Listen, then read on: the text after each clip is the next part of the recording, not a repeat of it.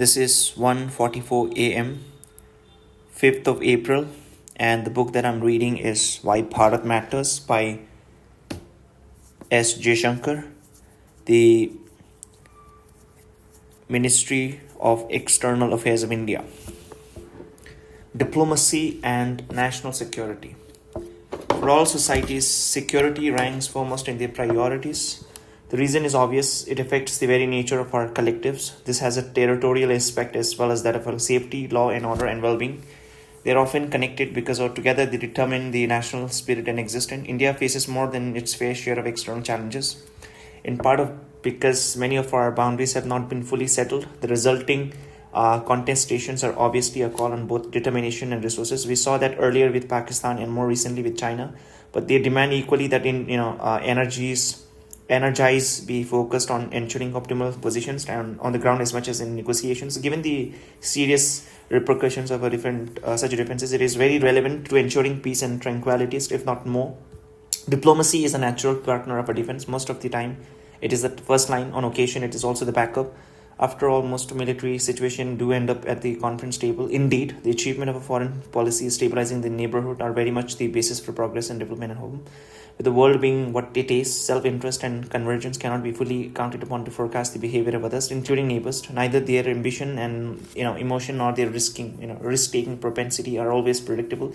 Few would have anticipated the sharpness of the downturn that India's relationship with China have taken in the last 3 years. Any prudent polity therefore back its posture with the capabilities and deterrence. A big responsibility of Indian diplomacy is to create the widest of set of options for such contingencies. This could mean acquisitions of defense equipments and other supportive measures, securing understanding for our policies and action from the international community, and for that matter, in mitigating or resolving more fraud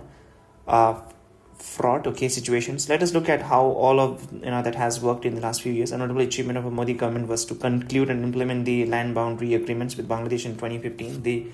In conjunction with the resolution of maritime differences, this has had a positive impact on the security situation in the East. More than that, it has opened up possibilities for economic cooperation and connectivity for the entire sub-region. The beneficiaries are not just India and Bangladesh with respect to trade and travel, or Nepal and Bhutan for the same, but the northeastern state of India as well, and that also to a very significant degree. A very different challenge is being faced on our western boundaries vis-a-vis Pakistan. On that front, the initial goal of diplomacy was to expose and delegitimize Pakistan cross-border terrorism when counter actions were required. And as in the Uri 2016, Balakot 2019, effective diplomacy ensured global understanding of India's actions. As far as in China is concerned, the diplomatic negotiations that are going on in a parallel to the military standoff since May 2020 illustrates that foreign and defense policies are really joined at the hip. Here too, the value of a global support and appreciation is self-evident. The leveraging of a multipolar world has been particularly visible in terms of weapons and technologies needed by our defense forces.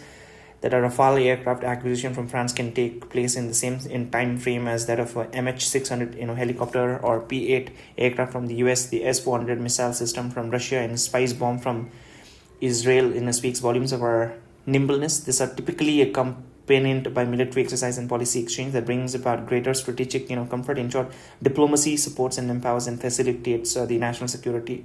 Just wait, okay, I'll search what is MH6. Okay, I've not seen MH600 helicopter. MH60 helicopter, yeah. MH60, yeah, helicopter. Okay, this one is attack helicopter. Is it Seahawk? Okay, and some of this happens on the domestic side as well. Even if it is less obvious, peace at home has often been troubled by insurgent groups operating from the neighborhoods. Diplomacy, however, has effectively discouraged neighbors from providing shelters or supports. From time to time, it has taken a little more than that to achieve result. That too has been very persuasively justified. Separatism, violence and fundamentalism have also been propagated from a destinations afar, misusing the protections of this free speech. Yes, Canada and the UK have both witnessed such happening. I think they're talking about the Khalistanis. This is also required vigorous and continuous countering, since some of see preaching violence against where the arguments and persuasions yield little result. Firmer diplomatic measures may also be required. On our oral posture or does radiate the message that India will no longer be a punching back in the politics of argument. So this book was written in 2024, where the diplomatic relationship between the Canada and India weren't that well because of the Justin Trudeau, because in the name of free speech, he was allowing Khalistani, that is the anti-India, the group known as the Khalistan. They were demanding their own different place or a different territory in India. So because of that, there was a very bad relations, diplomatic, not a good relationship between India and Pakistan. But now in 2026, there's a new president or a prime minister in the office of the Canada, and considering what has happened in the last few months, I think they are going to have a good relationships, and a trade deal is also signed, where Canada is going to produce or export crude oil to India, and India, because of the reliance, they have the largest refineries in the world. So currently they have a good relationship, which is not mentioned in this book because it is after 2024 all the event happened. Argument must be met with reasons, but polemics clearly demand a more vehement reply. What is polemics? Let me search. I think I know it, but I forgot. Polome. Polemic, that's okay. Polemic. Polemic, right? Okay, a speech or a piece of writing that argues very strongly for or against something. Okay, the practice or skill of arguing strongly for or against somebody. That's a polemic. Polemic, right? Okay, something that stirs up the controversy. Okay, polemic. So polemic.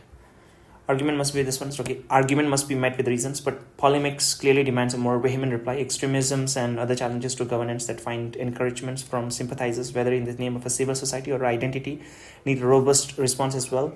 A world of borderless politics also generates its own set of concerns that supplements traditions of an influence operation. They are powerful forces with their distinct agenda that encourages the overriding of democratic choices.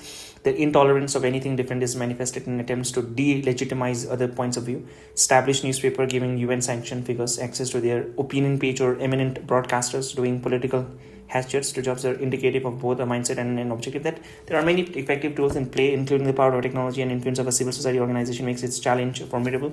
When it comes to politics, the battle of narrative is a perennial exercise. India has to patiently make the case that its pursuit of national interest is very much in the tune with its advocacy of a global good. A large part of the answer lies in the world of argumentations and in the effectiveness of a communications. Diplomacy thus has a responsibility as both a shield and a sword of a polity. What is polity? I think I know it, but the problem is that when you read a lot of books, right, you search and you try to understand a lot of different words, but after I think the word that politic, I think I've read few 3-4 months back, so forgot what it means. Polity, a form of a process of civil government and constitutions. Polity is a politically organized unit. Okay, polity. I think let's see if it's pronounced polity. Okay, polity. Implications. Okay, where is a recent debates. Okay, diplomacy thus has a responsibility and both the shield and sword of a polity. Okay, recent global debate about India have implications for our security as a federal polity of such extraordinary diversity. The quest to nurture the union should be most appreciated in our context. Yet, what we find is that efforts to strengthen national unity, sovereignty, and integrity are often undermined by misrepresenting facts. Surprisingly, improvements in governance, applications of technology, and progress on a long festering issues can be depicted as a detrimental to the freedoms. Even prominent institutions indulge in disinformation in pursuit of a cause. History can be airbrushed and unfavorable events conveniently ignored. In our quest, we have discovered that political vote banks are a reality strongly beyond our shore as well. Robustly defending the nation against such undermining is a commitment that must be recognized. And if this was just a debate, perhaps that would matter less. But it is a harsh reality at work. Some of it may be ideological, but there is also the competitive nature of international relations. Bluntly put, they have always been an interest that militate against a strong and united India. In the past, they have exploited every fault line that our society provided: religion, language, ethnicity, and social strata. Today, in our different garb and with the new arguments, they are even more active than before. Perhaps more of us need to ask ourselves why separatism in India finds regular support in quarters abroad. For that matters, how terrorism directed at us is consistently underplayed or even rationalized. Indeed, why some foreign forums lend themselves so readily to the denigrations of our records and achievement. The task of foreign policy, when confronted with such a calculation and stratagems, is to push back strongly even while advancing our own narrative. Now, the next topic is accelerating national developments. accelerating national developments. Okay, since the drive for prosperity is a constant endeavors for all societies, it is unnatural that policy making is also devoted to this goal. The most obvious expression of that is the promotion of trade and investments. Market do not always work by themselves. In reality, pretty much everybody utilizes encouragement and facilitation. Those with historical handicaps have an even stronger reasons to do so. We are still playing catch up on industrializations, technology acquisitions, and competitiveness, and will continue to do so for some time. Just building capabilities at home, however, may not be adequate. Securing business abroad needs information, networking, and access. There's a virtuous cycle at work here, whereby greater trade and economic activity strengthen skills, capabilities, and employment at home, and that in turn constantly updates and tests our mettle. In many ways, foreign policy is an exercise in competitiveness and its economic facets are a reflection in the particular domains. In the last few years, India achieved ambition export goal that would have been considered unrealistic till just recently. Now, this is not just a substantial increase in aspiration, but one realizes the world economy is still recovering from the COVID pandemic. The basis for this confidence is a range of reforms in manufacturing, labor, finance, skill, and trade facilitations. Added to that is a steady improvement in the ease of doing business. Foreign commercial policies being tasked to obtain access to market and lower trade barriers. This can be done in an orthodox way, but haste and through negotiation, understanding, including free trade agreements in a global supply chain that may be an objective in itself. It is not just significant for employment and prosperity of one always. Increasingly, foreign policy contributes to the creation of a new capacities at home. In Asia, all the modernizing economies have single-mindedly, focus their external interactions on obtaining capital, technology, and best practices from abroad. Japan was the pioneer in this regard during the Meiji era, and China after Deng Xiaoping was the most successful in terms of scale. In the last few years, India too has embraced this mindset. We have notable example of benefits to people from India West at the enterprise level or in national project. It may be information technology or in auto manufacturing, food productions or food processing, metros or bullet trains, space capabilities or nuclear energy. The fruits of foreign collaborations are there for all to see. Newer challenges like green growth and climate action have started to open up more possibilities. Our partners have expanded from the older industrialized economies to more innovative ones. All this happens because of our ability to identify, engage, and negotiate and leverage opportunities of us interest abroad across many domains. The most effective foreign policy is the one that focuses and delivers on developments. The resources and opportunity provided by external collaboration speed up the natural growth of the domestic economy, valuable as they are. They do not, however, substitute the continuous nurturing of a deep strength at home. So as we have discovered through experiences, confusion on that score can have a damaging consequence. 3 decades ago, India embarked on much needed reforms and opened up its economy. The many were doing are so undisputed. So, however, in the name of efficiency and modernity, easy options were taken at the expense of our small and medium enterprises. Instead of building effective domestic supply chains, we opted for integration and value additions that were more profitable and less painstaking. Infrastructure projects were given out to others without any efforts to absorb learning for our own industry. The pursuit for short-term gains made us lose ambition, and with that a sense of strategy. As a result, economic growth did not witness the commensurate scaling up of skills, strength, and capacities. In the last decades, we have woken to the realization that mantras about globalizations, if mindlessly applied, can cause real damage. Not just that, if economical choices are divorced from a strategic context, it can lead to the country down a very dangerous path. The real debate is not whether we should be an open or a protected economy. It's whether we are an employment-centric and capability-driven one, or just a profit-obsessed society content to be a market. Along with the vulnerabilities, a dependent mindset has also been rationalized, which masquerades as a globalized thinking. India's destiny is bigger than just to be just a part of a future of others. Real growth is not only about GDP increase, it is equally about infrastructure, supply chain, skill, finance, socio-economic progress. When we sacrifice the latter for the former, our long-term prospects are imperiled.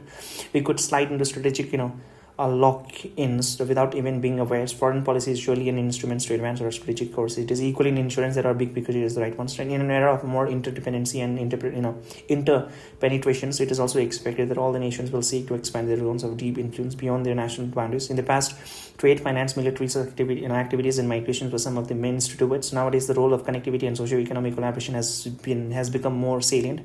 This is an important realization for a nation like India, whose reach was constrained by partition. As we grow in different dimensions, strategic sense dictates that prosperity serve as a larger incentive for the entire region. Realizing this, the Modi government has significantly expanded connectivity and collaborative initiative with the neighbors. Its results are evidenced in the roads and rail connections, waterways, port access and transit rights, power grids, and fuel flows, and especially in this movement of people. South Asia is undergoing a real transformation by encouraging win-win outcomes and buy-ins by partners. The neighborhood-first outlook addresses the risk challenge in the immediate vicinity, just as federal policies do in the extended neighborhoods. India's support to neighbors during the COVID period also reflects this very thinking. Interdependency, however, has its own downside and can be leveraged unfairly when the global norms can are cast aside, exposure to comparative politics.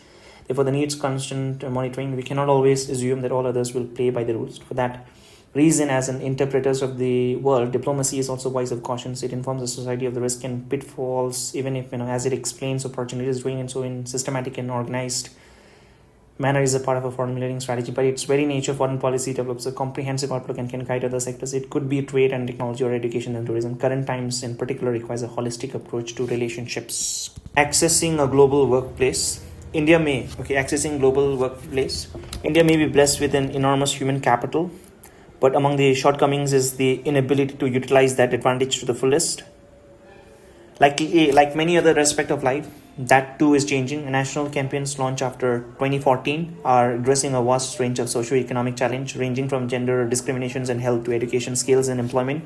In this period, virtually every domain has seen change due to progressive policy making, infrastructure growth, manufacturing expansions, smart cities, and labor codes are among the notable examples. Our definition of a basic necessities has changed to include access to water, power, housing, and health. This has the consequences not just for our national ambition, but also for a global society.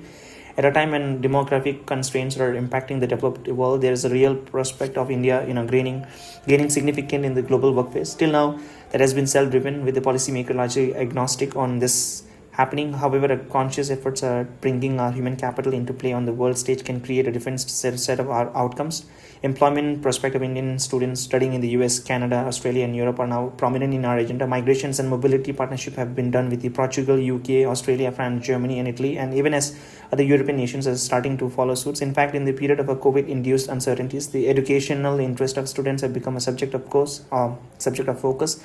In terms of skill, we strive to ensure that Indian talent is treated in a non-discriminatory manner in the US, Canada, Oceanic, and Europe, where they already resides. Community welfare and cultural concern too are in subject of our attention. The largest numbers with the greatest needs are of course in the Gulf. Their well-being is of utmost priority, and that has been fully reflected in decision making. The liberal usage of the Indian community welfare firms speaks of a stronger sense of responsibility towards them, as do programs for job training and creating facilities for those in distress. The agreement on rights of domestic workers signed with the Kuwait is one of the illustrations of our commitment to ensuring a better workplace abroad. Endeavors to get back social security payments made abroad is another indeed making. It's easier to get visas. Easier to get. Abroad is another indeed making it easier. Making it easier to get visas has become much more central to our diplomatic efforts. This mindset is in fact go back further up to the chain, starting from how much easier it is now to get passport at homes by expanding the application centers fourfold and simplifying the verification process. The ability to travel and work abroad has undergone a sea change. Today, a new prospect are opening up for Indian skill as a result of a negotiation agreements, be it with Japan, Europe, and Gulf or Russia. Foreign policy is helping to make India the world much more accessible to the average Indians, and they set out far more confidently than before. Knowing that we have their back in times of difficulty, Vande Bharat missions, which brought back millions of Indian during the COVID waves, was such as a statement of capability and as of commitment towards our workforce and students, seafarers and tourists. Those who have forayed into the world recently may have grown in numbers, but let us not forget that contemporary migrants join historically established communities to create the largest diaspora in the world. It is natural that their welfare and interest is connected deeply with the foreign policy. As India's global standing has gone up, they too have reaped the benefits of association. This is a unique part from the undoubted achievement that they can legitimately boast of in their lands of domicile. In a more globalized world, they inevitably emerge as a more confident, effective bridge to India. At the same time, a confident India has always taken pride in their successes and not shied away from a visible relationship. In some ways, the relationship in the Indian diaspora is quite unique because, in contrast with those of other society, its mobility was not driven by turmoil at home. So on the contrary, its bonding with the mother India has grown emotionally stronger with the advent to power of a more authentic representative. The 2014 event at Madison Square Garden marks a new era in diaspora connectivity. Its role has acquired a greater value at both ends of the chain. For foreign policy, this may mean some additional responsibilities, but surely provides greater sources of support. As a result, initiatives pertaining to the diaspora have expanded so as to strengthen its bonding with India. Sensible foreign policies obviously have to address bread and butter issues. However, there are bigger questions to consider as well, especially for larger nations. For a large nation, three contemporary examples of an urgent global concerns are pandemics, terrorism, and climate change. No country can really afford to be oblivious or indifferent to such challenge. Smaller states are impacted, larger ones even more so.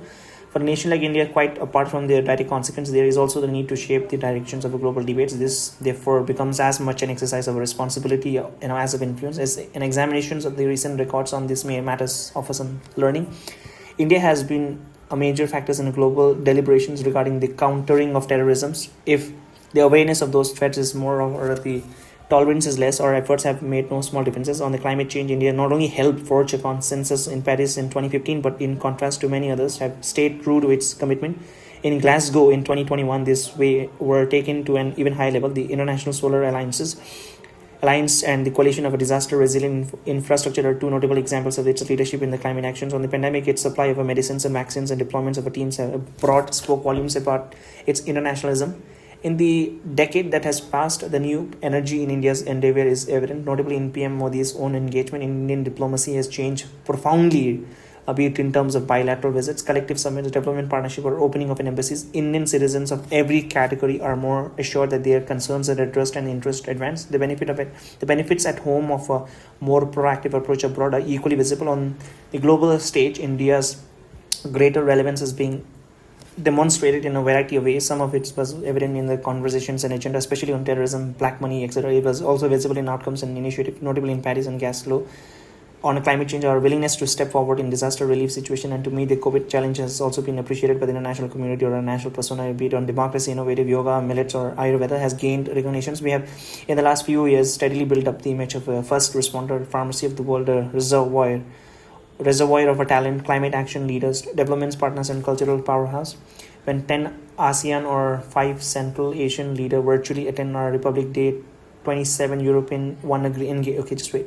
Republic Day, 27 European ones engage us together in a meeting of, or 41 African leaders come to India for a summit. Clearly, something has changed for the better. This is the India that took on the presidency of the G20 at a time when the world was and it continues to be sharply polarized.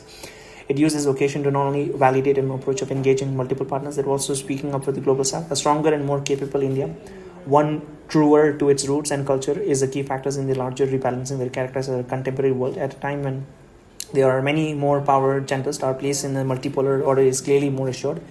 In an era that is more globalized, our talents, capabilities, and contribution have growing value for the rest of the world. As we celebrate 75 years of independence, there is a good cause for Bharat to be confident about its prospect. But to do so, it is equally important to be fully aware of the opportunities and challenges that the world currently presents, and surely that will happen once we appreciate that foreign policy really matters to us.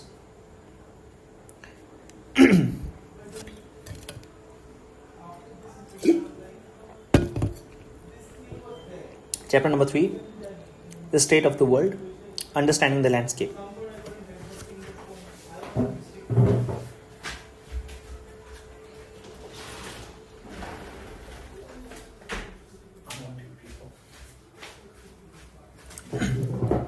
Chapter number 3, the state of the world, understanding the landscape. When PM Modi declared Samarkand in September 2022, okay, let me check what is the definition of Samarkand. Okay, Samarkand. It shows it's the meaning of K-A-N-D, okay. Samarkand is a major historic in southern Uzbekistan. Okay, in Sanskrit, right? Okay, is often linked to Sanskrit term Samarkand, meaning city of samsara. Okay, that means a city beloved. According to some interpretations, another proposed Sanskrit is samsara, meaning a place of gathering, meeting, referring to historic. Okay, so there are in this one. Okay, so meeting. Okay, it's a gathering place. When PM Modi declared in Samarkand. Okay, Samarkand is a place name. Okay, in Uzbekistan. I thought it's a Sanskrit word. Never mind.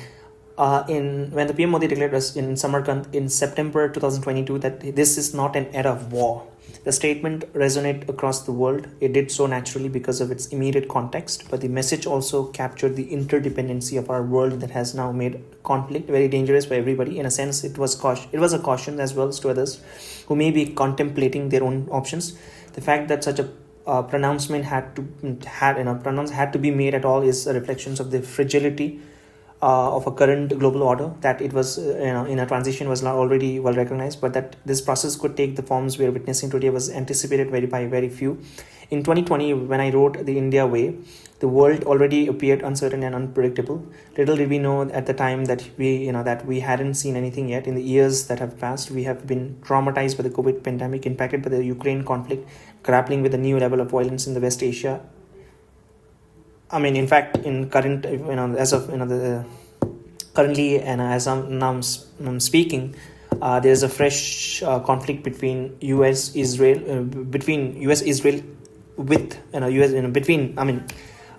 Between Israel and Iran. Afflicted by the frequent climate events and subjected to serious economic stress, they have aggravated both an east-west polarizations and a north-south divides. If there is continuity with my earlier endeavors in the undertaking phenomena of how nation states, still the key concept of international relations struggle with the problems of globalization. This applies as well as to the main takeaways that the world matters for each one of us as never before. As we consider that the question confronting every Indian is about what our values, weight, and prospects are in the contemporary eras, we do so not knowing what even the immediate future holds, because the pace of a technology, economic, and social change has accelerated so much. This is no longer an issue of a more variable. We are really moving into uncharted territory. Naturally, at such a moment, it is worth reflecting on how our forebears dealt with the uncertainties of their era, and in that context, analogies from the past certainly offer some guidance. Now, I think it's going to be some story about Bhagavad Gita or old Indian cultures, old Indian myths. The two figures most popularly associated with the diplomacy in Indian traditions are unquestionably Hanuman in the Ramayana and Sri Krishna in the Mahabharata. One is perceived as an exemplary embodiment of a service who performs his duties undaunted by any obstacles. The other is regarded as more as a strategist and counselor and a source of wisdom in difficult moments. Each has his criticality in the given context, and Hanuman is at his best when confronted with uncertainty and tough odds. The process of nation rise is not unlike the arduous campaigns which embedded both of them so deeply in our consciousness. In fact, it is more than a campaign; it is an endless exercise of expanding prospect. And like Hanuman, it requires a true believer and problem solvers who are at a 24/7. I'm a bit surprised because Mr. Jaishankar is a career diplomat, and considering he's a diplomat, considering Indian history, the most well-known diplomat in the Indian history, the GOAT, right, the greatest of all time diplomat, was considered to be the Chanakya, where the books written of Chanakya is still relevant and prevalent, and most of the people read it today. But he has not mentioned Chanakya. Instead, he has mentioned Hanuman and Krishna, Mahabharata, especially Mahabharata and Ramayana.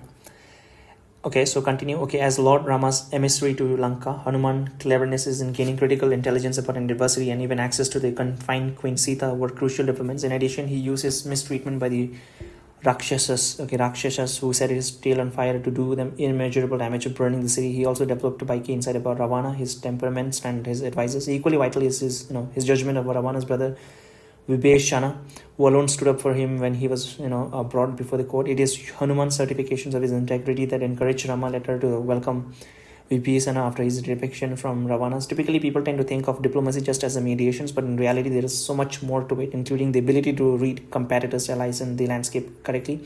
Hanuman is also noted for his persistent quality he demonstrates when his fellow monkey were inclined to give up on their search for Queen Sita. His ability to improvise and solve problems is equally in evidence when he lifts an entire mountain in order to bring back a single life-saving plant.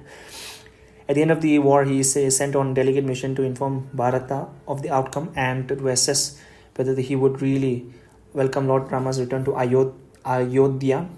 Each of these attributes are today the prize quality of a successful diplomat. Different illustrations of the complexities inherent in diplomacy is provided by the monkey prince Angada. He too was sent by Rama to Ravana's courts in Lanka and cleverly played to his strength. In his case, that specifically was his leg, which could not be moved once firmly planted on the ground. By making it a challenge, he embarrassed those who tried unsuccessfully to shape his limb. Finally, he humiliated Ravana when the latter tried to reach out for it and dropped his crown that Angada then picked up and threw it back to Lord Rama. As an envoy, he not only resisted blandishments proffered by Ravana, but improvises to his makers effectively. denied a seat that is due to him. He is said to have made a chair for himself by elongating his tail and placing himself on a par with the Demon King before him. After all, mind games are key elements of diplomacy. Okay, so he's talking about the mind game. Very interesting. A very different kind of a skill was displayed by his mother Tara, the wife of Monkey King Vali, who was earlier killed by Lord Rama. In the case of Hanuman and Angada, they were dealing with Ravana, haughty and irreconcilable,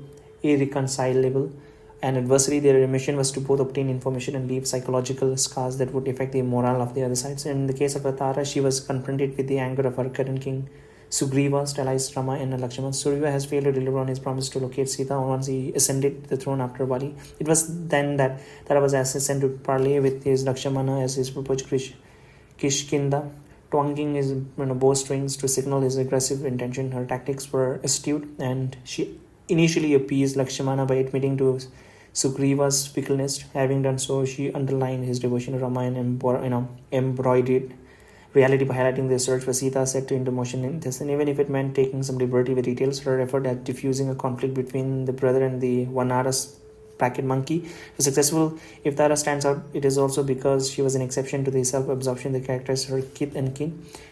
The three cases may be different from each other in objectives and approaches, but what brings them together is a shared understanding of the larger task that confronts them. They have to grasp the enormity of the threat and reactively contribute to the search for solutions. There is both a sensitivity required in respect of this larger environment as well as an awareness of their own predicaments.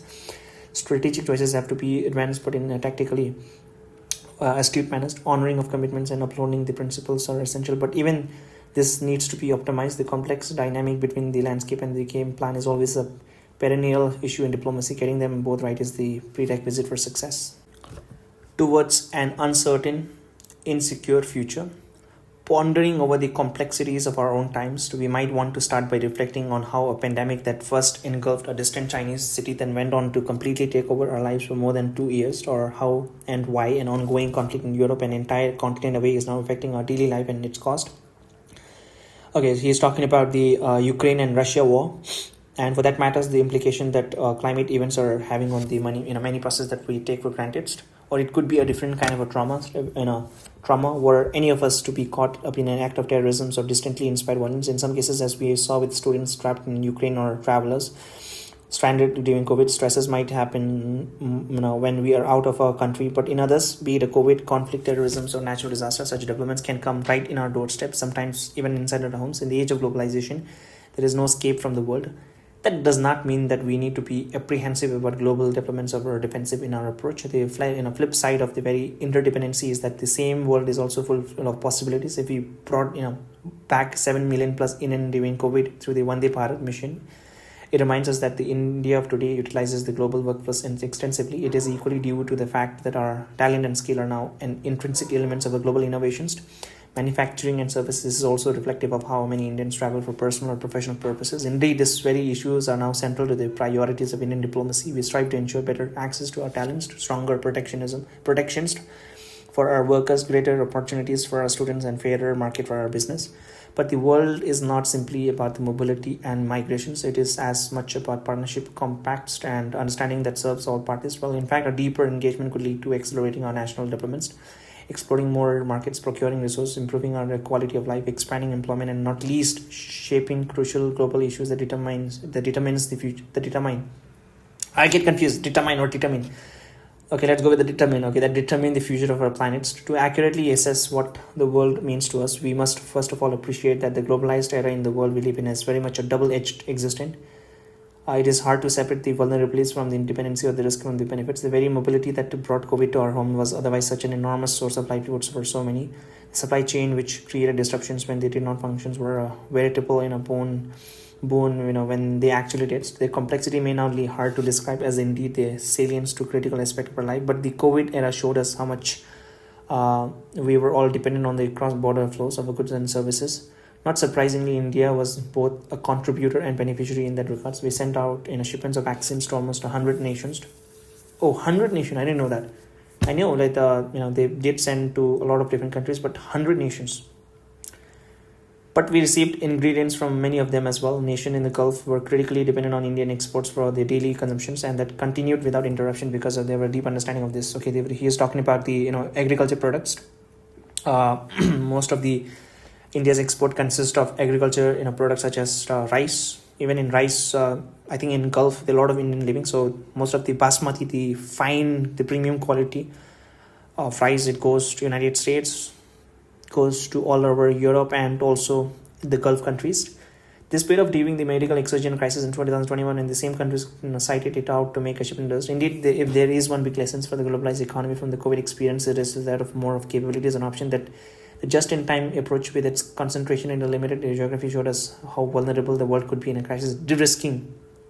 This is very important, right? De-risking the world economy now requires a just-in-case outlook with more diversified productions. When India is concerned, this could mean another chance to board the bus of manufacturing that we had missed a few times before. And this is exactly what the ease of doing business approach and the other offer of production linked to incentive are intended to ensure. So because of the COVID-19, most of the countries and the Western countries, they've started acting or they've started isolating India from a diplomatic channel, which gave India a new possibility or a new opportunity for replacing China with India, because most of the manufacturing were shifted from China, and the viable alternative could be a lot of different countries, but the most viable where you can get a good labor at a cheap price is India. So that one was a good time. And the policy of China plus one, that means if you have a manufacturing or any of that thing in China, it's fine, but you have to diversify, otherwise you can't put all the eggs in one basket. So that's why they have started diversifying. So because of that, India, the Apple, right, they started manufacturing their phone in India. So right now 2026, most of the Apple is Apple products are manufactured in, I think iPhone 17s are manufactured in India. So yeah, sorry, just digressed. So yeah, let's be back.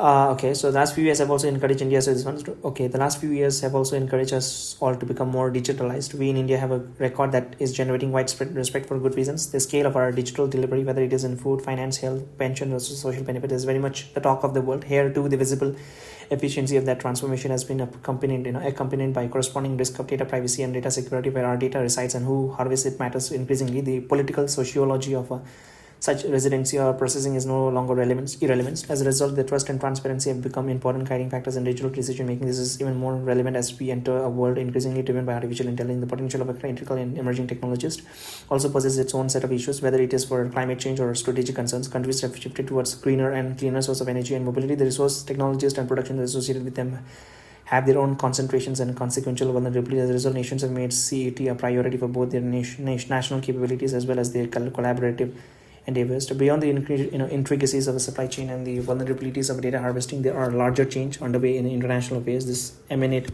from the weaponization of a broad range of service and activities that we regarded till now as essentially benign. Just wait, okay, I forgot what is the definition of benign. Benign means the basic, right? Benign. Benign. Okay, benign, that's okay. Kind or gentle. Okay, not dangerous. Okay, benign. Benign. Oh, where was I? This one is okay. Where the fuck was I? Okay.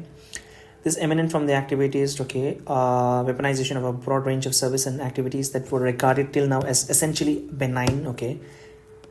In recent times, we saw how trade, connectivity, debt and resources and even tourism became points of political pressures. The Ukraine conflict has dramatically widened the scope and intensity of such, leveraging the scale of a financial measures, technology controls and service restriction and seizure of assets have been truly breathtaking. At the same time, it is also an undeniable fact that the global rules, regimes and practices have been gamed for national advantage for decades. In that scenario, the world of comparative advantage had no chance against unrestricted economics.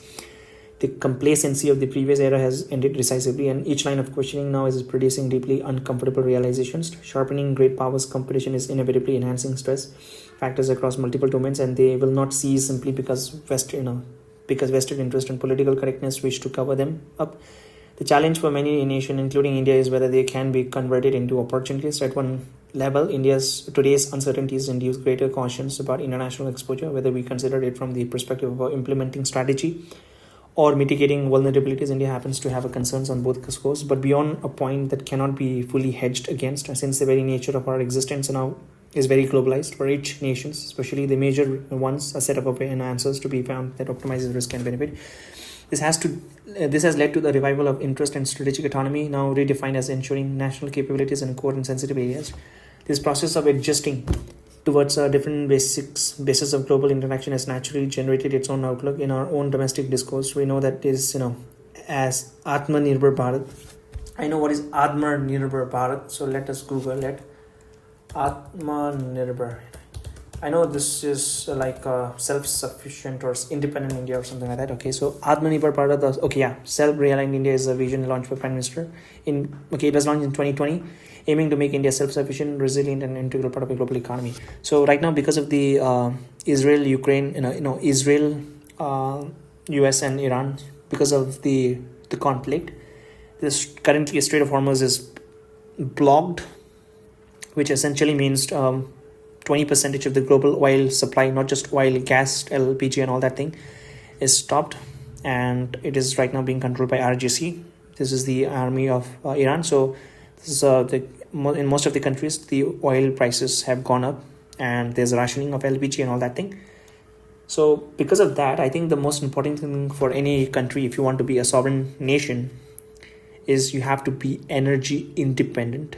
You cannot become a sovereign country. You cannot become a sovereign nation if you are dependent on energy on other countries, right? So first step is you have to be energy independent.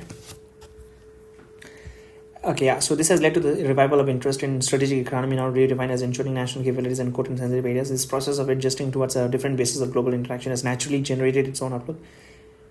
In our own domestic discourse, we know that this as Atmanirbhar Bharat, that is a self-reliant India. The digital domain has seen its own variations of similar compulsions. Even in 2020, sharpened awareness in India for an exposure that had been built up over decades. The clean app approach and the embrace of concepts like trusted providers and the trusted geographies are resulting of an outcomes. It is a paradox in many ways that while we speak of the advancement of a technology and promises of a science, world politics is actually moving back to the future. Some of this arises from the expectation placed on globalization, proving to be optimistic. This is not to suggest that the underlying economic interdependence is not well-founded, but widening differences within societies and creation of a new global equations have meant that counter forces of globalization have been set into motion. Once challenges began to be articulated, the globalization model was not easy to defend precisely because its benefits were so heavily skewed. Political expressions of globalizations have also created their own backlash when self-appointed custodian of correctness sits in judgments over democratically elected representatives. They cannot expect to be unchallenged, especially when they have such visible stake in the preferred outcomes. To add to that, some countries are advancing aspect of their own model as an example abroad. Cumulatively, this has led to situations where political and social identities have resurfaced strongly, creating inherent tension with the nature of economic flows. Because there are so many moving parts, these predicaments are not easy to resolve. Consequently, different nations are struggling to find the right balance, though the reason in each case may be different. Some seek to address regime security, others to protect their own technology leads, or other we apply, and still more who would like to limit exposure and build capabilities for themselves. These new forms of competitions are likely to, among the fundamental characteristics of a politics of an era, our globalized world is likely to be fractured in some respect and even selectively disengaged in areas of particular contentions. These are some of the inevitabilities for which India needs to plan intelligently. Refreshing analysis and policy. Such examples may reflect more recent trends, but we cannot forget that old-fashioned national rivalry also continues to be very much at play, especially after 2008. The world has seen a sharper rebalancing and the steady emergence of multipolarity. The shifting terms of the US engagement with it in the last decades is a key dimension. The ending of a forever war in Afghanistan only heralded, heralded. What is the definition of heralded?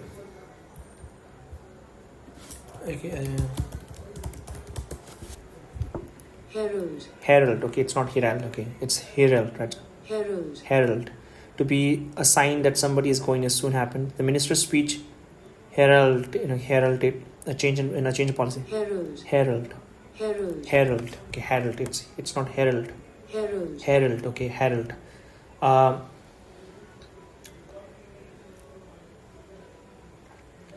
The ending of the forever war in Afghanistan only heralded different ways of ensuring American securities and furthering US interest, but the manner in which it did may have signaled a weakness of a kind that was not intended. That too is going through a process of corrections. The rise of China is an equally profound happening, one whose global consequences are becoming more apparent. That so much of it has taken place outside the established construct is clearly conceptually challenging for both policymakers and analysts from being a zero-sum game. This development have also opened up space for other players, okay, and some essentially regional and other with the greater potential. Clearly, the world perceive India to be in the latter category. As all of this is unfolding, the Ukraine conflict has reminded us of the importance of Russia while underlining the strategic mobilization of Europe. If this matrix already looks complicated, then the volatility is further compounded by the impact of how the developing world of a range of economic challenges throw in a whole lot of pre-existing and neglected problems. As a result, the world as a whole is staring at a far more uncertain and insecure future. Such a prospect clearly calls for greater diplomatic energies and political creativity. It is even more necessary now to harmonize the pursuit of a national interest with the responsibility for a collective goods. For a nation like India, where such a large segment of its population is so vulnerable, it means first of all to mitigate the impact of a key negative trends. In doing so, we not only stand up for our own welfare, but to speak up on behalf of the global South as well. So, global South means not just in terms of locations, because if you see Australia, right, they are in the South, but they are not the global South. Global South is a term used for a group of countries which are low or middle level income. So they are known as a global South. That means developing economy. Indeed, domestic outlook that so strongly advocates inclusive growth has a natural inclination to display a similar approach abroad. At the same time, we also have an obvious interest to, along with the rest of the global South, in cooling down overheated global politics. This is obviously not going to happen overnight. Yet we must, persevere. Okay. Beyond the immediate compulsion, there are also the structural challenges of the current world orders that confront us. Most of those emanate from the outcomes of the Second World War and fashioning of international architecture in 1945, but they are also underpinned by a few centuries of Western domination, whose intellectual and cultural facets still remains prominent. The oldest trick in the diplomatic book is to freeze the moment to your advantage. This is reflected in cherry-picking events and outcomes and portraying them as the normal, or in creating mechanisms and concepts that are presented as immutable. That, in fact, is what some countries have done so successfully for the last 8 decades, pursuing reform in the multilateral domains and ensuring that the global decision-making reflects the democratic reality is therefore a quest for no small importance. Allowing the past to influence thinking is, however, not a predicament that can solely be attributed to the other. Sometimes it is an assumption that we maintain ourselves because a particular experience continues to resonate. Thus, even 6 decades later, in 1962, war with China stirs suspicion of the country in the public minds. Similarly, our hesitations concerning the West derived from the memories of the 1947, 65, and 71. So 1947, okay, this one conflict this applies even on the positive side of the ledger. In 1991, economic reforms, for example, were impactful enough that need to be built on it was given priority till recently. Such complacency contributed till a decade ago to impassivity towards the strengthening manufacturing and developing technologies, as well as improving our social indices. At this stage of its rise, India must have the courage to revisit its past and draw the right lessons from the abroad as much as from home. Sometimes this is misinterpreted as a political distancing when it is in fact an objective audit. It is not only dangerous to remain a prisoner of our experiences, but even more to romanticize them. We now have the ability to build the landscape more significantly and must use that more often. It is already expressed in a new concept like the Indo-Pacific mechanisms like the Quad or the I2U2, and the initiative like the IAC, the Quad and this one, okay, and the Quad or this one initiative, this one. The China challenge can only be countered by reversing past neglects of the border infrastructures and maintaining deployments, and indeed by utilizing the possibilities that the global dynamic can offer. On the economic fronts, we have to be judicious in picking the FTAs and frameworks that truly serve our interest. The need to refresh both analysis and policy will also be in case in a turbulent world. Continuity and change. For any polity, national security has an undeniable primacy. Indians are much more conscious of this than most, since it has been challenged so often in the last 75 years. In fact, when we evaluate the merits of leadership, it is largely perceived as a six of addressing crisis and ensuring delivery. A lot of our foreign policy is devoted to preparing for obviating, mitigating and reacting to security threats. Clearly, a time has come that we must decisively address the long-standing vulnerabilities that a comparative world regularly exploits. It may have been a political surprise in August 2019 that the Article 370 issue was firmly settled, but the fact is that mainstreaming Jammu and Kashmir was long overdue. and only vested interests were standing in the way. We need to equally apply ourselves to the hard task of securing our borders effectively, including through promotions of vibrant villages programs. At the same time as the world penetrates into our daily existence more prominently, we must develop awareness and response to the problems posed by the normal. This is a danger emanating from the routine, be it digital, financial, ideological, or even mobility related. Just as international economies in grappling with the challenge of the new practices, national security too must address more contemporary dangers. A foreign policy that impinges so many aspects of our life understandably has a deeper personal implications on our safety, welfare, prospects, and opportunities. It has transactional and collaborative connotations, especially in the economic and technological domains.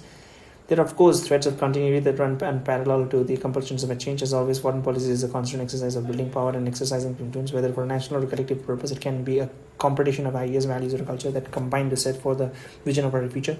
Each of these facets, old and new, coexist with other, perhaps much more dynamically in an era of interdependencies and interpenetrations.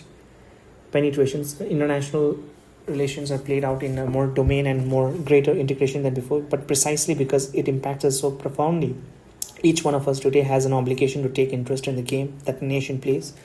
While we overcome constraints, hurdles, habits, and black swans, it is particularly necessary for the young generation to appreciate how the world looks at India now. Indeed, many of the very problems of the last few years have earned us credit for coming through in the manner which we did. The combinations of changes in India's political standing, economic weight, and technological capabilities, cultural influence, and the success of the diaspora is moving the nation into a higher orbit. Admittedly, there is much more work to be done, but nevertheless, we see a growing recognition in the world and that India is at last getting its act together. Some observers have actually said that PM Modi has succeeded in shaping up India in a manner that could not have been foreseen. Equally, there is a realization that the big success, the big issue of our times cannot be solved without India's contribution to participations. This is a moment when India can reset the terms of its engagement with the world. It is also a juncture at which we should be prepared to take up greater responsibilities. The G20 presidency offered an important opportunities to demonstrate that to the world by tabling new ideas, shaping the agendas, ensuring a consensus, fashioning action plans, and promoting G20 enlargements. India certainly made the most of it. For those who are starting off in life, I can only say that every reason to be more confident. India today has determinations, vision, as well as the perseverance to enhance its global standing. Those more experienced and the part of a journey for the last 75 years will appreciate the transformations underway and value the outcomes that it has generated. But all of them would certainly share the conviction that India, that today, even as the world enters a new era of turbulence, we matter more. And with the right leadership, we can definitely weather the storms and make the most of our opportunities. The confidence with which we will accomplish all this, one of the defining characteristics of this globalization. Till 2014, like the rest of the world, much of India too was eluded, by the soothing. Okay, so I'm sorry for the break in between. So whenever I read in between, if I don't understand anything, I'll try to Google it and I will, read out the definition out loud also. So, and I'm sure no one is listening, that long, but yeah, even if you're listening as a podcast, then you can very well do that. And I'll read out the definitions. And in between, right, when I read it, if there's any explanation to be added, I'll add the explanations. If there's any opinion of mine which I want to add, I'll do that. And yes, back to it. Till 2014, like the rest of the world, much of India too was lured by the soothing sounds of globalizations. First came Brexit and its challenges to the European experiment. Soon thereafter was the election of Donald Trump and the articulation of America First. So he was talking about the 2016, the first term of the Trump. And the articulation of America First, China-US tussles, which was supposedly only tactical, became truly serious when with the passage of time. Each episode enhanced. Where is the tactical? It became truly serious with the passage of time. Each episode enhanced the realizations of the vulnerabilities that economic and technology concentration had created. Then came the COVID pandemic, which thoroughly exposed the hollowing out of so many economies in the name of the global efficiency. A new consensus began to emerge on the importance of a resilient and reliable supply chain, as also on digital trust and transparency and legacy issues.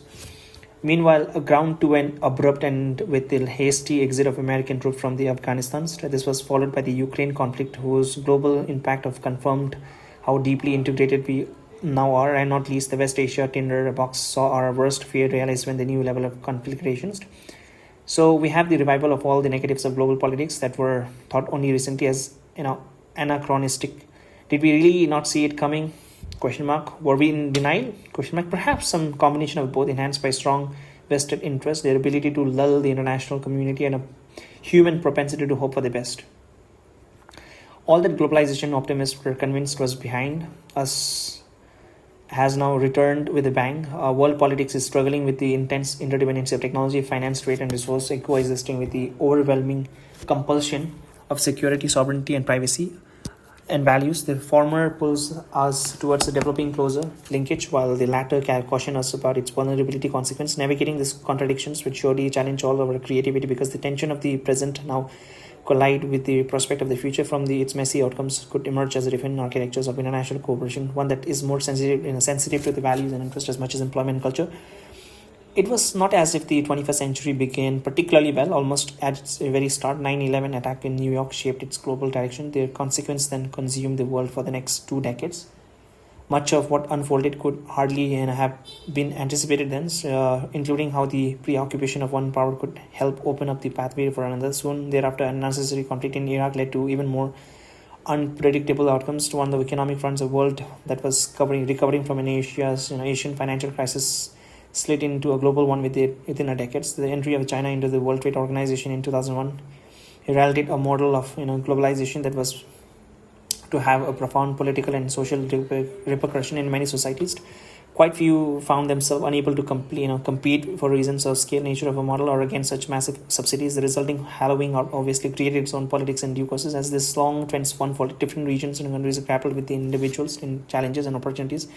Greater sensitivity to employment, protection of technologies, and safeguarding of data in a digital world were notable concerns. In a more connected existence, their domestic churning also began to be reflected more strongly on the global stage. By the time we reached the end of the second decade, it was clear that the very fundamentals of the world order was shifting. Trends lines indicated a movement towards greater turbulence and big power contestations, challenging assumptions with which we were comfortable with. What no one expected was that an elderly, troubled world would get a once-in-a-century shock in the form of a pandemic. When we add the consequence of Afghanistan, Ukraine, and the future looks even more open-ended. It is certainly a new world out there, quite definitely not a brave one. Sharpening great power competition. Prominent among the postulates that have shaped our thinking is the centrality of the US to the current international system. It is evident, however, that the two forever wars in Afghanistan and Iraq have greatly affected the polity. That one was marked by conceptual confusion and the other was altogether avoidable is beside the point. The rationale of both conflict may continue to be debated by those still interested.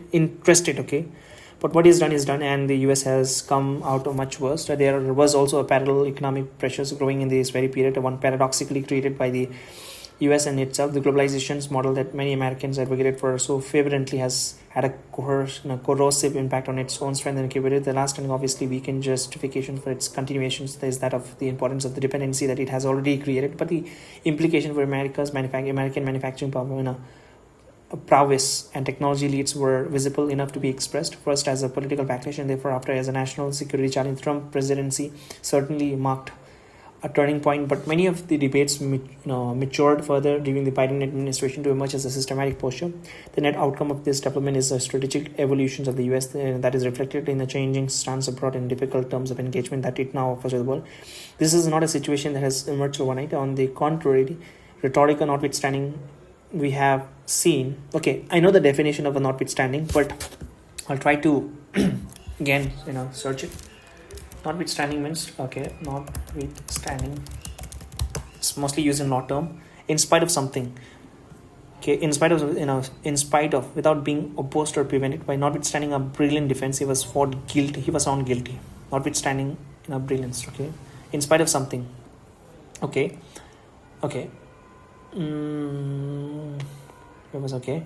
On the contrary, rhetoric notwithstanding, we have seen a growing caution in US power projection since 2008. In tandem, there have been persistent efforts to address its overextensions. In fact, there is a consistency in this regard over 3 administration that if it may not readily admit to us, whether it is a footprint, extent of involvements of the natures of the activities, we are witnessing a very different America, and this America is moving towards greater realism both about itself and the world as it seeks to achieve global objective in a more cost-effective manner. It could assume a broader posture as an offshore balance in a remote region in a way that protects its influence without expanding its risk. This has a different aspect. Big key among them as striving for a better balance between its domestic revival and its external obligations. There is a sharper recognition too of an emerging multipolarity and growing strategic autonomy that characterizes the current era. This implies a quest for new options, even while consolidating old relationships. There's also not only an acute consciousness of the challenge to its position, but a rational realization that this have made much headway.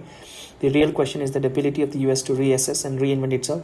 What this means to the world is a new kind of diplomacy, one more in tune with an awareness of its limitations and consequently of the value of a greater and more contemporary partnership. Even as all of this happens, the world also witnessed the rise of China. Indeed, this correlations between the fortunes of the two nations is difficult to dispute. The emergence of a power at a global level is a unique happening in any circumstances. That this is a different kind of polity, both ideologically and culturally, enhances the sense of change. The union of Soviet Socialist Republic USSR may have borne some similarities, but it had never had the salience to the global economy that China has today. We are therefore contemplating scenarios very different from that of a post-1945 situations. The consequence of China's growing capabilities are particularly significant because of the extrapolations of its domestic seamlessness to the world outside. As a result, whether it is connectivity, technology, or trade, there is now an ongoing debate on the changed nature of power and influence. Separately, we have also seen a sharpening of tensions on territorial issues across the breadth of Asia. Agreements and understanding of the yesterday years now seems to have developed question marks. India had its own experience, especially in 2020, with regards to the border situation. They were talking about the Galwan incidents where there was a border clash between India and China. Time will, of course, provide more answers, but what is evident is that establishing a multipolar Asia as a foundations of a multipolar world is now more urgent than before. Obviously, much of this will happen in the backdrop of intensified great power competitions, and understanding how that could unfold is therefore a vital. Here too, the Ramaya has some instructive insights. So, it will give some stories about the old,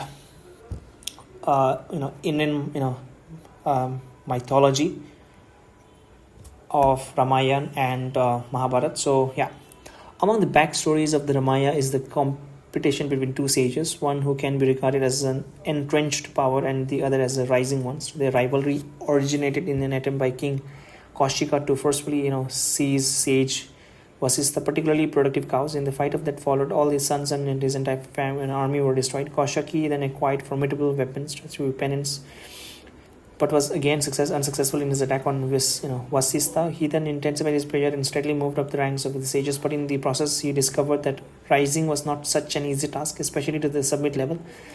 Moreover, his besetting weakness was a tendency to lose his temper and expend his power on the immediate provocations, and those happened to many, some deriving from this enmity towards Vasistha, but others being distractions deliberately put in his way. Not content with being recognized by Lord Burma as a Raja Rishi, he ultimately pushed himself to attain the highest status of Brahma Rishi. But even the Kaushiki was not satisfied until he heard his recognition from the lips of the Vasistha himself. The tale of the two sages have some resemblance to development in current world affairs. Rising powers are constantly pushing in themselves, with the establishments of one as a standard to be matched. Some may be driven by the memories of humiliation, even if others are more at peace with themselves. In this process of reordering, only gaining the respect of a competitor are not always enough. There is equally a deep desire to be formally acknowledged as an equal. The fire inside which drives such a quest can encourage a mentality of the winning at any cost, and that today is understandably the biggest challenge to the establishment of the rule-based orders. Not to forget,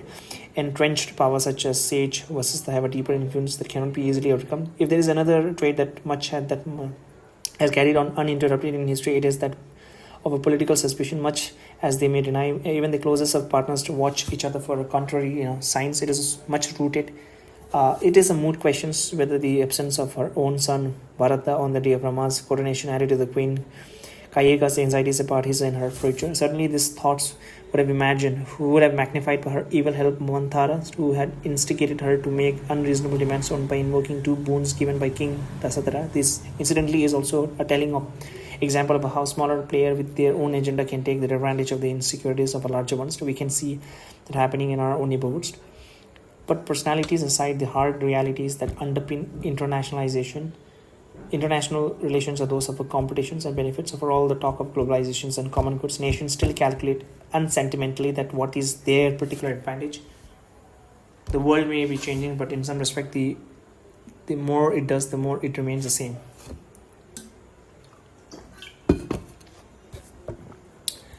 Now, beyond Westphalian politics. So I'll search what is Westphalian. Must be West, Phalin. Westphalian system, I think. The Peace of Westphalia, 16. Westphalia, okay, Westphalia. The Peace of Westphalia ended the 30 years wars in Europe, establishing the foundation of the modern state. So I think he's talking about the most developed country, that means Western Europe and the America.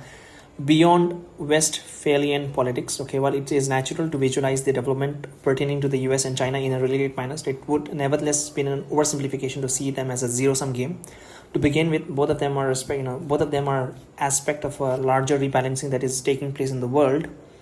Certainly, they have impacted each other, and they are casual, connections. American retrenchment has provided greater space to Chinese influence, given that it extends across so many domains. As much of the world put the colonial period behind, new centers of economic activities inevitably came to being.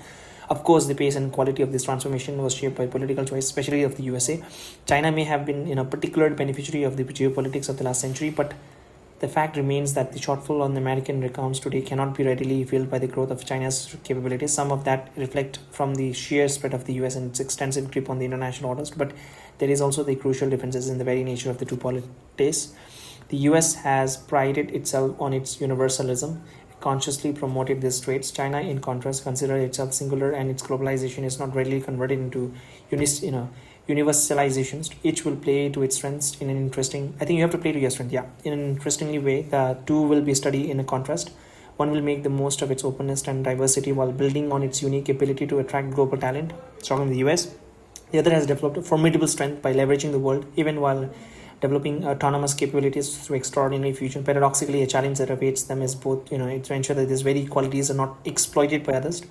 What is relevant for our purpose is the lessening convergence in their respective worldviews, and what that will lead to is a period of uncertainty, limitations, and frictions in the world affairs. This will be most evident on global connects like supply chains and data flows, as well as a challenge like maritime security, pandemics, and terrorism. After all, we have a situations where not just the distribution of power has undergone a change, but along with it the characteristics of those who will now wield greater influence, quite apart from their ability to work together or not, how will they view enlightened self-interest, and how much that would propel them to contribute to the safeguarding the global commons or the coalition that awaits answers. It is not just eastwards in the Indo-Pacific that India is witnessing a radically different situation. Towards the west, the politics of our proximate region is also undergoing transformations. With the American exit from Afghanistan, diplomats in the UN may have articulated the concerns of the internationalized community in terms of terrorism and radicalizations, treatment of the women and the minorities, freedom to travel, inclusive governance. But the strategists with an understanding of the regions would also be forced to recognize how open-ended its prospect have become.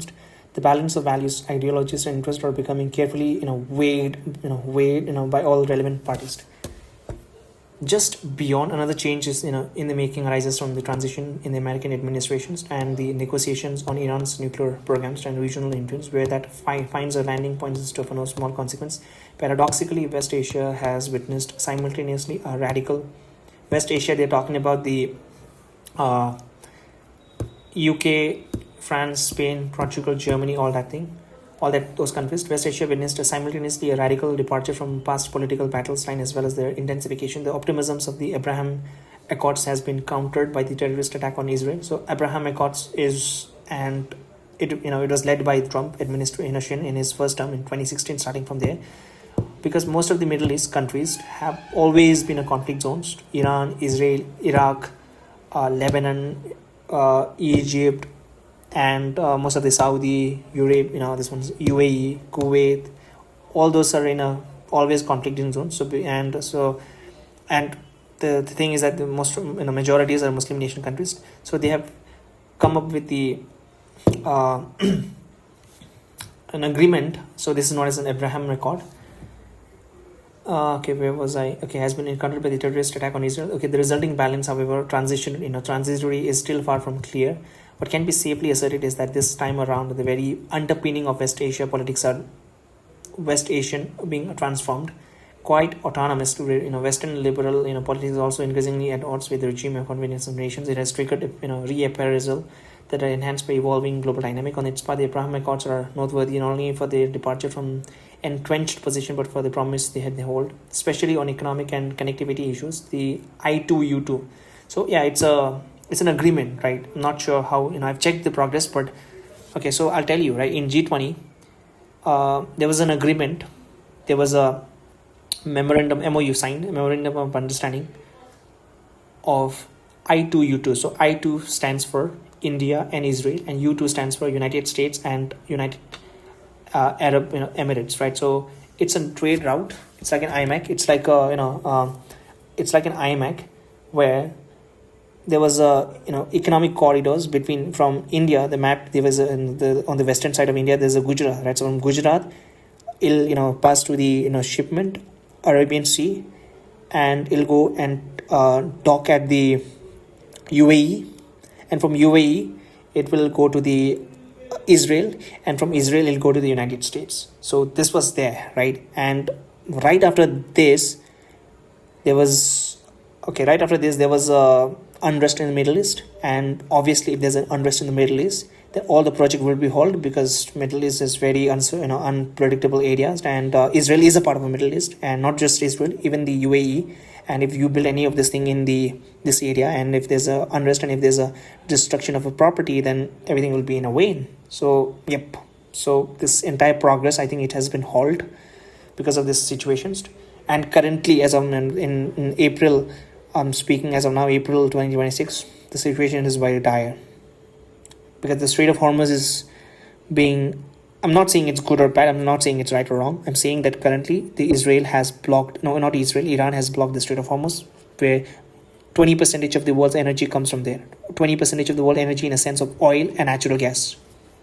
So yeah, so most of the countries, they're having a problem with the oil price shortage, and there's a rationing of LPG oil in different countries. So this includes, and the need to be only game in town. Saudi Arabia greater focus on Asia have also offers opening for India. This includes the IMAC initiative. So IMAC stands for India Middle East Economic Corridors, or India Middle East European. Even this one is the other source of this one. Logistic and energy, building on a traditions of contacts between India and Europe that went through Arabia, it represents a returns of history. In the final analysis, the balance between entrenched politics and emerging economies will determine the region's relevance to the world beyond.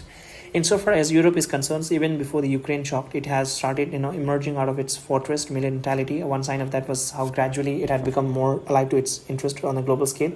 Adoption of policies by the European Union from the Indo-Pacific and on connectivity was a telling indications. However, the enormity of the Ukraine crisis obviously radically transformed the security outlook of individual state as also the collective.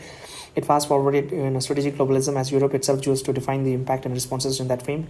The challenge, nevertheless, remains that a continent which fervently believed in change through trades and was supremely clinical about its interest now seeks the world's supports and understanding. That it has cushioned itself from some of the sharper pains while advocating hard options for those much poorer makes the exercise much more difficult. This was most evident in regard to energy imports from Russia, though it also extended to the other aspect of commerce. So yeah, it was talking about the Russia's invasions. I mean, this is not my term. This is term most of the Western media use. Russia invasions of Ukraine, and I'm not saying it's good. I'm not saying right, because it's not black and white. It's somewhat Russia has done. Some are good, some are bad. So I can't make a blanket statement. It's right or wrong. So yeah, so we was talking about this situation because most of the Russia's export, right? Okay, so how Russia was banned from all the sanctioned banned from the SWIFT technology and all that thing, banking system. So they were not able to trade with any of this one. So they have to maintain their defense budgets because there was a war going on. So they have to earn the money. So they are earning by selling crude oil to India at a discount rate. So they were talking about this one. Jaishankar is talking about this one because Europeans were lecturing about India that India is funding the war, but conveniently they're also importing the energy, and their argument is we are importing from a very long time and we'll do it in the next few years, will start decreasing. But India, and as far as India is concerned, they have started importing heavily after the invasion. So that is their argument, which Dr. Jaishankar, if you see the interview, has fantastically dealt with, and he called out the hypocrisy of the Western media, Western diplomatic, people, Western, politicians, right, in an interview. And so I think you should watch that video. Even if the smoke clears somewhat, okay, where was I? Okay, that it has questioned itself on this one. Okay, this was the most evident in records. Okay, even if smoke clears somewhat, what could be of a great interest to India are Europe's changed relationship across the Atlantic and towards the Urals. What is Urals? I'm not exactly sure. What is Urals? URLs. Urals means Ural primarily refers to the Ural mountain. I think Ural or Ural. Ural. It's Ural, right? So, Ural primarily refers to the Ural Mountains, a major mountains range in Russia and Kazakhstan that serve as the traditional geographical boundary between Europe. Okay, just wait. Let's see the boundary of it. Right? Okay, Ural Mountains. Let's see that in a map. Okay, Ural Mountains. Okay, so it's okay. So it's between west. It's between Asia and Europe. The Ural Mountain from a rugged north-south spine in Western Central Asia, serving as a traditional, physiographic boundary between the continent of Europe and Asia. On the map, there appears an okay, understood. Okay, understood. So it's a mountain. Even if the smoke clears somewhat, what could be a relationship with this one? Okay, across the Atlantic and towards the Urals, both are likely to encourage a revaluation of its Asian engagement. The big imponderables are the future of a German posture. So assist really built over the 2 decades, and how much others will seek to take advantage of the ongoing dilemma.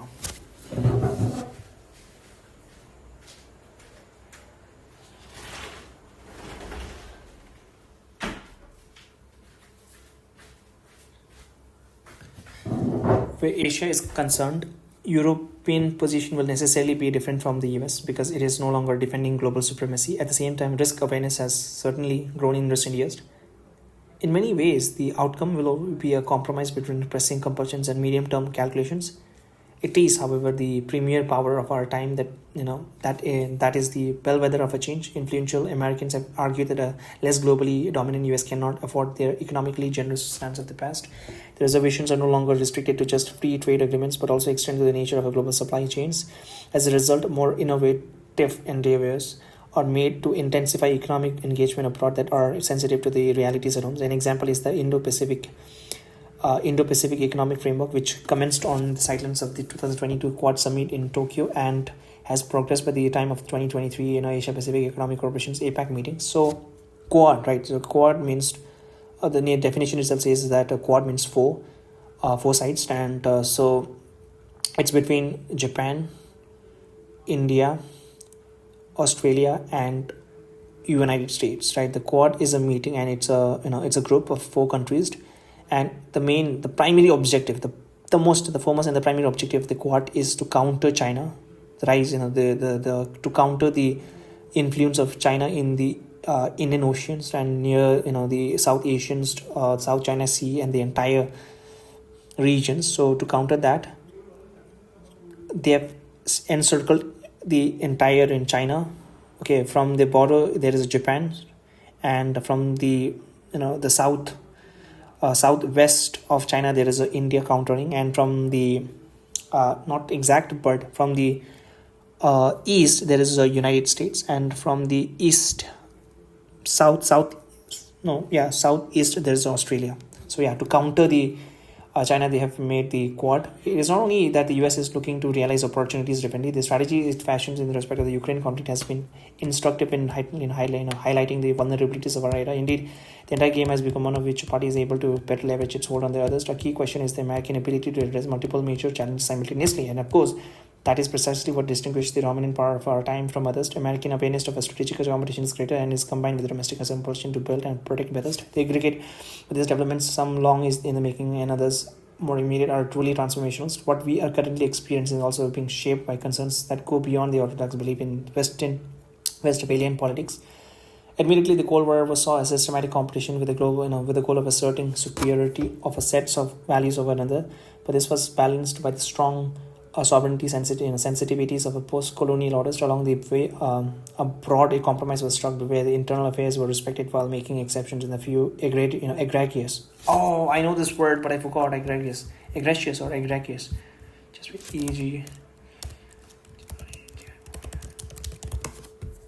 Egregious, right? So egregious. Egregious. Egregious, okay. Egregious is equals to outstandingly bad, okay. Outstandingly bad, shocking. Egregious. Egregious. Egregious, right? Okay. Egregious. Egregious. Egregious, remarkably good. Archaic. What does it mean? Okay, just one synonym is to flagrant, glaring, gross, outrageous, atrocities, heinous, deplorable. Okay, viewed as a conduct that is outstandingly bad. Okay, so it's a negative connotation, right? Okay, so egregious, egregious, Egregious. egregious, right? Egregious, egregious. Okay. Okay. While making exception in a few egregious cases, even that was heavily tempered by the strategic consideration, all departures from the supposed norms were not treated equally. When it comes to economics, transactionalism was much greater and societies were treated like a black boxes at a macro level. Economic choices were not personal, it was just a business. What was happening inside the box was not supposed to be our concerns, but as a globalization steadily promoted greater interpenetrations of societies, this could no longer be dismissed with the same degree of complacency. We were letting in players into our lives who may believe, I think, and act very differently. It was no longer just a question of importing their products. In fact, they were now operating in our territory as well. While this may be physical in some aspect, a digital age ensures that AI ranks foremost among our concerns. Such an exposure naturally raised concerns about the transparency and trust. It understandably bothers us if the restraints and firewall that are our norms are not there. And not just that, the behavioral shift in the world affairs started to impact the global structure itself in a more Sangyun. Okay, I'm not exactly sure what S-A-N-G, egregious, right? And then Sangyun, S-A-N-G-U-I-N-E, Sangyun. Sanguine. Okay, I'm sorry, sanguine. Sanguine. Cheerful, hopeful, and confident about the future. Okay, so it's like a very optimistic. Okay, sanguine. Sanguine. Sanguine. Sanguine. Sanguine. Sanguine. Sanguine. Okay, sanguine. It is sanguine. So in more sanguine times, we focused mainly on efficiencies and competitiveness. However, as the market shares and interdependency began to get strategically leveraged, the extent of our exposure also emerged as a national security concern. Such volume did exist earlier. It was just that they were not manipulated in the same manner so prolifically. Before this, there's no questions that we have now slipped into a different culture of a diplomacy, one with less inhibitions and greater coercions. Among the key developments of the last decades and has been the weaponizing of routines. It could be trade, tourism, connectivity, or finance. As a result, everything needs to be hedged against now. Such anxieties have also fed into supply chain concerns. The age of political agnosticism has effectively come to close. Ironically, the turn of events in Afghanistan could be interpreted as going in the opposite directions for many. The real problem there was how intrusive the foreign presence in that country had become. With the goal of non-nation building, particularly coming under the criticism, it is in the mood questions whether the foreign presence in Afghanistan after 9/11 attacks could have limited itself without adverse consequence. But even that is probably in entering a false debate. The true challenge was not the ambition of the goal, but the understanding of the landscape. For 2 decades, the US struggled with the paradox that the very country that was fueling the fighting against it was also one critical for its logistics. The dilemma was so acute that even the presence of Osama bin Laden in Pakistan could not bring it to head. This should not take away from the dexterity. Okay, what is dexterity? I know, but I forgot. D-E-X. Dexterity. Skill at doing things, especially with your hands. Dexterity. Okay, let me give some examples. See some examples. Dexterity refers to skill, nimbleness, or in using one's hands or body, often involving complex or precise tasks. Okay, just with dexterity. American military, okay, just once, okay. This should not take away from the dexterity with which these cards were played by the Pakistan military, leaving a generations of American military and political leaders with a scrambled identifications, friends or foe system. Today, however, the world contemplates the opposite, contrary. It desperately hopes that irrespective of the developments within the Afghan society, there could be no negative external implications. Some countries define that in terms of terrorism and radicalizations. Others are more concerned at the possibility of a refuge, outflow, or treatment of women. Whatever happens, the truth is that international relation continues to grapple unsatisfactorily with the problem of reconciling sharply divergent cultures in a more tightly integrated world. Let me see. Okay. Okay, it is this. And it is that. Okay.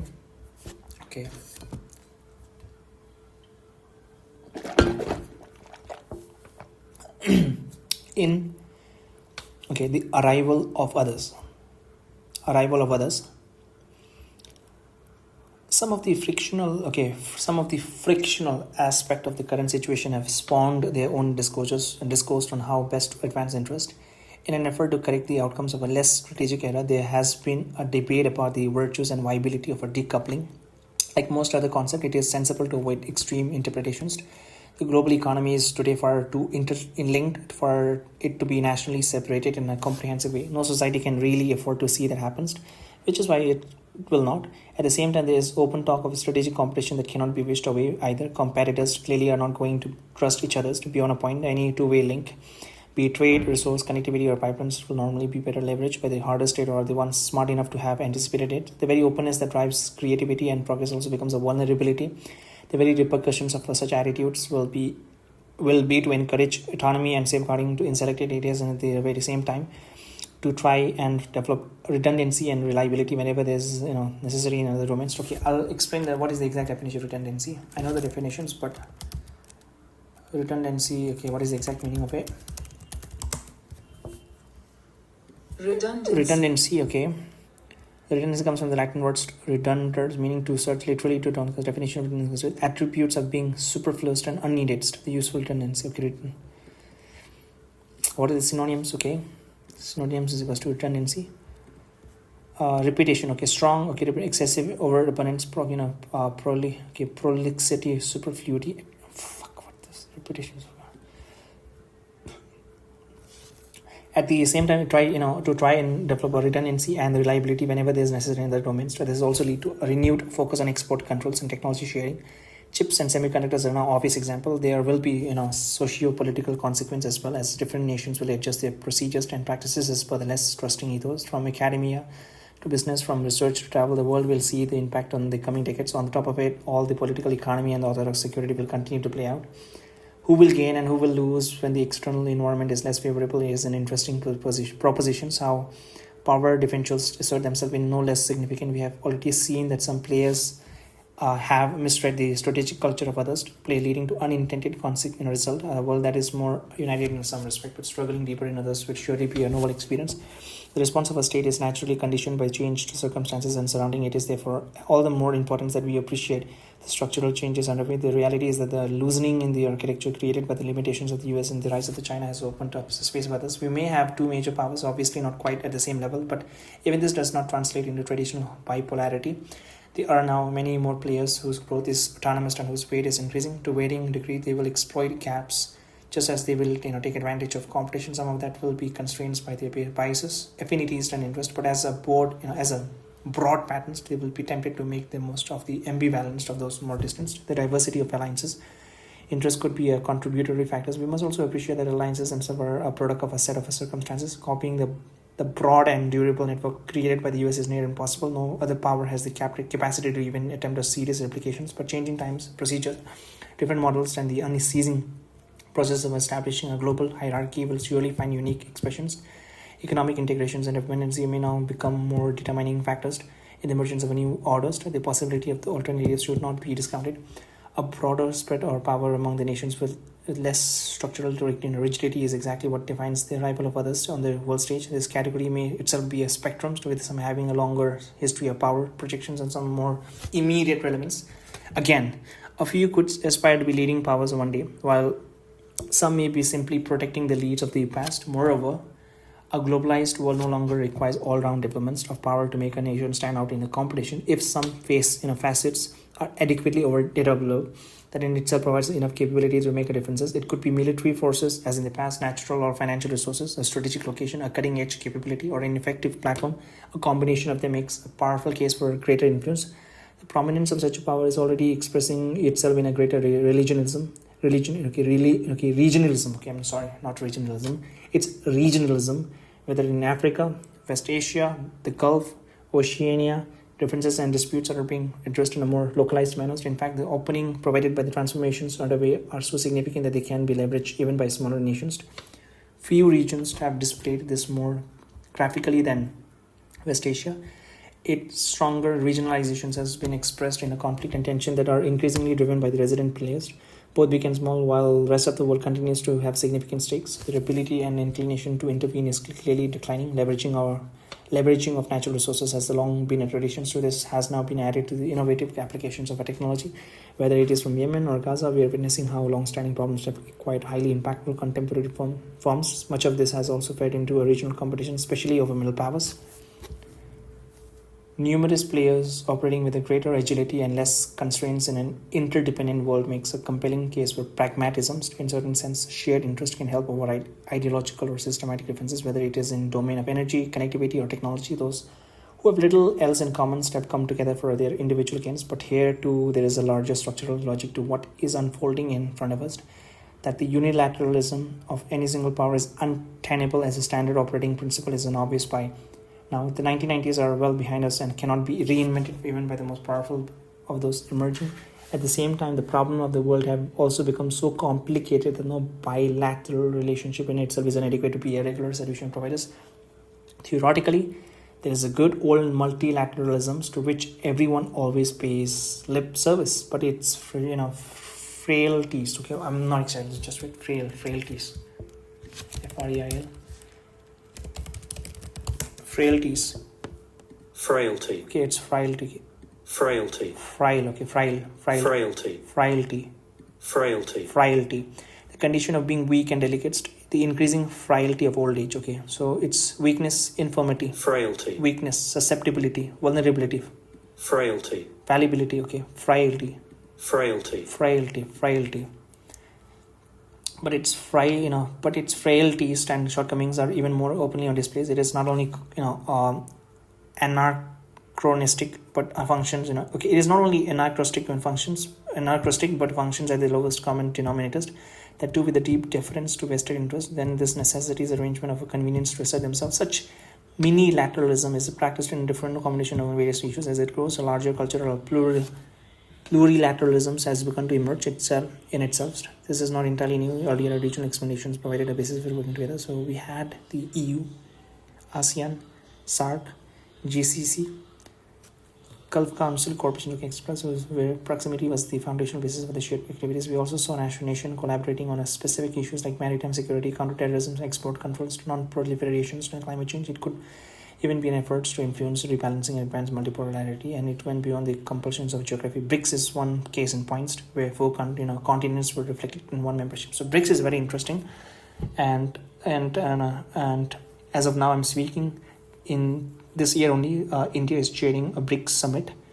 India is acting as a this year presidency, and it's going to play a very important role because of the current situation, the conflict.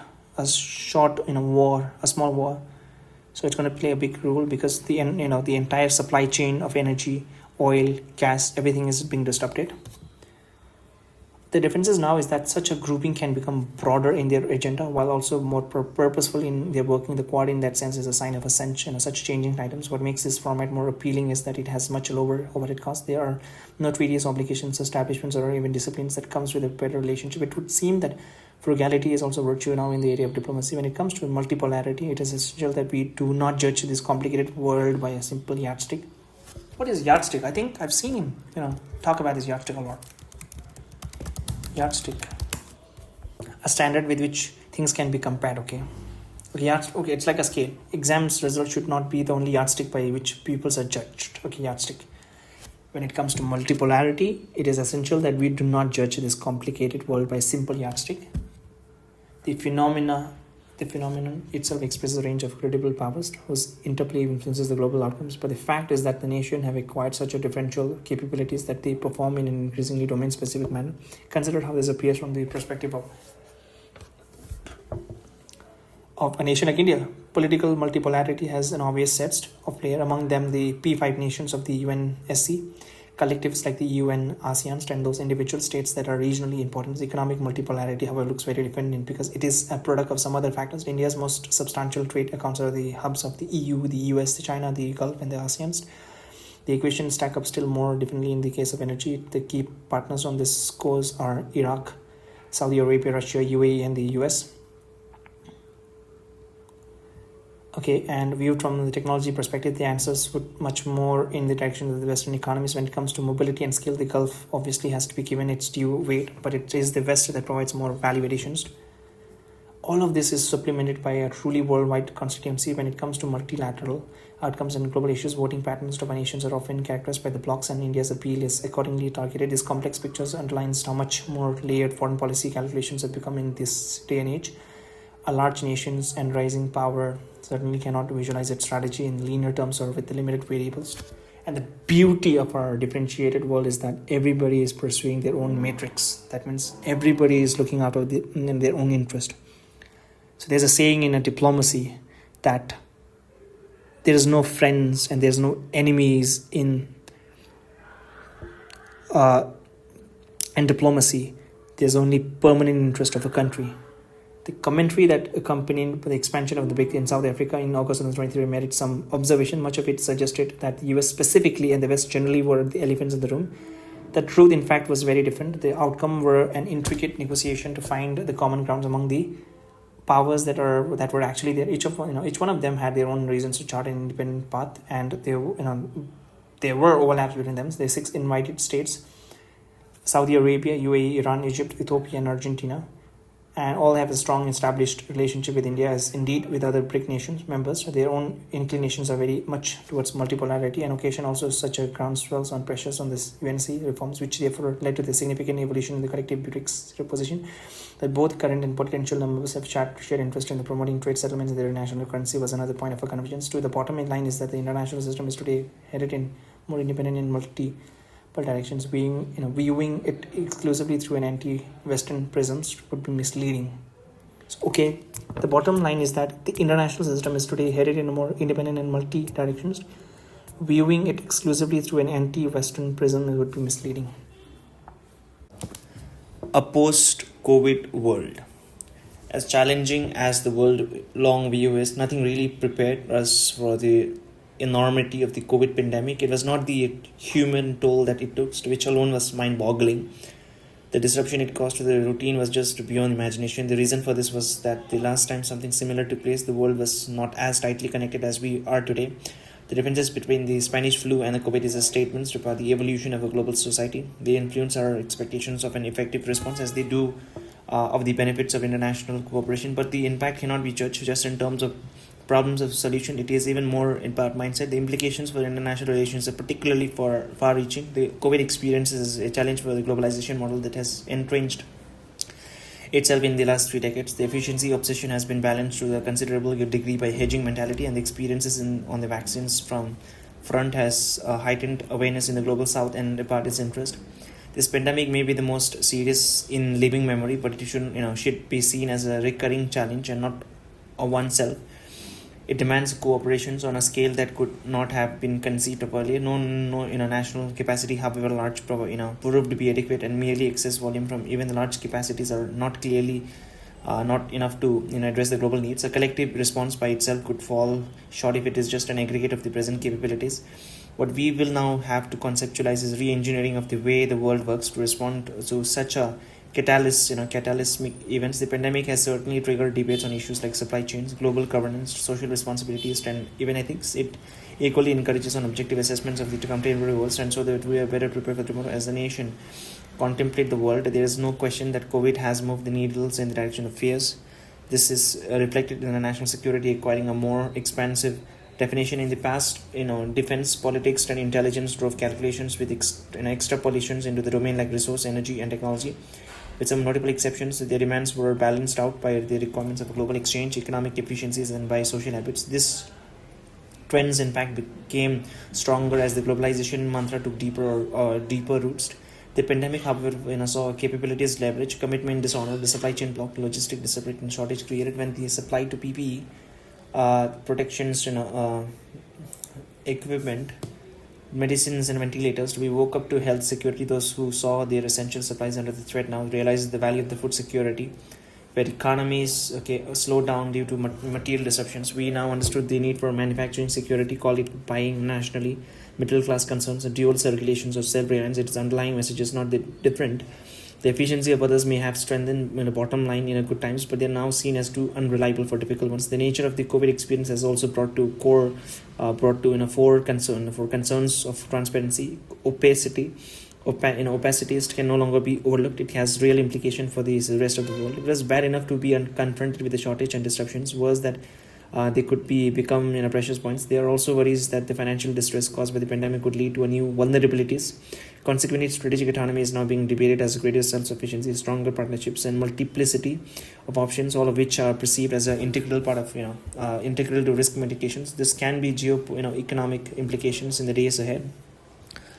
Behavioral aspects have also played their parts. Stresses induced narrower definition of a self-interest and departure from a collective endeavors.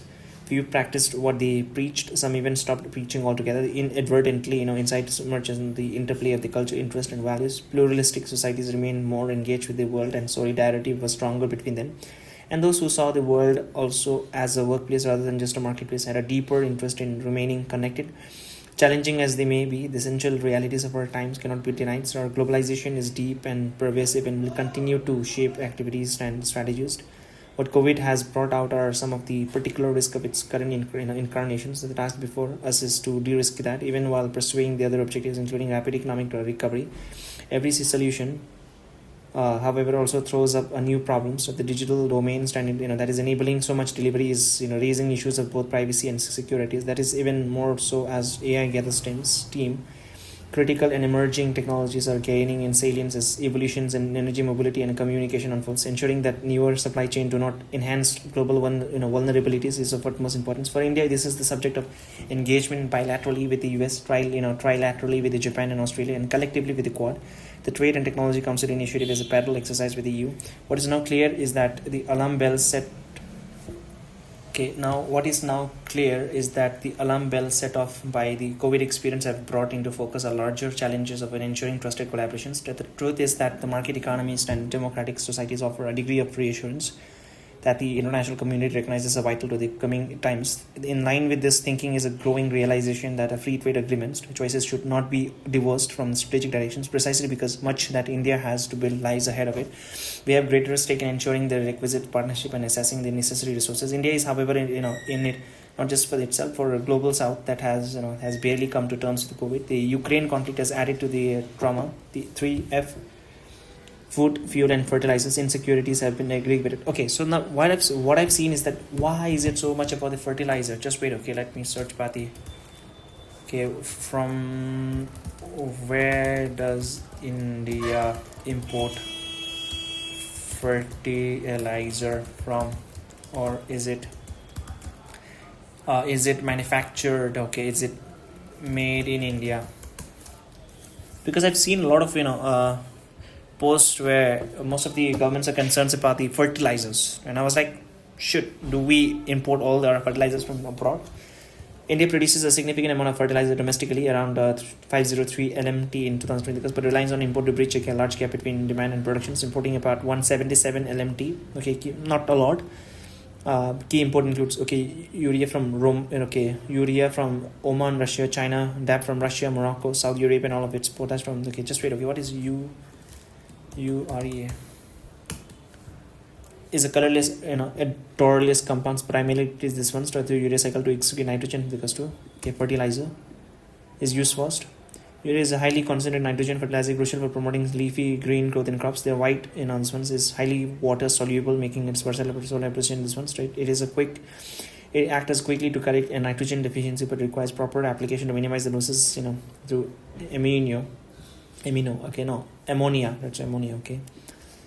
India is, however, fertilizers insecurity has been aggravated by the trade and tourism disruptions. Concerns have been intensified by the perceived insensitivity of the developer towards their predicaments, as homilies and open market are pronounced while shortage mounts. So many legitimately fear that their experiences of vaccine equity will be repeated in other domains.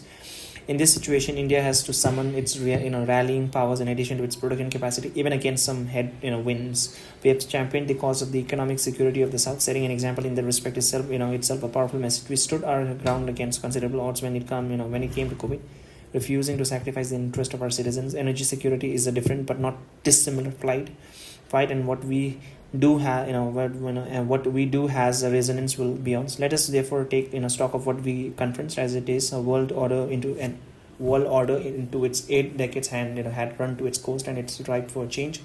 This is driven both by the national prospect of a major power as well as the cumulative impact of a greater rebalancing and multipolarity. To that is added the complexities of a more independent, tech-centric, standardless world, and where the concept of power and influence have acquired new meaning. And this mix now experiences a pandemic that exceeds any in the living memory, a conflict that impacts the most complacent continent and beyond, a power vacuum in the sensitive region like Afghanistan, and both departures and reaffirmations in a volatile one like the West Asia. Some major players have heightened awareness of their predicaments, while others have made a sharp assertions of a power. This is really a new era of multiple strategic competitions. As a result, there is truly disorder under the heavens, and it will take all their fortitudes and staying power of civilization politically like a Bharat to tackle it effectively.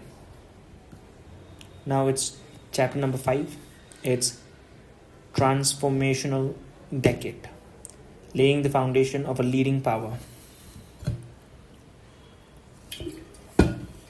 And for the record, S. Jaishankar became the Ministry of External Affairs head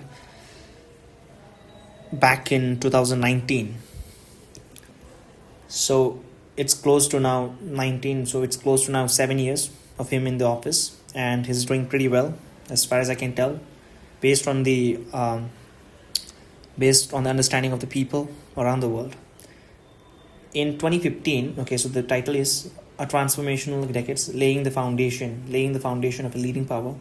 In 2015, PM Narendra Modi publicly articulated India's quest to become a leading power one day. Some treated it as a statement of arrival, when it was actually meant to be an expression of aspirations in the decade that has passed. It has also become clearer that this is now work in serious progress, while inaugurating the Bharat Mandapam in 2023. Okay, I think I know what is that. Bharat Mandapam. Okay. Inaugurated in 20. Okay. Thinking, okay. In 2023, the same thinking was reiterated by PM in determination to emerge as the third largest global economy. And a year before, in departure from the radiation, he made a public appeal to think and plan for the entire era, not just a term in office. This was characterized as Amrit Kal, a quarter century, with its goal as India's emergence as a developed nation. Each of this assertion has a profound foreign policy implication, especially because they are being voiced not merely as a broad ambition, but with the specific targets and goal for which India is now strategizing. The achievement of the last decades point to how steadily and systematically the foundations are being laid for a global footprint. From his first day in the office as a Prime Minister, Narendra Modi put his stamp on the nation's foreign policy. He demonstrated diplomatic imagination by inviting neighboring leaders to take his oath ceremony in 2014, a step that as orthodox thinking had not even contemplated. His US visit later that year served to bring on stage a new kind of a public diplomacy. He infused greater energy into Indian endeavors, reaching out with the intensity and spread that was so different from its predecessors. In the time that he has passed, PM Modi tabled fresh ideas and initiative in various geographies and domains, ranging from energy and climate to counter-terrorism and connectivity. He has been active on key global issues, often directly shaping the outcomes. This is not someone who is content with simply extrapolating on what he inherited. Instead, he has given foreign policy greater strategic clarity, a stronger conceptual basis, heightened activity, and a better delivery. This was evident in the manner in which the immediate neighborhood was approached and the extended one was engaged. It was also visible in this assessment of the global orders and building stronger relationship with the major power centers. There was then the planned cultivations of middle powers of regions and sub-regions. This was paralleled by publicly holding the interest of a global south. Of a global south. The delivery of Indian project there was radically improved, making them a visible symbol of a new India. First responders capabilities were effectively demonstrated, as was the ability to look out after our citizens abroad when in distress. Fresh strategic concepts emerged, and so did new mechanisms and membership. The cumulative results were visible in India's higher global standing now. In the other circumstances, it could well be called a transformational decades, but given the ambition and objective sets out, so the real changes have just begun, and this is just still considerable or to traverse. What is traverse? I think TRAVERS. Traverse is equals to cross or through, to cross or travel through an area of land or water, traverse. Traversed. Okay, an act of moving sideways or walking across a steep slope and climbing. Okay. So now we have his Mahabharat examples, or two incidents where he draws his inspiration. Nations and individuals come of age through demonstrations of strength. In the Ramayana, the relevant episode is the stringing of Shiva's bow by Rama when he goes to visit Janaka, the king of Mithila. This was a weapon of extraordinary capability that Shiva himself had given for safekeeping to Janaka's ancestor, Devrata, at a particular time when he could not trust himself to keep his emotion in check. Janaka had decided that he would allow only the persons who could lift and string his bow to marry his daughter Sita, and it was his feat that not only ensured the marriage of Rama and Sita but announced the arrival of Rama into the world of warriors. This was immediately tested in a confrontation with the Parasurama, a sage who obsessively fought the warrior community. Rama bested him with capturing and stringing Vishu's bow made by Vishwakarma, and the counterparts of Shiva's bow he just strung, which had first come into the position of a Parasurama grandfather. This were but the beginning, and at every stage of his journey, Lord Rama overcame obstacles to realize his true potential. Major tests do not come out of the blue. More often than not, they are preceded by early experiences of a significant nature. That is a natural evolution of a people as it is of a states. In Rama's case, this first happened when sages demanded his services to deal with demons that were ruining their sacrifices. Rama's father was naturally reluctant to expose him to such risk, but finally consented with great hesitations. This attitude is also a systematic response in most countries when confronted with a new threat. In Rama's case, he first had to overcome the female demon Tataka in the Kamarasa forest. The next encounters in Siddha's Rama was with the more serious adversaries, the demon Maricha and Subhabu. One was vanquished and the other reduced to ashes. Rama and Lakshmana then traversed the hermitage of sage Gautama, where Rama was destined to revive the former wife who had been cursed earlier. It was only after that the brother proceeded to Mithila to perform the feat with Shiva's boast. For a nation like India, it is to be expected that there will be rivers and mountains to cross it moves towards becoming leading powers. Some of them could be direct challenges, others as a product of allergic circumstances. There could be recurring issues, as indeed Lord Rama has to experience with the demon Maricha. At the end of the day, the rising of power is an exercise in perseverance, endurance, and mental strength. If we are to look for the contemporary reflections of these events where India is concerned, this may be building its infrastructure, upgrading its human resources, countering territorial challenges, developing deep strength, exercising the nuclear options, and improving the quality of the governance as it moves on to the next stage of its rise. And India too needs to broaden its vistas, be more aware of competitors, and strengthen its comprehensive national power. I agree. Now comes the mandala. So mandala is a Sanskrit word. Even in Tibetan we do have a mandala. That means it's a geometric circle. I'm not exactly sure about the others, but in Buddhist it's a geometrical circle made by the monks, and they draw a very intricacies of different things, and I think they do that. They draw it intensely and accurately, picture a sort of a thing for close to 30-40 days, and then after 30-40 days of intense hard work, they just clean that entire circle. First of all, the circle is made up of it's like a powder, and after 30 days of intense work, they just dispersed, or they just clean the entire powder, which, as far as I know, I could figure it out, or I've read it somewhere, that it's like nothing is permanent in life, right? So even if you have made something, like I think a lot of lamas come together, monks come together and made it. So even if you have made something from the last 3 months, 1-2 months, very diligently, and still at the end you have to let go of it, so it reflects impermanence. So yeah, the new mandala. In any assessments, it is relatively easy to point to individuals, events, and outcomes to demonstrate a sense of change that may not be altogether without merits, but it cannot be the full story. Even inflection points are just that, they only serve to highlight larger trends. To given the scale of what India is seeking to do over an extended period, it would be completely natural to expect that there would be a comprehensive approach to achieving its goals. And indeed, that is exactly what has emerged steadily over the period. Some facets require on occasions to be unveiled, some such as the enunciation of the Sagar outlook during a prime ministerial visits to Mauritius in 2015. In the other cases, the rationale followed the actions such as the formalizations of the neighborhood first policy some months after the 2014 swearing in ceremony, or as was the case with ASEANs and beyond, additional layers had to be added for look east to become act east, look east.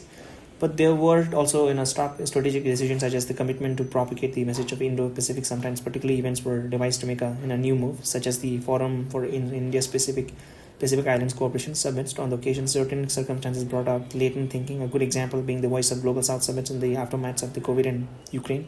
As we near the end of the decades, the overall strategy is obviously very much clearer than it was at the beginning. The dots have joined into lines, even forming concentric circle of interest. And what then is the mandala that captures India's thinking of the world today? As it goes, is obviously the immediate neighborhoods. The objects of attention of the Modi's oath ceremony in 2014. The approach here is to begin by recognizing that India occupies a unique position in its subcontinent by the virtue of its size, locations, and increasingly economic weight. It is obviously in India's interest that its immediate periphery be stable, secure, and sensitive. And ensuring this is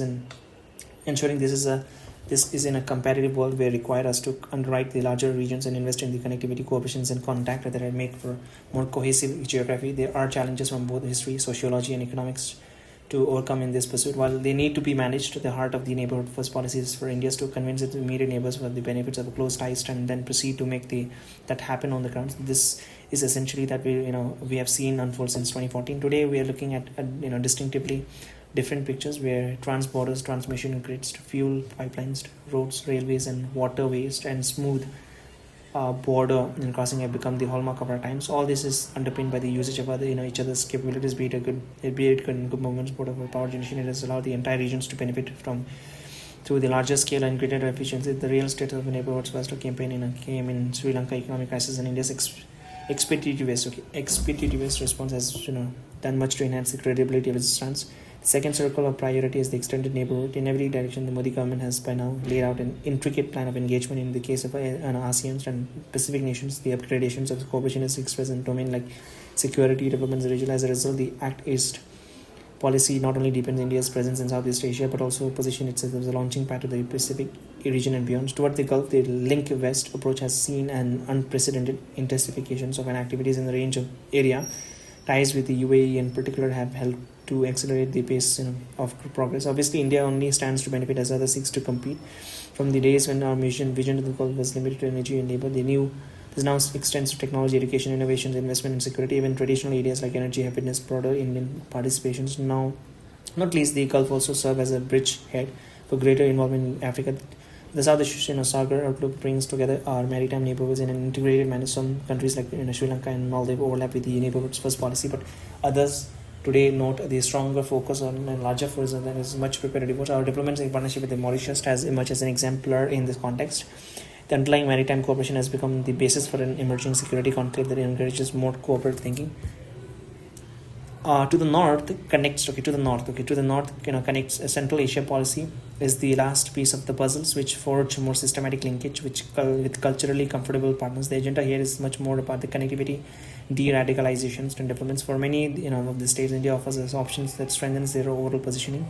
Clearly, how smoothly India advances in its multiple quests depends on the nature of its ties with the major powers. In certain cases, Europe being one, constitutes segments of a collective also need to be engaged individually. Many of them have the ability to facilitate this process. Some have the ability to obstruct as well. It is naturally our endeavors to continually create an optimal mix, and this cannot be done by always staying the middle course or ducking the difficult problems. Obviously, there is a strong case for both prudence and perseverance, but there is an even a more powerful one of our understanding which relationships serve our interests on which issues. As a result, contemporary diplomacy looks far more linear, often ending up in apparent zigzags. But the real test of its effectiveness is whether it puts India ahead in the competitive game. And such periodic assessments therefore assumes importance in both policy validations and of course corrections where required. An essential part of preparing for a global footprint is to expand the breadth of the interaction. The truth is that the very large number of nations have been engaged very perfunctorily by India for many years now. Still, even today, there are countries that are receiving an insubordinate ministry for the first time in their history. Realizing this, our efforts in the last decades have been to find more efficient ways of conducting global diplomacy. A vigorous participation in existing mechanisms and the invention of a new ones help to address the challenges, the Quad and the FIPIC in the Indo-Pacific, the I2U2 in the West Asia, I2U and the Indian Nordic Summit in Europe are relevant. Example is the highest levels. So the IMAC is the latest in the list. Those with ASEAN and EU, Africa and BRICS have, of course, continued as space, but this is now Central also supplemented at the ministerial level by formats with Central Europe, Caribbean and Central America, as with the European and others of the can relate more purposefully to broader geographies like Africa and Latin America by dealing with the subregions. The opening of a new embassy, especially in Africa, is a part of the same endeavors. An important source of strength is the growth in investment, trade, and projects of Indian businesses abroad. India is today among the top 5 economic partners to many countries of Africa and Latin America. So the movement of our professional is adding an additional layer to many relationships. Similarly, development projects supported through the China grants and soft loans across 78 nations of the global south demonstrate capabilities as much as the solution to the local needs. Quite apart from our national planning, it is the presence on the ground in so many manifestations that is imprinting India in the mind space of the societies even far away.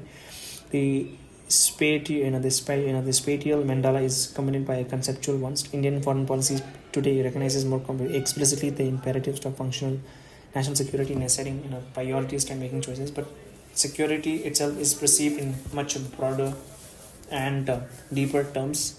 Atma Nirbhar Bharat Abhiyan and Make in India are neither economic protectionisms not political slogan. They are in fact a quest to build a deeper strength and greater strategic autonomy that is required by nations aspiring to be a leading power. Increasingly, economic security also cohabits with the technological security. The digital domain is its most visible expressions, though obviously far from being the only one. India's goal is not of moving the needle in the direction of a autarky, but instead to create the capabilities that would make it a serious player at a global level. The demand for resilient and reliable supply chains are now a chance that could be exploited with the right policies. Similarly, the knowledge economy is its big opportunities and transparent and trusted data flows assigned a value to India that must be fully appreciated. Participating more intensively in the global economy will not just require better preparations and the right outlook, but also the appropriate human resources. Investing in a skill then for contemporary times is now being paralleled by the endeavors to promote Indian talent through startups and innovations. These are not just economic or even social initiative, but strategic steps laid in with the deep meaning for international relation. Let us not forget that the one important driver for the transformed India legislation was the H-1B visa flows, addressing the rising aspiration of our people at home and realizing ambition that brought on two sides of the same coin. The India story. While the manner of engaging the world may be more considered, its effective will really be judged by how the world views us now. So it is therefore worthwhile to reflect on the changing external perception of India, much of the center on the nation of economic and technological progress. We were seen as a global back office for many years, but India now surged well past that limited image. The knowledge economy has increasingly made us the crucial technology partner. Technology partner for many economies. The talk has now shifted to collaborations in complex fields like defense manufacturing and semiconductors. Our infrastructure improvement, coupled with making it easier to do business, have propelled us to become the largest destination for foreign direct investments. The COVID experience established us as the prime pharmacy of the world. That India handled the COVID well is widely recognized, but it is the economic bounce back that is seen as the more consequential happening. A lot of Indian story discussed abroad revolves around improved governance, a digital delivery on such an enormous scale that have been particularly source of fascinations. Progress on the Sustainable Development Goal (SDGs) front magnifies the sense of a society on the move. The mosaic is made up of many granules. Okay, just wait. What is the fuck is mosaic? Mosaic. Mosaic. Okay, mosaic. It's not mosaic. Okay, mosaic.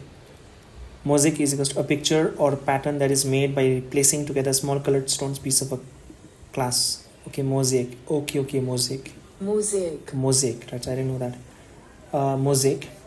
The mosaic is made up of many granules from accents. Mosaics.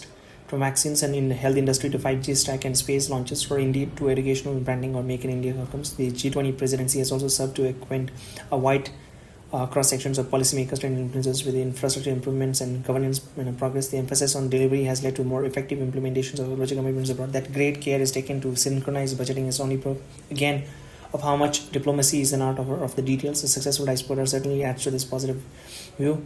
There are also leadership factors to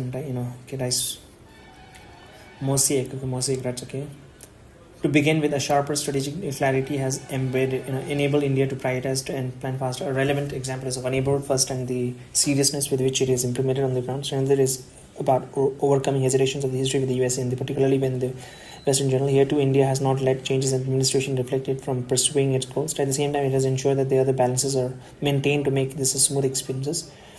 Exercise strategic clarity has been accompanied by strategic communication. India's interest and intention have been steadily messaged in appropriate forums and adjusted to changing circumstances. It could be about the Indo-Pacific critical technologies, COVID-related needs, or the Ukraine conflict. Partners are neither confused about our thinking, nor doubtful of our intentions. A strongly independent stance has also helped India to effectively navigate a more multipolar and fractured world. There is also a consciousness endeavors to shape global issues such as climate actions, the pandemic, the terrorism, and digital infrastructures, and unleash the full power of ideas, be it in a solar energy, disaster resilience, sustainability, lifestyle, and food security, or even wellness. This has been backed up by projecting Indian traditions, histories, and culture more visibly on the global stage. New India may be as message at home. It is equally an image abroad. So this is not simply a more powerful and capable India that the world perceive. It is more authentic and participative one at ease as much as with its nationalist spirit as it is with international community mission. The resulting interest is engaging India is to visible in many quarters. When it comes to matters of technology and economy, there is a growing perceptions of our relevance to the challenge of a trusted manufacturing. This is all the more so since these processes have become so intensively data-driven. So one aspect of it is the reliability that emanates from our political and social characteristics. After all, it is evident that we are a political democracy. It is evident that we are a political democracy, pluralistic society and market economy. Increasingly, the misalignment of a global demography and demand is making our human resource valuable for the international economy in a more tech-driven era. The establishment of the Trade and Technology Council, the EU, is an indicator of the directions in which the winds are blowing. There has been even more marked progress with the US in this front, as indeed with the other partners. A different dimension is the contributions we can make to the stability and security of our global commons, especially in the Indo-Pacific. At the same time, India is a partner to value in forums like BRICS and Shanghai Cooperations organizations. Our independent stance always leaves open participations in any endeavors at conflict mitigation or resolutions. The combination of a COVID support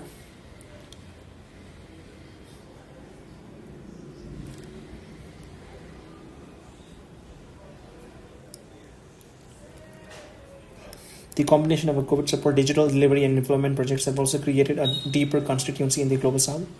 It is not lost on the developing world that we have commenced our G20 presidency with the Voice of Global South Summit, nor for that matter we have championed the membership of the AU in G20. The last decades has also established convincingly that Indian development initiatives are truly demand-driven and do not conceal a hidden agenda. Certainly, India's ability to straddle the big pictures that global politics is currently grappling with its part of its oral standing in the world. Decoding Modi era diplomacy. I think I am not a blind follower of any of the party, but what I'm shocked to just imagine is that right now the government is focusing on infrastructure and they're talking about the independence, right? Energy independent, not just energy, every important thing that a country requires to sustain its life without helping from the external countries. That is known as an important matters which every country has to be independent of it. But I don't know what they were doing prior to 2017. I think 15, 16, even the first 2-3 years of Modi wasn't that a radical change as what has happened now in a good sense. So I'm quite happy with the current government, BJP Bharatiya Janata Party. At least I mean, I'm not saying they're perfect. What I'm saying is that at least they've made lots and lots of efforts, and they're actually delivering it close to 80-90%. As far as the other party is concerned, they're not doing it. They're doing it at 30-40%. So I wouldn't say the BJP is perfect, but if you ask me to compare between these two, then there's no brainer, right? It's always BJP. It's worked better, but that should not be taken as an arrogant because this is what exactly Modi did, right? So in the last elections, the third term elections, he was shouting, and he was in a speech as a rhetoricist, he was saying that this time 400 seats or more, which was a big deal. 400 is a lot. 400 MPs, member of parliaments. So this is what they've did the campaign from with. But later, when the actual vote was there, they won, but it's not 400, it's not even 300, it's below 250. So that's why they had to make a coalition from the other party to form a government. This is exactly what they did, and I'm proud of what they have done. Yes, could they have done better? Obviously, yes, they could have done much better. Did they do well? Yes, they have done well. So yeah, always optimistic, always could have been better, but nevertheless, I think what they have done is quite remarkable. So now, decoding Modi era diplomacy. We have till now focused on India. India has dealt with the world differently, and the extent to which this in turn has shaped global views about India or appreciations. However, would be incomplete if you do not give adequate attention to the change in the very understanding of what foreign policy is about. It may look as a shift in emphasis, but it's very much more than that. Foreign policy is now seen as a direct instruments to accelerate national developments and modernizations. The flow of technology, capital, and best practices are the ensuing focal points. Wooing the world is expressed and encouraging investors, especially by making it easier to businesses. Interactions with them are as frequent as those with technology providers and high achievers in different domains. Atmanirbhar Bharat Abhiyan and Make in India provides an overall framework that facilitates such exercise, supported by the initiative like the productions-linked incentives on manufacturing or Gari Shakti in infrastructures. The quest for technology and the best practices is even visible in the PM's itinerary abroad, whether it related to batteries storage facility in the US, river cleaning in South Korea, bullet trains in Japan, skill developments in Singapore, or even or railway station in Germany. And this mindset was applied outward. It also witnessed the export of a projects, product, and services that spoke of India's improved abilities. This includes a range of infrastructures, connectivity, and public facilities, and that extends from South Asia to Africa and Latin America, and not least a steady increase in defense export to a growing list of nations.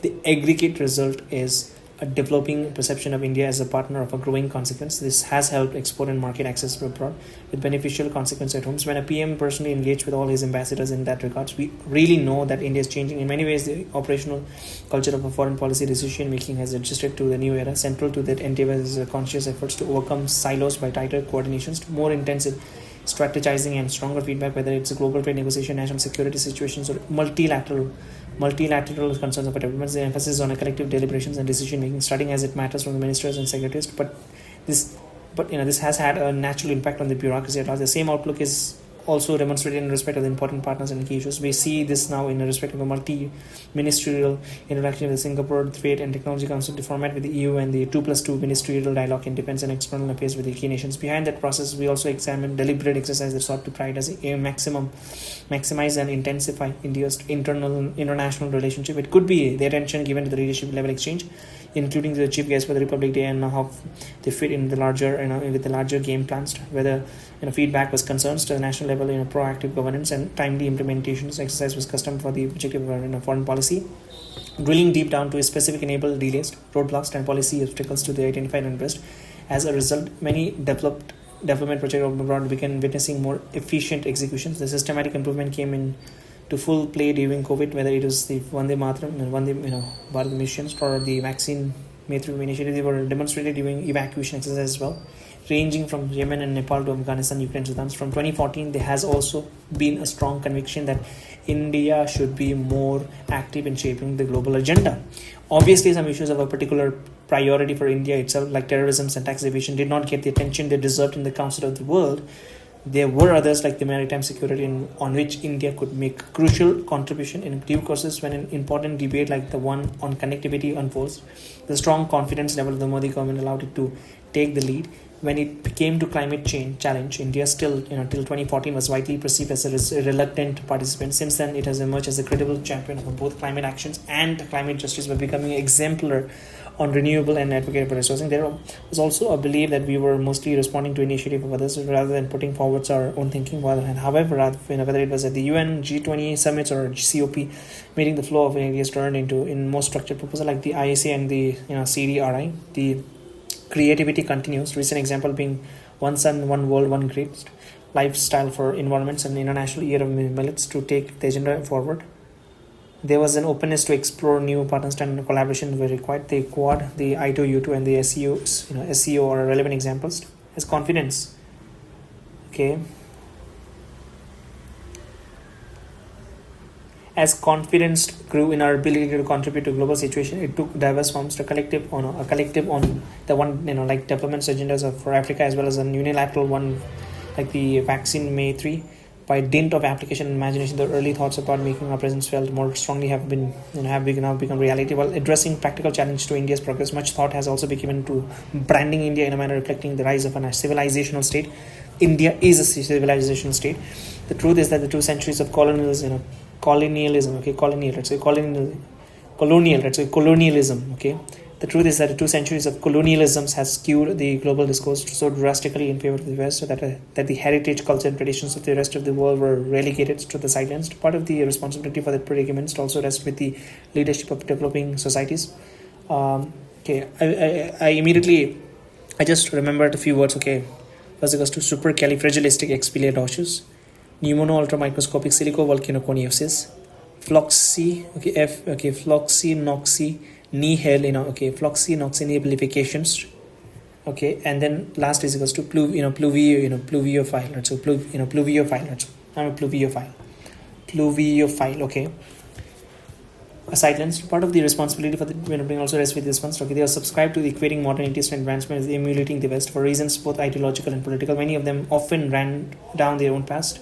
As a result, the imperative of cultural rebalancing the economy's economic and political facets have also grown with times. Prime Minister Modi has led from the front in this regard. His initiative in 2015 to globally celebrate yoga has been phenomenally successful. The propagation of our medical and wellness practice has also gained traction. When it comes to environment, the advocacy for lifestyle changes is being widely welcomed.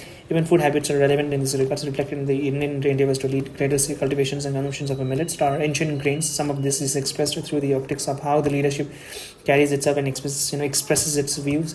A large part of the challenges that still needs more effective leadership is in the deeper concepts and entrenched assumptions of a contemporary international relation. That is still a work in progress, but hopefully one that will see improvement in the coming years. Yet another notable features of the Modi era diplomacy has been its people-centric approach. There were multiple drivers with this greater emphasis on the human factors. One, of course, was the external deflection of domestic campaign to improve the development indices and extend social welfare. Supporting Indians abroad is a natural extrapolations of this approach. Another is the understanding that India needed to prepare for the requirements of the knowledge economy. It was essential to envisage a global workforce, not just a trading place, that meant working out the requisite institutional arrangement and practices rather than leaving our citizens at the mercy of the vagaries of the mobility industry. Then there was a greater consciousness about the importance of the contributions of Indian abroad, be they students, professionals, or those more settled. Their welfare was envisaged as an obligation that should be addressed with utmost seriousness. And finally, there was a sense of changing India itself. A rising power should not leave its people abroad to face adversities on their own. Such detachment not only reflects badly on our standing, but also could undermine the faith with which Indians could proceed abroad, instituting robust welfare measures applicable beyond our borders, extricating our citizens from crisis situations, and organizing repatriations as they happened during the COVID pandemic are all steps in the directions. Indeed, transformation begins right at home with radical reforms in the ease of issuing passport. This was paralleled by initiative to facilitate mobility while ensuring that Indians were not treated in a discriminatory manner. Concluding migration and mobility partnership agreements with countries ranging from Australia to Germany are the policy reflection of this concern. Delivering on partnerships. The progress reports of the last decade is an encouraging one. Stronger, expression of a diplomatic energies and activities have clearly raised India's profile in global councils. The Prime Minister Modi in particular is perceived as a global figure who, while advancing his national interest, has a broader vision and a commitment to collective good. When it comes to the complex challenges that inevitably arises in the world affairs, India is no longer seen as a ducking the tough decisions. The regional perception in subcontinent started to change from 2014. Understandably, this has not been a linear path, but overall there is appreciation for the enormous strides that connectivity, cooperations, and contact have made. The extended neighborhoods also appreciates India's stronger sense of purpose as well as high-level visits happening after such long gaps. Where the major powers are concerned, they too have seen India prepared to engage more confidently and independently, perhaps in its engagement with the multiple partners on defense, technology, and energy, or indeed standing its ground firmly when it comes to protecting its national interest from external pressure. There is a global dimension to India's progress, which is no less important in a myriad ways. Okay, I think it's myriad or myriad, M-Y-R-A-I-D. Myriad is okay. Myriad. Myriad. Okay, it's not myriad, it's myriad. I'm sorry. Myriad. Myriad. Myriad. Myriad, right? Okay, a very large number of something. Okay, myriad challenges of bring up something. Okay, the myriad challenges of bringing up children. Okay, myriad means a lot, so a very large number of. Myriad. A very large number of something. Okay. In myriads way, we have been active. Okay, myriads. Okay, in myriads way, Luvia file. Okay, Floxinoxin applications. Okay, in myriad ways, we have been active on the range of international issues that actually shape our contemporary eras, whether it is a debt relief, global minimum tax, or fairer market access. India has been a powerful voice in global conversations. When it comes to terrorism, India's own counter-terrorism and collaboration in restricting terror financing and listing of a sanctioned terrorist have contributed to greater international awareness. And we not only took the debate on maritime security to the UNCC, but are participating in concrete initiatives across the Indo-Pacific, including hosting a key fusion centers. One subject on which India made a decisive difference was connectivity. By taking a comprehensive and clear out view of the principle underpinning it, its policymakers were able to shape the debates in favor of a greater transparency and a better viability. But what has affected global perception is what most profoundly has been the Indian stance during COVID pandemic. By providing vaccines to 100+ partners and medicines and materials to 150 nations, India demonstrated an altogether different level of global responsibility. The accrued goodwill has clearly helped define its profile at a time when the world is in transitions. To the international cooperations, a lot depends on the willingness to walk the talk. For decades, we were known for partnering with other nations in their development efforts, mostly through training and exchange, but also on occasion through projects. In the last decades, this development has been significantly scaled up. There has been a visible expansion in the line of grant assistance, capability building, infrastructures, and economic projects as well as human resource enhancements.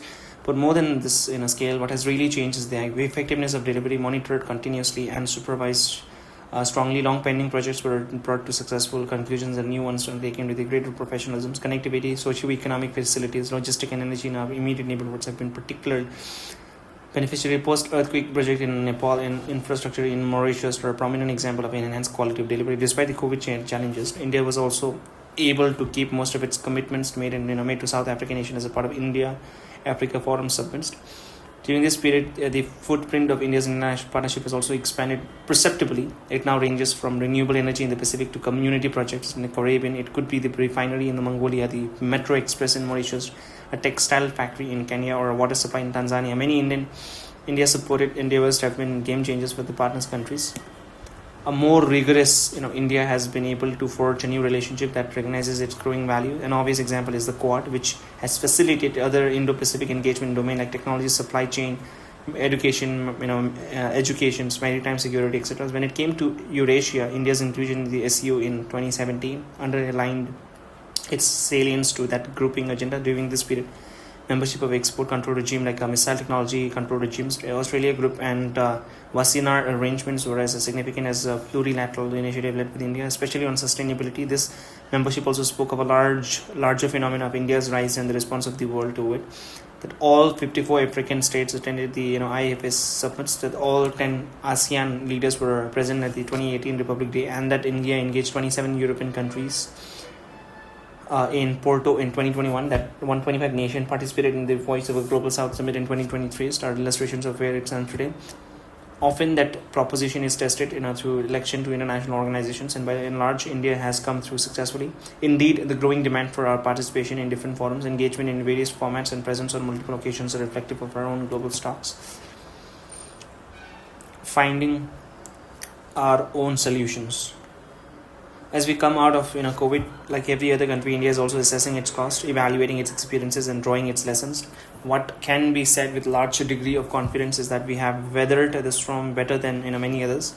Strong fundamentals and considered policies ensure that India stays very much on course to becoming a leading power in the future. While much of that is dependent on our continuously enhancing capabilities, it is equally essential that India's vision of its prospect remains confident. After all, we have struggled with decades of downsizing, hyphenation, non-involvement, and risk aversion.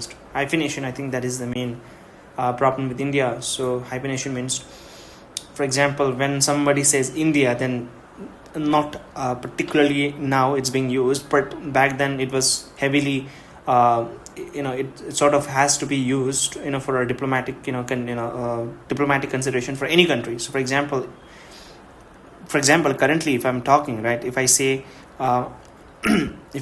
Iran, that means Israel comes, right? Iran-Israel war and all that things. But it was more prominent, right? It was more frequently used back then in terms of India, right? So when you say India, that means India means Israel. No, India means Pakistan. Not means, but yeah. If you say India, then yeah, India, Pakistan, it comes together like hyphenate, right? And then when you say Pakistan, India comes together, right? So, but now it has been, it's not prominently used. And example could be perfect like Israel. When you say Israel, most of the people will also say Israel. When you raise the issue of an Israel, then Palestine also comes. When you say Palestine, then Israel also comes. So that hyphenation, which India particularly didn't like it, because we don't see Pakistan as an equal country, because in terms of everything, the history and civilization and everything, if you go back, and currently whatever the development economic, if you see the economy, if you see the developments in terms of every aspect, India is much ahead, not just ahead, much ahead of it. So we do not like to be hyphenated with any country other than those who are more developed than us. Yeah. The pathway for the future is built on mindset of a fierce independence. Though the challenge is to refresh it for contemporary times, our ability to express this outlook has naturally changed with our strengths. Today we have many more resources and instruments at our commands to achieve national goals abroad, but even capabilities and aspiration producers are only when filtered through an acute understanding of the world in which we live. A crucial aspect of diplomacy, therefore, it is a comprehensive landscape analysis which captures the contradictions and nuances so essential to make policy choices. At the highest level, it centers on multipolarities and rebalancing while taking into account the contradictions between major nations. Drilling down region by region has meant a more granular appreciation of the issues involved. In all this, there's an overarching reality of globalizations, the ideologies of which can often mislead us through simplistic propositions, as we are increasingly discovering one truth mainly work for one streets. The quest to develop capacities clearly benefit from the domestic reforms and modernization initiative. This linkage was dumped down to the assertion that 8% growth was the best foreign policy. The reality, however, is that growth gained without transforming the foundations and framework had inbuilt limitations. This decade has consequently been a much more comprehensive effort that departed from the established mantras. Okay. I want to see what is apprehensive. APPREN. H. What is apprehensive meaning? Apprehensive. Worried or afraid that something unpleasant may happen. Apprehensive. I'm feeling apprehensive about tomorrow's exams. Apprehensive. So that means something, worry or okay. Okay. Mantras. It also sought to avoid the pitfalls that were presented by a less strategic understanding of globalization. India's decision not to, exceed to the RCEP agreement in 2019 was significant in that respect. Is it exceed or I think it is exceed, right? Okay. Exceed to agree to a request demands. He exceeded to demand for his resignations. Okay, exceed. This one important indication of the change approach was in its very conceptualizations. For the first time, Indian policymakers started framing the rise of India in terms of an era that is called Amrit Kal. By doing so, they articulate a thinking that is more long-term, comprehensive and transformational. And the fact is that comprehensive, and then the fact the achievement of the last decade justifies such a viewpoints. There is no shortage of indices that would put to the progress of recent years, and those and this do not in any way deny the magnitudes of the challenges that still confront India. So, but among them, perhaps it is still, it is worth focusing on India, those that are directly relevant to India's rise in the international system. A starting point is the steep decline in poverty, notable not only because it is among the more extreme problems facing India, but also as it represents a vital drag on society. Equally important is the Indian middle class, which is expected to double during the Amrit Kal, that is by 2047. So, India under the leadership of Prime Minister Narendra Modi has decided or has made a commitment that they will make, and I think they have made a comprehensive plan about it also, that in coming year, that is 2047, there'll be like 100 years of independence from the British. The effort is to become a developed nation by that time. So if I were to check, just wait, okay, as per current growth rate of India in GDP, what is the likely GDP of India on 2047? I think it should be around like 20 trillion, not exactly sure. Let's see. Okay, as per current growth rate of India in GDP, what is likely the GDP of India on 2047? Based on current growth trajectories and major economic projections, India GDP is likely to reach between $26 trillion and 35. Okay, 26 to 35. It's a lot by 2047, 100 years of its independence. Okay, so EY, Ernst and Young, okay, project 26 trillion economy, assuming a six-fold increase in per capita income to over 15,000. So so in 2047, if India continues to grow at the same rate, that is around 6 to so if India goes for close to 7% per annum, continuously, consistently, for the next 25 years till 2047, then India will very much be, the GDP will be 27 to 35 trillion dollars, and GDP per capita, which is the main source of, which is the most pertinent indicators of how developed a country is. The GDP per capita will be $15,000, right? So $15,000. Okay, so 15,000.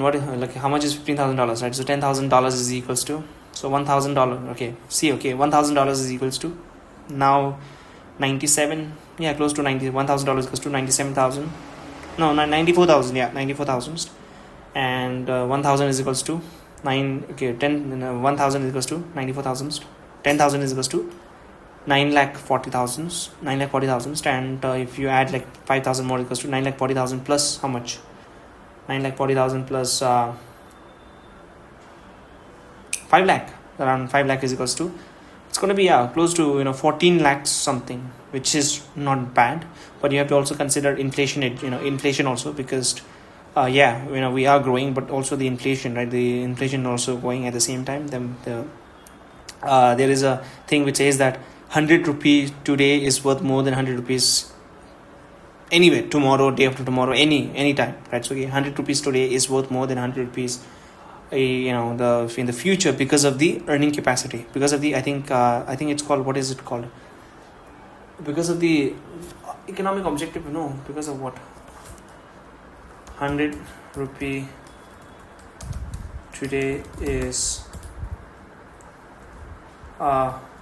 worth more than tomorrow, because of, I think it's called economic opportunity, because of, there's a term which is called 100 rupee today was more than tomorrow because of time value of money. Okay, yeah, so time value of money primarily driven by inflation, opportunity. Okay, yeah, opportunity cost, yes. 100 rupees today is more than driven by inflation, opportunity cost, and risk. Many have to take can be invested in earned returns, and inflation reduces future purchasing power in this one. Okay, inflation cause prices of this one. Okay, so yeah, so that is the thing, and yeah. Okay,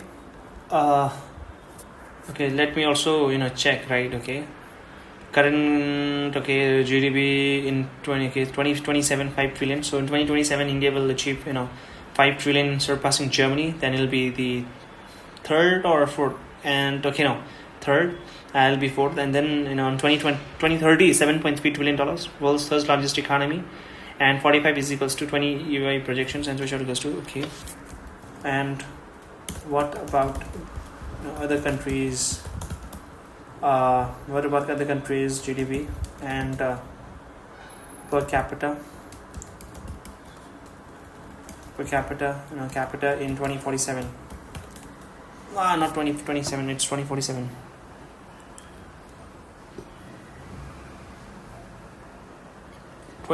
is more or less same. Okay, 47. So let's see. India 27 to 35 trillions, $15,000 GDP per capita. By 2047, the global economic balance is projected to shift significantly towards Asia with the China, United States. Oh, I didn't expect that, honestly. Overtaking the USA at this point by 2035, aging population slower boost. So the current growth, if it continues, then I think by 2035, China could overtake United States in 2035 in terms of GDP. So in 2047, in 2047, that is roughly after 24 years, GDP of the highest, the first will be GDP of China, 35 to 42, and projected GDP per capita per capita has not increased that much, right? 28,000 to 35,000. But the United States, it's going to be the second, 34. It's like roughly same, right? Similar, 34 to 38 trillion dollars. But yeah, if you see the GDP per capita, then it's going to be 105,000 to 115,000. Slower growth, 1.2, but remains the global leader in high wealth value. India, it's going to be the third. It's going to be 26 to 30 trillion dollars and 15,000 to 18,000. Fastest growing major economy, huge demand. So third, India would be third. And and if it goes on upper, that it's 26 to 30, right? If it grows at 30 and it becomes 30, then yeah, it's closer to the United States and even China to that extent. So I think very much after 2047, India could very well become the leader in terms of GDP because of the demographic dividends. And fourth, I'm surprised it's going to be Indonesia. I know that they have a huge population, so it's going to be 10 to 13 trillion dollars. I think it's 0.33%. That means 33% of India, right? So it's 1/3 of India GDP, but in terms of GDP per capita, it's much ahead, $21,000 to $25,000, displacing Brazil and Russia. And fourth, I'm surprised it's still going to be Germany. Why? I thought they had a population. It remains Europe's strongest, but drops in global rank due to aging. Okay, so fourth, it's going to be Germany. The rise of E7 by 2050. 6 of the 7 largest economies could be emerging market economy: India, China, Indonesia, Brazil, Russia, and Mexico. The next wave, beyond the top 5 countries like Nigeria, Pakistan, Egypt, is expected to see massive GDP rise. Okay, understood, right? So equally important is the Indian middle class. Okay, which is expected to double during the Amrit-Kaal, that is 2047. The world is surely assessing these developments both from contribution and consumption perspective, as the transformations in infrastructure is also underway, reflecting the expansion of highways, railway, airports, and digital network. India is no longer seen as just limited to services. Even at homes, energetic digital delivery has revolutionized the governance and helped prepare the ground for deeper participation in a range of domains. But raising the definition of a basic amenities and more importantly delivering on them, India is rapidly changing the quality of life of 1/6 of the world. So currently the world population is 8.8 billion people, and out of that I think around 6 billion people are Indian. So that is roughly 1/6 or 16.67% of the world's population is Indian. Depending on the country concerned, it is perceived by them as an innovator, producer, contributors, or exemplar. Each one of them, attributes make it a more attractive partners in international relations. Developing the boldness and the fortitude to advance one's prospect is almost as hard as growing in actual capabilities. Learning to compete at increasingly higher level does require confident leaderships and systematic changes. As stake gets higher, it is also necessary to outthink competitors and outlast mind games. Each phase in a rise has different benchmarks, and changing peer adjusting our ambitions and calculations constantly will never be easy. In India's case, we have steadily outgrown the hyphenation, with Pakistan, and are being increasingly perceived as a sui generis. What is sui generis? Okay, I'm not exactly sure about this. Okay, sui generis, SUI. Sui generis meaning? Sui generis. It's not sui, it's in sui. Sui generis. Sui generis. Sui generis is a Latin phrase meaning of its own kind, or in a class. Okay. Sui generis is a Latin phrase meaning. Sui generis is a Latin phrase meaning of its own kind, or in a class by itself, denoting something that is unique, unparalleled. Okay, sui generis. Sui generis. Sui generis, right? Sui generis. I perceive it as sui generis. A part of the challenge is also to strike the right understanding on the optimal terms with the most appropriate partners. How to get the give and take right is crucial. So this could be in field of commerce and investments, or indeed in a domain like technologies and connectivity. There are always opportunity to leverage if a nation plays to its strength. Similarly, it has additional possibilities that could emerge from a global demands of reliable supply, trusted data, or critical technologies. So that said, we cannot be oblivious, either to a structural obstacle created by the world order, devised more than 75 years ago. The heart of the matter is that in those crucial years, India was either present nominally on the high table, or not there at all, especially because of what happened to 1947. India consequently operates in a world where dice is often loaded against it. India is, indeed, its rise in these last 7 decades is really a story of changing the terms of engagement with the world, many of which were particularly adverse to its, when it started the journey. The problem is not one that can be quantified economically. It is even more that of an assumption and narratives. The world order consists of institutions and practices that are often closely interlocked. They determine what is politically correct and what is not, and because its KPI have not been fully built in architecture to serve the purposes, but still retain the influence to promote it. A power like India will have to swim upstream for a long time to come. Among the most formidable current it has to navigate are challenges emanating from freezing the moment. This is a widely practiced stratagems by the hegemonic powers that seeks to make permanent the advantages and elements of a landscape and its broadest levels. This is visible in the manner in which the outcomes of 1945 were utilized to define an international hierarchy. The trick obviously is to imbue a particular moment, and trick obviously is to imbue this moment with enormous significance, and thereafter derive continuous benefit from it. Arguments to make the world more contemporary are rebutted by the conflating them with the challenging the original outcomes in the question. This, however, is but one example of the larger tussles to maintain or change the world as we know it today. There are many more, some limited in scope and others more sweeping. They help to create and maintain frameworks, operates and defense structures, and crucially, establish and advance narratives. And they succeed to a great degree because global behavior is shaped so much by muscle memory. We are all just creatures not of habits, but followers of norms and believers of storylines. A combination of these factors conceals the vested interests that underpin the arrangement of the day. It could be the United Nations and its working nuclear nuclear non-proliferation, the selective focus on human rights, the equally calculated balancing of a real politic and values, as well as the utilizations of a Cold War imagery. Particular moments also serve to define the others sharply, such as after 9/11 attacks. So does the evocations of the past conflict, especially the last World War. For all these reasons, attempt to reshape global debates and concept meet with the fiercest, resistance. That is something India must expect and counter. As a rising power, India encounters freezing that moment in a different formats. It can come up against institutions and practices that do not give it due. That is why it is in such a strong proponent of the reformed multilateralisms that can shape its approach to other weapon powers, sometimes to our detriment. So this requires a confident thinking to create more up-to-date terms of engagement. On occasions, impactful moments can lead to such strong perception that it puts pressures on policy to adjust. To a considerable degree, that is the case with Pakistan after the 26/11 Mumbai terror attack. The Indian public clearly saw the governmental response as a weak need and pushed for a change. There could even be situations when we all want to move on rapidly beyond inactions. That was certainly the case of the Vajpayee governments in reaching out to key partners soon after 1998's nuclear test. It is sometimes the fate of a nation that also inherit the concept and assumption of others. The global understanding of India's place in influence is relevant examples, one very much shaped by the other powers. It is only in recent years that we have managed to break out the first of the past post-partition hyphenations in the form And then from the Indian Ocean box, the reaction to an Indo-Pacific prison is therefore only to be expected. And one facet of the transformational decade has been to overcome this natural inclination to be prisoner of our own history. Okay, so I think if I'm not wrong, the first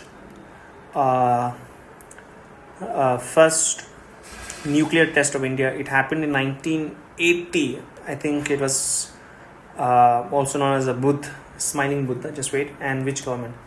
When did India? I've watched the series also of Vikram Sarabhai. Okay, when did India test nuclear weapon? I think it's number of 1947.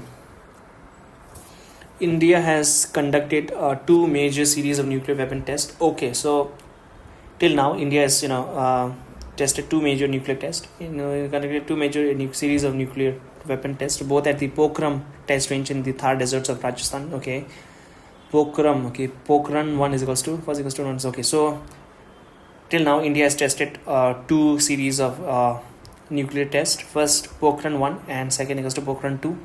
Pokhran 1 equals to Smiling Buddha. Date is equals to 18th of May 1974. So 1974, leadership Prime Minister Indira Gandhi. Nature officially described as a peaceful nuclear explosions. Significant, it was the first confirmed nuclear test by a nation outside the 5 permanent members of the United Security Council.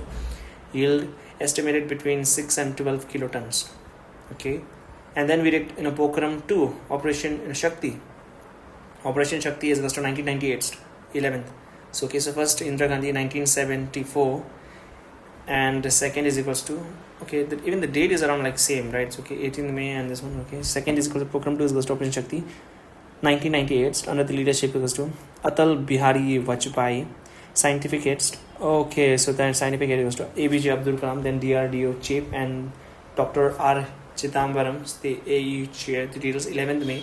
3 devices were detonated simultaneously, including a fusion device, a low-yield device, and a thermonuclear hydrogen device. 13 May, 2 more sub-kiloton devices were detonated in autumn, and India has declared itself a full-fledged nuclear weapon state in response.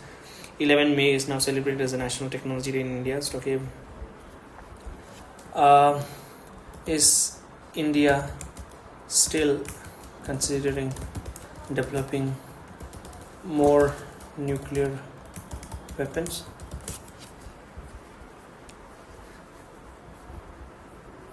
India does not currently conduct nuclear tests, but it is actively modernizing and expanding its nuclear arsenal to maintain what is called a credible minimum deterrence. As of early 2026, India's nuclear strategy focuses on several key areas: expansion of nuclear warheads. India has gradually increased its number of nuclear warheads. To current stockpile report estimates, India possesses approximately 180 to 190 warheads as of early 2026. This is a slight increase from 172 in early 2024. Overtaking Pakistan. Recent data indicates that India is officially overtaking Pakistan in total warheads counts, though it remains far behind China, estimated 500 plus. Strengthening the nuclear triad. So India is prioritizing India is a triad. Yeah, I know that. India is prioritizing the sea-based leg of its trident to ensure it can launch a retaliatory strike even if its land-based assets are destroyed. New submarines. On 3rd April 2026, India officially commissions INS Ari Daman. So it's third indigenously built nuclear SSBN equals to submersible. This one's submersible. Ballistic nuclear, submersible, that's okay. It's indigenously built nuclear powered ballistic missile submarine. Enhanced capability, unlike earlier SSBN, right? SSBN, unlike earlier models, Tinus Aridam is larger and designed to carry more long range K4 missiles, which has strike range of approximately 3,500 kilometers. Advanced delivery system. Development is focused on larger range and more survival delivery methods. Long range missile, the Agni 5 intercontinental ballistic missile is now operational with a range of 7,000 8,000, allowing it to reach target across Asia. 7,000 to 8,000 is it's a long distance, but I don't think it can reach far. The North America. I don't think it can reach Canada. It can reach United States. I think India should develop there would be pressure from United States, but still, because they don't want India to have that long range because it can hit United States. So I think India should develop a range which would cover the entire Earth. MIRV technology. India has successfully tested multiple independently targeted re-entry vehicles. Okay, I think it's called MIRV. That's okay. Multiple independently. Okay, MIRV is equals to MIRV is equals to multiple independent re-entry vehicles technology, which allows a single missile to carry several warheads to different targets. So canisterized missiles. Newer missiles are stored in a sealed canister, which makes them easier to transport and significantly reduce the time required for launch readiness. Policy evolutions.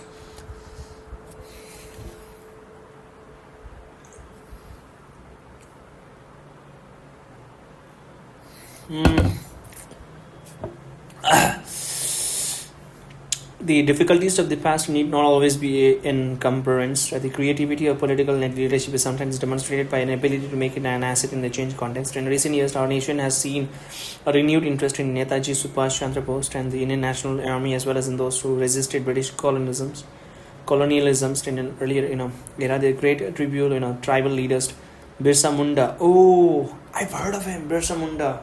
I think I've studied that in it's this in my class 8 standard. I think Birsa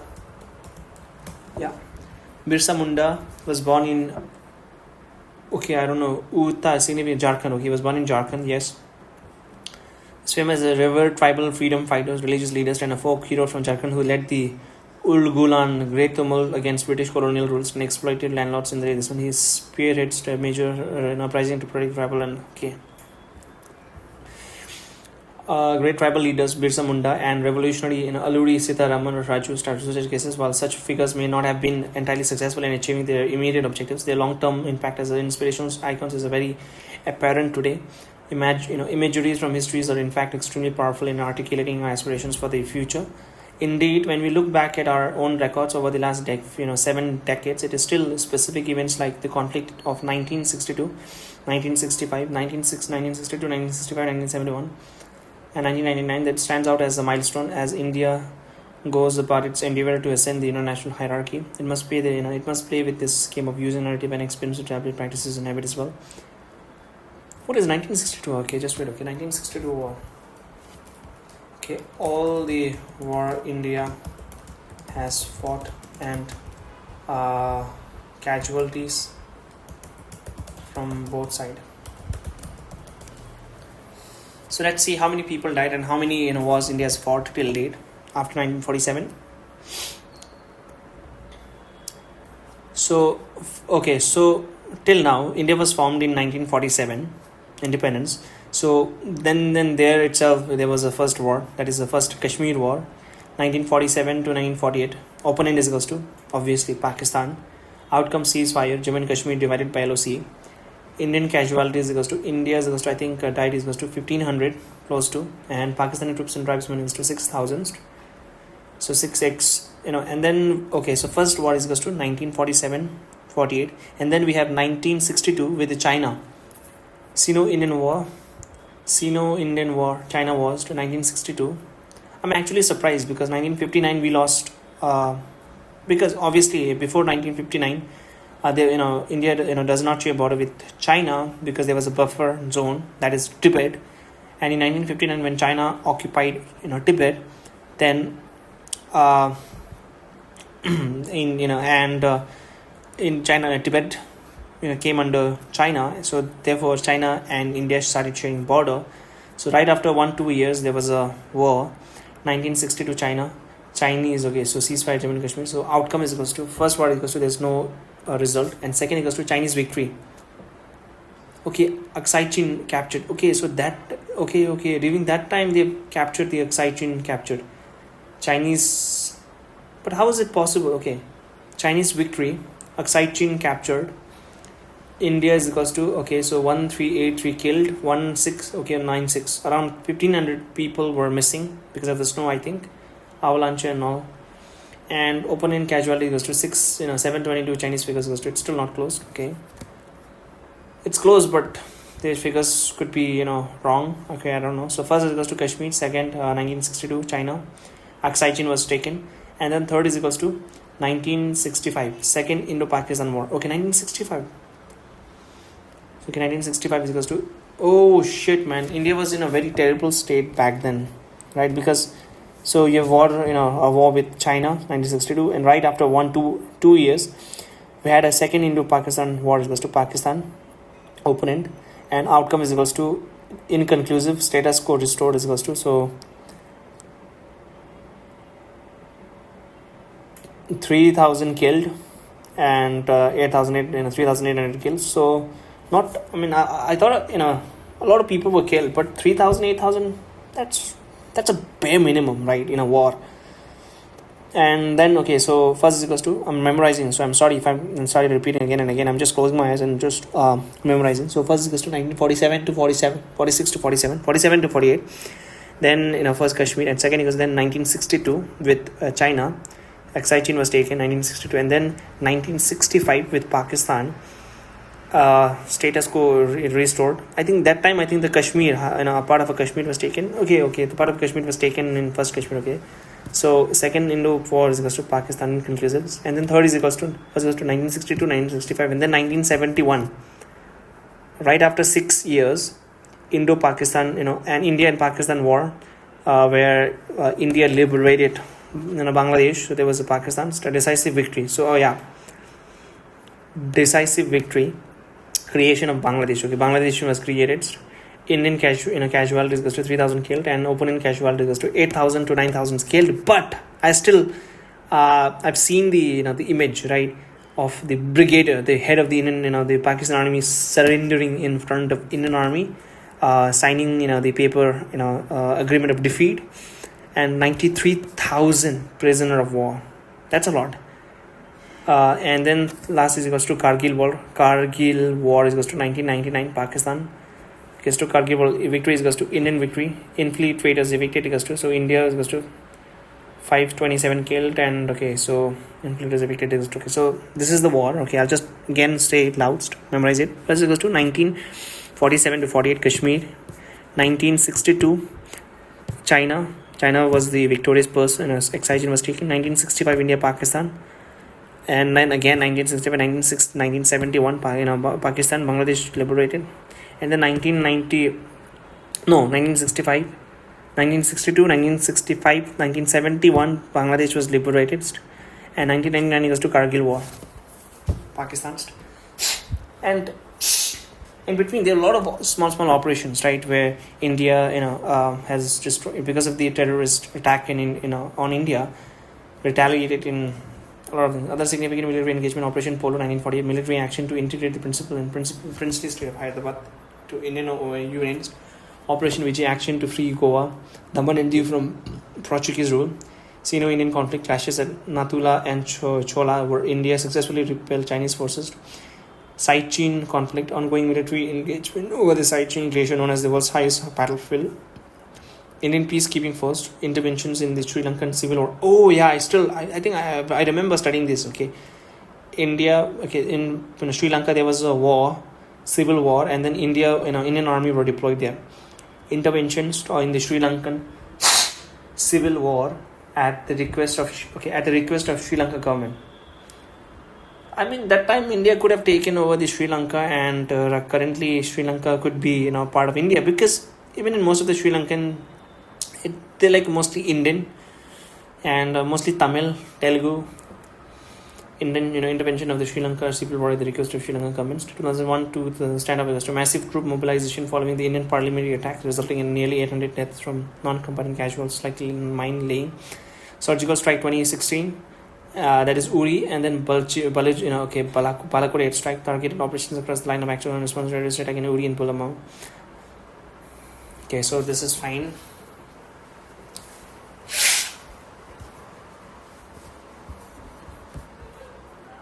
Okay.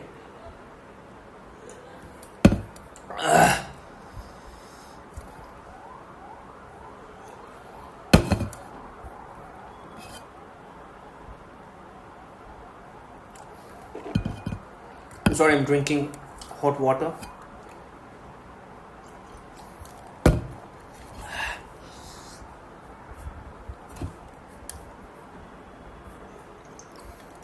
Indeed, when we look back at our own records over the last 7 decades, it is still specific events like the conflict of 1962, 65, 71, 99 that sounds out as the milestones. As it goes about its endeavors to ascend the international hierarchy. It must play well with this game of user narrative and experience, establish the practice and habit as well. The messaging out of New Delhi has also been so far more energetic on the key issues. Vasudhaiva Kutumba, the world is one family. That's a very naive thought. Vasudeva Kutumbakam. That's Vasudeva Kutumbakam means one world is one family, conveys a commitment to international corporations, reformed multilateralism, underlying the urgency of addressing the effectiveness of the UN.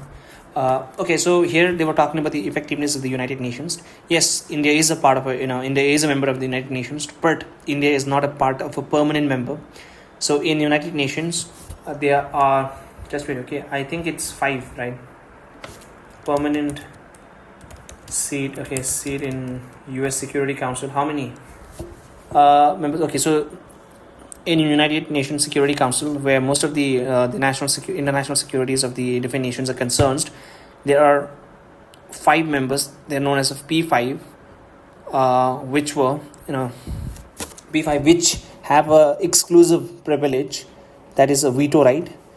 They can single-handedly, independently ratify any motion single-handedly. P5. So they do have this power, but you do have to consider that the United Nations Security Council was established after World War II, that is 1945. 1945 it was established. So that time India was not a big player in the table. So that time only 5 major countries were there. So which were the victorious of the World War II.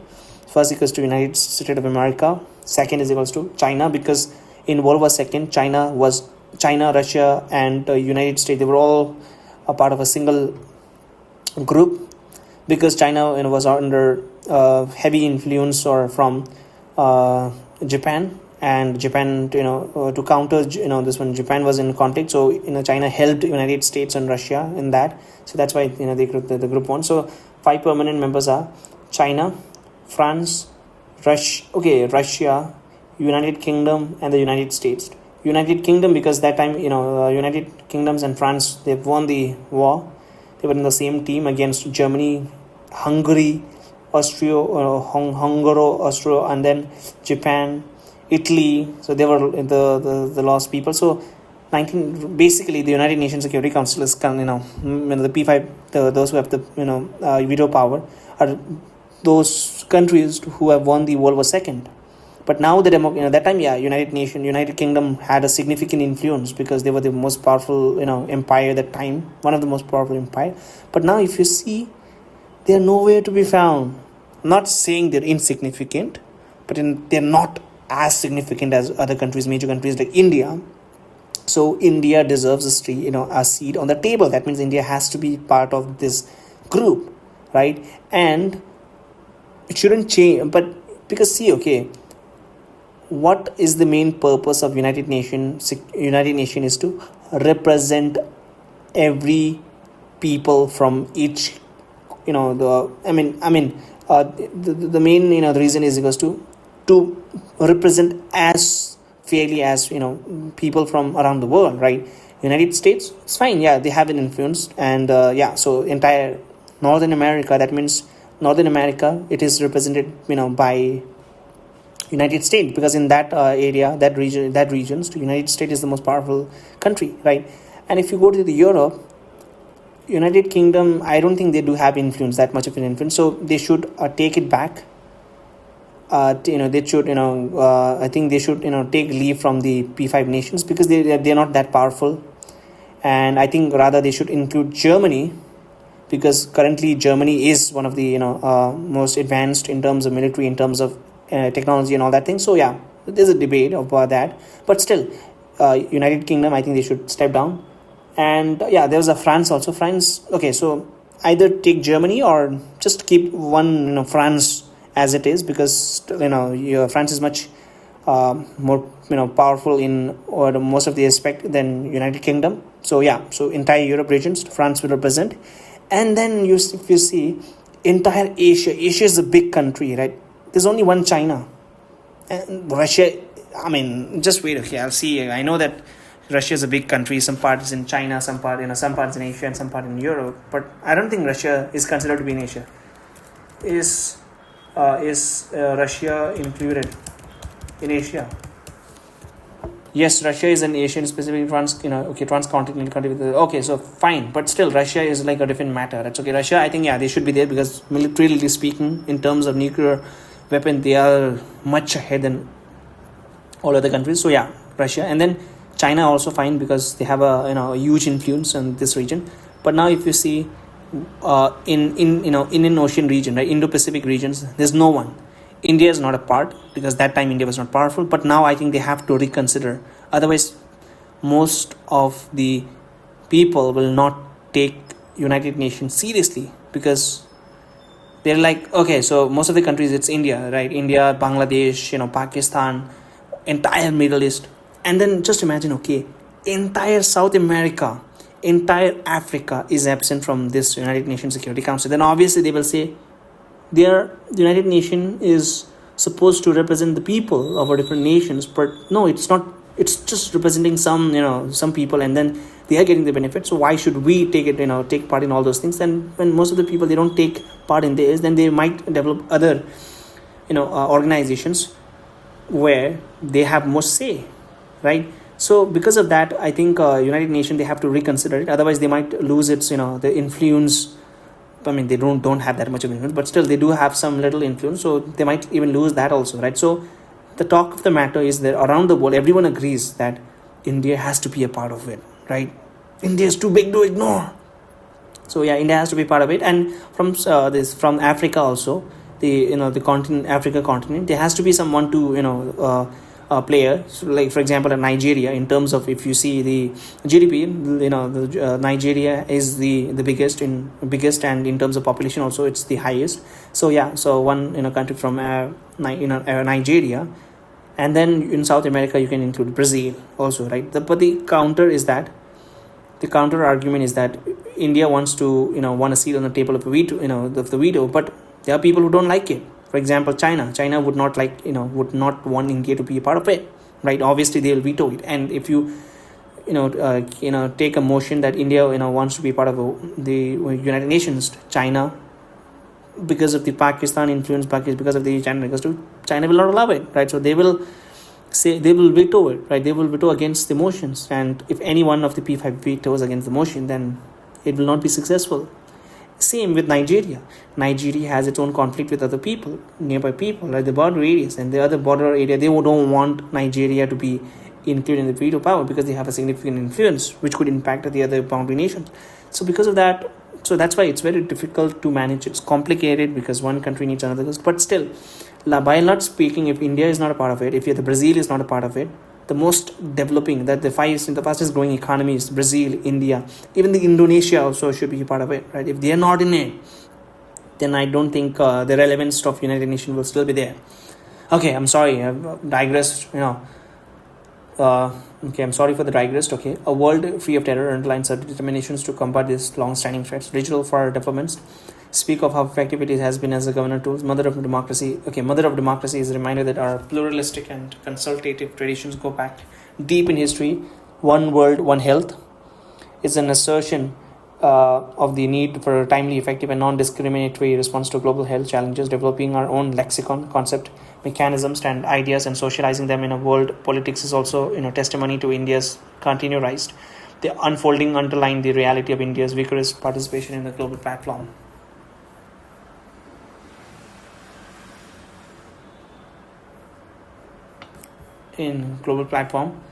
Within India, there will always be a lively argument about the balance between continuity and change in our foreign policy. That is only to be expected, and perhaps in some ways is even contributory to the emergence of new ideas. Normally, when it comes to diplomacy, analysis focuses on how we see the world and all its complications. Sometimes it is useful to invert that and reflect on how the world on its part could be visualizing India and opportunities there. India's rise is a relentless exercise where the sensible only pause to take stock, never to declare victory without neglecting the past. It works best when your eyes are fixed firmly on the horizons and we read the organization's situation right, as well as the fashion our strategies and tactics accordingly. But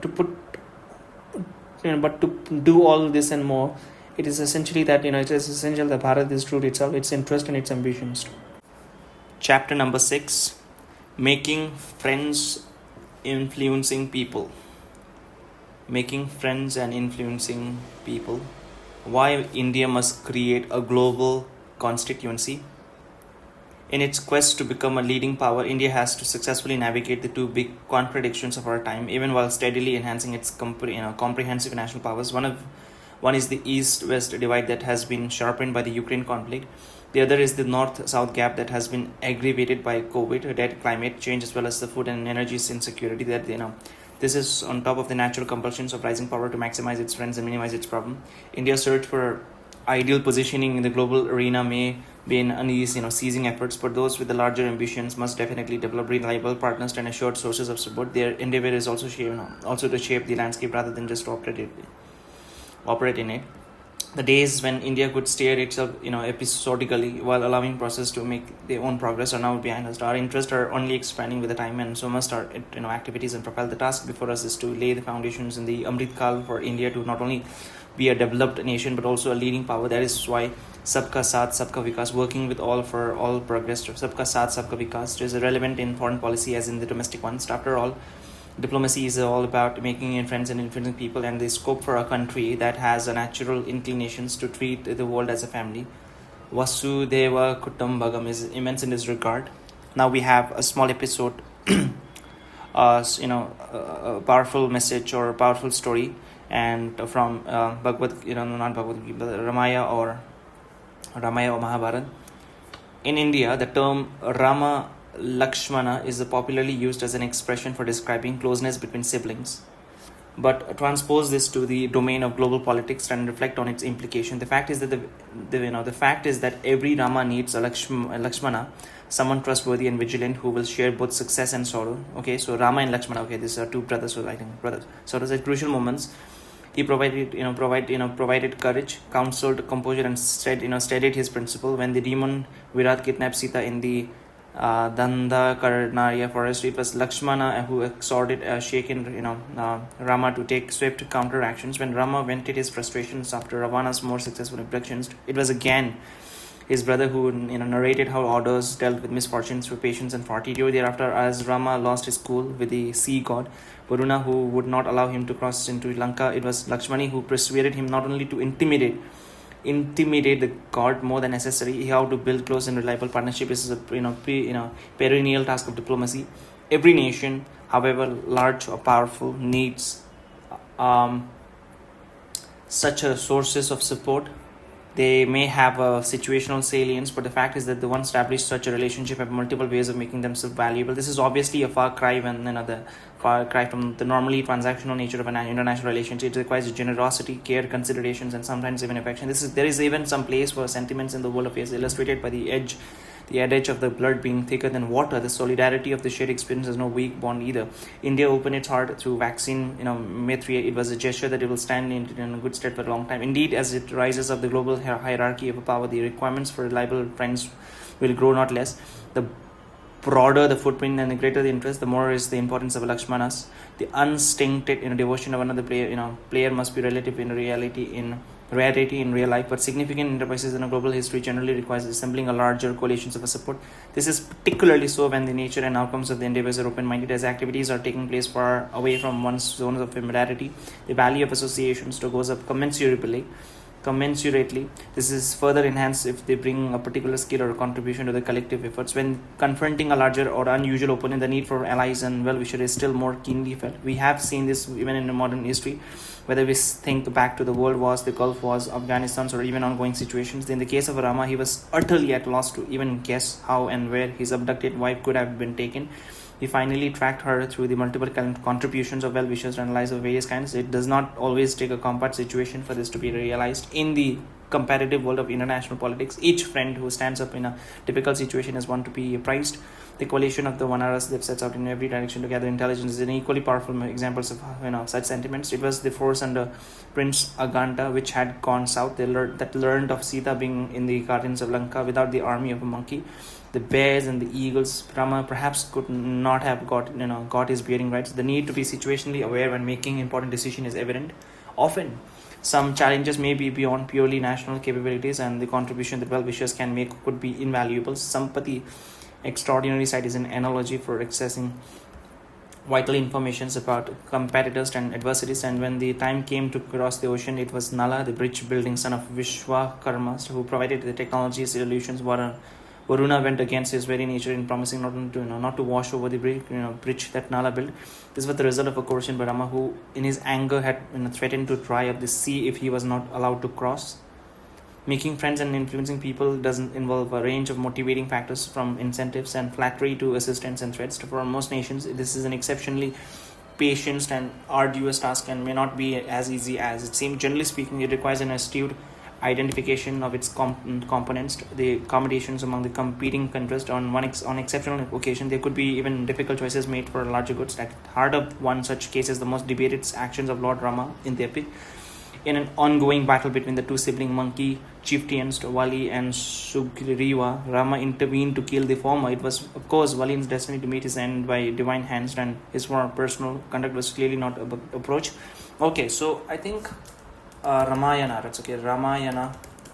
Let me search something, right? Okay, Ramayana.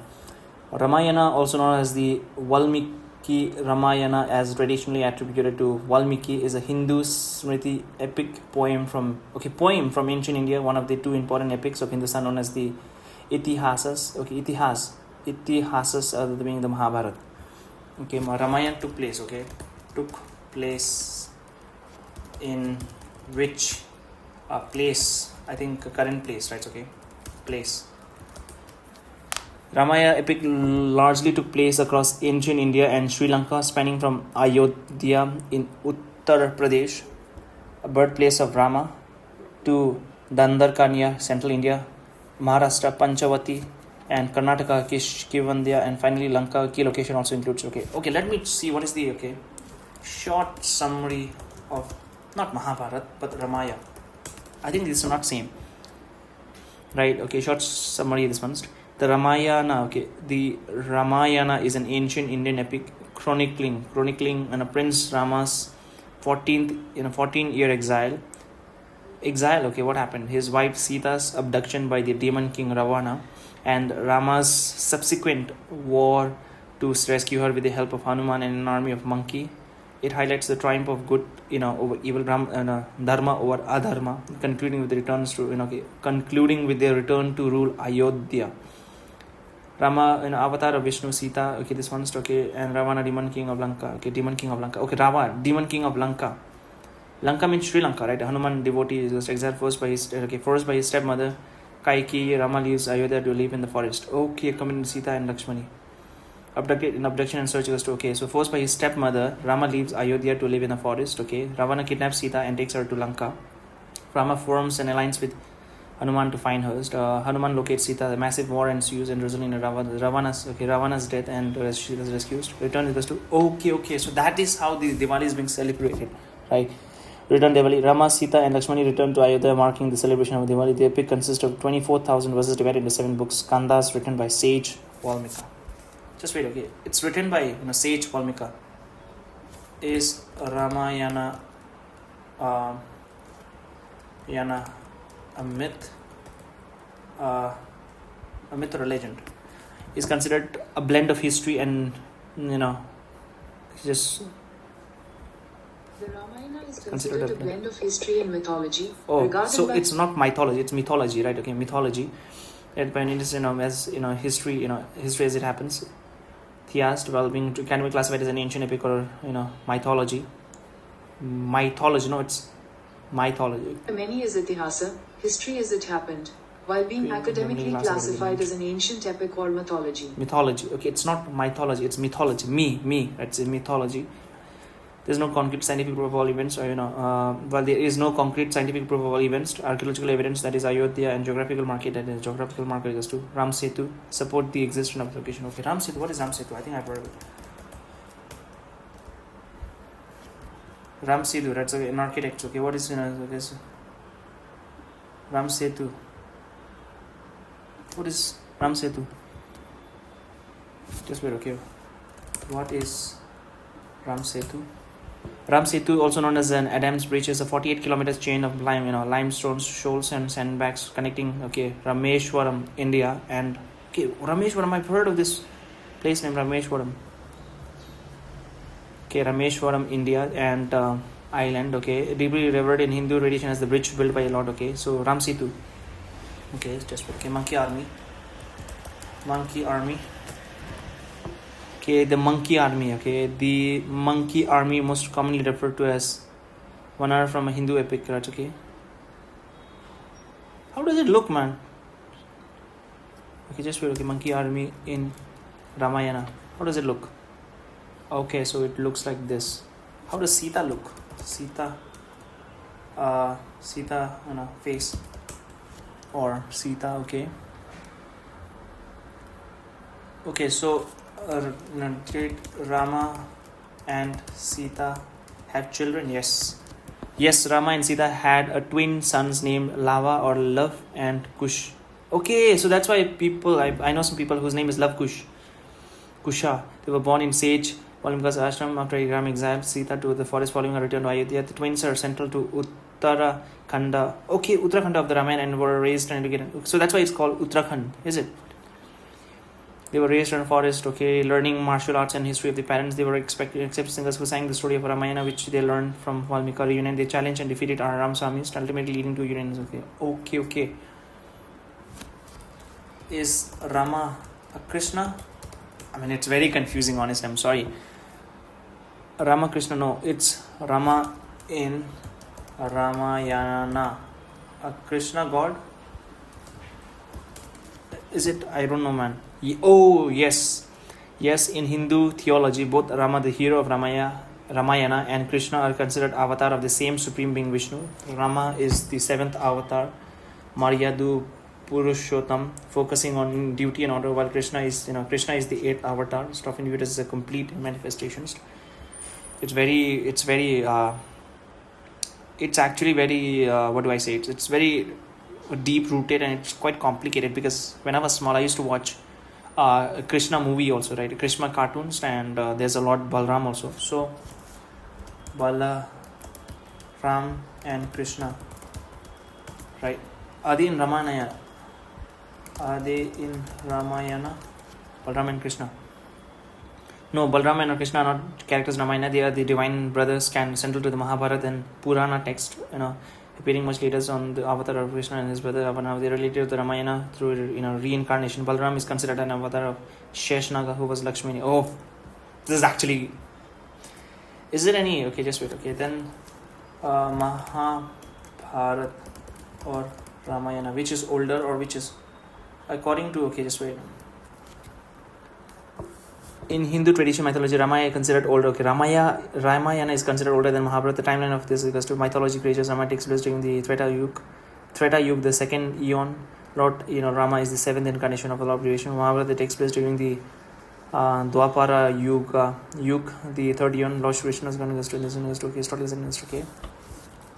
Okay.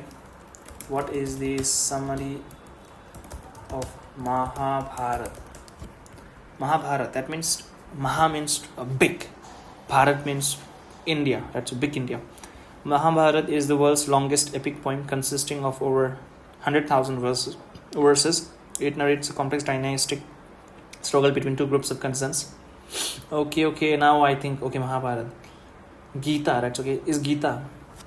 Oh shit, man. Is Bhagavad Gita part of Mahabharata? Yes, Bhagavad Gita is a core part of the epic of, Mahabharata consists of 700 verses located within the, Bhishma Parva, spanning this one, okay.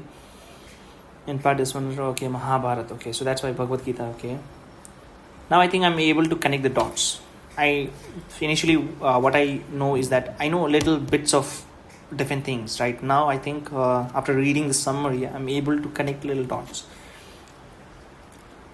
Okay, the Mahabharata is the world's longest epic, okay, complex dynamic, and it's a struggle between a group of cousins, the Pandavas and Kauravas, for the throne of Hastinapura.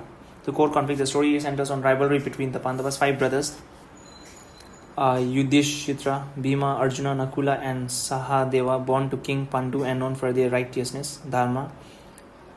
The Kauravas, 100 brother led by his eldest Duryodha, the sons of the blind king is driven by greed and jealousy. The turning point, the dice game equals to the conflict reaches a breaking point when Duryodhana and his uncle Shakuni challenged the eldest Pandava to a rigged game of dice. Loses his his kingdom, his brother himself, and their common wife Draupadi, who is publicly humiliated in court. As a result, the Pandavas are forced into exile, 13 years of exile, with the final years spent in disguise. Years spent in disguise. What is years spent in disguise? Okay.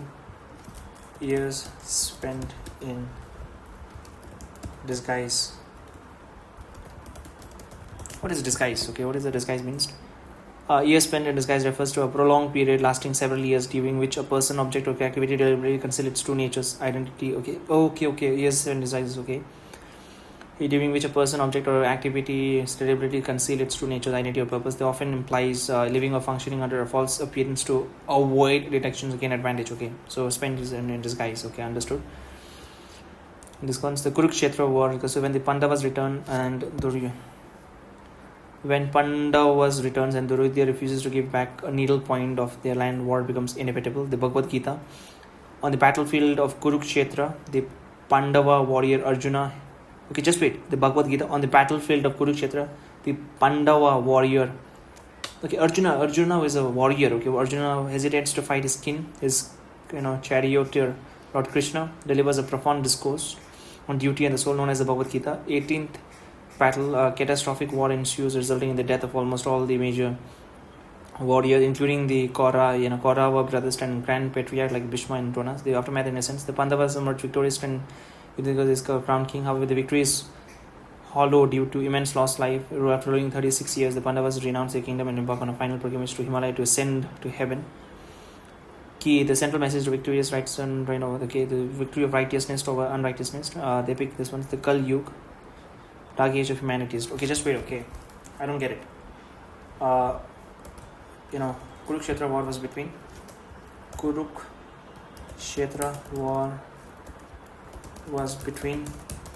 who all, and who is the leader and who? Okay, the Kurukshetra war was a massive. The Kurukshetra war was a massive conflict between two groups of cousins, the Pandavas and the Kauravas, and their respective allies from across this one's ancient India. The Pandava side, the 7 army, supported by the kingdom that largely championed dharma, righteousness. Their forces led by the 5 Pandavas was to leader Yudhishthira. Just wait. Okay, I want to look at how does Yudhishthira look at UDS. Nah, it's not. Yudhishthira. Okay. Yudhishthira. Okay, is the eldest Pandava in the Hindu epic. Okay, so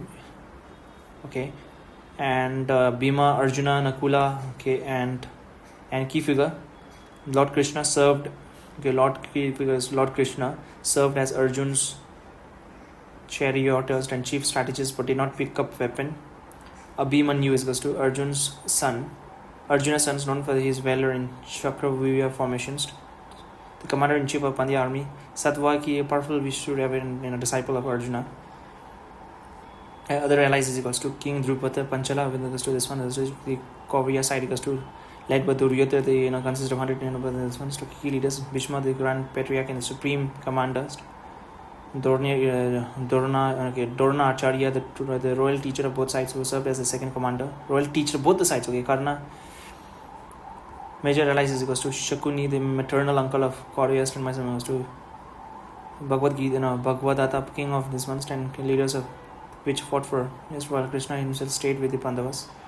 K equals to leader of Narayani, Krishna's elite personal army. Oh, leader of Narayani Sena, Krishna's elite personal army, which fought the Karnaval himself. This one is a neutral party is equals to few. Okay, just why did Krishna?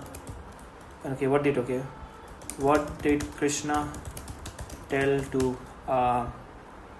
Arjuna during war? He said something, right? So that is the entire Mahabharata during war. What did Krishna tell to Arjuna during the war? He said something. When the Kurukshetra war was about to begin, Lord Krishna delivered 700 verse discourse to a conflicted Arjuna, which is now known as the Bhagavad Gita. Arjuna was overwhelmed by grief and refused to fight because he did not want to kill his own relatives, teachers, and elders. Okay, so it's a part. So Krishna's guide to Arjuna focus on keeping to the nature of soul and Atman. Krishna told that his grief was in misplaced because the soul is eternal, indestructible, immortality. The soul is never born and never dies. It merely changes clothes. Okay, so that's why they believe in reincarnations. That his grief was misplaced because the soul is eternal and indestructible, immortality. The soul is never born and never dies. It merely changes clothes by moving from one physical body to another. Detachment from death. Since the real self, the soul, cannot be killed, Arjuna should not fear the physical death of this one. Okay, duty and righteousness. Krishna reminded Arjuna of his epic duty as a Kashtriya. Okay, this one, Kashtriya, warrior, righteousness. He explained that there is no greater fortune for a warrior than to fight a war for justice. Yes. There's no greater fortune for a warrior. Okay, he said that there's no greater fortune for a warrior than with regards to self is action as to karma yoga detachment results. Krishna said you have a right to perform your prescribed duties, but you're not entitled to the fruits of your actions. To focus on process, he urged Arjuna to fight not for personal gain, kingdom, or glory, but as an act of service and duty to the divine, the universal form, Vishwapuram. To remove Arjuna's final thoughts, Krishna revealed his Vishwapura universal form. Okay, to remove Arjun's final doubts.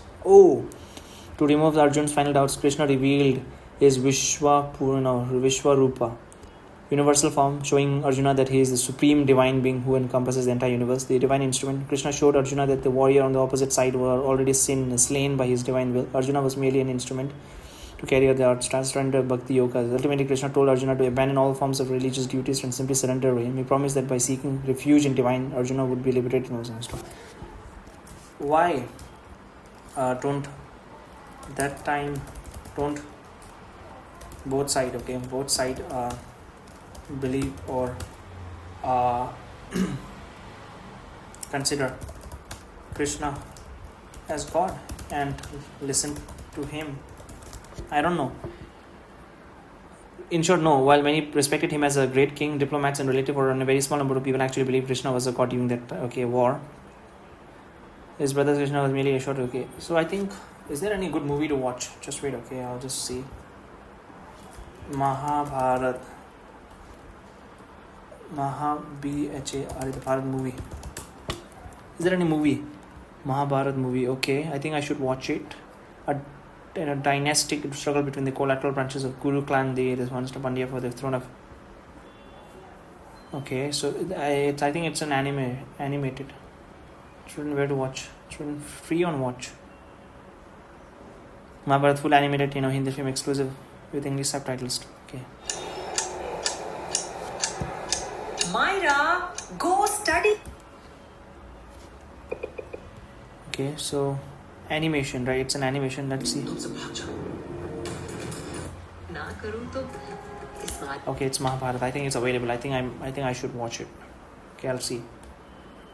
I think it's a very long, but still Mahabharat movie, right? Ramayana. Okay, but I want to know, why do Hindu consider Mount Kailash, Kailash, as a significant SIG and a SIG NIFI? It's very complicated because there is I don't know what is his name, and a person, Shiva. Most of the people consider him as the god, right? Hindus, consider Mount Kailash significant primarily because it is revered as an eternal abode of Lord Shiva. It is believed to be the place where he resides in a state of perpetual meditation with his consort goddess Parvati. Beyond home for divine insignificance in this one, the cosmic axis. Mount Kailash is often reminded as Mount Meru, the spiritual centers of this one, the source of this one. Okay. Life-sustaining Hindu in a Brahmaputra Satlaj carnival. Many significant mythology tales are set at Kailash. Okay, Ravana's devotion. The demon king Ravana famously tried to lift the mountain to show his power, only to be pinned by Shiva until he sang. Hymns. HYMS. Hymns or hymn? Hymn, right? Okay, hymn, a religious song. Hymn. It's a hymns. Okay. I don't know. Okay. Was Shiva part of Mahabharat? Was Shiva part of Mahabharat or Ramayana? I don't think it's a part of Ramayana. Could be. Lord Shiva did not take physical, part in the war between this one, but he is massive presence in both epic through bones, weapons, and divine incarnation. Shiva is in the Mahabharata. Kitaraju, okay, this positions, okay. So I think if you want to understand Shiva, then okay, Hari Hara. Both emphasis Hari philosophy, the idea that Vishnu Hari and Shiva Hara. Okay, Hari means okay, I think Hari Har Har Mahadev, okay, Hara, which is sides of the same coin. In the Mahabharata, Krishna often prays to Shiva and often prays to Shiva, and in Ramayana, Shiva only constantly meditating on the name of Rama. Actually, very this one's Hindu mythology, okay, just Hindu, okay, Hindu. It's not it's mythology. Hindu mythology is a vast, evolving collection of narratives, deities and philosophy concepts rooted in ancient Indian texts like Vedas, Puranas, and epics. Epics is equals to Mahabharata and Ramayana. So Mahabharata and Ramayana is a small part. It features a complex pantheon representing respect of the cosmos with a key figure including Trimurti, Brahman creator. So key aspect of Hindu mythology, the Trinity, Brahman, Brahma, the creator, Vishnu, the perceiver, avatar, and destroyer. Just wait, okay. And who is the destroyer? Shiva. Okay, is he the destroyer? Trinity is to Brahma, creator, Vishnu, preserver, avatar, and Shiva, destroyer, transformers. Major goddess is equals to Devi and Shakti.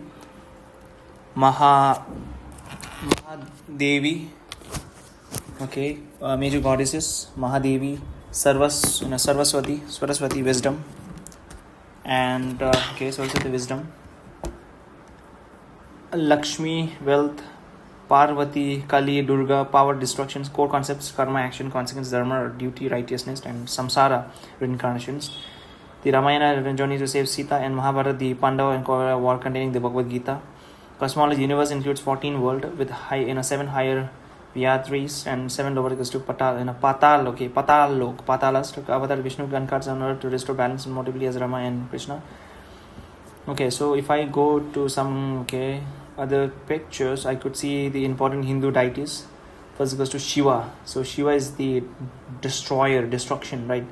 Okay, and Rama. Okay, Shiva, Rama, the prince, the Ganesha, and Vishnu and Krishna. Okay, so even the Ganesha has its own.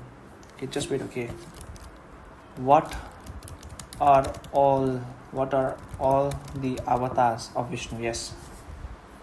And how does Vishnu look like? Okay, the 10 primary avatar of Vishnu known as the there's a 10 avatars. Okay, the 10 primary avatars of known as the Dashvatara. Present is incarnation to restore dharma, righteousness, and the protect equals to different equals to yuga equals to first is equals to Matsva, Kurma, Narsimha, Vama, the future of Kalki avatar.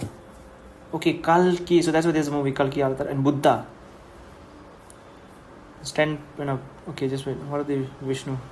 I didn't know that. 10 avatars of Vishnu is equals to Matsyu. Okay, it's not clean, but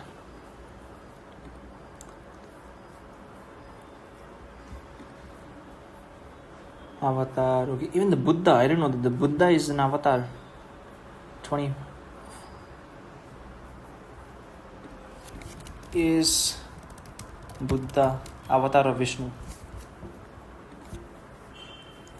Yes, in many Hindu tradition and scriptures, Purnas and Gautam Buddha is considered the 9th avatar of Lord Vishnu, specifically in 10 incarnation list. However, this is a complex topic with varying views. Buddhists generally do not consider Buddha as an avatar of Vishnu, and some Hindu tradition substitutes Balarama as for Buddha. Okay, so Buddhists don't consider it. Two Buddha theories, sometimes interpretations resonate between Siddhartha Gautama, the historic Buddha, and a Sugata Buddha of a mystic Buddha. Okay, so most of the people, so I understood.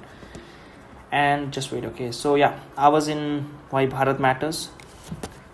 Often some challenges may be beyond purely national capabilities, and the contribution that well-wishers can make, could be invaluable.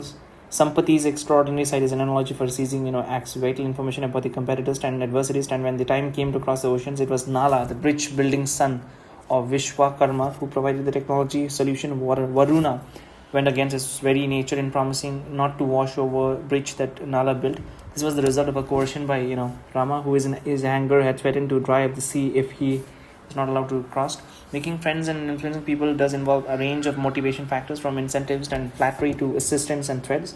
For most nations, this is an exceptionally patience and arduous task and may not be as easy as it seems. Generally speaking, it requires an astute identification of its components and accommodations among competing interest. Only interest is equals to interest. On exceptional occasions, there could even be difficult choices made for larger goods. At the heart of one such case is the most debated actions of Lord Rama in the epic. In an ongoing battle between the two sibling monkey chieftains, Vali and Sugriva, Rama intervened to kill the former. It was, of course, destined to meet is equals to but the episode and its consequence after important insights into undertaking larger operations. Viewed from our perspective, Rama favored the lesser entity, the younger brother Sugriva, who was earlier ousted from his position. Common sense indicates that the weaker side is always more welcoming of intervention and even more inclined to tie its fortune as lasting by basis. Yes, having gained the service of Sugriva, it was foreseeing of the Rama to maintain the unity of Varanas by taking Vali's sons to Angada under his personal protection, inspiring his allies to act with the alacrity. Was not easy task either. Predictably, Sugriva, we went back to God life in Krishna this one after resuming the thrones, and it required Lakshmana's strangers to remind him of his obligation. The entire period when Vanara Sena's army is sent to in multiple directions is an also experience of strategic patience for Rama and Lakshmana. The coalition must not just assemble but given time to do this work, and often at the speed of it less efficient commanders. Sometimes partners may not be able to deliver in time. This was the case for Rama later on with Pardartata, the king of Kashi, who promised legions did not arrive in time to join the battle in Lanka. But it is to Rama's credit that he publicly acknowledged their intent. In life, there is always a next time, and diplomacy must never be. In life, there is always a next time, and diplomacy must never foreclose possibilities. Now, the past and the future. And I'll see, just wait, how many pages do I read? I have to eat lunch. It's 5 p.m. Okay, so it's going to take some time. Should I read? I'll just read a few paragraphs. The past and the future. As it goes about its business of rising in international order, India has to bear in mind that the world is continuously changing, as indeed are its ties with various players. In the early years after independence, we sought to build a relationship with the West while creating our decisional space. At the same time, constituencies in the developing world were nurtured by building on the obvious empathy for of post-colonialism. Cooperation with the socialist bloc was explored with tangible outcomes in the economic and security space. As the pressure of the Cold War grew and U.S. rapprochements unfolded, it compelled India to double down on its Soviet relationship. The pressure of the Cold War grew and U.S. rapprochements unfolded. It compelled India to double down on its Soviet relationship. A large part of its difficulties with the West, emanated from the preference that the latter showed for a military-ruled Pakistan. It was therefore natural that the end of the Cold War would lead to readjustments on the India's part and the part of the world towards India. These processes have gained steady momentum in the quarter of the century that has passed. Their consolidation has been facilitated by the fact that in the last decades, New Delhi has shed much of the ideological baggage of the past. The US in particular is seen much more as a part of the solution than of the problems. The diplomatic challenges now are one of the advancing new relationship while retaining earlier ones, and within that overall mixed, assigning the appropriate weightage to a specific one so that India gets an optimal result in a world that is under transformations. Analysis India's ties with the 5 permanent members of the UNSC is a good place to start an assessment of both its records and its prospect. Those with the US and China are addressed in further chapters. The UK, the United Kingdom, a contemporary compact. What I've seen what I've read till now, I've understood, or I don't know if it's a conscious decision or not, that Dr. Jaishankar has not criticized any government. I mean, not criticized in a government in a sense like he's not criticized his government at all.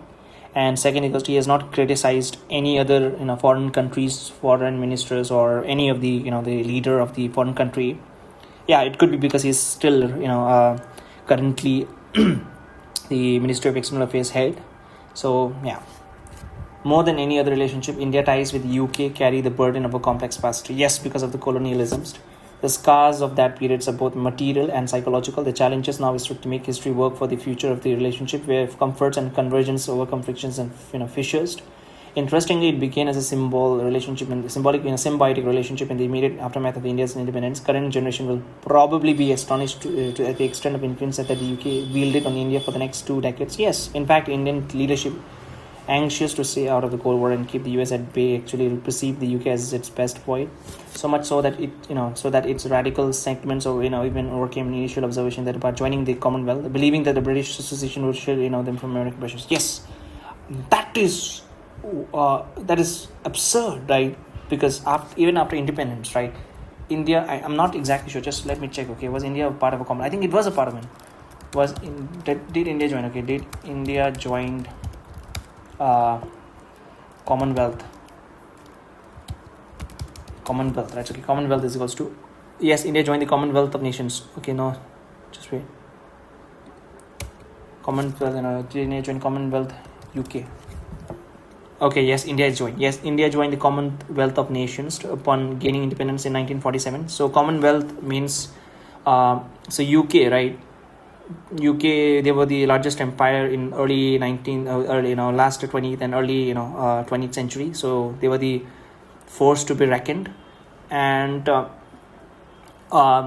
that time most of the different countries in the world are under the British Raj, British influence. For example, entire India, Pakistan, and West Bengal, and entire, I think, most part of the Middle East, even the United States, right? They were in early 1970, before 1776, was under the influence of the British. Even Australia, if I'm not wrong, even New Zealand, right? So even Canada, even right now Canada, I think in Canada and Australia, I think head of the state, right, the government, and head of the state still is the monarch, the British, the monarch, right?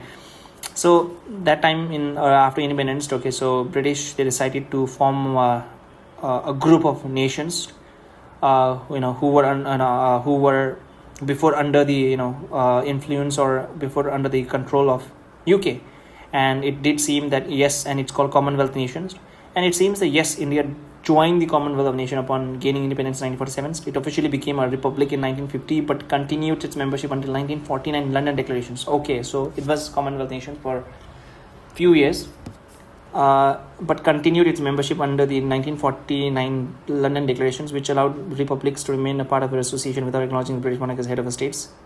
India became a dominion on August 15, and subsequently a republic retaining membership. Significant, India is the largest members of the Commonwealth, presenting 90% of the population. Role in India is a major contributor to Commonwealth and hosted Commonwealth Games. The declaration enabled India to remain a member despite becoming a republic, paving the way for modern.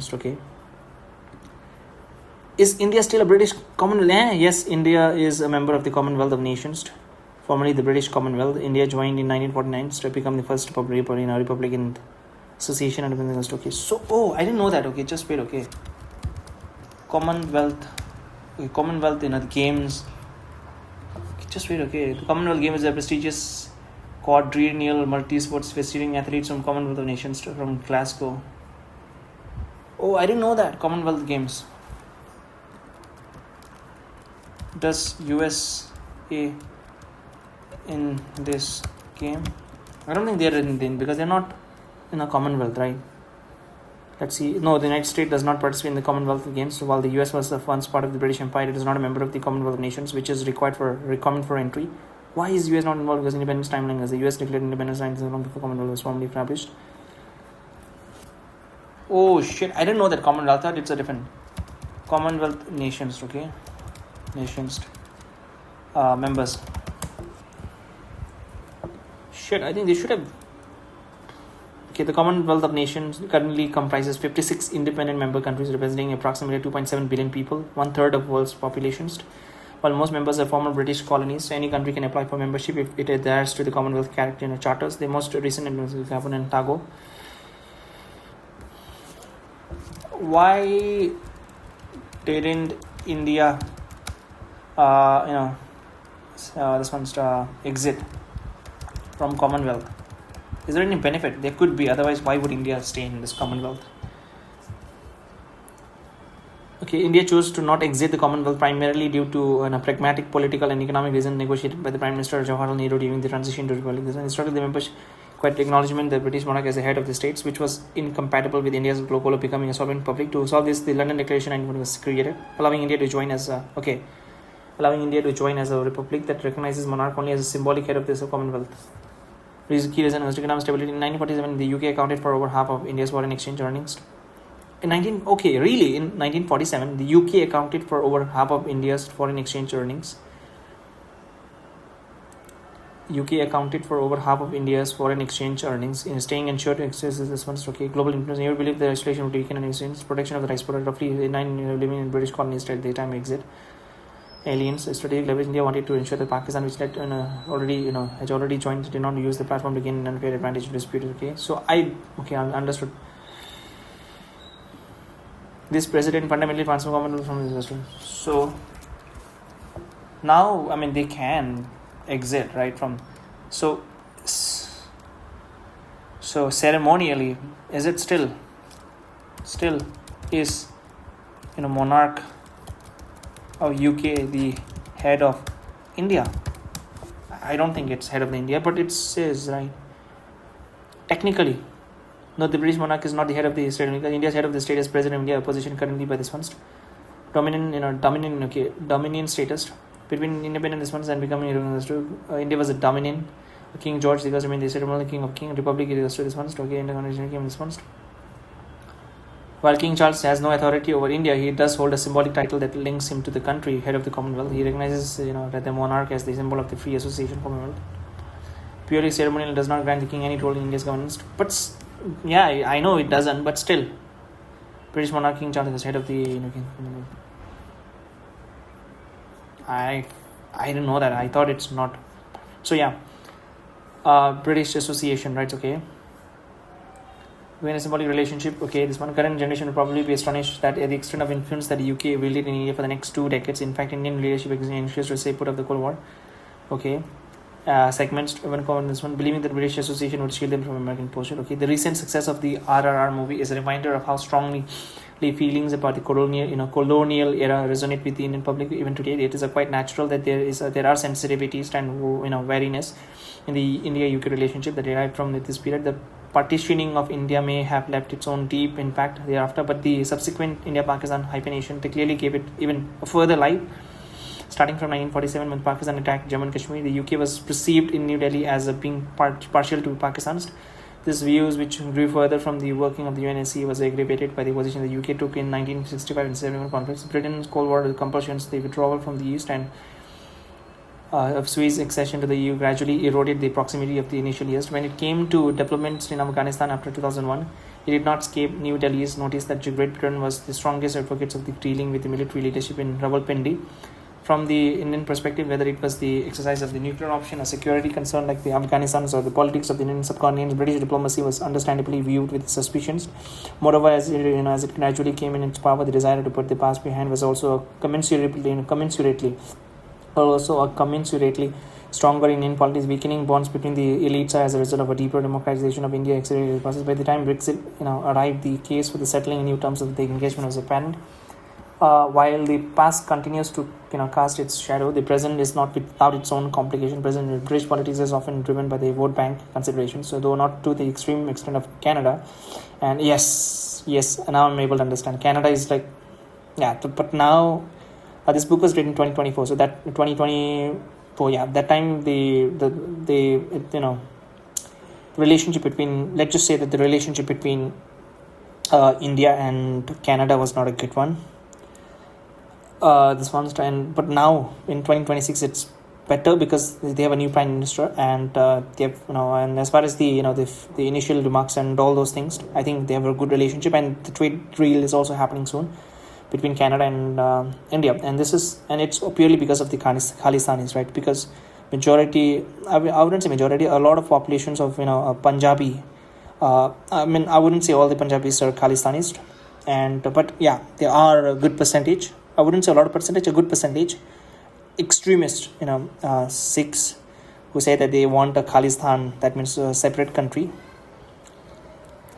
And this has given a space for secessionist forces targeting India to operate from its soil and misuse its freedoms. And ideologically, hostility in Indian quarters against the current dispensation in India has also added to irritants. I think, I was wrong. I've said that before, that he has not criticized any government, but this time he's criticizing the Canadian governments. Some are visibly so resentful of changes in India that they do not wish to understand the reality. When UK claimed to have a special bond with India, its impact is all the more. However, there is also a parallel reality of the two nations cooperating in the range of domains. So this long-standing duality is one of the characteristics of the ties. Whether the UK would follow the US to comprehensively reset it is the major question. Still now, the UK has lagged behind, but there is growing consciousness of the distance that this has created with India. Making adjustment requires introspection on a range of concerns, from political sensitivities and security issues with export controls and mobility. That this is no longer the India for India of the past should be evident. That this is no longer India. That this is no longer the India of the past should be evident by now, whether it is replacing British era legal codes, expressing its cultural belief, or asserting the symbolism of Netaji. Times are surely changing because of the close past association. It is particularly incumbent on the UK to appreciate the nature of its transformation. On the other hand, it is also essential that Indians approach the future of its partnership more clinically. They must recognize that the UK has served as an effective gateway for Indian businesses in Europe, and that it hosts a successful diaspora. Its global influence may not be the same, but it is still a very but it's still a very real in parts of the world. In certain domains, British technology and capabilities are clearly world class. From an Indian viewpoint, there is a case for building further on the convergence that the two countries may currently have, that the answers once both countries put their mind to it, views in a positive direction. This is reflecting the agreed 2030 roadmap, among others. Connecting the two different countries and people can be pursued through different avenues, including closer political contact, deeper economic and financial exchange, greater skill and education flows, stronger research and innovation partnership, and of course by nurturing the living bridge. Underlying this exercise is how we look at the world and grapple with the issues that both nations confront every day. The UK is a very different polity in the aftermath of the Brexit, and some of these changes are precisely those that can provide impetus to a more contemporary partnerships. Greater national control has allowed the UK to contemplate an enhanced trade partnership with India. An agreement on migration and mobility partnership also helps to match demands to demographics and talent. The UK's integrated review locates it as a Euro-Atlantic actor, but with the increasing stake in the Indo-Pacific, that makes a compelling argument for a stronger understanding with India. From India's viewpoint, there are many UKs that we seek to engage simultaneously. The global Britain, the Atlantic UK, the post-European one, the City of London, and the diaspora one, the innovations and the educations and UK, and of course the strategic ones. To the internal balances among them has clearly shifted as a result of the Brexit, and the global respect is now much more at the forefront while refreshing their ties. India and the UK cannot keep the issues carried forward from their history, but their conversation in the future will necessarily be different. So in the final analysis, the true test of the transition to a new era will be in the ability to work together both on the issues of the Indian governance and the Rajya operation. I think, absolutely. I do know that the past is difficult and very sensitive issues. It's difficult to forget also, and I'm not saying that we have to forget, but India should forgive in us. They don't have to forgive also. They just, because let the past be past, right? Now it is in the interest of India to grow, right? And I'm saying that even if you don't engage with the UK, you will grow. There's no doubt about it, right?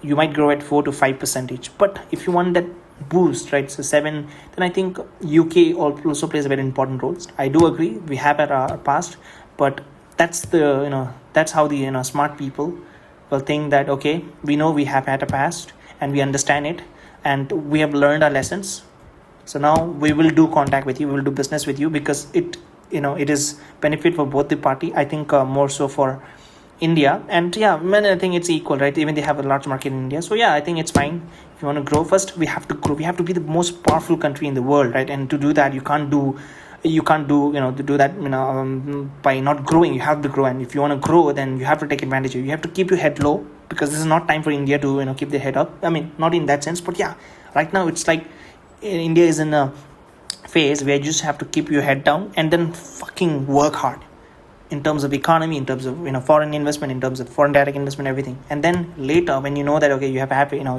enough, and that now you're the superpower, then you can take your head up, because right now we can't afford to be in those kind of a conflict, right? Which will delay the global the claim to a global superpower. So that's what exactly China did. They didn't speak a word, because I still remember vividly, right, that back in 2010s, we used to say that, okay, if it's made in China, then it's a duplicate, and it's not just us, it's the entire India. Everyone knows it. Pakistan, Bangladesh, everyone. Made in China means it's a cheap product, which the quality will not last for more than 5 to 10 days, right? And we do say that even if you buy anything and if it breaks within few seconds, even if it's not made in India, we say that even if it's not made in China, even if it's made in some US or anything, if it breaks within 1 to 2 days or 3 to 5 days, we say, is it made in China? So that time they didn't come forward, they didn't say anything at it, China, that time, because that time they knew that they were not that powerful. All right, they kept their head low, down, and then they worked. And now you can see, in terms of manufacturing, China is the go-to place. In terms of semiconductors, China is the go-to place. In terms of raw materials, China is the go-to place. In terms of cheap manufacturing, good quality, China is the place. In terms of almost everything, supply chain related issue, right? The origin will be in China. So that's why we have to follow the China's path.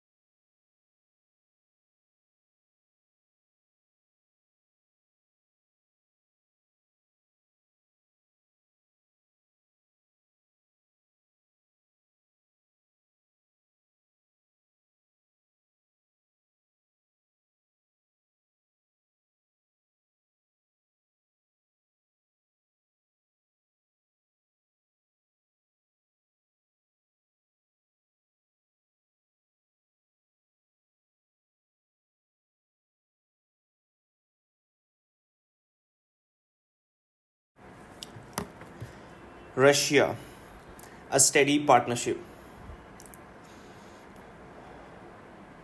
The story with Russia, while USSR, has been very different. A power that has a suspicion of the Indian national movement, often to the point of being downright hostile. Developed increasing shared interest as a post-independence diplomacy took root. This picked up after 1953-54, especially once Pakistan joined US-led alliance systems. Many political parties in our country also viewed the USSR as a progressive force.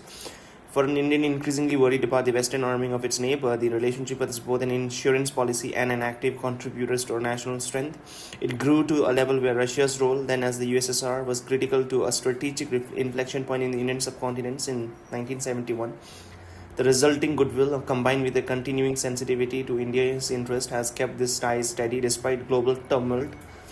Even the breakups of the USSR had limited impact, with the two nations rediscovering their mutual priority within a decade. Today, it is this Indian relationship with Russia that is the most on the global radar in terms of significant, in terms of it compares in many respect to that with the US and China. Its economic content may be less, but for India it has enormous strategic and security relevance. The unintended consequence of an unforeseen conflict, however, have paradoxically hastened some possibilities long under discussions. As a result, Russia could well emerge as a primary supplier of resources at the very time that India ramps up its economic growth and expands such needs. The irony today about the partnership is that it is the subject of attention not because it has changed, but because it hasn't. In fact, ties between Russia and India have been among the steadiest of the major relationship in the world after the Second World War. Each country has seen ups and downs in its ties with many other partners, yet for a variety of reasons, both have managed to insulate their own relationship with from the volatility of global events. It appears that the logic of geopolitics combined with the mutuality of benefits have provided an exceptional strong ballast to their ties. If relations have been stable, this is not to say that either nation has remained static as a polity or even as a society. In the last quarter of a century, India has grown to emerge as the fifth largest economy, a nuclear weapon power and technology center, a reservoir of global talents, and an active shaper of international debates. Its interest and influence have grown well beyond the subcontinents. Russia has meanwhile defined itself more nationally, with the accompanying changes in orientations and priorities. Its inherent character as a Eurasian power and its global status make it salient to the world order. Russia has also demonstrated an ability to influence outcomes across regions and issues. This is, it's important in domain like energy, resource, and technology remains noteworthy. The last 3 decades have seen the autonomous evolution of both Russia and India. They may have forged a partnership with others that may not always be convergent. Their own bilateral balance and equations have also developed with time, yet there appears to be a continued intersections of interest built on legacy of goodwill that shape their thinking about each other's. What has made a difference is that they have taken great care, even in changing world, not to act in a manner that adversely affects the core interest of the others. Preserving that is obviously crucial. Though coming from different histories and geographies, India and Russia conceptually share a commitment to a multipolar world and have gravitated towards its establishment as a global modus operandi. Modus operandi, and this is equals to modus vivendi. Just wait. Okay, what is modus operandi?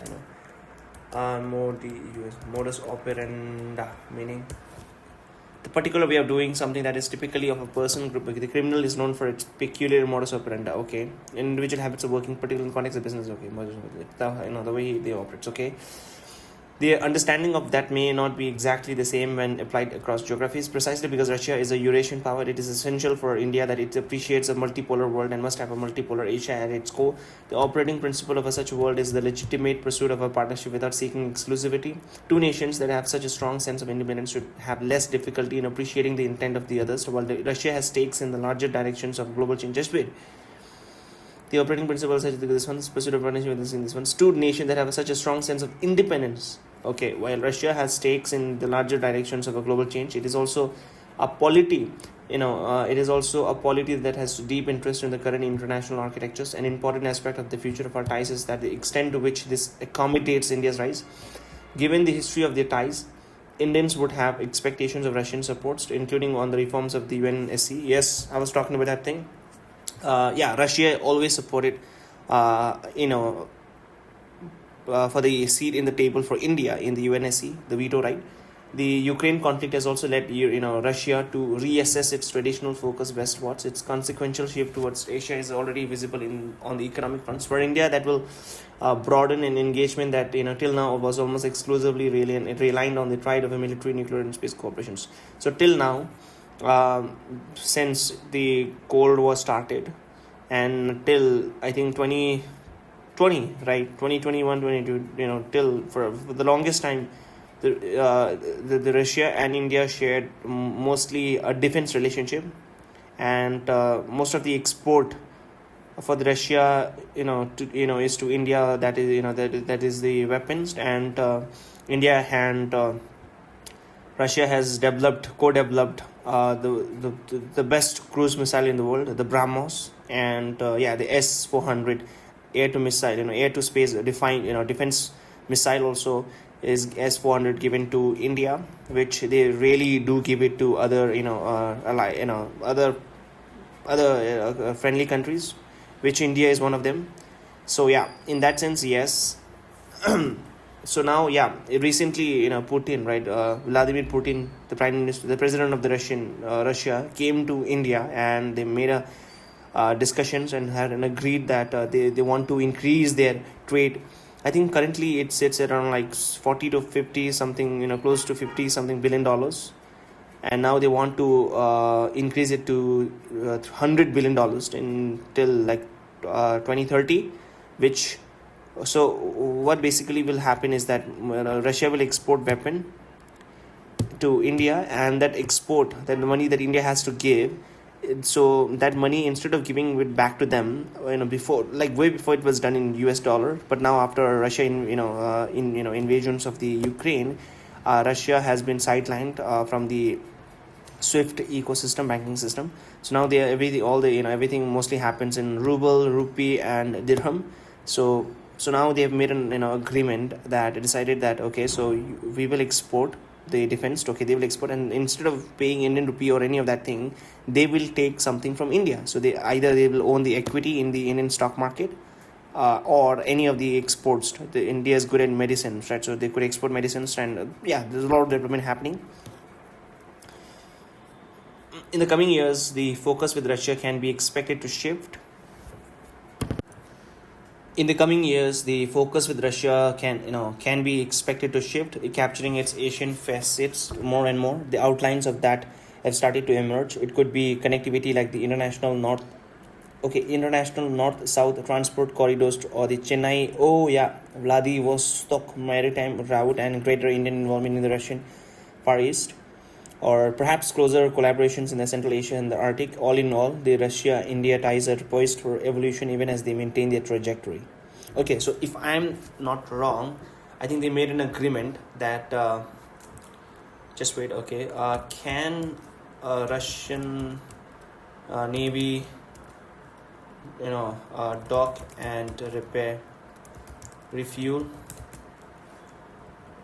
in Indian port, in South Indian port. Okay, South Indian port. I think there was an agreement. Yes, the Russian Navy can dock, refuel, and receive, repair in Indian ports, including the South India, under the reciprocal exchange of logistics. Yes, I was talking about this thing, right? So recently there was an agreement between Russia and India. I think that agreement is known as RELOS, RELOS, RELOS agreement, where the full form is reciprocal exchange of logistic support, right? So RELOS is equals to reciprocal exchange of logistic support. Reciprocal support. Okay, reciprocal exchange of logistic support. So that means gradually, since India is also on a journey to become a superpower, one of a superpower. So if you want to become a superpower, then you have to dominate the entire earth, right? Which currently it's not possible for India, but gradually the Arctic region, the uppermost north, right? The snows are melting, and if the snows are melting, so because right now most of the trade, right? So the majority of the world trade happens through the Atlantic Ocean, Indian Ocean, Indian Ocean and Atlantic Ocean, right? But if you see that Atlantic and this one Pacific Ocean, there are a lot of risk, and there are lots of the time, right? Time, it's very time consuming, and if the time consumes, then more expensive, and entire thing will be more expensive, right? So the and we're not going from the upper north, because it's all snow especially during winter, it's all snow.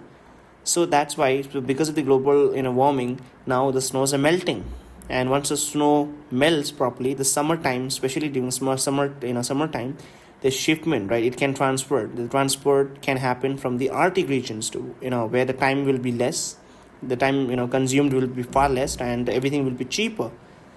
So because of that, India wants to have some, okay, if the Indian Navy or a submarine goes for a mission, right, in the Arctic, then if the fuel or for the refueling and for the repairs or any of that thing needs if any of the Indian Navy needs any of that thing, then instead of going back to India, which is very far, they can do the small minor repairs and refueling in the Russian port, because the Arctic region is entirely covered by the Russia, right? So it's covered with Russia, so they can do that. But if Russia wants the similar thing in an ocean, right, then they can very much do that in Indian airports, Indian ports, right? So that agreement is known as a RELAWS. This is a significant agreement, and it stands for Reciprocal Exchange Logistics Support Pact. And not only that, this is RELAWS. And then second, normally if there's any transport, if there's any shipment to transfer from Russia to India or India to Russia, they follow a very, very long route from the from the, I think it goes from the Atlantic Oceans, North Atlantic Oceans, and goes all the way, and then it goes from the Middle East, if I'm not wrong, and then it goes to India. Now they've made an agreement where they will directly transfer from the the South Indian side, and it'll go from the Bay of Bengal, and then it, okay, just wait, okay, I'll just it'll go from the Bay of Bengal International goes to, okay, Chennai Vladivostok, okay, so Chennai VL Maritime Corridor, right? Okay, yes, so it'll go from Chennai, and it'll go from the Malaysian side, okay, so near the Strait of Malacca, it's an Indian region, and then they'll go all the way there south, China Sea, and from Taiwan, South Korea, and then Vladivostok, right? So Vladivostok, so that they'll go. So before, okay, so this is the exact thing, right? Eastern Maritime Corridor goes to, before, how it used to go is that it goes from Russia, and Arctic region, and it'll cover the entire the upper part of the Scandinavian area, and then goes all the way, and then they'll enter the Mediterranean Sea, and then it goes to the Suez Canal, and then Suez Canal, entire Red Sea, and then in Red Sea it enters the Arabian Sea, and then it goes to the Gujarat. Now, and this one entire it takes 8,675 nautical miles, and if you convert this to kilometers, 8 to the 16, so 9 to the 18, so it's almost like 180,000 kilometers, close to. And so if they do the other one, which is the proposed one, the port of Chennai to port of Vladivostok, so then they have to follow from Chennai, Bay of Bengal, and Malacca Strait, and then South China Sea, South and Taiwan, and then Korea, and then that area. So the time saving is up to 16 days. That's a lot. So this is the proposed one. Now, so it could be connectivity like international, north-south transport corridor about the Chennai, Vladivostok maritime routes, and greater Indian involvement in the Russian Far East. Yes, Indian involvement in the Russian Far East, or perhaps closer collaboration in Central Asia and the Arctic.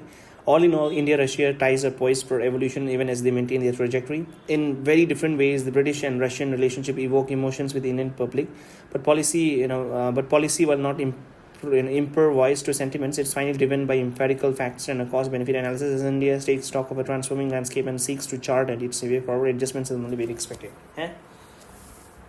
The British and Russian relationship evoke emotions with the...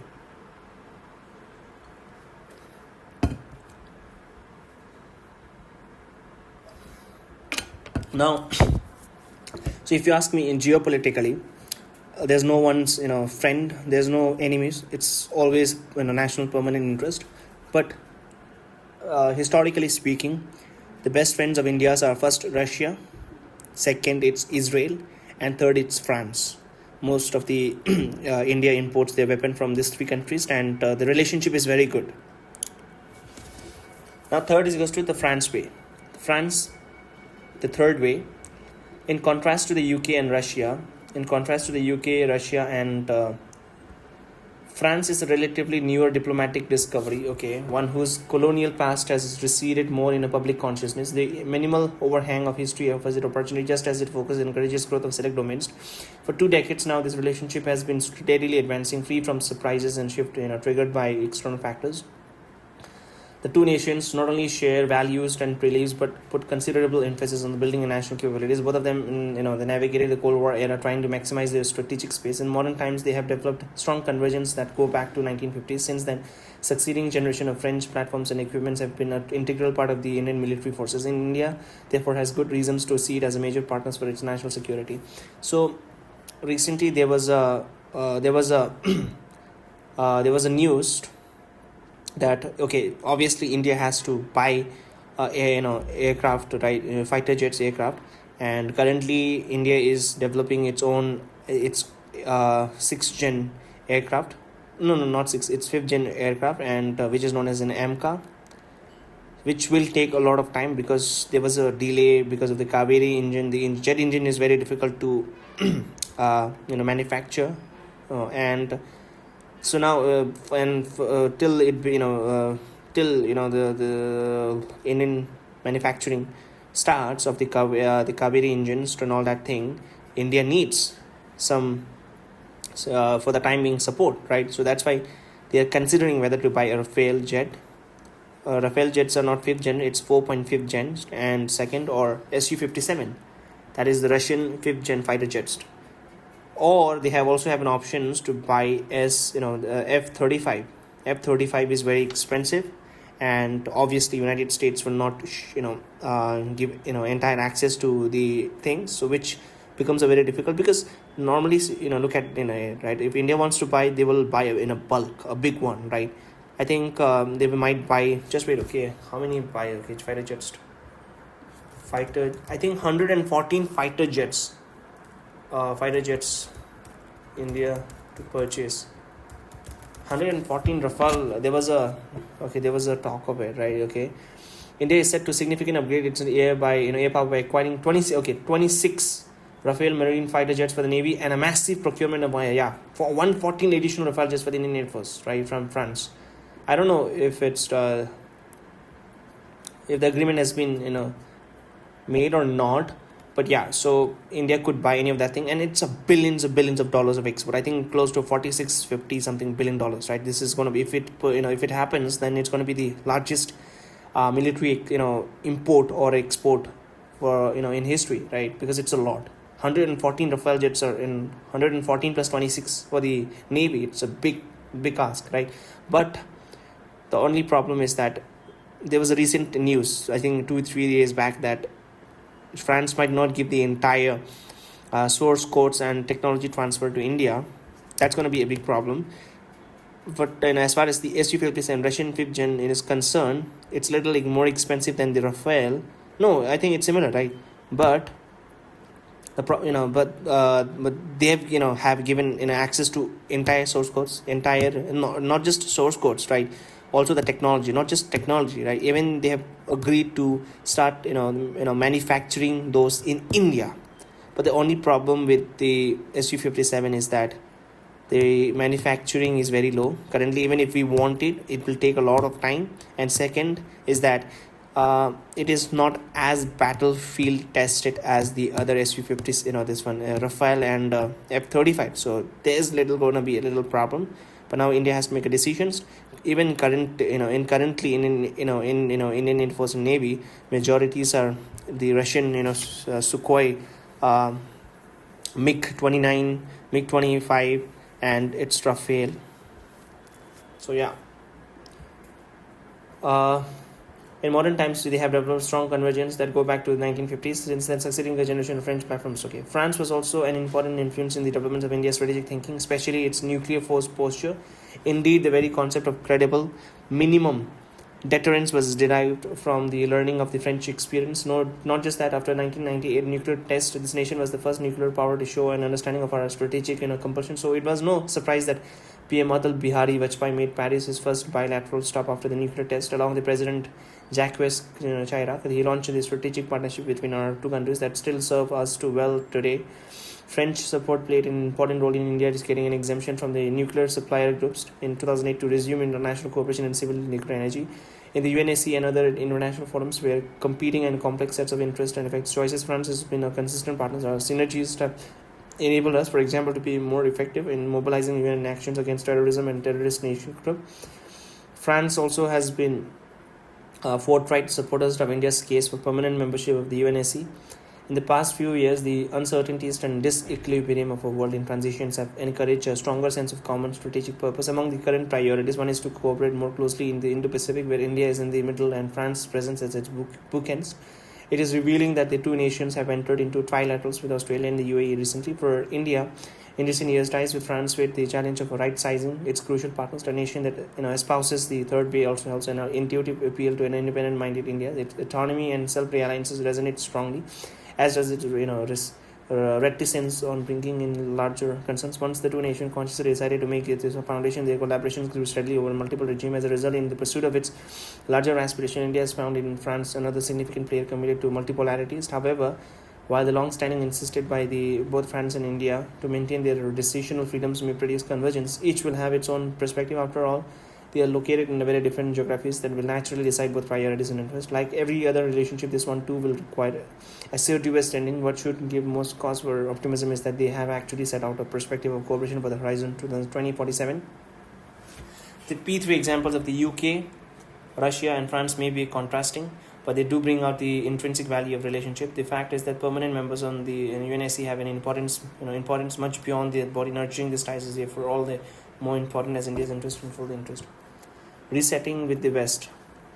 Since international relationship is simultaneously a collective and national activity, it is perhaps worthwhile to assess India's approach to the West as a whole. Understandably, some of that remains colored by the experience of colonialism. Okay, the pronunciation. It's not colonialism, it's colonialisms. That said, it is also a fact that this era has facilitated elite bonding to a considerable degree. The one Western country that could have escaped the colonial taint was the US. It, however, bolted its copy book in India by strongly aligning with the Pakistan militaries and thereafter with the China. So this negatives were nevertheless set off against the substantive economic, technological and societal linkage that were built up after India's independence. Interestingly, even the political friction was sometimes mitigated by circumstances. India may not have always been treated as a friend, but was regarded as a foe either. The very same nations that evoked anxiety through their geopolitics were the ones that stepped forward after the 1962 conflict with China. Their contribution to infrastructure creation and agriculture self-sufficiency also cannot be underestimated. Our stance towards the Western Bloc as a whole was influenced by the totalities of these experiences and considerations.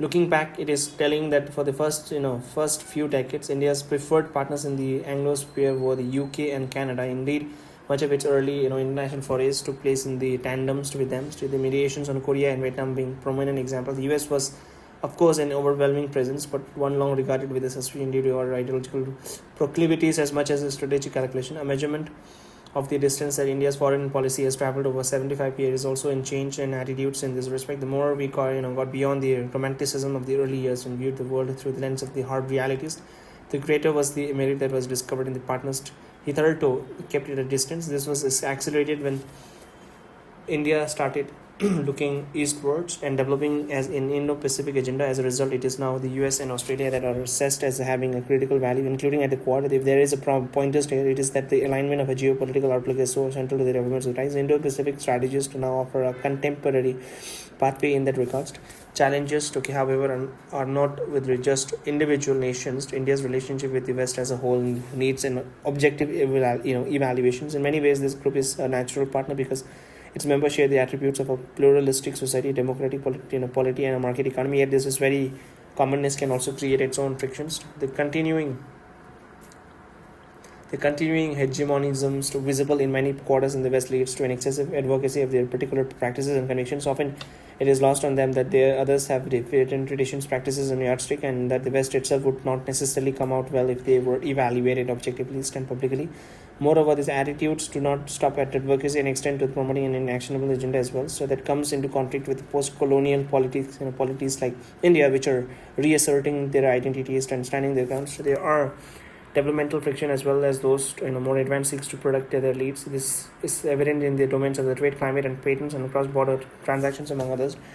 At the heart of the contestation with the West is the tension between those who have dominated for long and others who have now seek challenge. The promotion of the rule-based orders is regularly advocated. Just as respect for the UN Charter is frequently invoked.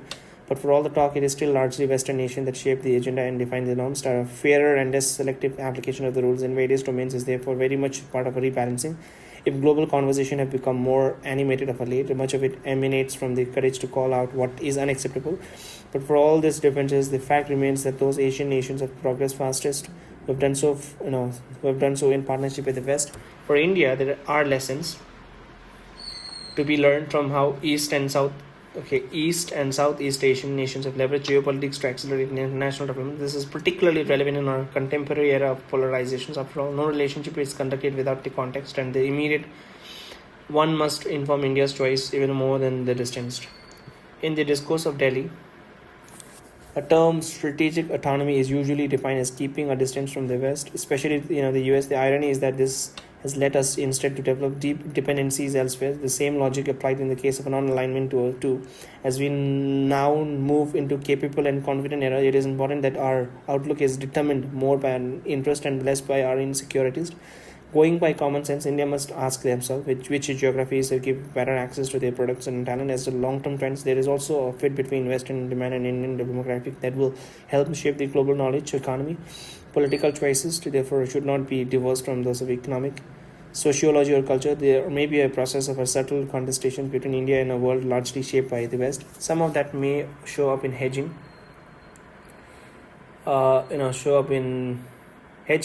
A phenomenon well established in the political domains, but here too there are good reasons to be discerning and deliberate rather than allow an attitude to become a strategy. India may be non-West, but must realize that there is little profit in being anti-West.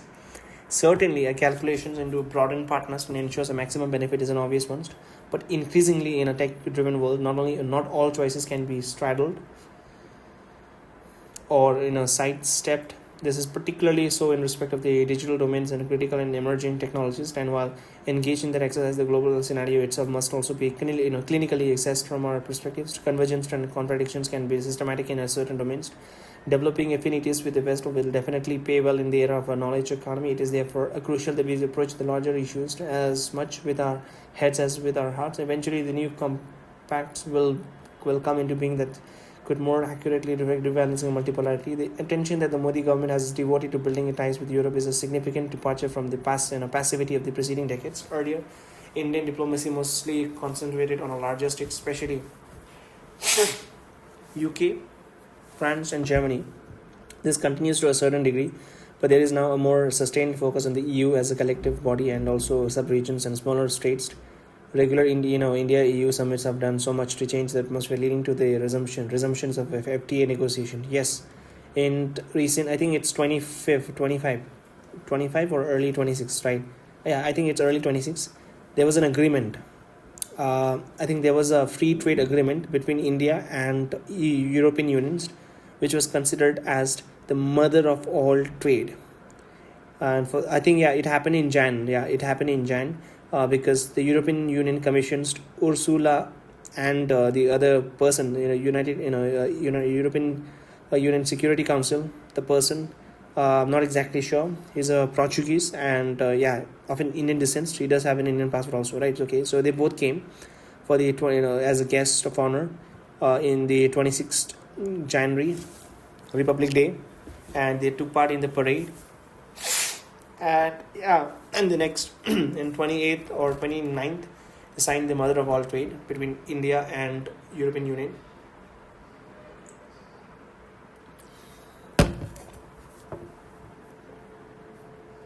For India, Germany is clearly the account where there is a, there is a visible space for further growth. Till now, much of that country's attention has been on other parts of Asia.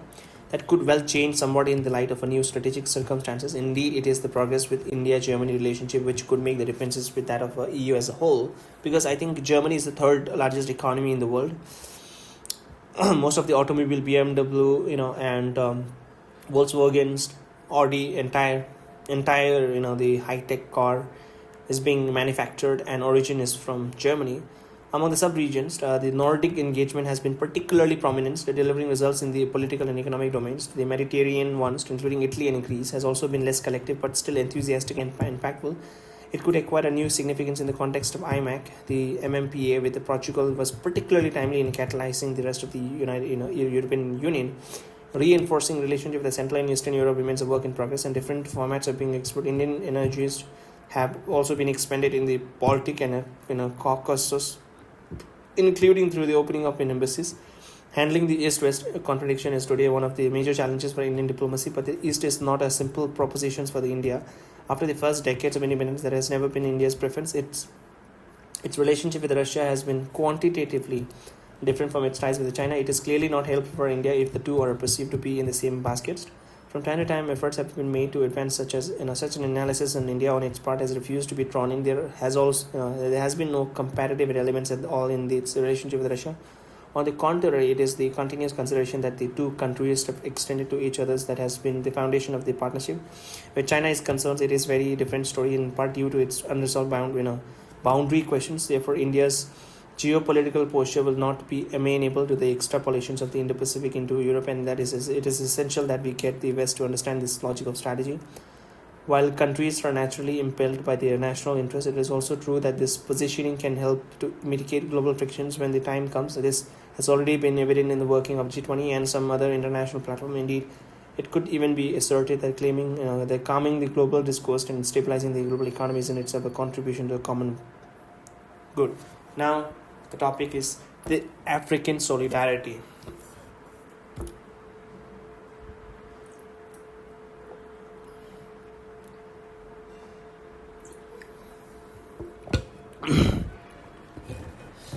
The African solidarity.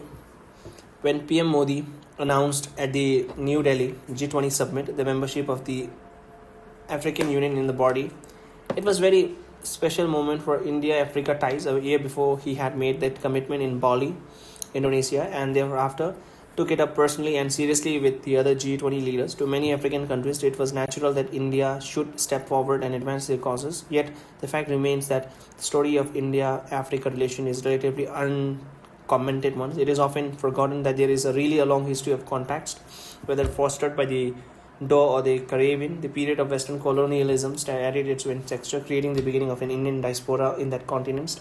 Subsequent independence struggle have generated a unique solidarity that is still on display on the global forum. Yes, even in Africa, there are a lot of Indian diasporas, I know. And yes, and since entire Africa is underdeveloped right now, still developing, I think India could play a very important role in a sense that they could export a lot of our electric vehicles, that is bike or a car or a big truck starter and all that thing, and make a lot of money, and could very well export to those countries. As with many other regions, what was steady but unremarkable in relationship got a quantum jump due to PM Modi's personal interest. Perhaps this also reflected the extensive contract that his home state of Gujarat had with this region. A clear approach to cooperation with the continent was articulated by him in July 2018 in an address to the Ugandan parliament. In essence, was that India would respond to Africa's priorities, demands and needs rather than unilaterally propose an agenda. Since 2014, there have been 34 outgoing visits by the Indian presidents, vice presidents and PM to Africa, and more than 100 incoming ones at the same level. The IAFS of 2015 laid out particularly ambitious targets for cooperation. A decade later, despite the interruptions by COVID, much of that was agreed upon. Upon has been delivered in terms of projects. capabilities, training and exchange. Apart from practical collaboration, the solidarity with Africa is best expressed by how strongly India has pushed for its membership of the G20. To date, India has also done about 200 projects in Africa, with 65 more under executions and 81 in work. Many of these projects were the first of their kind in Africa. Some are truly iconic in nature, such as the Tema Makadans Railway and Presidential Palace in Ghana. Okay, I'm not exactly sure. Just let me search. Presidential Palace. The Jubilee House, formerly Flag House, is the official presidential palace seats of government in Accra, Ghana, serving as the official president and who developed proposed this function as architectures. Which is the biggest presidential residence? How much is present salary in this one? Okay, just wait. Okay, so who made it? Right, okay. Which country helped in making? The presidential was built in the presidential palace in Ghana, known as Jubilee, this one was built with a significant financial and technical assistance from Indian contractors, Shapurji leading the construction period, and this was a completed understood cost, which was initially estimated at $36.9 million, but the final cost reported for some rivers significantly higher, nearly one. I don't get it why, but okay. National Assembly building in Gambia, the Rivertex textile factories in Kenya, the Metro Express project in Mauritius, and the Mahatma Gandhi International Convention Centers in Niger. Oh, just let me Nigeria. I think it could be Nigeria.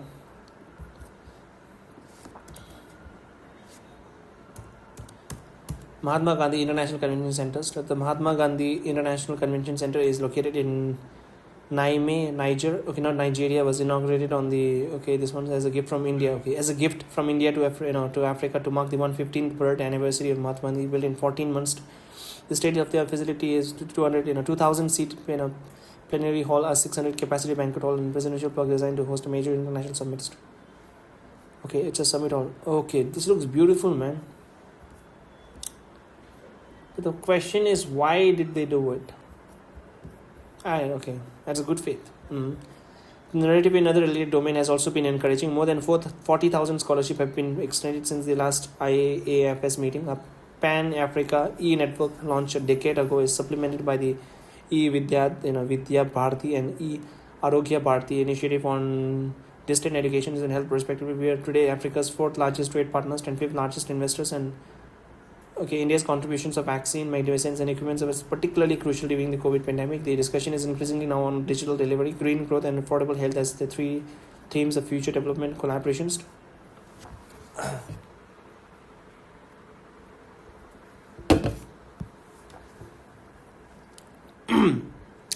The bridges not too far. While Africa has been the main focus of lines of credit and grant assistance, India's growing footprints in Latin America is also worth noting. From being perceived as a faraway destination, that continent is gaining salience as a supplier of energy, natural resources and food. Its expanding middle classes are natural customers for Indian products and pharmaceuticals and vehicles. The Indian IT industry is also firmly entrenched in the Latin America market. If the overall trade turnover is growing so rapidly, then the seriousness of our presence cannot be ignored. Currently, India is among the top 5 trade partners of both Brazil and Argentina.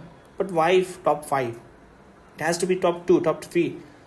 Indian investments are growing space in diverse sectors, matching the strategy, strengthening political collaborations in the task of making friends and influencing people. Latin America is no longer a bridge too far. The example of a Pacific island is a reflection of how much India's reach has extended in the last decades, but it is equally reminders of what awaits as a more intensified engagement in the regions that are not proximate. Within this period, India has undertaken 3 summit-level meetings with the Pacific Islands countries, the most recent being in 2023 in Papua New Guinea. While the warmth of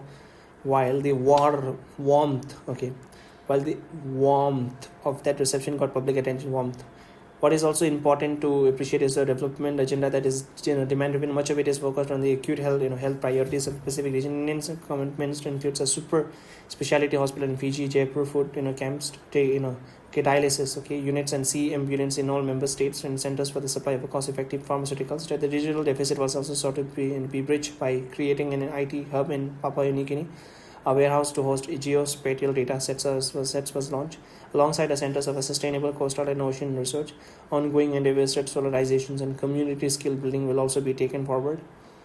Many Pacific nations were vocally appreciative of the Indian assistance during the COVID pandemic, and all of them clearly saw merits in its climate action initiatives. That Indian calculation have started to focus on a region where there was previously only tenuous context. Obviously speaks of an expanding horizons, but it also underlines how integrated global politics has now become and the importance of extending one's hand generously. In a different quarter of the world, a similar story has begun to unfold in respect of the Caribbean community, where there is a significant diaspora as well. Here again, a long-standing but low-key relationship is being energized through development projects, larger investments, enhanced trade, and focused capacity building. Enabling this year through a politically led framework is also beginning to yield results. The COVID pandemic provided an opportunity for India to display solidarity in a manner that will resonate for long. Neighborhood goes to truly first. Even as it spreads its wing, a rising India must remain focused on its immediate neighborhood and the extended ones. The current decades have seen as a radical improvement in India's linkage as a result of the neighborhood first policy. So India does have a neighborhood first policy.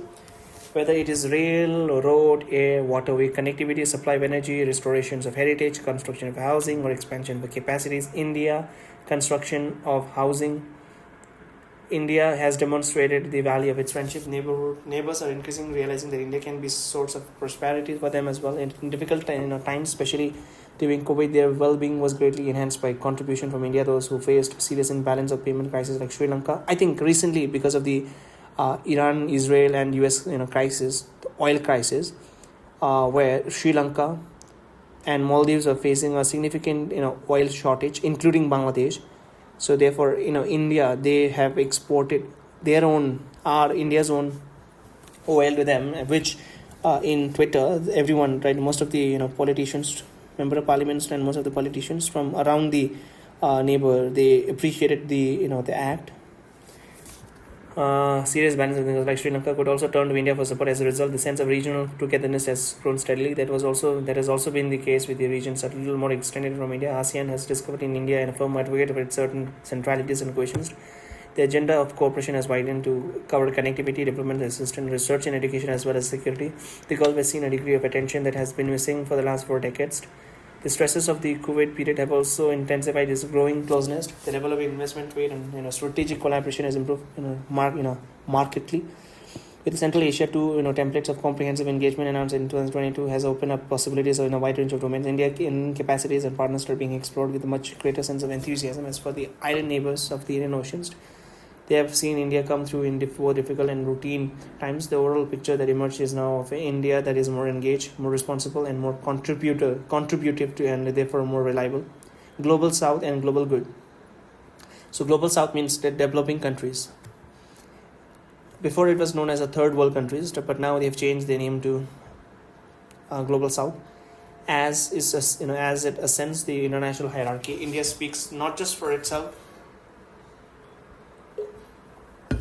but for a larger Global South constituency as well.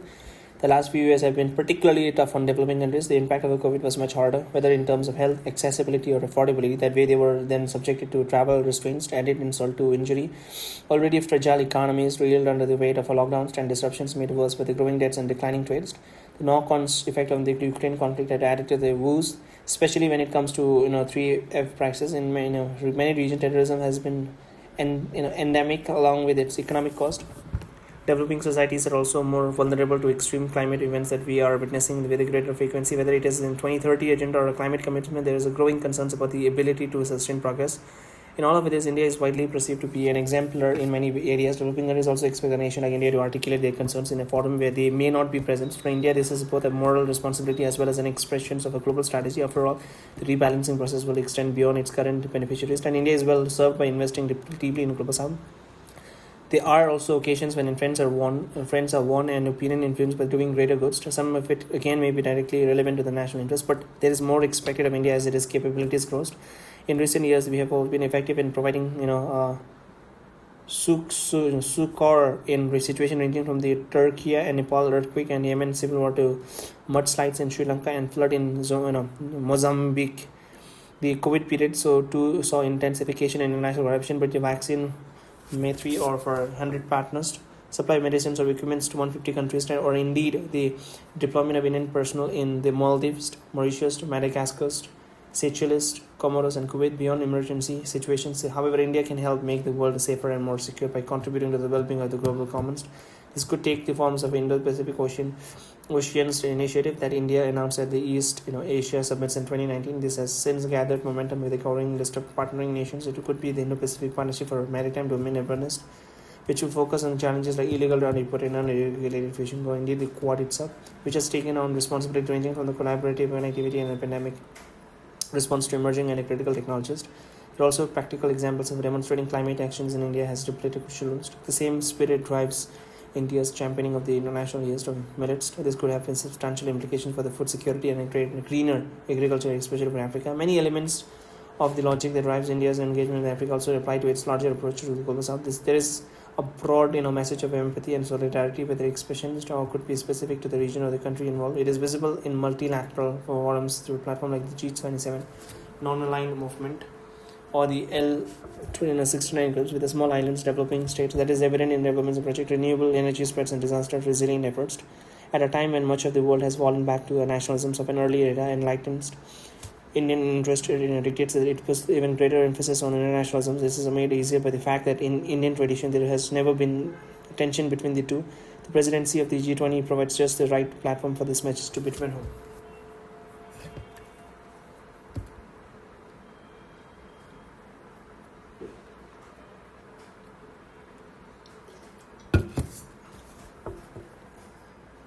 It is not just that important bilateral relationship have started to get the attention that they long deserved.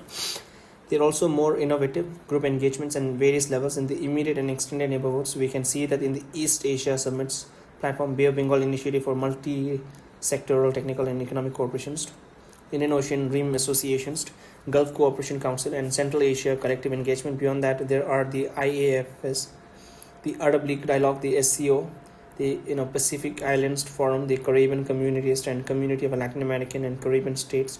Dealing with Europe has acquired a new intensity, not just with the EU but also with a constituent member like the Nordic countries. Nordic countries. I think Nordic is equals to Norway.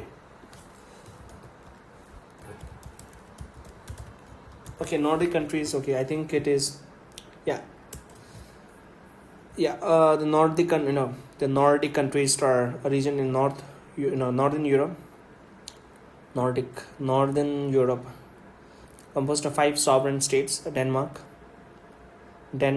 Finland, Iceland, Norway, and Sweden, along with their associated autonomous territories within the Faroes. But Nordic countries or Scandinavia. What are the differences? Nordic and Scandinavia are often used interchangeably, but Nordic is the broader, more accurate term for the region. Nordic countries includes 5 nations. Denmark.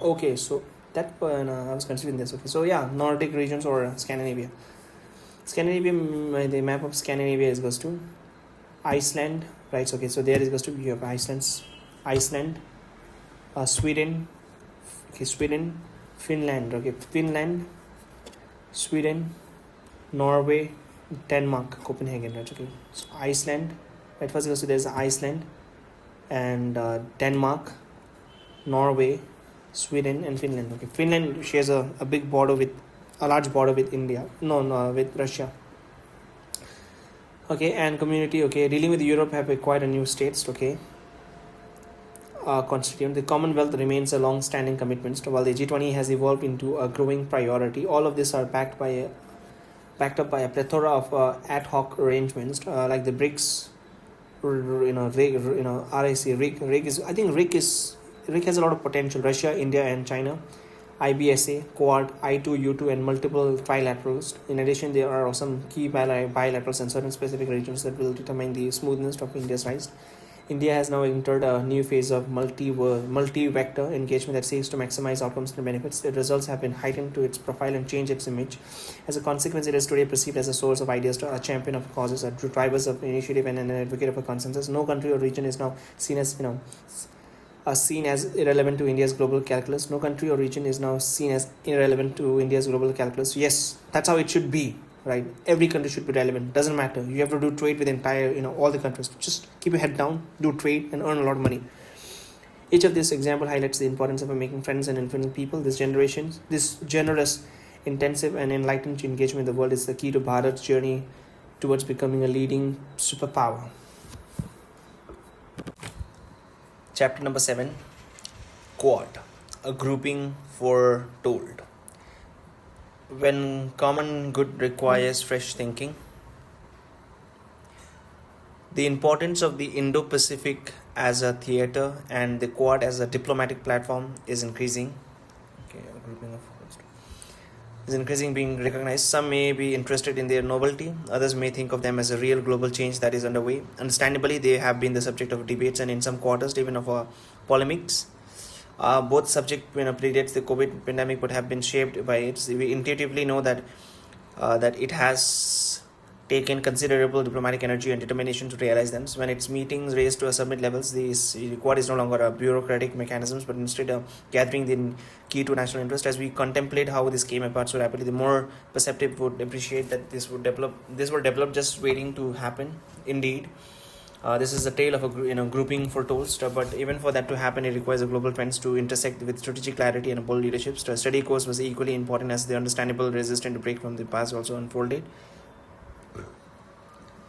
After Lord Rama was sent into forest exile on the eve of his coronation, he thereafter met up with half-brother Bharata, in whose favor that decision was made. The meeting, known famously as the Bharata Milap, is of course a favorite subject for artistic and cultural depictions of in the ages since. The hunter king Goa, on whose land this encounter takes place, observed the gathering on the four brothers as the twin Lakshmana and Shatrungana were also there. So he marveled that despite each having their own interest and perspective, they displayed very visible affection towards each other. It was not particular that there were no differences or tension amongst them. So Lakshmana in particular was deeply aggrieved by the invoking of the boons by Bharata's mother Kaikeyi, and that continued to influence his outlook. But once they come together, they distrust, the distrust that would be natural in other circumstances was dissipated by the innate bonding. They realized too that the collective solidarity had a larger purpose because it resonates throughout the kingdom and allowed them to render the expected services. The ability of those who share values and believe to put together for greater good should therefore never be underestimated, particularly once they have learned to accommodate differences and appreciate a larger purpose, and groundwork is laid for the lasting convergence. If we are now to consider the campaign underway to recover Queen Sita, Lord Rama brought together a diverse group of players to advance a shared objective in objectives. Naturally, the other side made all the efforts to show dissensions among these differentiated groups. In this particular group, Ravana sent the sorcerer Sukha to create a discord between monkey and the men. However, Sukha failed to achieve this objective as his insinuations said that men do not treat other creatures fairly was strongly debated by the monkeys. In fact, his efforts end up counterproductive, bringing into open the conflict of interest of a monkey and demons in the forest that they inhabited together. So Ravana made another attempt with the monkey prince Angada, invoking what he claimed was a deep friendship with his father Vaila. He sought to exploit exploit what would normally be grudge. Since Lord Rama had killed Angada's fathers, this too failed as much as a result of self-awareness from the prince's part of as well. Mutual confidence is steadily encouraged with Rama. It, in its own way, the Ramayana is also a tale of a power of comfort and convergence as it is for the importance of the global good. The changing big picture. In many ways, I bear a personal testimony to the evolution of the Quad. This goes back to 2005 and 6, as witness to the early efforts to develop it that were particularly driven by Japan. After the 2007 efforts, many of us shared the disappointment of an aborted ventures. It was, however, typical of an era of ambivalence. A decade later, we were now in a position to both assess the changed geopolitical landscape and learn from the lessons of the past. A meeting at the Foreign Secretary level in New York in 2017 was a signal that our leadership had decided to give a new life to an old idea. The differences was also, that Quad members now had a greater clarity about global deficit and stronger resolve to contribute. This was probably the true of all, but most marked in the case of India.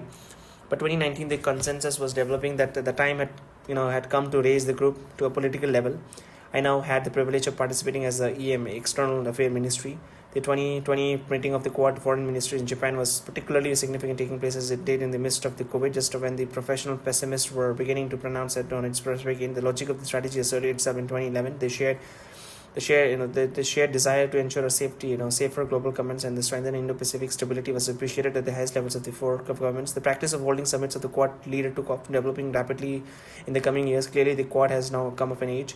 In the bigger picture, the Quad certainly represents an example of the direction in which the world is currently moving. But to see only the outcome and remain oblivious to the reasons that drove into would be to assume that major developments happens out of the blue, which of course they don't.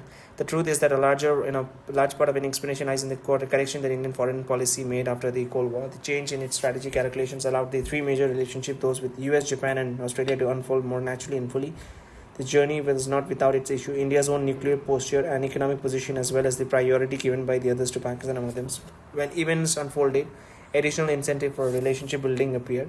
Concern for regional stability and cooperation on global issues acquired a greater salience. The last 3 decades also brought out the importance of the values in international relations. The convergence of the major relationship on critical challenges of our time was inevitable, and it is the resulting fusion that we know as a Quad. Those who ponder about the changes in the Indo-Pacific region geography might find it instructive to compare them to developments in Europe that 3 decades ago. It is something of a paradox that even though Asia has been more dynamic than Europe, its regional architecture is far more conservative. Part of the explanation lies in the fact that Europe was very much at the heart of the Cold War and felt its termination more directly. The fall of the Berlin Wall opened up the ground for strategic experimentation that has led to the expanded EU as we know it today. In contrast, there was no such seminal development in Asia. On the contrary, this was an era of a steady economic progress and an accompanying political status. Moreover, the region had a much vaster expanse with greater diversity and less collective persona than Europe. In fact, there were distinct subregions such as Northeast Asia, Southeast Asia, the Indian subcontinents, and Oceanic, each with their own particular characteristic and history.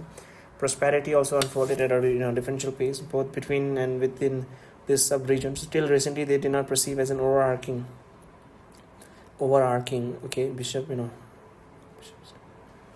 scenario that required a state response to the extent that when they needed a great meeting, when it was provided vast and driven platforms. Most importantly, the deep underpinning to the larger stability provided by the pervasive presence of American power has helped to keep the theater steady till now. It is a revisiting of many of these assumptions and attitude now that has started to shape the emergence of the Indo-Pacific. To begin with, there is the reality of the repositioning of the US. Some of it may be reflected in its change, resource, and commitments, but there is also the relative growth of a competitors and the increasing complexity of challenges. But both the landscape and this tasking demand a response that cannot be the same as before. Call it America first or a foreign policy for the middle class. There is a widespread recognition of a new era where the differences lies with the USA or in respect of the vision, attitude, and strategy. These are not just divergent but also very consequential in their impact on the rest of the world. The US is undeniably the premier power of our times and will remain so indeed. Such as its centralities to the government in order that that be it an ally or a competitor, the agnostic or the undecided. None of us can really be indifferent to its posture. There are different ways by which the US is coming in terms of the constraints and its challenges, and as we have seen since 2008, that has not exactly followed a predictable path. Some of the US are understands in reprioritizing, some in more mobile and affordable preference, and some perhaps in more tools of influence. Building a technology and financial edge has long worked for it, and maintaining that against stiffer competitions will be another national responses, where the US as an entrenched power is understandably struggling in respect of a new manifestation of asserting influence and willing power. As an open society, it is not easy to deal with rivals, and it is not easy to deal with rivals with command politics. It not only has inherent vulnerabilities but also structural constraints while practicing these contemporary forms of competitions. But which is important to recognize that is that in its own unique way, the American polity is going through the serious introspection that could well result in different methods of engaging the world. Among its policy changes are a greater emphasis on burden sharing and the openness to partners beyond established relationship. Its search for the global solution leads to contemplate a new form of plurilateralism. The second big drivers of the changes we see around is, of course, the growth of a Chinese power. There are three autonomous aspects to this phenomena that needs considered analysis. The first is the enormous expansion of the Chinese capabilities in virtually every field. The second is projection patterns that change beginning with 2009 and more vigorously up to 2012. The third, and this was particularly apparent during the pandemic, is China's deep relevance to the global economy. These trends obviously cannot be reviewed in isolation and must also be seen in terms of the implication of others. They have propelled global economic and strategic rebalancing, that too in a radical manner. The US, as the dominant power of the day, is the most affected on both scores. Equally, the change have had an influence on the rules and practices of the current orders, to management of the global commons, and on the nature of the world politics itself. None of that is surprising, given that the combined import of these developments has been multiplied by the force to leveraging for strategic purposes that seamlessly exhibited abroad by the China is a reflection of both the tightly integrated worldview and its domestic outlook. Let's be clear that this is not just about the rise of the simply another power. However major, we have entered a new phase in international relations, and the full impact of the China's re-emergence will be felt more than those of a major powers before it. And naturally, the reverberations are strongest in its immediate vicinity. These developments centering in the US and China are largely responsible for the concept of Indo-Pacific, taking root so rapidly. They have fundamentally shaken the old order, but not yet created a new one. The region come to grudgingly appreciate it. That is, it can neither be insinuated from their relationship nor indeed indifferent to what it pretends for global goods. What this has in a common with a very dissimilar situation in Europe with Jaishankar is that a sharp geopolitical changes are redefining the very contours of the landscape. In Europe, it happened when the American power was at its peak, encouraging a generosity that overcame the caution of that continent's history. In the Pacific, it is a very different story, where it is the relative limitation of American abilities that has triggered rethinking on the part of parties, both in their own ways have encouraged a greater sense of collectivism. It was also inevitable that such a significant transformation in relative way, influence and behavior of players would lead to a reimagining of the arena itself. The irony is that those who are projected as taking the lead are actually coming to terms with the scenario that unfortunates have this once. The consequence of Act East. There is more than adequate evidence of how integrated economic and cultural activities have been between the Indian and the Pacific Ocean in history. By its very nature, the maritime domain supersedes artificial barrier and man-made lines, whether it is trade or faith, mobility or practices, monuments or relationship. We know that the energies of its community traverse the waters over the ages with a great comfort. Assigning labels and restricting activities, is a relatively modern phenomenon. So in this particular case, the sharp differentiation within the Indo-Pacific was very much the result of 1945 outcomes. In fact, it has a specific American signature to it that is highlighted by the milestone of its preoccupation in the Far East. Among them are the Second World War itself, the revolution in China, and the Korean War, the revival of Japan, and the Vietnam War. As a result, it was quickly forgotten that much of what happened in that theater was actually driven by the forces residing in the Indian Ocean. To that extent, there's again a similarity to the Europe of the previous eras, where the interest of one great power distorts the entire landscape and create a concept of its own convenience. But here too, the wheel of history had started to turn, and the old normal is reasserting itself. The Indo-Pacific, debate has on occasion been marked by charges of Cold War thinking. In fact, the truth is that the very opposite. That is not surprising, given that such rhetoric comes from the very quarters to seek to rephrase the advantage of 1945. The Indo-Pacific suggests integrations and pluralities. Its denial means divisions and dominance, and criticism is really meant to advance classic Cold War, also constraining freedom of choice and exerting pressures to conform. In fact, to see Indo-Pacific in binary terms when the interest of many are involved is a dead giveaway. The Indian Ocean may have been relegated to being a strategic backwaters for 7 decades after the Second World War. Today, it is not only a critical global lifeline, but one smoothly fusing into the waters of the Pacific. The action of the major powers active in the Indo-Pacific speaks volumes of their integrated vision. So, if we judge nation by what we do, what they do rather than what they preach, the picture is quite clear. At the end of the day, the compulsion of interdependency and interpenetrations have triumphed over outdated definitions. Concerns about the well-being of the global commons were also factors. Contemporary challenges require like-minded nations to work together, especially once the US acknowledges the difficulties of going alone. The Indo-Pacific in that sense represents the reality of globalization as much as it does the result of rebalancing. A significant contribution to the change in landscape has been made by the India's Act East policy. 3 decades ago, India adopted a more open economic model that helped forge closer ties with the ASEAN and Northeast Asia. In due course, this opening required the other dimension, including those of connectivity, security, and education and societal challenges. Exchanges, the domain of activity may be different, but starting from the 1990s, India's ties with the ASEAN, Japan, South Korea, and China have developed far greater substance and consequently higher priority.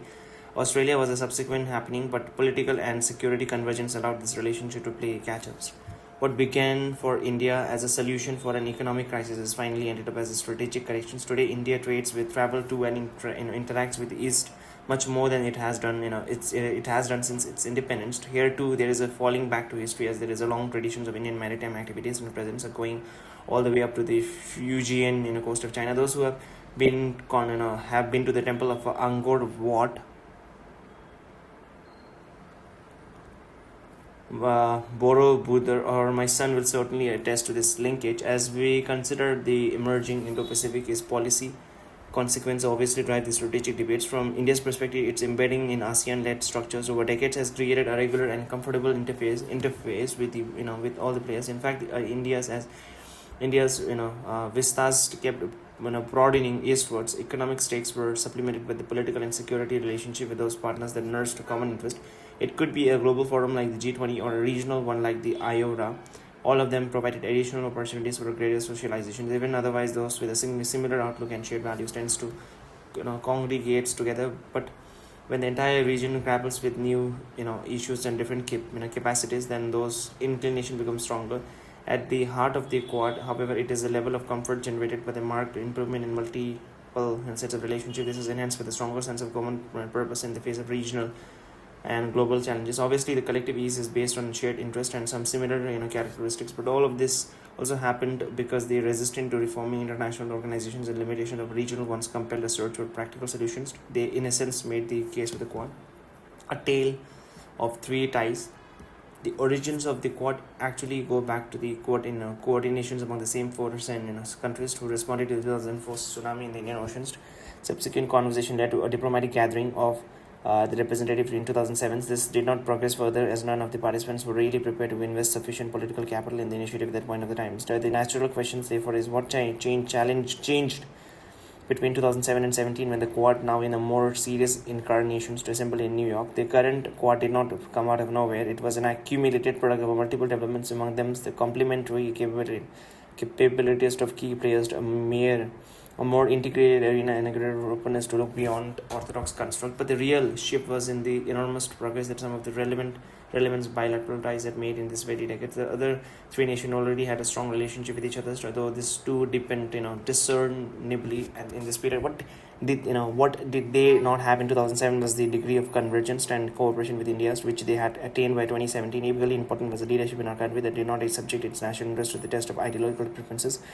This was particularly notable in regard to ties with India and USA. Those with Japan followed to some distance behind. There was admittedly a greater time lag with Australia, since ties with India warmed up only after the 2014 political changes. It is in the story of this changed relationship that we must seek this explanation for the rapid developments of the Quad. In the case of the Japan and Australia, the relationship that India had was much thinner, both in content and scope. Where USA was concerned, so there were some sectoral strength in an overall substantive but differentiated engagement. But even this had their limitations. In the last decades, India's systematic interface with its Quad partners expanded very significantly. It extended across many more domains and enabled us a full spectrum engagement with them. Naturally, the challenges and the opportunities were different in each cases, but as they gained attractions, lesson and experience from one were helpful in the evident advancement of others.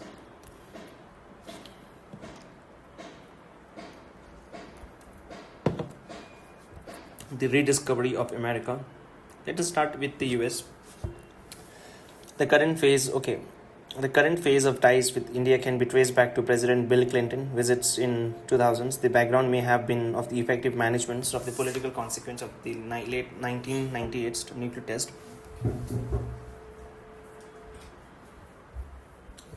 test.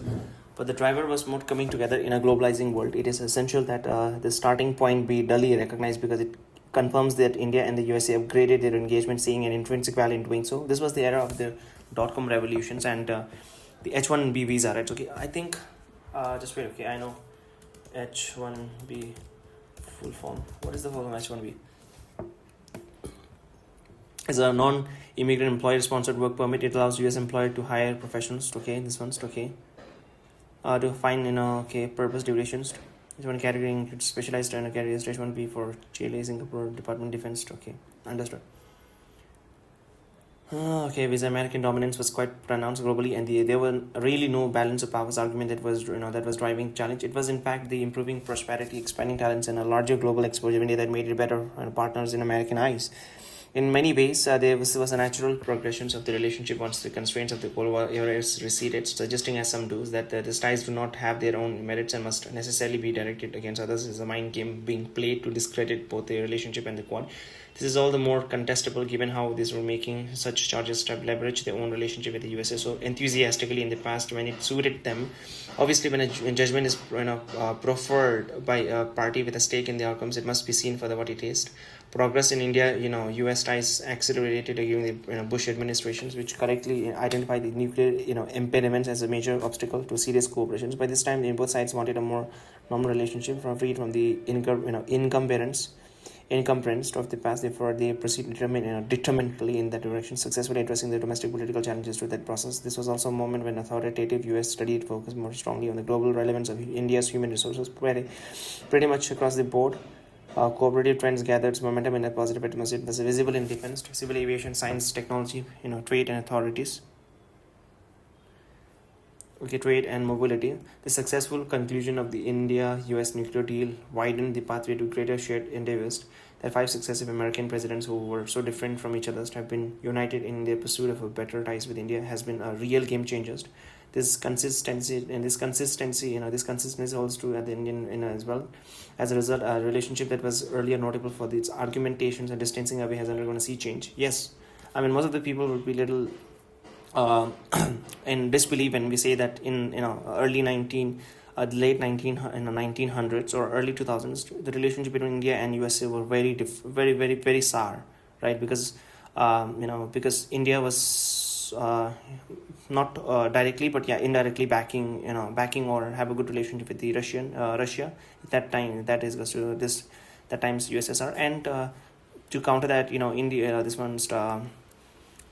USA start funding Pakistan, and if you go back and read the declassified a lot of declassified information of the USA, then you can see you can get to understand that most of the terrorist attack in India, which is indirectly financed by the US, for example the Taliban, right? Who created the Taliban? It was the USA who created the Taliban, and it was the US money, the funding that they created the Taliban, and then it was given to the Pakistan, and Pakistan they trained the Taliban, and then right now they're biting their own ass. That means the Taliban is biting both US and the Pakistanis ass.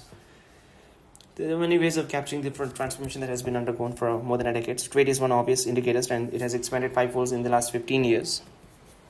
Investment is much harder to accurately define in national terms, but it has clearly multiplied in this period. The flow of talent is relevant because technology forms such a key element of the ties. The H category of the visas, which enable techies to move between the two countries, to almost doubled in the last decades and half. So too has the number of students from India. In some domains, the progress can be expressed through the decisions and agreement that a country that bought in no American defenses platforms from 1965 for 4 decades should now operate C-130. Yes, C-130, that is a Globemaster. So that a country that bought no American defenses platform from 1965 for 4 decades should now operate C-130, C-17 and PA-8 aircrafts, as well as a Apache, Chinook and MH-600R helicopters. Is not a mean achievement. Indeed, the security dimension of the relationship will be judged by more than a defense trade. Policy exchange and military exercise also testify to this shift, as do the multiple agreements that promote closer coordination. The mechanisms and dialogues today span a very wide range of subjects, from counter-terrorism and cyber securities to climate actions and energy, from space cooperations and health to irrigations and homeland securities. What has changed further is that while the focus till 2014 was to remove the obstacle to cooperations, the endeavors after that has been to ambitiously realize its expanding potential. Prime Minister Modi's 2023 visit to the USA in that sense marked a new phase of ties. The expanding agenda of cooperations and its growing relevance to key global debates underlines how far the relationship has now come. While important in themselves, the understanding of the transfer from technology for the jet engine and collaborative step in the semiconductor domain is as symbolic. Symbolism for beyond American businesses is beginning to overcome its long-standing skepticisms about India, just as its military is learning to work with the non-alliances culture. Its strategic community is displaying a better understanding of India's value as its technology sectors appreciates the significance of closer collaboration. Truly, the relationship has now moved into a higher orbit. Although the ties have undergone a profound change, some of the divergence of the past need to be borne in mind to navigate the future in the better ways. A large part of the contradictions between the intersects of the two nations arises from the traditional American approach to the Indian subcontinent. The interest in hibernating India and Pakistan and seeking to influence their bilateral dealings has been an entrenched attitude. The deliberate permissiveness with regards to Pakistan nuclear programs in 1980s and 90s was its most extreme manifestation. The US presence in Afghanistan also created new factors of regional dependency that were not in harmony with the India's relationship. Moreover, the global outlook of the US was softened on different wavelengths on the security and economic interest in India.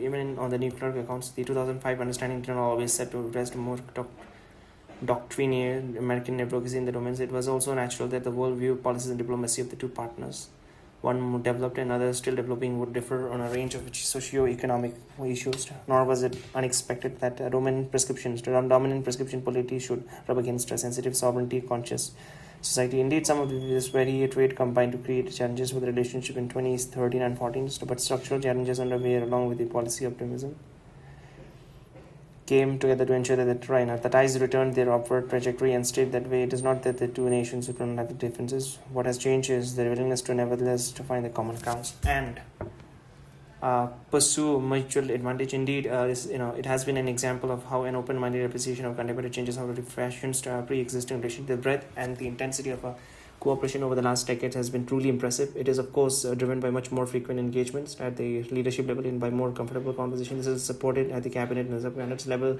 through regular interactions in wider space. New mechanisms and dialogues have sprung up in every field of activity.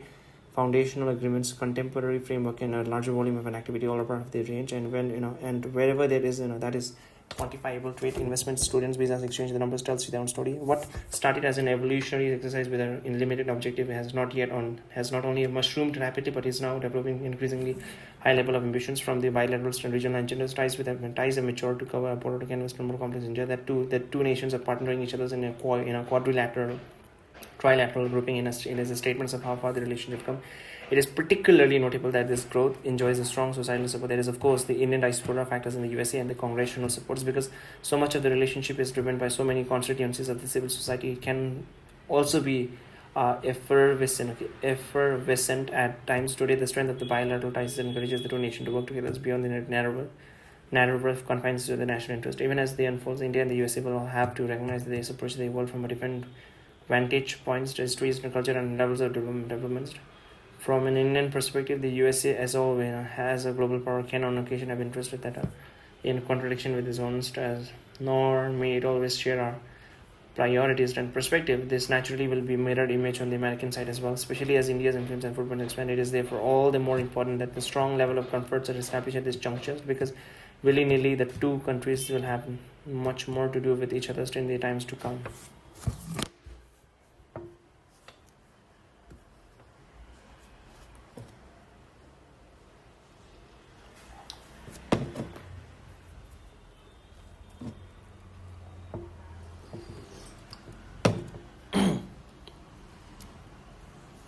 Sorry, I'm drinking Red Bull.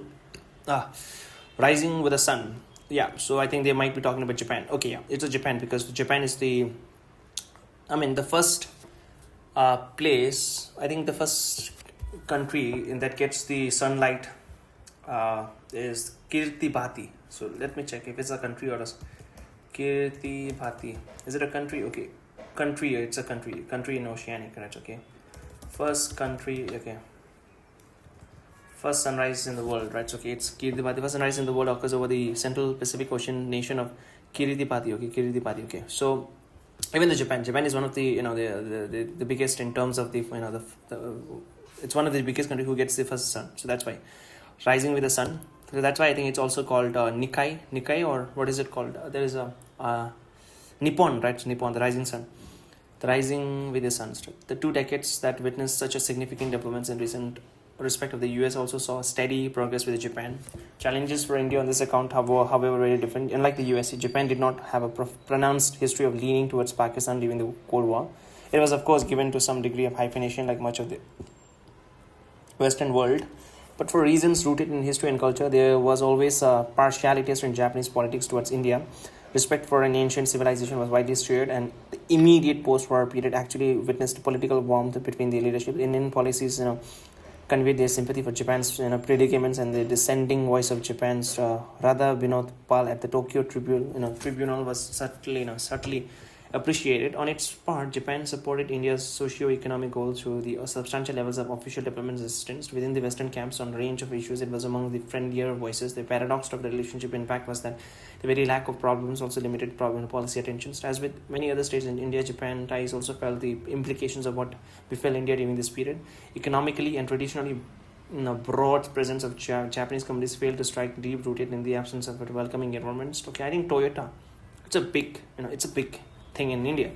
They gravitated instead to Southeast Asia and therefore to China, lowering India steadily in terms of Japanese priorities. Even when economic reforms were introduced in 1991, the Japanese business community responded with a great caution, expressed in a demand that the enabling environment should come up to their expectation. They think the thinness of the interface was not limited only to the business; it also extended to the supportive and activities that Japan normally encouraged. Whether it was an education, culture, or travel, the two nations continued to remain distant, even if pleasantly. The political domain was not helpful in spirit either. There were already the combustion of the Cold War that pulled the two countries in opposing directions. India's defeat in 1962 in the border conflict with China had obviously damaged its standing as well, and its economic struggle thereafter strengthened the negative stereotype. Sometimes situation get worse before getting better. This happened in the instant cases when India's nuclear test in 1998 shook the ties out to their complacency. It is understandable given its history that Japan should react strongly to the developments. What was, however, perplexing the inside was its sweeping disregard of the security compulsions of the other party. This was, aggravated by the fact that Japan had not hesitated to ensure its own security through the treaty arrangement with the nuclear power plants. Relationship really took a deep when Japanese policymaker of that period and decided to lead the charge against India in the international forum. The resulting, freezing in the relationship ended up providing an opportunity for both nations to introspect on its value. And from that exercise emerged a new phase of bilateral ties, just as President Clinton visits marked a breakthrough in one relationship, that of PM Yoshiro Mori. I think I like Shizo Abe. I think Modi had a good relation with the Shinzo Abe. Did in others, and interestingly, while President George Washington Bush took it to a high level in regards to the US, now PM Shinzo Abe did so even more personally in respect of Japan. His famous The Confluence of Two Seas, a speech through the Indian Parliament in 2007, was not only a turning point for the bilateral relationship, but an early vision of what emerged as the Indo-Pacific. The context for that unfolding is also worth recalling. A decade and a half ago, Japan too was contemplating an increasingly uncertain external environments that required it to contemplate greater responsibility given its complex history. This naturally was accompanied by an involved domestic debate. A society with a broader agenda and taking a greater interest in the world's affairs with understandable look for more parties to India, no longer distanced by the Cold War, afford obvious attraction. Some of this was a regional convergence, some a shared quest for better UN representations, and some natural empathy of a democratic society. So here, too, the bilateral wills began to move on their own logic as they gathered great interactions. Visitors of cooperation also open up between India and Japan now. The political messaging is strong, underlined by a practice of annual summits since 2006. Despite changes in administrations on both ends, the pace of the cooperation has not slackened. As in the case of the USA, the continuity in the strongest proof of actual the official descriptions of the relationship has continually grown. Titled most recent in 2014 as a special strategic and global partnership, trade may have remained limited despite of its comprehensive economic partnership agreements. In 2011, but Japanese investment in India has expanded both in sectors and in volumes. Japan ranks fifth as a source of investments, and more ambitious goals were set during the FM Fumio Kishita's visit in 2022. The economic partnership as a whole has intensified, whether we consider currency swap or development assistance. In fact, the ODA has more than doubled in last itself, with the disbursement touching 328 billion yuan in 2021-2020. Implementations records have been impressive. Boastful so far for making for 6 metro rails in Indian key cities and a number of other major Indian projects. Which what has also changed its Japan inclination to shape a more conducive infrastructure, expressed to its support for industrial and trade corridors. There are ongoing dialogue now in energy and in space, steel, textile, startup funding, digital skills, and healthcare, among others. The high-speed rail project from Mumbai to Ahmedabad stand out as the flagship initiative given its ripple impact. Yeah, so they were talking about the bullet train. India's first bullet train will run from Gujarat to Mumbai. So, to be more specific, Mumbai to Ahmedabad can be envisaged as a third technology revolution, following upon that of the Maruti Suzuki cast and the Delhi metros. Similarly, while the ODA Corporation is long-standing once the Act East Forum established in 2017 specifically targets improved connectivity for India's northeast, but it is those familiar with the intricacies of Japanese society were more likely to appreciate the progress with India. The yardstick for that are examples of cooperation with domain of particular sensitivity. In 2016, government to cooperate on civil nuclear energy is an even more telling the illustration of the growing comforts. No less significant are the series of understanding in the domain of defense and security. In 2014, argument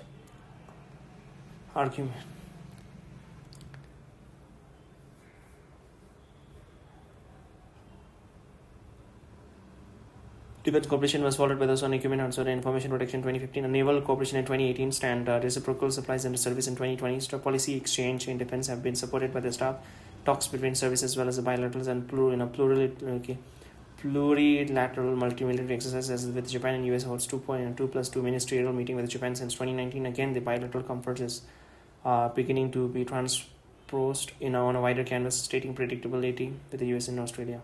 Building a new mateship. Building a new mateship. The relationship that has developed most visibly in recent time is that with Australia. Indeed, within a short space of time, it has narrowed the gap that stood out in a comparison to other two Quad members, as in the case of the US and Japan. The 1998 nuclear test did impact these ties, and the road to recovery was also not an easy one. But the Australian relationship also carried its own unique challenges. It says something about India's priorities that the first prime ministerial visit took full decades after independence, that of Indira Gandhi in 1968.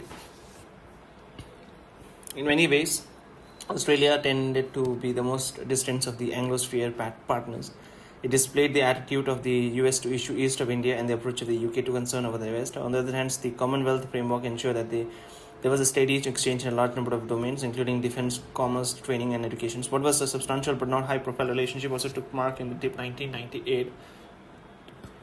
Australia took the leading in calling for a special session for the conference in disarmament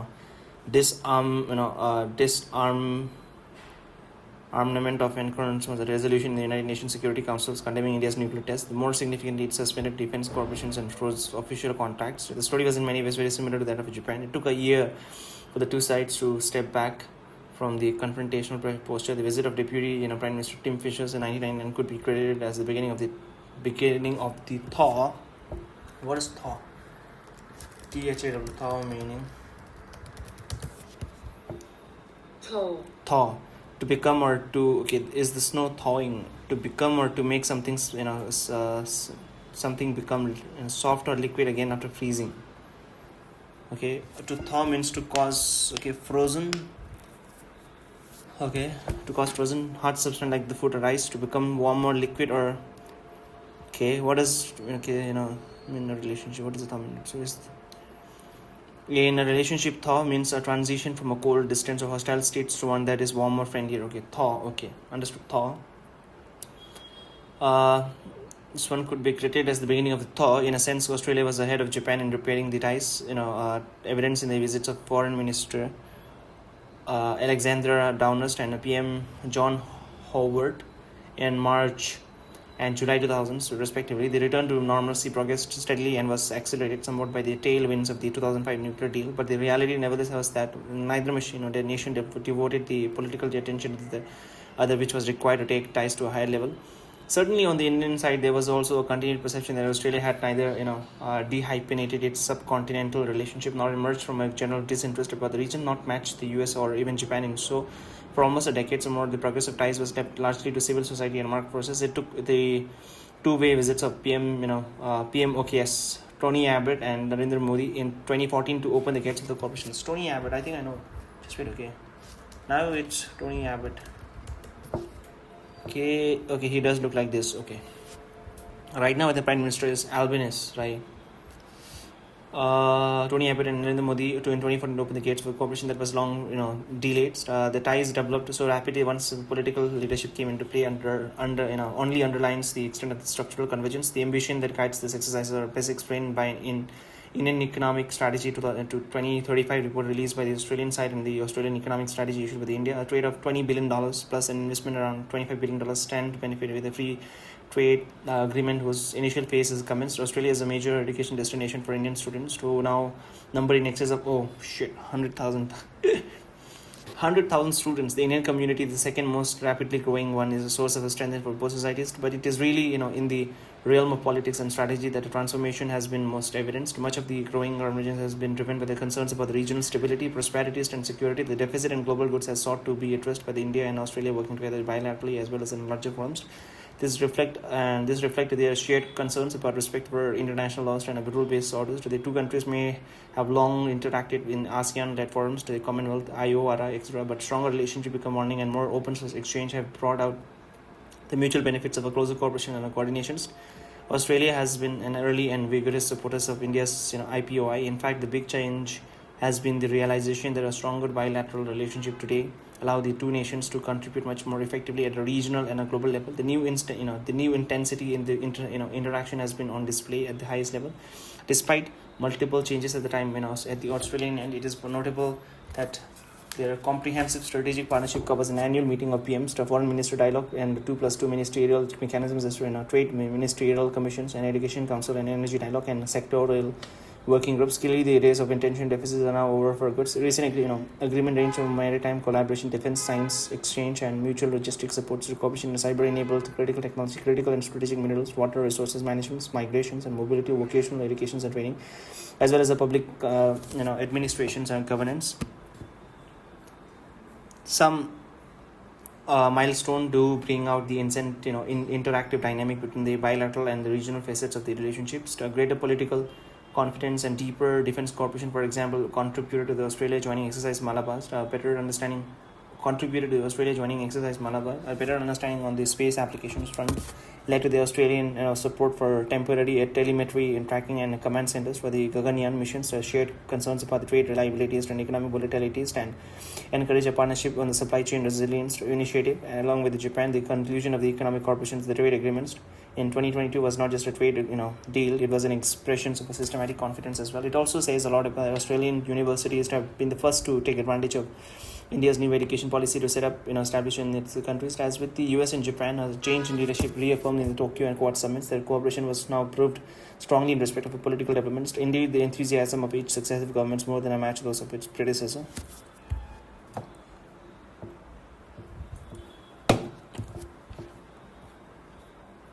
Intentions overcome hesitations. In assessing the Indo-Pacific, there are also dimensions that are autonomous of such bilateral matters as indeed of the the Quads. The prominent among them is the IPOI announced by the PM Modi in 2019 at the East Asia Summit. This is envisaged as an open, non-treaty based, inclusive platform for cooperation in the region. Structure light and cooperative heavy. It is intended to work in tandem with the other mechanisms like ASEAN, IORA, BIMSTEC, IOC, PIF, etc. It is 7-pillar. Includes maritime security, maritime ecology, maritime resource capacity building and resource sharing, disaster risk reductions, management, science, technology, and academic options, and trade, connectivity, and maritime transport. So far, Australia has agreed to lead the maritime ecology pillar, Japan the connectivity one, France and the Indonesia the maritime resources, Singapore the science and technology ones, and the UK the maritime security pillar. How the IPOI will develop remains to be seen, but it is certainly an example of a fresh thinking on regional partnership that has the potential to move cooperation in Indo-Pacific toward the ASEAN. EU and the individual nations have all tabled their own outlook, vision, and approaches, augurs well for the future. It is also an interesting thought that as India's global footprint steadily grows, it intersects with the interest of its Quad partners. The telling cases that of India's engagement with the Pacific Island nations. The relationship between like-minded countries tend to be naturally supportive beyond the confines of their actual interactions, and the complex challenges of the contemporary world certainly can use more effective international cooperations. India establishing IT hubs in this Pacific Island, sometimes societies, and promoting solar electrification. Women solar engineers called solar mamas have also been trained. Apart from the climate-related projects, Indian grant assistance support communities, developments, agriculture equipments, computers, and LED bulb for schools. Dialysis machines, portable sawmills, as well as the construction of a seawalls and coral farms. As noted elsewhere, the level of cooperation is being significantly completed as a consequence of 2023, especially in the domains of health education. India has reported to natural calamities, including cyclones Yasa, Geeta, Hola, Winston, and dispatched vaccine for COVID to Fiji and Nauru bilaterally, also to Papua New Guinea and Solomon Islands through the COVAX initiative. There is a historical connecting in particular with the Fiji that can be a foundation of a modern collaboration. So all these factors came together at the third FIPIC summit that was held in Papua New Guinea in 2023. The Quad nations are all democratic polities polities, market economists, and pluralistic societies. Apart from what is a pluralistic society? I know, but I want the actual definitions of a pluralistic. Pluralistic.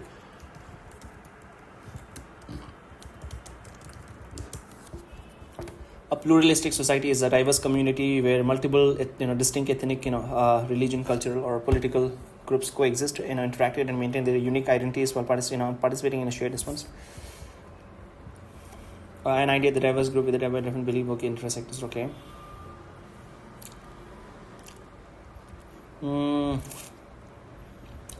Apart from the natural understanding, similarity in the structural aspect of the relationship has helped to foster the platform. In each case, there are regular bilateral meetings at the summits level, designated formally as an annual in the case of Australia, Japan, and all ties belong to its 2+2 defense and foreign ministry interaction. And again, for all 4 countries are members of ASEAN-led forums, including the Far East summits, the ASEAN regional forums, and the ASEAN defense minister meeting. They also strongly subscribe to the centralities of ASEAN insofar as the Indo-Pacific is concerned. Between them, they are involved in multiple trilateral combination with other partners such as Indonesia and France.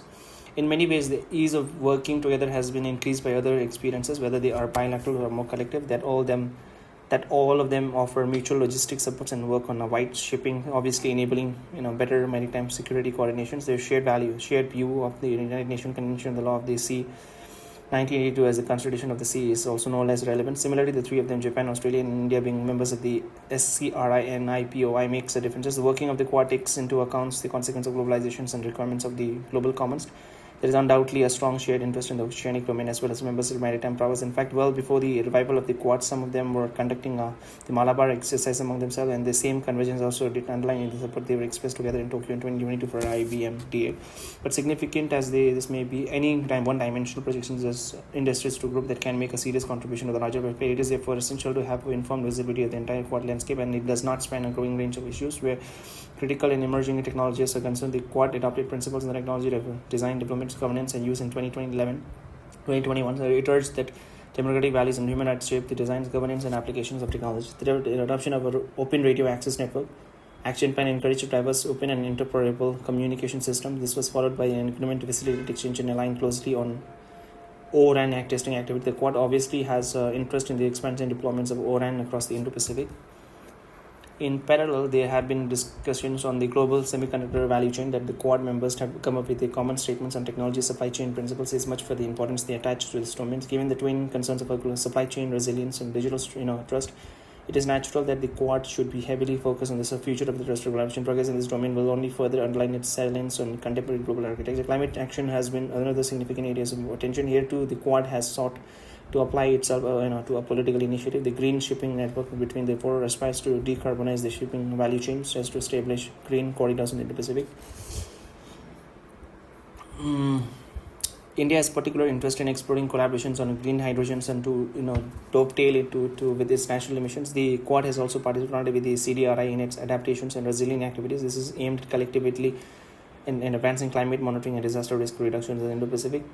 Infrastructure has been a natural focus, given the widespread increase generated by the strategically led connectivity initiative. Given the nature of the challenges, much of the deliberations are on the debt management and debt sustainability.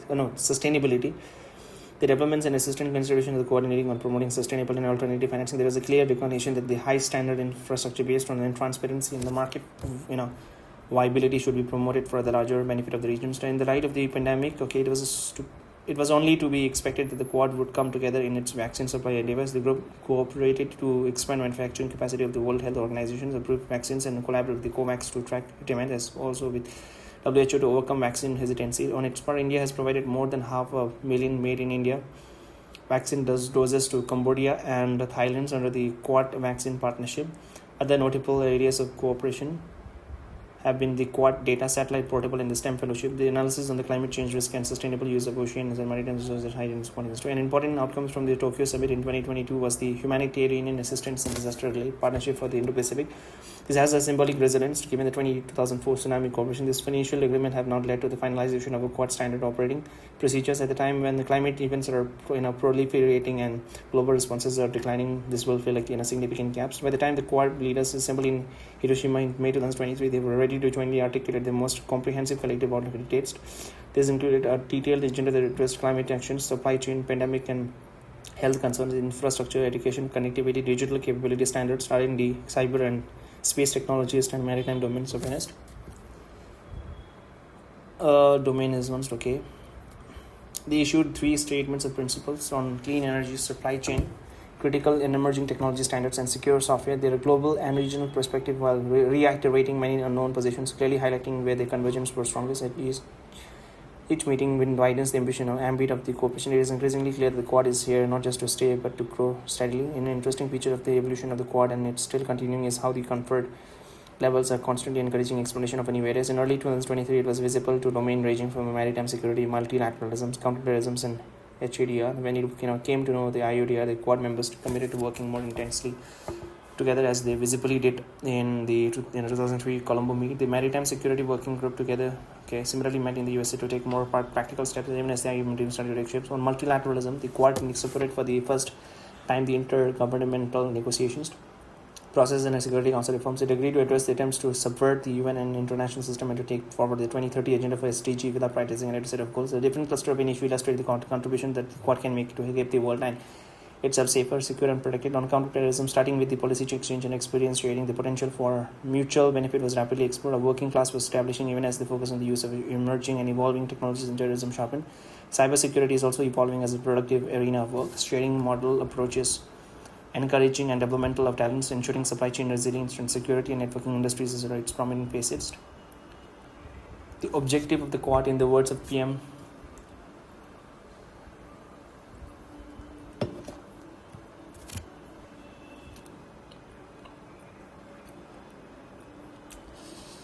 The objective of the Quad, in the words of PM Modi, is to do global good.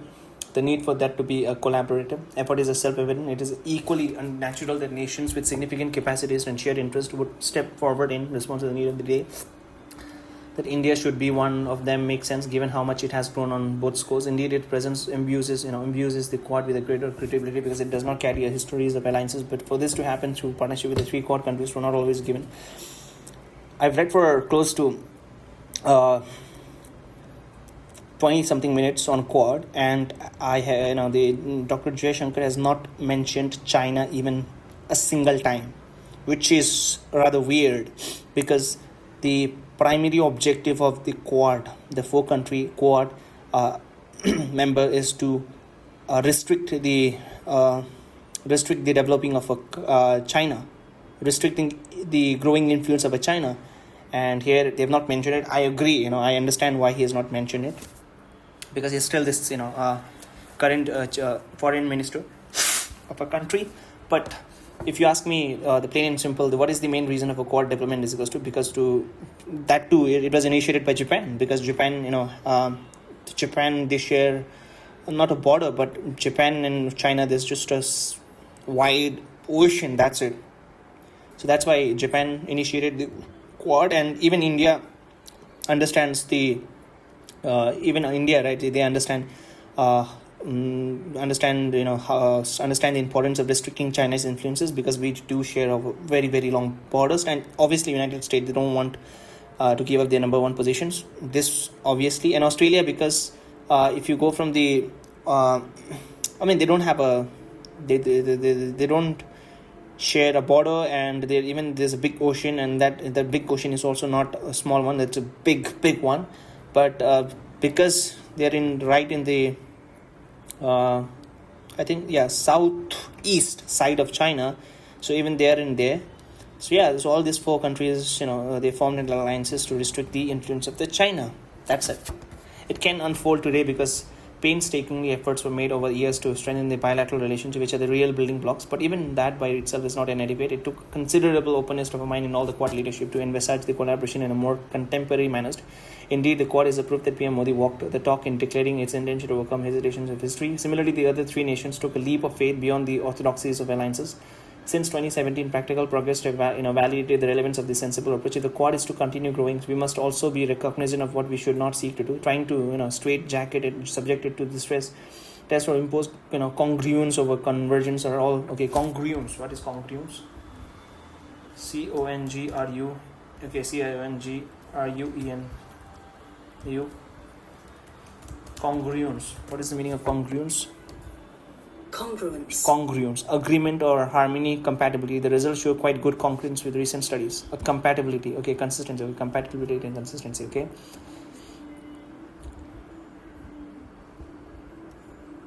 Okay, impose because it's subject to its stress test or impose a congruence or congruence over convergence are all harmful but not helpful. The quad works precisely because it is flexible in understanding a welcome supersessions of the rigidities of the Cold War eras. Therefore, efforts to set expectations that are modeled on the relationship that the US had with its Western partners should be resisted. Nor should we readily accept the opposite paradigms that of purely transaction or arrangement. Each one of the quad partners has its own culture and traditions, but the fact is that there is a strong democratic overlap. Fortunately, the government in question have all shown a maturity that would hopefully also percolate more deeply into the public discourse. The Quad is the aggregate of the progress India has made in a key relationship over 2 decades. It is also an insertion of going beyond traditional confines and set working habits. That is, it has opened up so many new vistas. Should only encourage us to intensify it further. This coming together for an agreed agenda powered by a shared outlook is manifestly a statement of a practical goodness. It is at the same time a revelation how crucial the landscape when examined by Bharat with a clearer eye. It will help its own solutions. Now, chapter number 5, dealing with China.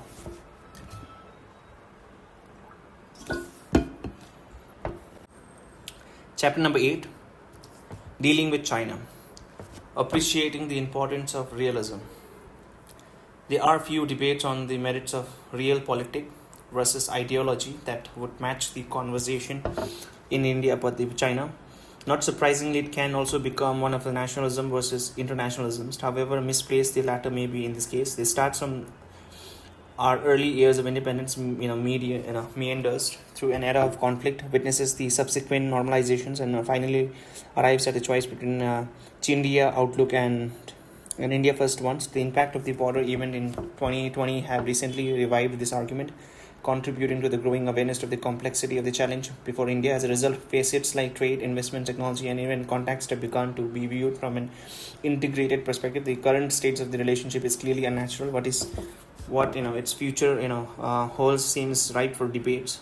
In essence, the completing perspective derived from the differing viewpoints set out in 1950s by PM Jawaharlal Nehru and his deputy Sardar Vallabhbhai Patel. The latter was as hard-nosed as they come and least susceptible to protestations from neighbors that diverged from a ground reality. In his estimation, India had done everything to allay China's apprehension, but that country regarded us with suspicion and skepticism, perhaps mixed with a little hostility. Patel cautioned that for the first time after centuries, India's defense had to concentrate on 2 fronts simultaneously, and his view of China was that if it had a definite ambitions and aims that shaped its thinking about India in less than friendly ways. In contrast, Nehru felt that Patel was overly suspicious and stated in a note to him on 18th November 1950 that it was inconceivable that China would undertake a wild adventure across the Himalayas, guided by a positive predisposition towards a leftist regime. He also felt that it is exceedingly unlikely that India may have to face any real military invasion from China in the foreseeable future.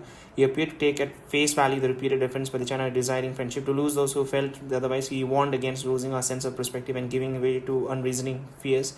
Each one eventually was to temper their view with some realizations of the complications of the modus vivendi. Just wait, what is modus vivendi is equals to Modus vivendi is most of it is a Latin phrase. Modus vivendi is a Latin phrase knowing mode of living, a way of life commonly used to describe an informal temporary arrangement that follows conflicting parties to coexist peacefully. It's a way of life. Understood. So each one eventually was to temper their view with some realization of the complication of the modus vivendi. The choice of words in what was an internal debate is obviously not quite diplomatic, but their gut instinct nevertheless were articulated quite clearly. One bet on a world of left-wing romanticism, the other voted for a time-tested calculation about neighbors, especially one big ones. There were naturally multiple expressions of this divergence in approach, and that played out in the ensuing decades as competition and even conflict characterized certain periods. Public attitudes also started to take root accordingly.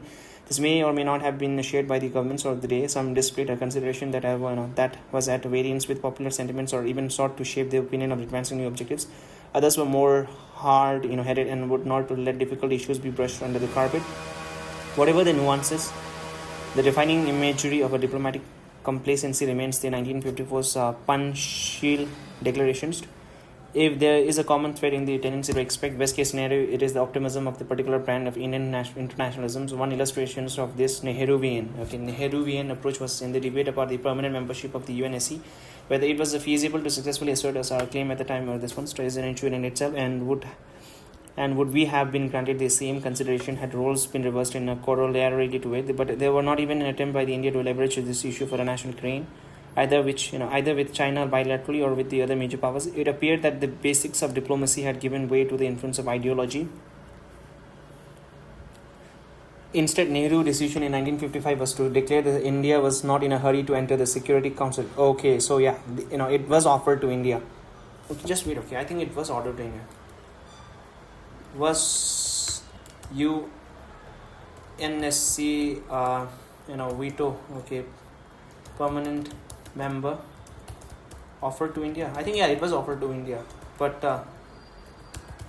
Nehru declined, and I think then it was offered to China. India was offered a permanent seat on the United Nations Security Council by both the US in 1950 and USSR in 1955. Then Prime Minister Jawaharlal Nehru declined this offer, prioritizing stronger relation with China and aiming to avoid Cold War entanglements.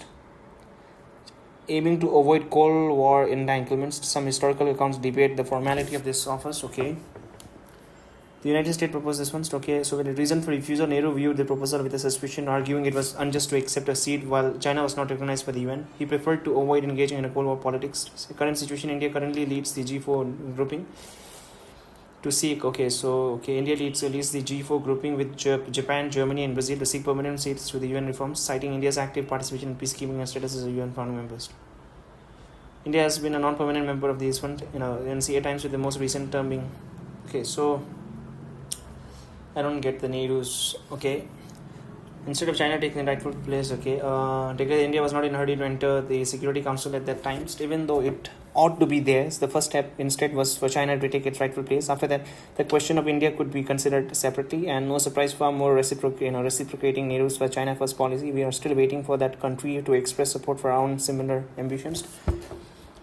A very different situation revealed how deeply this mindset was divorced from ground realities. It was November 1962, and Sheila and Bomdila had fallen to the advancing Chinese forces as the then Prime Minister sought American help. He tellingly conveyed to the US President that because of its wider implications in the global context, India did not seek more comprehensive assistance. Apparently, we gave precedence to keeping distance from the West than to the defense of the nations. It is the lack of realism that has long dodged our approach to dealing with China, and it is precisely in this domain that we now see the differences. If the position and the protestations of China got tractions with an earlier generation, the state of the Indian politics indicates that it is not altogether a vestige of the past. The previous driving factors was a desire to make common causes to the international arena. It was very much propelled by the non-Western solidarity and Asian togetherness, more than tinged by ideological proclivities. Since then, public opinion has hardened, and the earlier inclination to be excessively trusting is not maintainable. The world too is more transactional, and there have been decades of experiences that influence the thinking in India and China about each other. How does the contemporary Nehruvian then approach the relationship? In times of stress as we currently are, like Nehru, the inclination is to indulge in ultra-nationalistic rhetoric. This is done even while being a denial of 1962 outcomes, to when not actually misportraying at it something more recent, but ideology, habits, and connection die hard. So it is apparently necessary to have a double meanings, one for the more credulous within India, and another for a different audience brown. It is the latter that encourages them to advocate the view that China prizes harmony overall, without questioning why that does not apply to its neighbors. It also leads to admirations of the Belt and Road Initiative while overlooking its violations of India's sovereignty. They are less than subtle suggestions of China's unstoppability by describing its rise as a force of nature and ill-concealed sympathy for its model of economic growth and technology appropriations. But it is the action more than the articulation of this Chindian story that Chindian means China plus Indian. Chindian, that are of a deeper concern by consciously underrating the China challenges. Any sense of preparation in India was undermined till the change of 2014. The neglects of the border infrastructure was paralleled by an unwillingness to accelerate industrialization and create a deep strength. Even now, Make in India endeavors are attacked by them while ostensibly expressing concerns at the trade imbalances with China. The combination of politics, policies, and populism lowered our national national guards and still continues to target our national morals. Not surprisingly, this is about as far as we can from the tradition of realism. In years that past, the Nehru-Patel dichotomy of approaches has continued within the Indian systems. It finds resonance in each era through these issues of the day, from the boundary questions and border areas management to FTAs and technology issues. Not all of them debate is restricted to its bilateral formats. Understandably, given the influence of the two countries, it spills over into the global arena just as easily. Issue like the connectivity, debt, developments and maritime claims have also become contentious. Okay, overall, there is no question that many of them today are being approached with a high degree of thought after their implication. The era when Indian policymakers were sanguine about the string of pearls, it did finally end in 2014. So yeah, string of pearls means China wanted to cover, or how do I say it, entire the India, right? Okay, so even in if China wants to become a superpower or the most powerful in the region means entire Asia, entire Southeast Asia, and entire Indo-Pacific region, then first they have to challenge India, and India is a number 2, and to do that, first they have to ensure that India is under India's control is restricted, and for that restrictions, China has made a detailed plan to cover the entire India. For example, in where is it? String of pearls. It includes Sri Lanka. They have they've leased a port, and then they had to they've given a loan to Sri Lanka, and Sri Lanka were not able to pay back, so they have seized that the port. It's under control, and then. Just wait, okay, I'll show you which all country. String of pearls, okay. String of pearls, right? String of pearls refer to Chinese geopolitical strategy involving a network of maritime, commercial, and military bases spanning from mainland to Horn of Africa, particularly surrounding India in the Indian Ocean. Key pearls, right? So now, so India is in the middle, and if you see from Bangladesh, okay, they have a Bangladesh. Okay, Bangladesh in China has a port, and entire north region there is China, and entire north region there is China, and then from Pakistan they have a port. In Pakistan, right, they have a port, and so in Sri Lanka they have Haman ports, and then in Maldives they have a port, and where was it? And even in what is this place? Just wait. Yeah, even in Yemen, I think it's Yemen, right? In Yemen, they have Yemen or Somalia, okay? Even there, they have a port. And so these are all the string of pearls. Pakistan, even in Oman, right? So even in Oman, and Bangladesh, Chittagong, Maldives, Tanzania, Kenya, and Djibouti. So it is covered by entire thing. And 2014, when Modi came, later after a few of his term, then he made a diamond of necklace to counter cover the China. So diamond of necklace, right? Strategy. The diamond of the necklace of diamond is India's maritime and geopolitical counter encirclement. Right? So it's a counter encirclement strategy designed to neutralize China's string of pearls to influence the Indian oceans. So it includes diamond of necklace strategy. Okay, so what India has done is to cover the China. First, they have an agreement with Mongolia. So Mongolia, they have a base or something, an understanding, and in Japan. So Mongolia, Japan, Vietnam, and Singapore, and then Indonesia, and Seychelles, and Oman, and then Iran. We have a Chahabar port. So this is the counter encirclement of China, string of pearls. But there is also a fundamental issues of defining national interest clearly, defending them vigorously, and appreciating the nature of a power. Asian or even developing world solidarity may have its place, but it was never enough to encounter the comparative instinct of our neighbors. Indeed, it is it is this kernel of 1950s debate that continues to be relevant today. There are animated conversations across the world on how best to engage China. Naturally, this is even more intense in India, given our proximity as well as the border events of 2020 East and thereafter. Polemical in a position within India may have yet to be. Okay, polemical. What is the definition of polemical? Polemical. Polemical. Expressing or constituting a strong, critical attack on a conversation, conversational opinion about something or something. Okay, critical, hostile, bitter, polemic. Okay, polemical is to relating to being a polemic. controversial. Okay, expressing or considering a strongly critical attack on or controversial opinion about something else. Okay, polemic. Okay. Polemical position within India may be driven by political tactics. It is the underlying policies and action that speaks for an actual thinking. The true stance of various political forces vis-a-vis China is not episodic. Whatever may be the temporary posture, the realistic among them hold a worldview that stresses building national capabilities, which puts key concerns like terrorism firmly on the table, calls out actions on unsustainable debt and opaque connectivities, and approaches global developments within national security foremost in mind.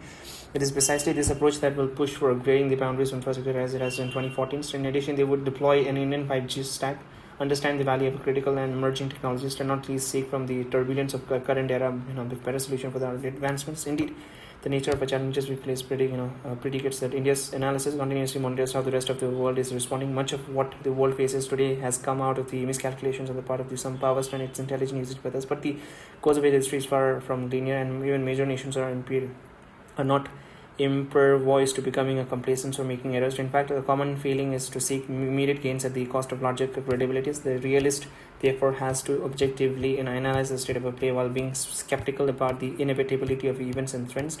It is on this score that our epics may shed some light. So now back to Mahabharat, not Mahabharat, or Ramayana. In world affairs, as indeed a human relationship, parties tend to help others out of goodwill, generosity of calculation. In real life, one can often spill into others. Right? The trigger of Ramayana narrative is actually an act of exceptional trust. The two boons that the king Dasaratha gave to his wife Kaikeyi on the battlefield while involved in a war between the Asura Sambara and the king of the gods Indra, was rescued by her when severely wounded in a night attack. It was these promises that Kaikeyi invoked to send Rama to his exile in jungle and demand that her own son Bharata be crowned kings. If we consider the boons to be latent capabilities that were exercised when the time came, this episode is an object lessons in judicious sharing. In recent decades, international relations have also witnessed how countries and economies were built up, perhaps less as an act of gratitude and more as one of the utilities. This was especially visible in the last year of the Cold War when it came to exercising military and other pressures through the third parties. But a lack of understanding of the player involved led to long-term consequences. The Western world found that the Islamic card that it played against the USSR came back to haunt them within a decade. And when it comes to strategic understanding, the economic benefit that China obtained became the foundation for the upturning of the global orders and the contemporary competition that we witness now. So India too carries the consequence of its own past dealings. Its strong advocacy of a Chinese interest in 1950s was obviously not repaid in kind. It is bad enough to forget that gratitude has a short shelf life in diplomacy. It is even more so when basics of diplomacy calculations are overridden by the misplaced belief of political solidarity. In personal terms, vulnerabilities are often created as a result of thoughtlessness. On occasion, it could be also be an emotional response to challenges. To some degree, it could be extrapolated to explain the behavior of a nation state as well. But a more credible explanation can be found in the mindset of a strategic complacency that the politicists and the rulers often display. A telling example of this is the case of the key antagonist, the demon king Ravana of Lanka. In that era, exception figures have performed the most exacting penance that could be rewarded by their wishes being granted by the gods. In this case, Ravana was given the boon of invisibility by the creator Brahma, but in his arrogance he invoked it only against what he saw as a likely threat. Devas and Gandharvas, Asuras and Kinarasas and Aghas and Rakshasas, all creatures other than men. He left out humankind because he could not even envisage that such puny being could be threatening, and it was for that reason that Lord Vishnu took a human form, that of a Lord Rama, to kill Ravana. The issue here is the threat that was overlooked, which thereby created a window of vulnerability. There is a lesson, there's another lesson too from Ravana's behavior characteristics, and that paradoxically is the attitude of those who feel wronged by history. He is badgered by his advisors to regain their dominant status in Lanka, a land that was once ruled by his maternal grandfather Sumali. Ravana consequently begins by displacing his elder brother Kuber, who comes from a different stock, but it then becomes an endless quest powered by a sense of entitlement and absence of restraints. There are important learning here for entrenched and rising power alike, both in charting a path and in managing their ambitions. Total security will always be a fruitless quest, and a different example presents itself much earlier in the epic when Bharata and accompanying sages try to persuade Rama to return to Ayodhya after the death of a king Dasaratha. The sage Jabali makes a particular impassioned appeal, underlining that the promise that Rama made to his father was no longer binding after his latter's demise. This provokes Rama's anger and the question how trust would be maintained if vows were not so rightly discarded.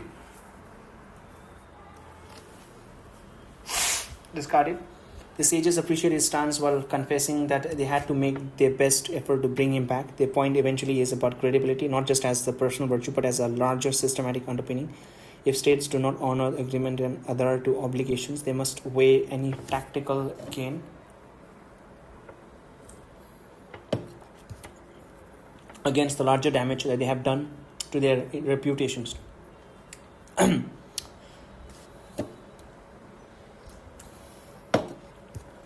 A multi-dimensional challenge. The Galwan clash between China and India in June 2020 saw the first fatalities on the borders in 45 years. It was not just the underpinning of peace and tranquility that was shattered as a result.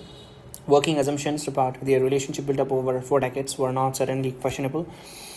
China's disregard for established agreements, which led to this turn of events, also has its own further implication. But even as India gears up to take up a new level of concerns on its northern borders, there are cascading questions posed by China's posture. Together, these immediate developments and long-term concerns creates a multi-dimensional challenge to Indian foreign policy. Among the many issues that India has to address in its endeavor to ascend in the world orders, the relationship with China undoubtedly presents the most complex problems. On the other hand, the parallel but differential rise of the two polities constitute the core of global rebalancing. Willy-nilly, the two countries have ended up creating career space in their international architectures. Together, they are drivers of what was touted in the more optimistic days are heralding an Asian century. At one time, there was even talk of concluding a bilateral FTA, a discussion that was set to rest only after 2013 on some aspect of the development debate, so they find themselves on the same side. Yet an intractable boundary dispute and different politico-economic model have created a competitive narrative in this very period that their immediate neighbors had as it to the intricacies of their ties. A common periphery and balance of powers have also contributed to the sense of rivalry. It is also a reality that China's reach and influence has extended significantly during this period. A lack of appreciation of this aspect 15 years ago has been added to our vulnerability in the Indian Ocean. From the Indian perspective, the answer are in a combination of realms, many of them centering on building our national strengths and upgrading our infrastructures. But there is also a conceptual transformation underway in a diplomatic approach. The global landscape today offers many more opportunities for India to leverage once it goes back to the realist traditions. The serious debate about the future of this relationship today revolves on how to establish the most advantageous modus vivendi, because it is an immediate neighbor. China's rapid growth has been particularly impactful both on the balance with India as well as its presence in the common and near periphery. Moreover, for various reasons, China has not given the same regards to India's rise as the rest of the world. In their ties to the present is very much shaped by the past, whether we speak of the ground situation, national powers, or even sentiment, and the past is not without its share of problems. At the same time, the cumulative effect on the established world order is creating greater opening for a change. The fact is that they neither can wish the other way away, and both clearly have the ability to run the long race. Even otherwise, they had to take the rest of the world into consideration when it came to calculation about each other. Perhaps this is more so in the current global scenario. If and know how they come to terms seriously will not only shape the prospect of the two countries, but all that of the continents and perhaps even the world now. Most Indians are familiar with the modern history of our bilateral ties. Perhaps not everyone may know every nuances of how it evolved, how it evolved, but generally people have a sense of the ups and downs of this relationship. The first decades of the 1950s can only be described as one of the Indian naivety. On multiple issues, Indian foreign policy took up China's cause to an extent that it was impacting its own relationship with the West. That what is important to note is that these criticisms, whether on bilateral or global issues, is not on a retrospective one, but offered even as events were then unfolding. After the 1962 border conflict, India and China exchanged ambassadors only in 1976, a decision taken by the Indira Gandhi governments, and then it took till 1988 for the first Indian prime minister in a prime ministerial visit to China after 1954, that of Rajiv Gandhi. And indeed, the rebuilding of our ties was actually a very painstaking endeavor. This, if you think about it, is something of a paradox, because do remember that India was among the early nations to actually recognize the People's Republic of China. However, the quality of our ties in many ways were determined by the border conflict and the 3 distant decades thereafter. It took a conscious effort on the part of both nations to orchestrate a recovery and restore a sense of normalcy. As a result, for the next many years, interactions and exchange grew steadily in many years. China became one of our largest trading partners, a very significant source of investment, even of technology, of participants in projects and infrastructure building, and a substantial destination for tourism and education. As for the Border area, a detailed and practical set of understanding and agreement focus on their management, even as a negotiation were conducted on the resolutions of the boundary disputes. The advancement of India-China ties since 1988 was obviously predicated on the ensuring that the peace and tranquility on the borders area would be maintained and that the line of actual controls to observe and respected by both sides. For this reason, it was agreed in 1993 that no activities of either side shall overstep the LAC, that the two sides shall keep military forces along the LAC to a level compatible with the good relations, and that prior notification for military exercises near the LAC would be given. In 1996, these commitments were not only reaffirmed but further developed through the additional provisions. It was decided that the two sides would reduce or limit the number of army, border defense, and paramilitary forces along the LAC and exchange data accordingly. More importantly, it was explicitly recognized that the large-scale military exercise involving more than one division, 15,000 troops, would not be held in close proximity to the LAC. If that were to be conducted, the strategic directions of the main forces involved shall not be towards the other side. This 1996 agreement also provided for prior notification and exercise involving more than one brigade. If exercise involving more than one brigade, 5,000 troops were to take place, this would include a date of completions of exercise and de-inductions of the troops involved. At the same time, 1993 agreement to jointly check and determine segment of the LAC with differing perceptions was shared objectives of the speeding of the process of clarification and confirmation of LAC. Not just that, there were subsequently detailed understanding of in 2005 and 13 on handling situation of frictions that they were arises. In the recent years that passed, we obviously did not make significant progress on arriving at a common understanding of the alignment of LAC in the India-China borders areas. The appointment of the special representative in 2003 did intensify the engagement, not just on the boundary questions, but on the larger relationship as well as specific mechanisms was also adopted in 2012 to address the issues pertaining to border areas. But all the while, they were also increasing construction of a border infrastructure and depth area and logistics on Chinese sides. In contrast, the belief then in India was that our own border areas were best left undeveloped. This turned out to be a serious misjudgment that has cost us dearly. I think this is one of the biggest mistake. Okay, just wait. Okay, is Manmohan Singh alive or I don't know? He's an economist, right? Okay, he's not alive. He's dead. 2024, died in 2024. Since 2014, there have been better efforts by India to reduce this very considerable infrastructure gap that has developed over 3 decades. Greater commitment to raised the budget to 4 times the previous level, a better road building records to which double constructions and triple tunneling was also indicative of improvements. Nevertheless, the infrastructure differential remains significant and, as we have seen in 2020, consequential. It therefore takes considerable operational ingenuity to make up for the lapse of the previous decades. For all the differences in the disagreements, I actually don't understand. Okay, I've seen all the development happens after 2017, 2016-17, Modi's first terms last years, right? What were Congress doing from 2000 since the independence? Because majority of the time they were they were having the power. 2004, 5, 6, 7, 8, 9, 10, 11, 12, 13, 14. What were they doing? Because I know the roads were shit. Yeah, even in border area, in both areas, even the technology was not there. Poverty was rampant. I don't know what Congress were doing. Because they had so much. They are the majority that time. They could have done it. They should have done it, but they didn't do any of this thing. I don't know. I don't understand. I'm not saying they've done not anything. They might have done, but that's less than 10-20% of what they could have done, right? Greater commitments raised the budget 4 times, okay, and this one's okay. There was also indicative of improvements. Nevertheless, the infrastructure differential remains significant, and we have seen in 2020 consequential. It therefore takes a considerable operational ingenuity to make up for the lapses of the previous decades. For all the differences and disagreements India and China may have had on the boundaries, the central fact was that a border area remained fundamentally peaceful between 1975 and 2020. That is why they, even in Galwan, have so profoundly disturbed the relationship. They signaled a disregard for commitments and about minimizing troop levels, informing about their deployments and movement, and respecting the status quo. The combination of these steps heightened the associated risk of breaching peace and tranquility, with the result that we all know well by now. So the impact this has had on both public and political opinion in India has been a profound. Significantly, India has never received a credible explanation for the change in China's stance, nor convincing reason for the massing of its troops in the border area. It is also different matters that our own forces have responded appropriately and held their own, in challenging circumstances.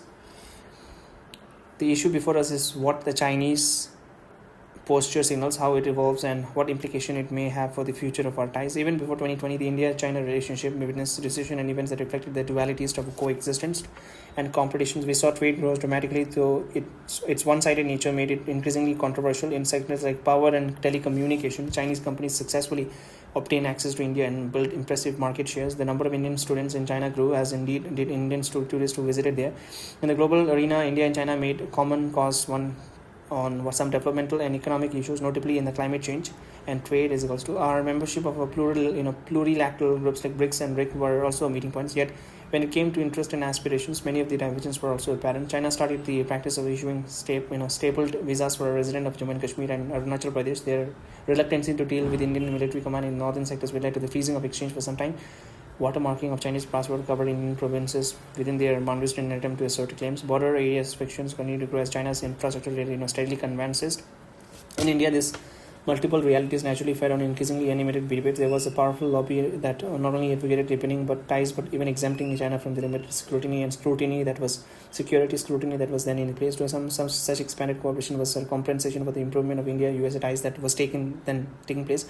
This perhaps was buttressed by the natural proclivity to build on Nehruvian outlook for China as much as to the world. Discussions on the boundary questions were therefore publicly projected far more positively than the actual progress justified, and as the trade expanded, active proponents in its favor came to their own. Yet the systematic response remained much more cognizant of the hard realities, seeking to put in place filters of various kinds, the pushing back on boundary-related issues and increasingly highlighting the trade deficit. The last one was effective insofar as the commitment to the FTA was finally abandoned. As both India and China moved into a more confident era, their inter-state relationship also witnessed additional issues of differences. This was visible in 2013 when the China-Pakistan Economic Corridor (CPEC) was first announced. Frictions in border area continued to grow, though they remained below a certain threshold until 2020. China's blocking of UN listing of Pakistani terrorists involving in the attack on India became a matter of a growing controversial as the CPEC advances, becoming part of the BRI. Belt and Road initiatives, the violation of Indian sovereignty was deemed unacceptable. China's opposition to Indian membership of the UN NSG created another problem. I think there's a mistake. UNSG hardly mitigated by its undermining any of our efforts to UN reforms, and when it came to trade, promises of better market access looked less and less credible in the absence of delivery.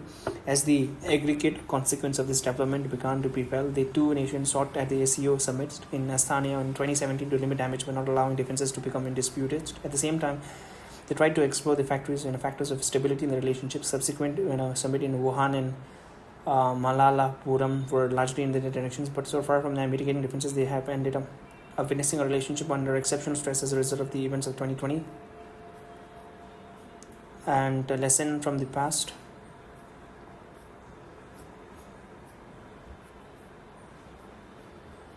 Lessons from the past. Lesson from the past. Given the gravity of its state now, it is natural that those who study the relationship will be particularly concerned where our ties are heading. It is hard to offer a definitive answer at this point in time, whether it is our immediate concerns or more distant prospect. The fact is that the development of our ties can only be based on mutualities. Indeed, the three mutual respect, mutual sensitivity, and mutual interest are its determining factors. These are discussions underway through various mechanisms and on disengagement at the border areas. Many of the close-up deployments of the two sides in frictional areas have been resolved on the basis of equal and mutual security, but any that remain and the larger issues of the de-escalation will continue to cast a shadow on a bilateral cooperation. It is untenable to suggest that there can be a return to business as usual for the larger relationship, and the situation in the border area is far from normal. Looking beyond, when a neighbor prepares, trains and exhorts, it is right to focus on the capability rather than a professed intent, especially in a culture where public rhetoric is taken seriously at the minimum. Therefore, whatever engagement is feasible has to be undertaken with eyes extremely wide open. In the context, Indian side has to draw lessons even from the near past when it comes to handling China. To begin with, the public characterizations of our ties is important, but describing it as a strategic partnership in 2005, there was a conceptual confusion about this real nature.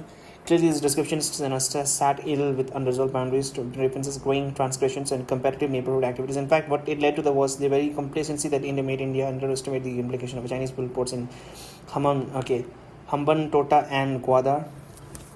Similarly, ritualistic reaffirmations of territorial integrity could not continue in one-sided ways. A rebalance has therefore been introduced. Neglects of the borders to infrastructures also spoke of a casual attitudes towards the boundary dispute till 2014. Even more concerning was the underplaying of Sino-Pakistani cooperation in Pakistan-occupied Kashmir until the current Indian government took a firm stand in 2017 on the BRI, despite that there are some from the old order who still advocate softening our stance. On the economic side, it would appear astounding to many now that the FTA with China could even be contemplated in such an atmosphere. Informed scrutiny of activities within our country was not easy. The collapse of the Quad in 2007 in the face of China's objections was sent to a massive revival of the regulator.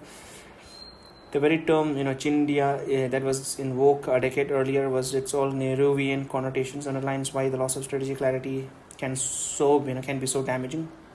Given how severely developments since 2020 have eroded confidence and trust, it is obvious that stabilizing ties is, the first order of the day. How to embark on that endeavor is the best captured by certain propositions that reflect both experience and expectation. To begin with, agreement already reached, such as those of 1993 with 1996, must be adhered to it entirely in letter as much as in spirit. Cherry-picking individual provisions are hardly likely to advance the objectives of the finding common grounds.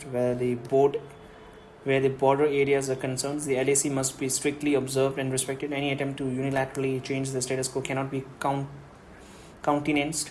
We cannot be in denial that peace and tranquility in border areas is the foundational basis for developments of relation in other domains. If they are disturbed, so inevitably will the rest of the relationship. This is quite apart from the issue of progress in the boundary negotiation that are being separately held. Attempts to conflate one for the other will inevitably be seen through. It will never obfuscate. I forgot the meaning of what is obfuscate. Obfuscate.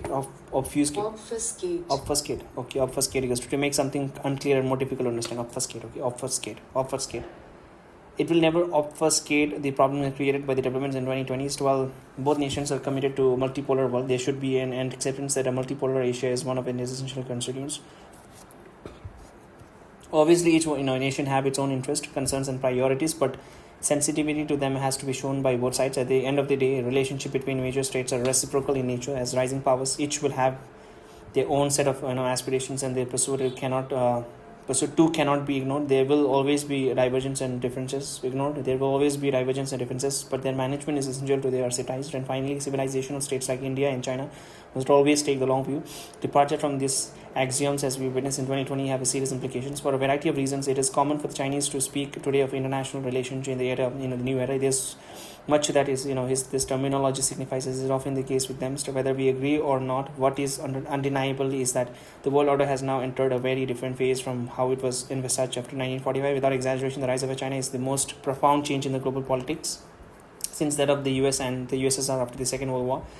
It has not just implications in essence that will significant policy consequence, especially for neighbors in India. Therefore, would also do well in regard to its own relationship with China as having entered a new era. If there were any doubts on this course, the changed Chinese posture in the border areas has demonstrated that geographically India is historically used to thinking of a Chinese presence to its north. For the last 2 decades, China is also rapidly growing as a maritime power, and we will also have to anticipate activities in the south. Since there is so much flux underway, this might also be an opportune moment to reflect on how China and India have approached each other traditionally, and whether there are indeed takeaways for the Indian sides. Looking back at the 7 decades of engagement, it would be fair to state that India has essentially taken a bilateral approach in respect of outstanding issues with China. There are many reasons for this, including a sense of Asian solidarity and a suspicion of a third-party interest that emanated from the other expenses. Brief exception to this are mostly in circumstances when PM Nehru was compelled to turn to the USA and UK after Bomdila fell to the People's Liberation Army in 1962. To some extent, the post-1971 relationship with the USSR also encouraged India to look at its relationship with China in larger global context, but these were not lasting, and after 1988, India reverted to the earlier gradations of engagement without leveraging. Underlying this narrow view was also a belief that problems between these two countries were resolvable in the near term. On its part, India has been remarkably consistent and steady in its approach to the resolution of differences, including on the boundary question. As a result, Indians have generally been less contextualized in their approach and do not readily correlate to the relationship with the developments in larger world politics. There were neither an inclination to practice balance of power nor indeed an appetite for using opportunities presented by international governments. Nehru's own excessive caution in 1962 was one illustration of this belief. In fact, Indian policy in the past has exhibited such a degree of self-restraints that it led to inadvertently to the expectation that others can have influence, if not a veto or the voted choice. That era too ended in 2014. The Chinese approach to India has been quite contrasting. While there have been undoubtedly been sentiments of Asian communism expressed from time to time, this have not confiscated time-tested approaches to dealing with the neighbors, so much so that the Pakistan membership of the Western military alliances was overlooked by China in the 1950-60 as a part of a balancing strategy. A decade later, this was taken into higher levels through nuclear and missile collaboration that specifically targeted India. When it comes to bilateral negotiation, China has focused on differential rather than one maintaining the logic of its position. There have been radical shifts in its stance, especially in regard to its claims and priorities on the boundary questions. Overall, it can be asserted that in keeping with the fundamental worldview, contemporary China has treated India, its relation with India as a subset of a larger engagement with the world. Modulation accordingly reflect not just the bilateral dynamic but the global situation as a whole. It is worthwhile to dwell for a moment here on the relevance of the West in the unfolding of India-China relationships. This is often the subject of a Chinese polemics, and Indians then tend to go on the defensive. There is no question that given its dominance, the West has also been very much of the factors of calculation for both parties, but the record shows that it is actually China that has been more active in bringing it into play. For 2 decades after Republic, People's Republic, People's this one. For 2 decades after the People's Republic of China was founded, India ties with the West were relatively much better, though there were issues of divergence. Indeed, China itself was a key among them, especially between India and the USA during the Nehru, Krishna, Menon period. It was therefore something of an irony that as ties worsened over the border dispute, China's portrayal of India's relationship with the West started to change. When we finally did turn to the West, it was actually only as a Chinese force overwhelmed Indian defenses in November 1968. Within a decade, it was China that made a sharp repartive turn through its reapproachment with the US, reflected on the visits of Henry Kissinger and Richard Nixon. Resulting China-Pakistan US triangle thereafter posed a serious challenges that could be answered only through this Indo-Soviet Treaty of 1971. It is noteworthy that in pursuance of its interest, China has no hesitation in establishing global coordinations with the West Bloc. There was a time when it even publicly advocated the formation of a single line of nation in the same latitudes, China, USA, Japan, Europe, to counter the USSR and its friends. Vietnam was kept in check through direct pressures, and India more indirectly through Pakistan. This was the history that was sought to be put behind when India and China came terms pragmatically in 1988.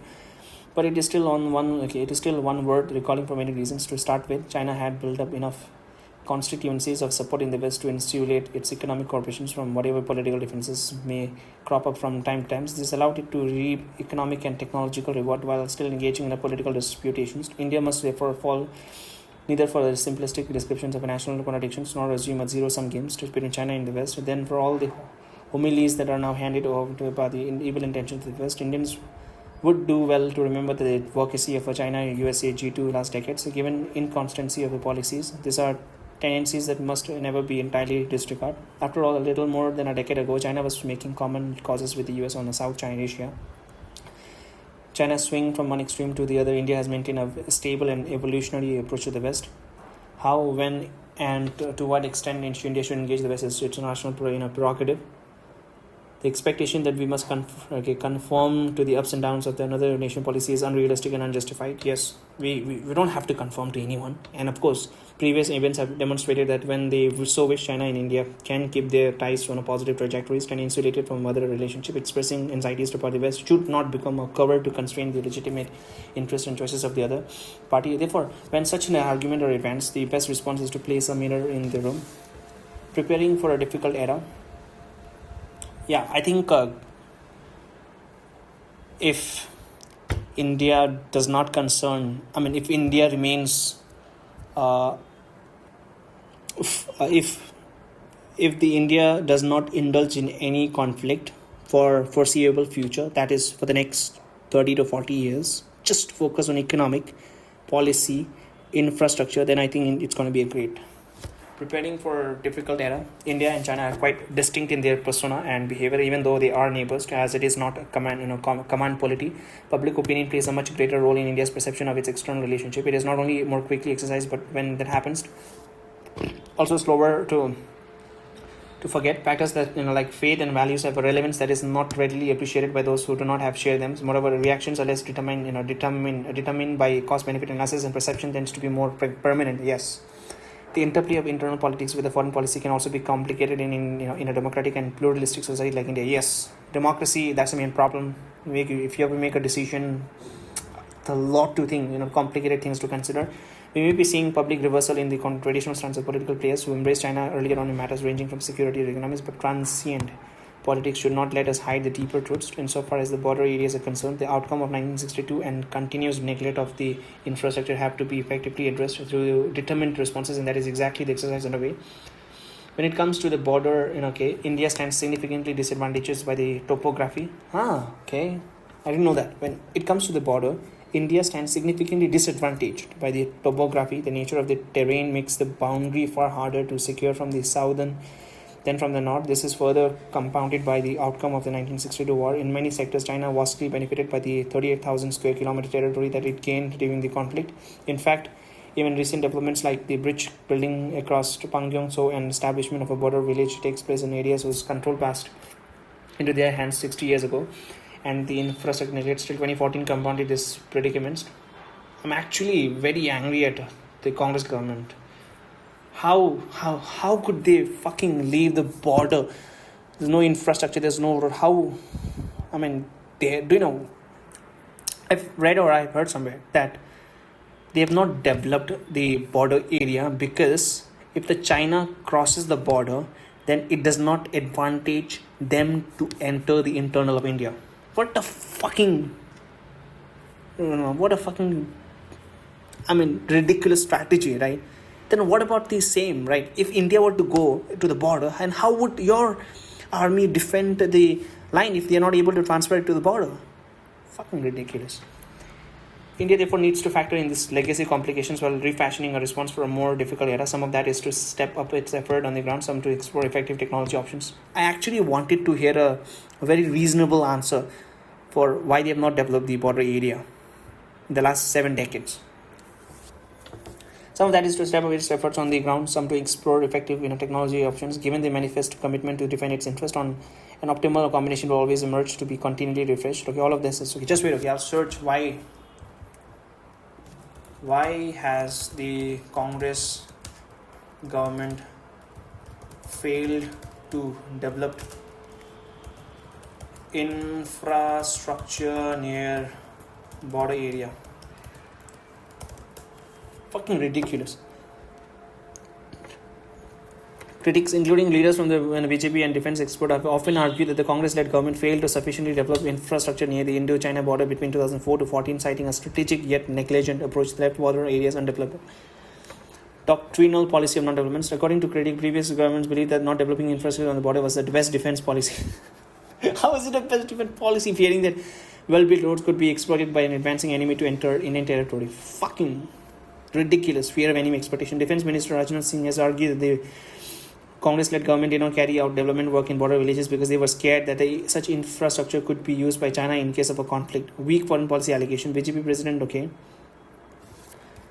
Historical studies indicates that the pace of building border infrastructure was slow due to intense bureaucratic hurdles, lack of funding, and challenging terrain which delayed projects.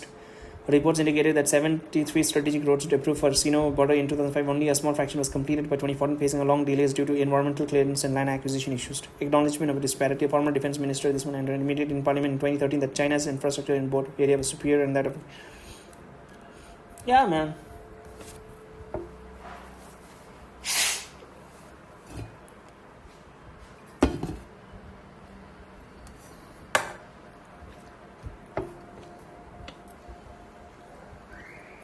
The second issue is that of a comprehensive national power.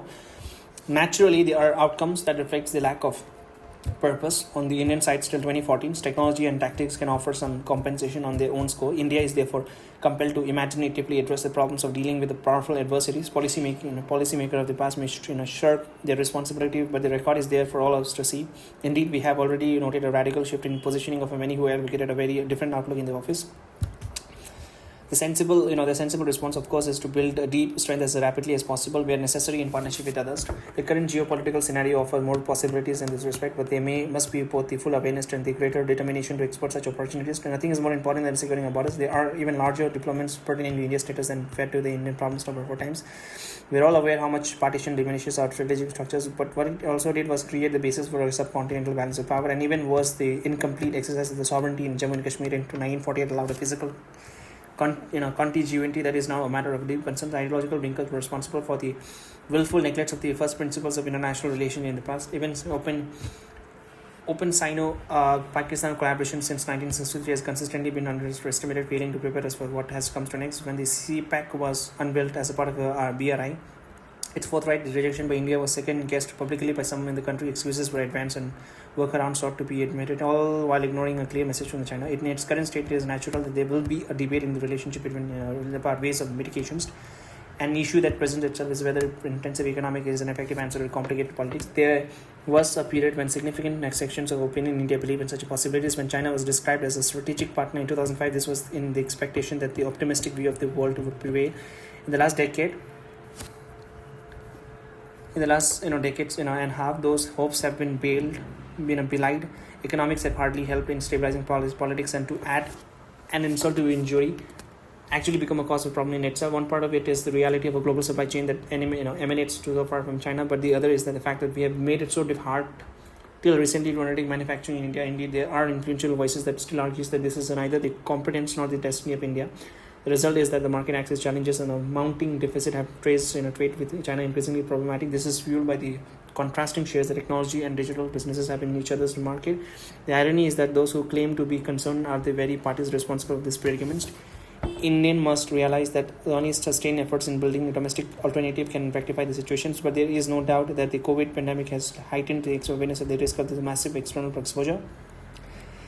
This has only been accentuated by the concerns emanating from the escalated friction in the border areas. Atmanirbhar Bharat has now emerged as Atmanirbhar Bharat has now emerged as much expression as ready to respond as a part of Vietnam community. Even though there is a strong proclivity in India to deal with China more bilaterally, some of the global debates over times to ties. This is particularly so in the respect of a domain like supply chain, technology, data, and connectivity. In fact, the more global China becomes, the more this larger discussion will shape the response of the interlocutors. Like the rest of the world, India too is grappling with the reality that established economic models are unable to cater to the realities of the day. It is clear that the logic of a comparative advantage does not work with respect to those who are autonomous of the market of forces, and obviously the world is simply not geared to take up the challenges of unrestricted competitions when every factor of the production is average. Okay, I'll just see. Okay, what are the achievements that Congress government had done from early 2000 to 2014. Let's see what they have achieved apart from all the failures. Congress-led United Progressive Alliance's UPA government serving 2 terms from 2004 to 14 under Prime Minister Manmohan Singh focus on rights-based approach to welfare infrastructure. Oh no, you don't please don't tell me infrastructure developments and high economic growth. Key achievement during this period included the implementation of landmark social legislation and substantial poverty reductions and modernization. How? They've done right to information. Fuck. Nobody cares about the right to information if you don't have a fucking border. Right to information empowered citizens to demand accountability from public authorities, significantly enhanced transparency and governance. What are you talking about the transparency of a government if you don't have a border, right? Proper border. If you don't have a fucking proper, foreign policy. Right to information, Mahatma Gandhi National Rural Employment Guarantee Act, MNREGA. I know, I've studied this, provided a legal guarantee for 100 years of employment in rural areas, acting as a major social security nets. That's fine. Not very good, but fine. Right to education. 2009 made education a fundamental right to this one. Okay. So what has happened in Congress is that they've passed the Right to Education Act. Okay. So they've told everyone that, okay, you have a right to study. But they have not built the infrastructures. So not just by telling them you have a right to study, they will not study, isn't it? You have to build, you have to invite companies. If the companies don't come from abroad or any of that, in India, what will you do by studying? If you study and if you don't become anything, then what is the point of studying, right? So that is the main thing. And if you don't give any money, right? So just imagine, okay, if a family does not have any money, instead of studying, they will go and work, right? So yeah, right to education, I think it is important, but it could have been better. National Food Security Act, that one is fine, but that is passed in 2013, right at the end. Forest Rights Act. What the fuck about the forest, man? You have to fucking first, the foremost for a country, right? The most important thing is first your foreign is national security. If you know that your national security is being taken care, because if you don't have a national security, then anyone could infiltrate, and you don't have a country, right? So first is national security, and after that it is to ensure that every person has a right to education, and then you have all of those things. National food security, forest rights. What do you mean by forest rights, man? Land Acquisition Act, replace the 1918 Golden Act to ensure compensation, protection of children from sexual offense, establish legal story. Poverty, approximately 138 crore people were lifted above the poverty lines. High economic growth, the average GDP growth was around this one for decades. Aadhaar initiated the unique identity program in 2009 to streamline direct benefits. Okay, I think this is good. Aadhaar, I think, okay, if it's done in their timeline, then yeah, Aadhaar is fine. Rural connectivity, no. New roads, I don't think they have done any roads. Power generation for more than double the electricities. They've done Chandrayaan 1 first mission to moon, launched Mars operators missions. Agni 5, okay, successfully tested the Agni 5 intercontinental ballistic missile 2012 and launched the indigenous nuclear submarine Iris Arihant. Okay, polio free India, okay, empowering women. Not that of a significant. Okay, I think what I've understood is that for a country, I think the first most important thing is defense. Spending so much on defense, and then educations, defense, educations, and then you have infrastructures, and then you have all of those things, right? Like the rest of the world, having a really established economy, also unable to cater to the realities. Okay, this one's where India is concerned, it is only a departure from an established way of doing business that can yield results, and there is a transformation underway that of a resilience and reliability when it comes to supply chain trust and transparency when it comes to data. This offers real possibilities to build greater national capacities in various fields. In the interim, it is essential that India is cautious about exposing its economy more substantially to unfair trade. This is not protectionism, but economic self-defense.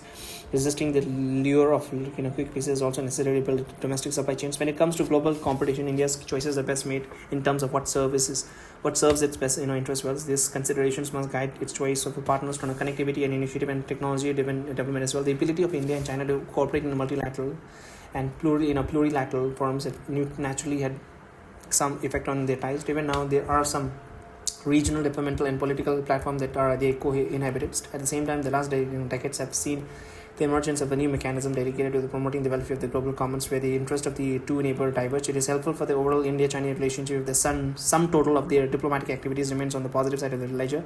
But this is not that easy to realize given the differences on display when it comes to the expansion of the NSG, reforms of the UN, or the spread of an RPRI. Accommodating the rise of the others while in the midst of your own cannot be easy. When it comes to strengthening multipolarity, India will obviously first evaluate how much of it applies in Asia itself. Similarly, when it comes to rebalancing, Indian choices will lean towards these options that accelerate its growth. But what should be clear is that nation like India which long viewed sovereign equality as a fundamental principle of international relations will continue to do so in the times ahead. Seen from a narrow bilateral perspective, it is not unexpected that the rise of India has been underplayed by the China efforts to structurally shape its shared neighborhood is naturally of a deep interest to us. Prominent among that has been the BRI, one of whose corridors we have noted violates India's sovereignty. The maritime space is also beginning to undergo a noticeable transformation, and clearly not to India's benefits. In all of this, the global commons have been left to the commitment of like-minded partners to share a sense of responsibility. India's interest and influence have widened eastwards at the very time. The conceptualizations of the Indo-Pacific and the emergence of the Quad are examples of a contemporary response to emerging demands. They also underline the importance of not according to veto to others on sovereign choices. When it comes to India-China relationship, references are often made to it being the foundation of an ancient century. This goes back to some remarks that were made by Deng Xiaoping more than 3 decades ago. Events of the last few years have point to the converse reality that the inability to get along can jeopardize such prospect. They search for a modus vivendi, therefore becomes a quest for multipolarity in Asia, and that in turn has evolved into a larger debates about the exercise of a choice, concerns about the global commons, respect for international law, and engagement on the basis of the sovereign equality. In this economic dimension, there is a parallel debates underway on the need for the trade and importance of equal opportunities and the compulsion of risk mitigations and the building resilient and reliable supply chains while promoting trust and transparency in the games of the nation plays. In the games the nation plays, political romanticisms and cultural fight can often become manipulative cards, forging a united front against the West and suggesting that Asia must be for Asians are tried and tested tactics that appeal to the insecurity of the post-colonial world. The reality, however, is remorselessly unsentimental and much more competitive. In a globalized world, keeping others out while seeking access to the region is unrealistic. In a strategic one, partners should be chosen on interest and not on the basis of the sentiments of the prejudices. A more culturally assured India would surely see the differences. India's answer for the more balanced and stable relation with China lies in a range of options across multiple domains. Given the developments of 2020, they obviously center around an effective defense of the border. This was undertaken even in the midst of a COVID. A fitter and more technologically enabled military is evidently the need of the day. Peace and tranquility on the border area clearly remain the basis for normal relationship. This is far from equating it with resolving the boundary questions. The reality is that even this lower part was breached in 2020. Economically, further progresses in expanding the manufacturing and promising Atmanirbhar Bharat is the key. Internationally, building more relationship and promoting understanding of its interest will strengthen India. We must continue to compete effectively, especially in our immediate periphery. Establishing a stable balance between India and China after 2020 is not easy. If that has to emerge, it can only become sustainable on the basis of the three mutuals.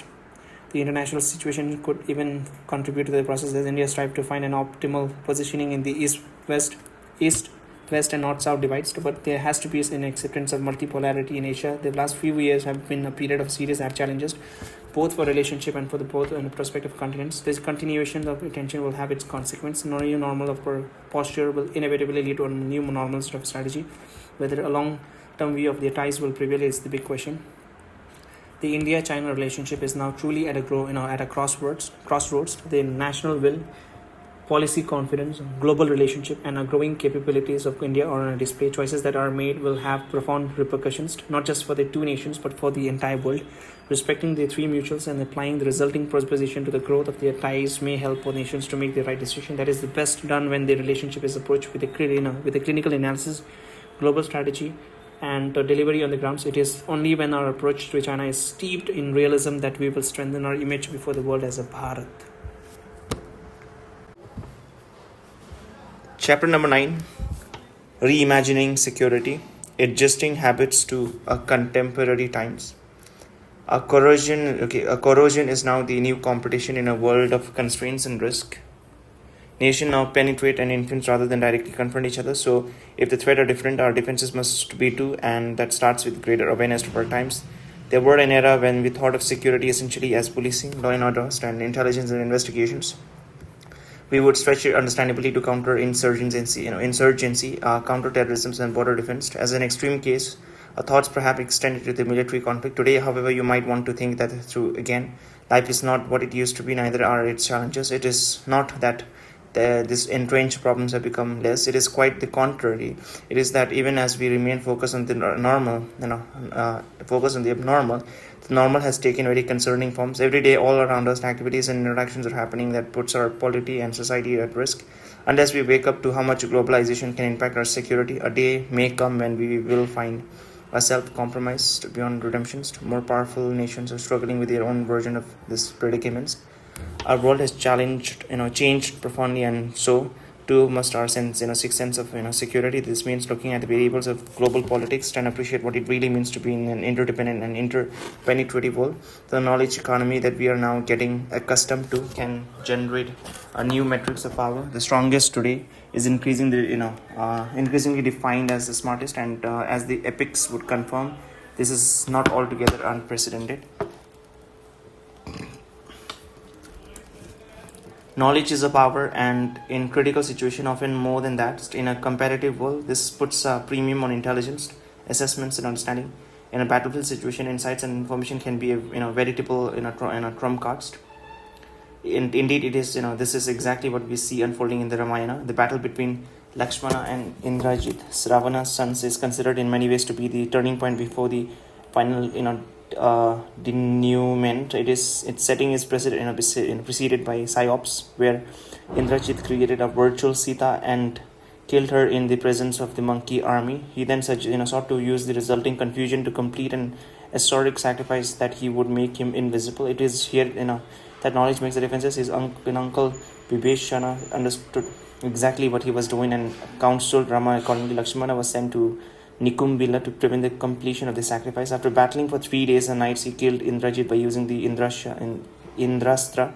There is also a preceding encounters with another son of Ravana's, the giant Atikaya, where inside information makes a difference. Struggling to hold his end up between the duel, Lakshmana was advised by you that only the Brahma Shakti can kill this demon, which it dates much to his relief. Indeed, Rama himself was the beneficiary of this, charioteerist. Matali is advised to use the Brahmastra against Ravana at the crucial moment of the battle. Clearly, informationalized warfare, it provides not just an edge, but can be complete game changer. If there is an underestimated characters in Ramana, it's Ravana's younger brother, Vibhishana. Perhaps his disassociation from the parent clan, even for virtuous reason, left attained in the public minds. But the fact remains that at the turning points of this saga, he made a crucial contribution. This was something that the Lord Rama understood and anticipated when he welcomed him into his ranks despite the reservation of his advisors. He sensed Vibhishana's ambition to replace Ravana's and significantly crowned him as the king of Lanka before the battle began. Apparently, regime change has a long history. On his part, Vibhishana provided invaluable information through a network built by his allies, Anil, Sampati, and Pramati and Panast. It was to him that Rama continuously turned for tactical intelligence during the course of the war. And when the Rama and Lakshmana were disabled by Indrajit using the Nakapash, it was Vibhishana who gained time for the recovery. Adopting from the ranks of the adversary is always a tricky situation. There are inbuilt doubts and suspicion to that process, but as Lord Rama demonstrated, it really pays off. And this is not just a sound judgment in the beginning, but also the courage to stick to that call through trying times. A related aspect is the power of narrative.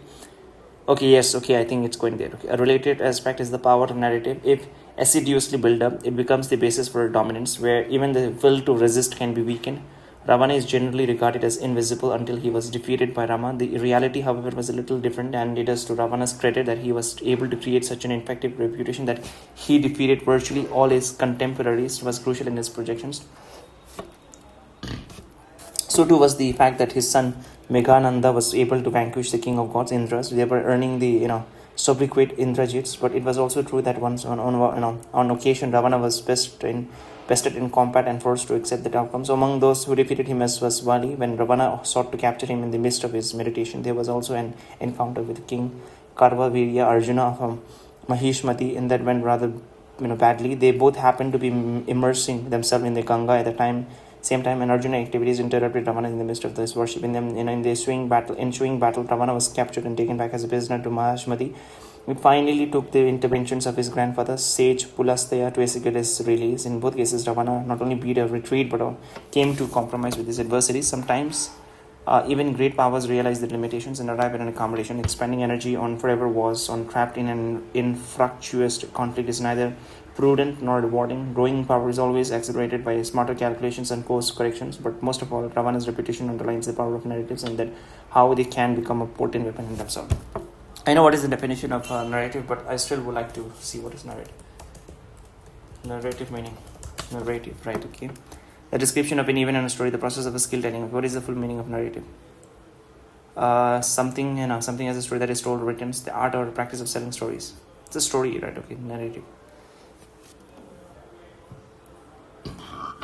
Understanding the security conundrum. As a start, let us reflect on the changes that are not always sharply perceived, and then understand how much of our challenges really reside below the waterline. Does it really takes act of violence or spilling blood for happening to be assessed as injurious? A lot of our security threats are gradual and coercive, not necessarily blunt trauma. If our nation's unity and integrity is weakened and alternative loyalty is created, should we remain indifferent? If sympathy, succor and support are given import to a separatist in the name of the democratic freedoms, should we display equanimity What the national development essentially critical infrastructure is imperative to we show independence when influence or operations were undertaken to shape societal thinking. Can we really afford to be complacent if policy choices for an open economy leads to deindustrialization and external dependency? What does it say for our future? Strategic autonomy can only come from strategic security. Much of the security debates now revolves around exposure, penetrations, and vulnerabilities. This is the new world where normal activities can be easily transformed into malevolent intent. Raising such an issue is not a case for tightening control, strengthening authority, or turning our backs to the world. It is, in fact, a plea to wake up, prepare, augment, and most of all, not let our defenses down. Indian society is continually, seized with, with the challenges of security, perhaps more than many of its contemporaries. Like the rest of the world, it faces conventional and non-conventional threats of a broad range. Law and order issues and even internal security are obviously more complex in a large, pluralistic, and diverse polity. Concerns about terrorism are particularly sharp since India has experienced unrelenting violence from across its borders. Externally, the task of securing unsettled boundaries has always been an exacting one. That current generations have direct memories of multiple conflict also shape our thinking. Each of this aspect naturally requires an upgraded response, but there are significant concerns as well as that are embedded in our increasingly connected existence because they are intrinsic to the engagement with the world. There is no getting away from these problems. When it comes to security, doing more and doing better is no longer enough. India needs to do things differently, and that means thinking differently. Enhancing security today requires reimagining it.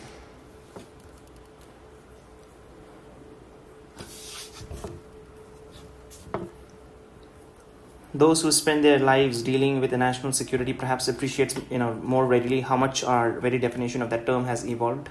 Change is driven by the impact of globalization on all societies. The penetration of a technology into our daily lives and more a comparative global scenario. What, where, and when, and how a threat emanates is as complicated to anticipate as the manner in which we need to respond, protect encounters. We are required to not only deal with the more intricate framework in which threats are assessed, but do so with greater variables. Together, they ensure that the normal has become increasingly unpredictable and that the uneventful is but an exception. At the heart of the security conundrum is the seamlessness created by the fusion of economic interdependency and technological interpenetrations. They facilitate the flow of information, ideas, and ideologies in a manner previously inconceivable. There are the human aspect as well, pertaining to the extent of observance of rules and norms. We cannot be oblivious to paradox. Okay, just wait. Okay, I know what is the oblivion. Oblivious.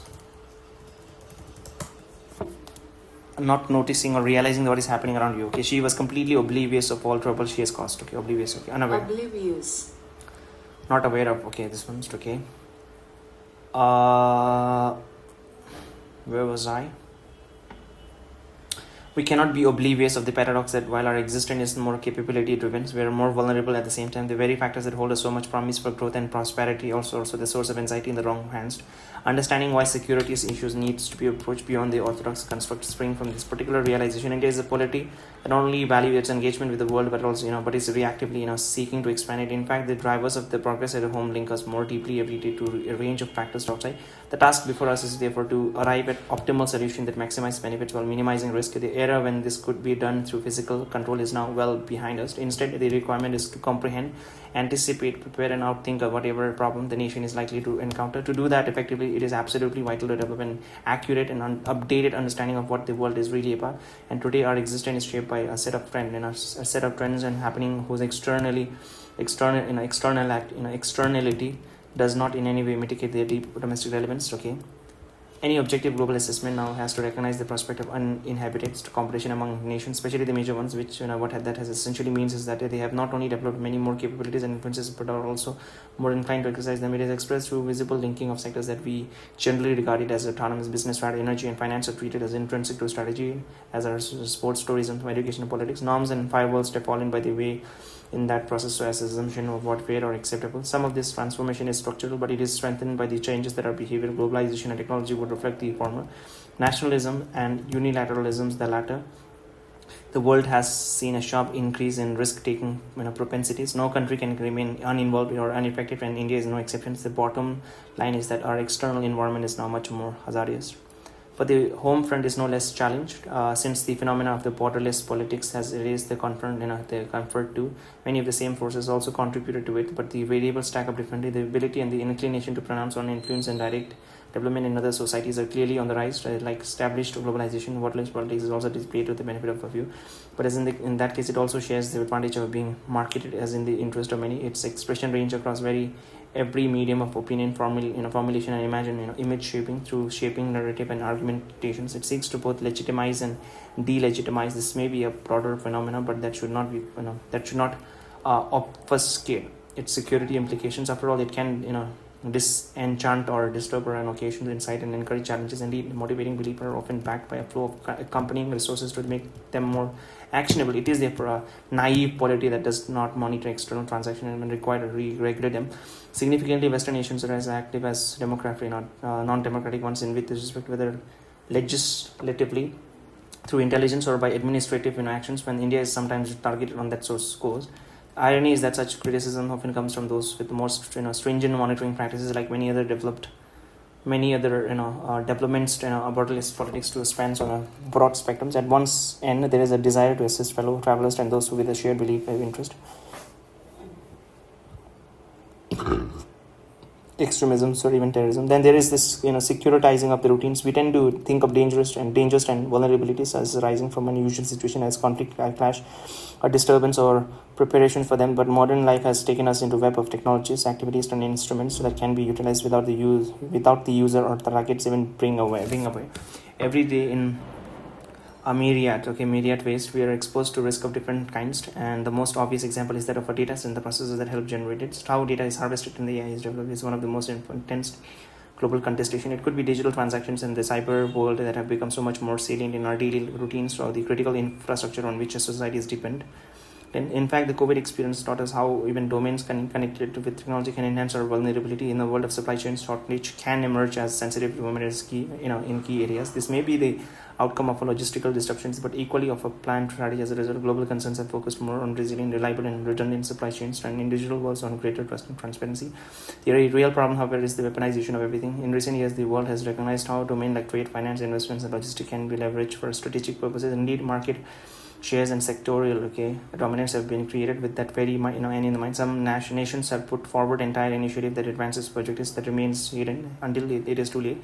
Others have been starker, like in the application of a sanction as means of pressures. Once the mindset of weaponization as sets in, almost nothing is safe. It can be directing or withholding the flow of tourists, the supply of raw material and components, or exercising the power of large vendors to our customer. When the market economy is subjugated to a non-market goals, we then realize how the normal has added to the fragility. In truth, the world has long lived in a twilight zones where rules were manipulated for globalization gains. Now that the chickens are coming home to roost, we are belatedly waking up the resulting concerns. Just wait. Chickens are.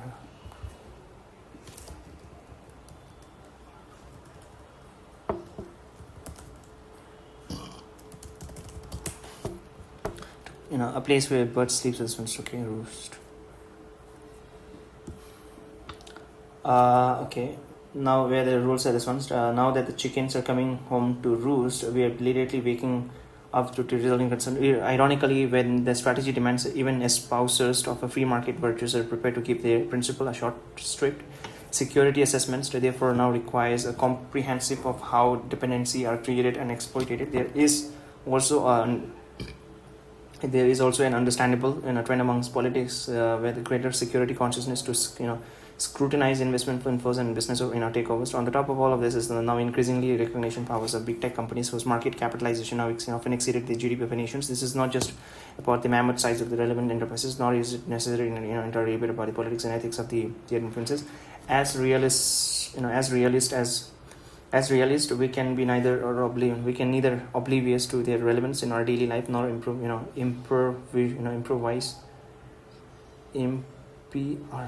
impervious to the outcomes that they can help influence. Concerns about privacy and commerce have now mutated into something much larger. We are used to state and non-state actors, but enterprises with their own mega interest are breaking new grounds in modern international relations. The problem is that society at large faces is that these enterprises seeks to work on their own agenda and norms. Moreover, recent news events have underlined that even strong states find it tough to fully gauge, leave alone controls. Enterprises of the scale, such entities can even provide capabilities that are normally associated with the governments, or to stake out their own line of geopolitics. Businesses betting against governments and nations is not new in itself. but the manner in which they can do so has been facilitated by our way of life. We cannot be blind to this winds of change. War by other means.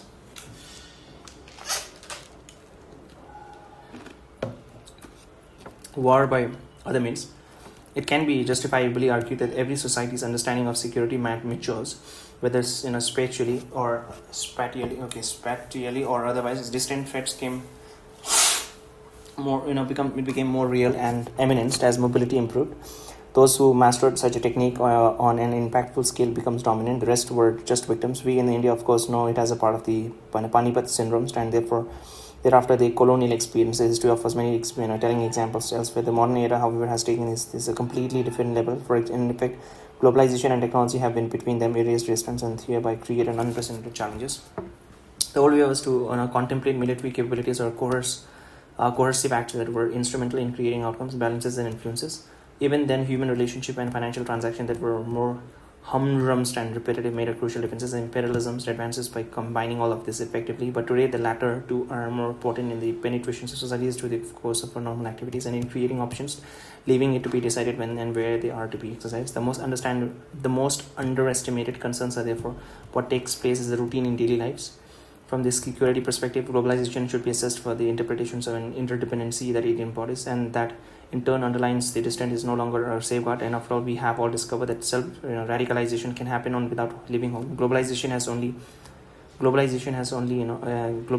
not only brought the world to our doorstep. It has also carried the accompanying opportunities and anxieties with it. The more technology-centric our life becomes, the more serious the challenge will be. Even as the spectrums of vulnerability widens, our expectations of what constitutes adequate protection is also expanding. National security was traditionally viewed as largely in a narrow military policing and legal terms, highlighting the assumption that threats were both far away and well-defined, but neither hold true or any longer. Furthermore, experiences of dependency and pressures such as of technology and finance, also of a food or fuel, have rekindled a global debate on the merits of strategic autonomy. Bringing economic security to the heart of the national security has been facilitated by the rise of China, the change American discourse, the impact of the COVID, the Ukraine conflict, and the Middle East violence. It has given more weight to the livelihoods concern as opposed to profitability consideration. This steady expansion of what impinges on collective comfort levels has added sharper edges to every nation's calculation. Indeed, disruption itself has become the driver for a constantly evolving definition of a security. The value that partnership and cooperative arrangement offer as reassurance has increased in value. Changes are not just structural; they can also be behavioral. We must recognize that the inflections points of the last 2 decades in this context. This includes the 2008 global financial crisis and change leadership style in many power centers. It continues all the way to the COVID pandemic and the Ukraine conflict. All in all, we are seeing heightened competition in a global politics led by the major powers. There is a less questioning now when nations use every instrument influences at the command to advance their interest. In the past, such tools were visualized as spectrums with the application of force as one extreme and the other power of example as others. There were practical options that emerged in between, and even the use was tempered by the shared interest and common restraints. Perhaps this have not always worked, whether it was the selective use of force or the application of sanction, but those who had an edge have often chose to use it. But as a whole, the belief in globalization tended to be a discouragement to adventurism. However, as the stake rose and contradictions sharpened, and major powers have displayed the mentality of a war by other means, what characterizes our times is a willingness to be far more muscular and unabashed in using the toolbox of influence and capability. That it also contains more tools only encourages the practice further. In fact, we are seeing that approach develop to a point of exploiting many aspects of our globalized life and its activities.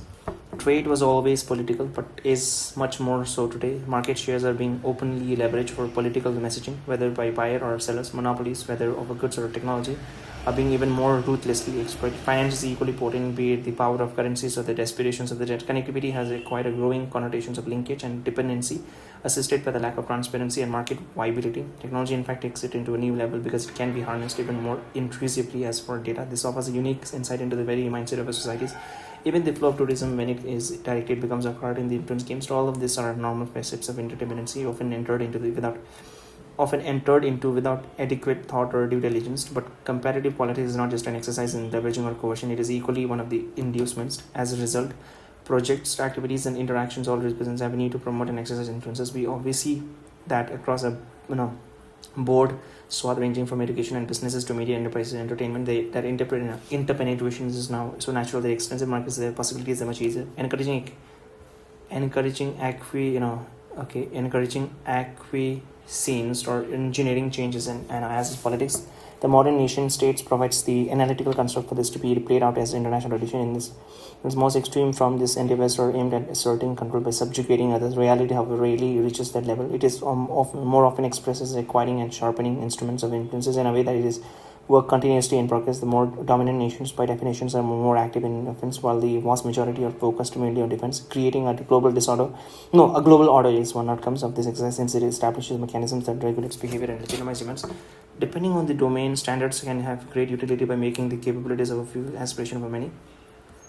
In the evolution of societies, progress in the security world and that in everyday life has always been connected to each other. Advances in one are naturally transposed on the others, whether we speak of material communication platform or activities. What has often begun in laboratories or businesses has ended up in armories. Okay, so equally, commercializing security, even when inventions or discoveries has been successful over the ages. However, as the world has become more globalized, the lines separating the two are becoming fainter. Some of these reflect the more integrated nature of technology, others derive from a deliberate civil military fusion. In some nations, in a situation where less is taken at a face value, we must be aware that economic activities cannot only enhance security capabilities but can even be driven by them. So where businesses ends and security begins is no longer easy to be distinguished. Behavior too can be shaped by setting norms and establishing etiquettes. That is why rule making and rule observance have become so central to debates in international politics today. But the rules of the game are often inadequate to either advance its interest or establish an effective defense. As it becomes even more complicated when the rules are non-existent, disputed, or simply disregarded. Therefore, serious polities naturally concentrate on the building capabilities rather than assuming intent.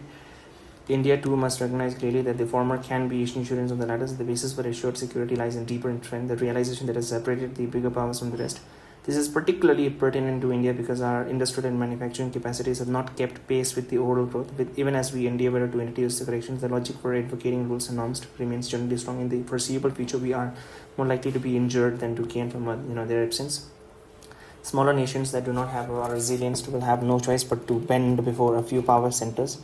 Even between major powers, rules could prevent the instability that is in no one's interest. At the same time, there is a developing awareness that in domains like the digital ones, rule making can be used to freeze the leads of the established players. Increasing capabilities, therefore, needs to be accompanied by the bolder policy making, building narrative, shaping opinions, and conditioning thinking are integral aspect of the political contestation. If the domain of the information has assumed a high profile now, it does not imply only recognition of its salience, but also the availability of neutrals. The anachronisms of propaganda may have not now yielded place to an industry driven by the technology writers, but like many other practices in vogue, we should not forget that this too has its history. Controlling the narrative is always a fight, and technology has made it far more complex. Those responsible for law, order, and security have to struggle with it every day. It can distort, motivate, alarm, confuse, and mislead sometimes at all at the same time. But do not forget the impact of the routines, what we read, see, and hear all the time. Think about it. These are also processes of acceptance or rejections at work. The forces that drives them often extend beyond nation states and traditional definition of power influences. On occasion, they could root strongly for the status quo and be sensitive to the departure from it. The vehement opposition from select quarters to the change in respect of Article 370 is a scarce to point, but they may equally make the case for the radicalisms or perhaps even extremism in a more acceptable form. We see their hard hand at work as well as when cross-border terrorism it is depicted as just a more vigorous form of post-partition defenses. In fact, the very image of trade in a nation is often molded with an agenda in mind. Data protectionism is an argument used to trivialize digital delivery and justify data monetizations. In the same vein, the concept of big emitters seeks to evade historical responsibility. Either way, entrenched elites will monitor and resist the kind of rebalancing that gives emerging society the confidence to define their own interest. As with standard in the material field, rising powers typically faces a narrative challenges from the established views of early movers. In the world of ideas, they seek to define political correctness and make them universal. Often, external interests are strongly aligned with local elites with whom there is a mutual understanding. Our own experience in recent years have revealed how good governance can be distorted as excessive state control or an anarchy, and how an anarchy and worse are justified as exercise of democratic rights. A polity that is oblivious to such practices of its society in danger. The globalized era encouraged the promotion of a new integrated broad roads magnified by the well-crafted echo chambers. The unfolding of multipolarity has, however, brought back the natural diversity of our planets. In the ensuing competition, there is always the possibility of both misunderstanding and misrepresentation. Since so much insecurity derived from the perception, we cannot be improvised to the shaping of our image. We can but if we expect an easy passage up the global hierarchy of power, we will be deluding ourselves. How to define norms, to where to shine the spotlight, which part of reality are picked. These are all par for the course. So too are the adjectives used in reporting the free pass from the fact checking and the selectability of the judgments. But knowing full well the biases and interest, it is still a contest that we have to enter with zest and vigor, creating and propagating our own narratives is therefore of a great importance. Section of the world having their views, but we should not be intimidated from having a view on these views. Swimming upstream is the karma of all rising power.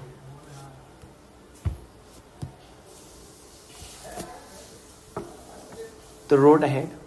Building adequate estate capacities to deal with a more complex security matrix is a common challenge for larger nations. The very tools that allow us to render more active activity services can help to secure more people brothers. As with more orthodox external threats, conducting security policy in an information environment is the task for which we need to prepare fully. It will have its own challenge and debates, but the direction that we need to move is difficult to dispute. The world may have changed in many ways, but an incessant challenge that India grapples with that of terrorism, that the danger it possesses to the international community, I realize is a matter of satisfaction. But to the extent that compromises are made for political gains or regional strategy, it is a reminder of the task that remains as a primary victim. We cannot expect that others will fight our case if we do not do so ourselves. Mobilizing world opinion must be accompanied by a robust defense of our own interest. In the realm of ideas, it is also important that the trap of normalizing terrorism must continue to be resisted vigorously. We must ensure our brand differentiation between two neighbors who each produces their own brand of ID graduates, one on information technology and another on international terrorism. International terrorism. Security has many dimensions, and promoting socio-economic development is one whose worth is increasingly appreciated as its impact is far more deeply challenges diminishes accordingly. India is now seriously focused on achieving its SDGs targets, that is Sustainable Development Goals, precisely because the benefit are so self-evident. There are also ongoing attempts to obstruct development and delay progress. They resistant to road building in left-wing extremist. The resistance to road building in left-wing extremist affected areas is one obvious example. But if national prospects are undermined or border area infrastructure is paralyzed, then it is a worry of an even greater magnitude. As the record shows, this can come in many forms and appearances, some openly negative, while others take the cover of a public ghost. While noting the centralities of these endeavors to our prospect, it is imperative that we give due priority to ensuring underdeveloped progress. The digital domain has a special resonance when it comes to developments, especially after the COVID experiences. Password issual was an early field of change, but we can now see that governance itself has undergone transformations. Given the enormous Indian digital market, it is natural that there is a competition in harvesting the data generated. Smart networks and services in different areas are also a subject of contest. Sensitivity to protecting digital services also. India is obviously not unique to India. Like many other, we too are evaluating the vulnerabilities enhanced by the new technologies. India's endeavor is to find the optimal landing ground that addresses its multiple concerns. This includes data protection to facilitate making it easier to do business, ensuring that the public interest of the efficient governance and safeguarding national security.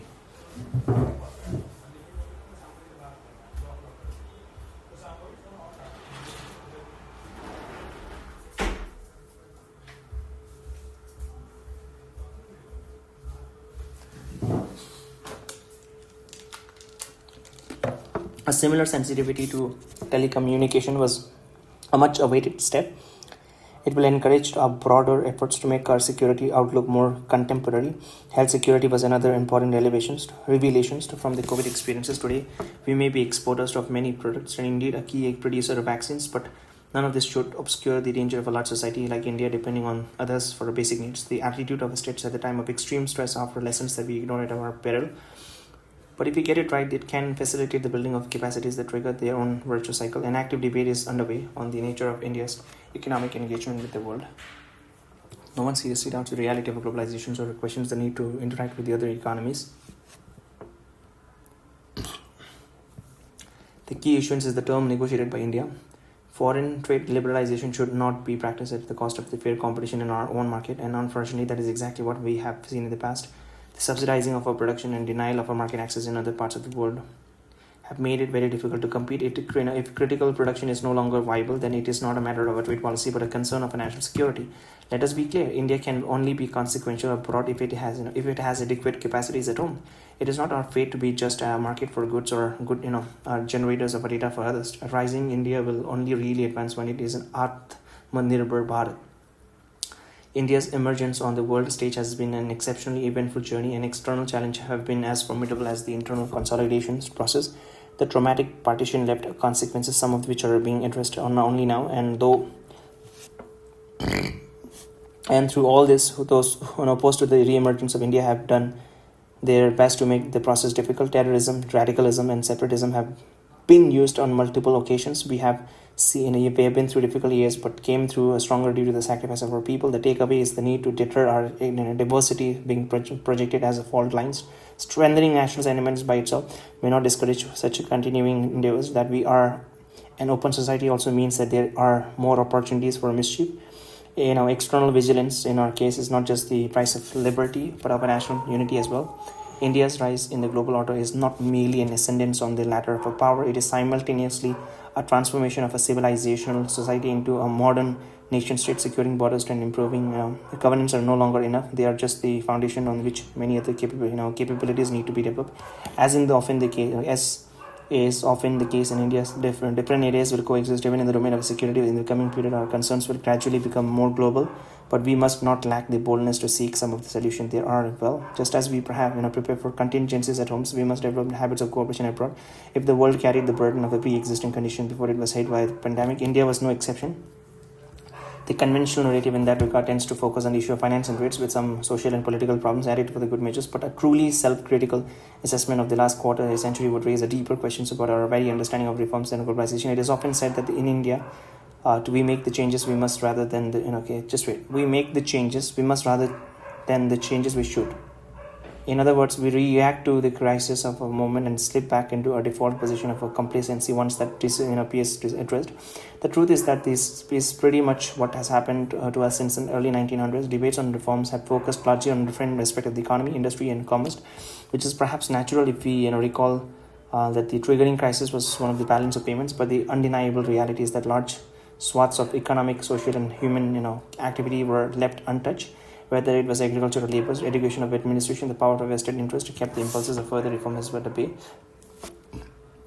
Our human development indices then naturally did not improve as much as they could have, and required of urbanization remained as ineffectively addressed as the demands of the rural growth. Not just that, the absence of progress across the social front began to tell, increasing even on the economic. On the domestic scenario was mirrored by an external strategy that has hardly enhanced in India's competitiveness. In the pursuit of globalization, we have been driven by short-term calculations and tactical gains. India's imported to consume, trade, and profit rather than to absorb, innovate, and produce. The contrast with the East Asia could not be as starker. The over-leveraging of a low-cost option from offset obviously eroded domestic manufacturing. Quite unconsciously, we began to perceive in the efficiencies of other as a solution for our own limitations, and with that, the cost of reform remained at a level that was comfortable for the orders of the day. If self-assessment remained positive, it was because they were based on benchmarking ourselves against our own past rather than vis-a-vis competitors.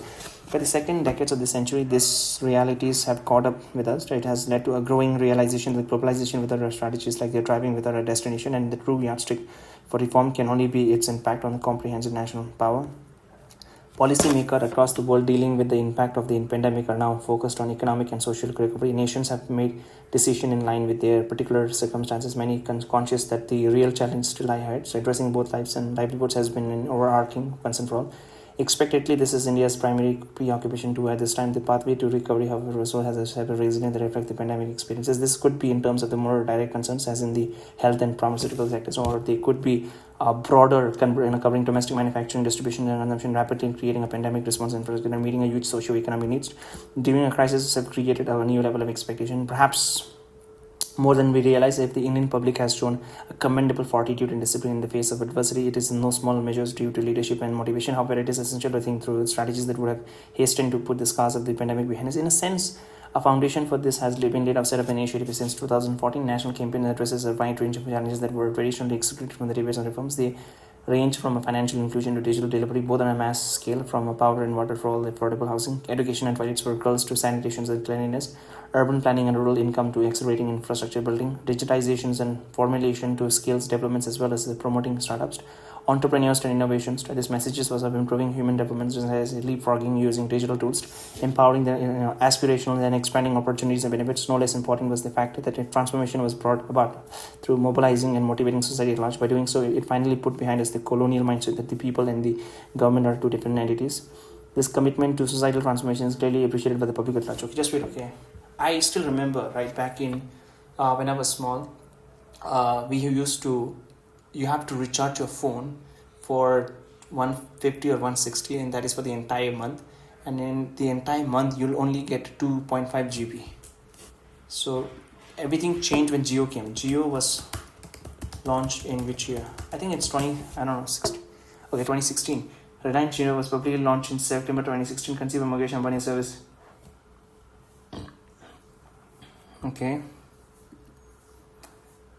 Okay, it was launched in 2016.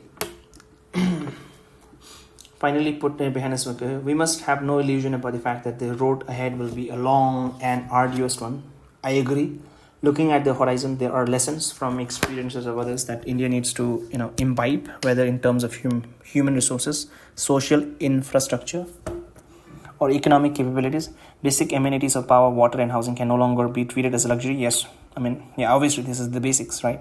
Nor can education, healthcare, skills and employment remain optional for some. In particular, as greater focus on technology and manufacturing is central to India's prospect. Digitization could well hold the key to the credible emergence of a social welfare and nations which stretched resources. Let us understand that in a world where trade wars and technology battles are likely to be a more commonplace, deindustrialization is truly akin to unilateral disarmament. Therefore, making it easier to do business is not just an economic objective, it has enormous social and even strategic implications. In the final analysis, it is central to the rapid strengthening of India's comprehensive national power. As far as the reform is concerned, India would truly arrive when we internalize that this is an endless process with even widening challenge, application. Challenges for national growth and developments are not limited to socio-economic demands. Addressing governance deficits and implementation shortcomings are a major part of the solution. The problem, of course, comes in many forms and variation. They range from outdated policies and inadequate frameworks to casual implementations or even downright neglects. At the end of the day, it is as much about capabilities as it is about strategizing. If we bemoan the limitation of a broader infrastructure, we must ask ourselves the reason for this current state. Quite apart from a deliberate neglect, the periphery will reflect in large measures the capabilities of the limits. In the heartland, a living part of the country underdeveloped or under-governed has its obvious risk, more so at the borders. It cannot be that we rise to special challenges while neglecting the daily routines. Safeguarding borders, after all, is a 24/7 exercise, not only a crisis-driven responses. Our own debate is in regard to national security need to recognize this value of putting in place the requisite structure and systems. Advocating the sweeping solutions without laying the groundwork may be dramatic policies. It is not serious policy. On the contrary, our recent experiences through the Gati Shakti initiative shows how much the national infrastructure can advance through stronger focus and integration, breaking down silos and ensuring a more integrated governance process just as important to national security. Underlying it is, of course, a basic willingness to fully recognize the challenges the nation faces. By playing down a strike like cross-border terrorism, so comparative geography, there has been a tendency to look away from the hard choices in a more difficult world. That is going to be unless possible. Building Bharat is not a matter of falling back on our past. It is primarily about reimagining our future. Okay, so chapter number 10, it's the roads not taken, recalling leaders and revising history. My favorite poem. This is my favorite poem, The Road Not Taken by Robert Frost. It says that it's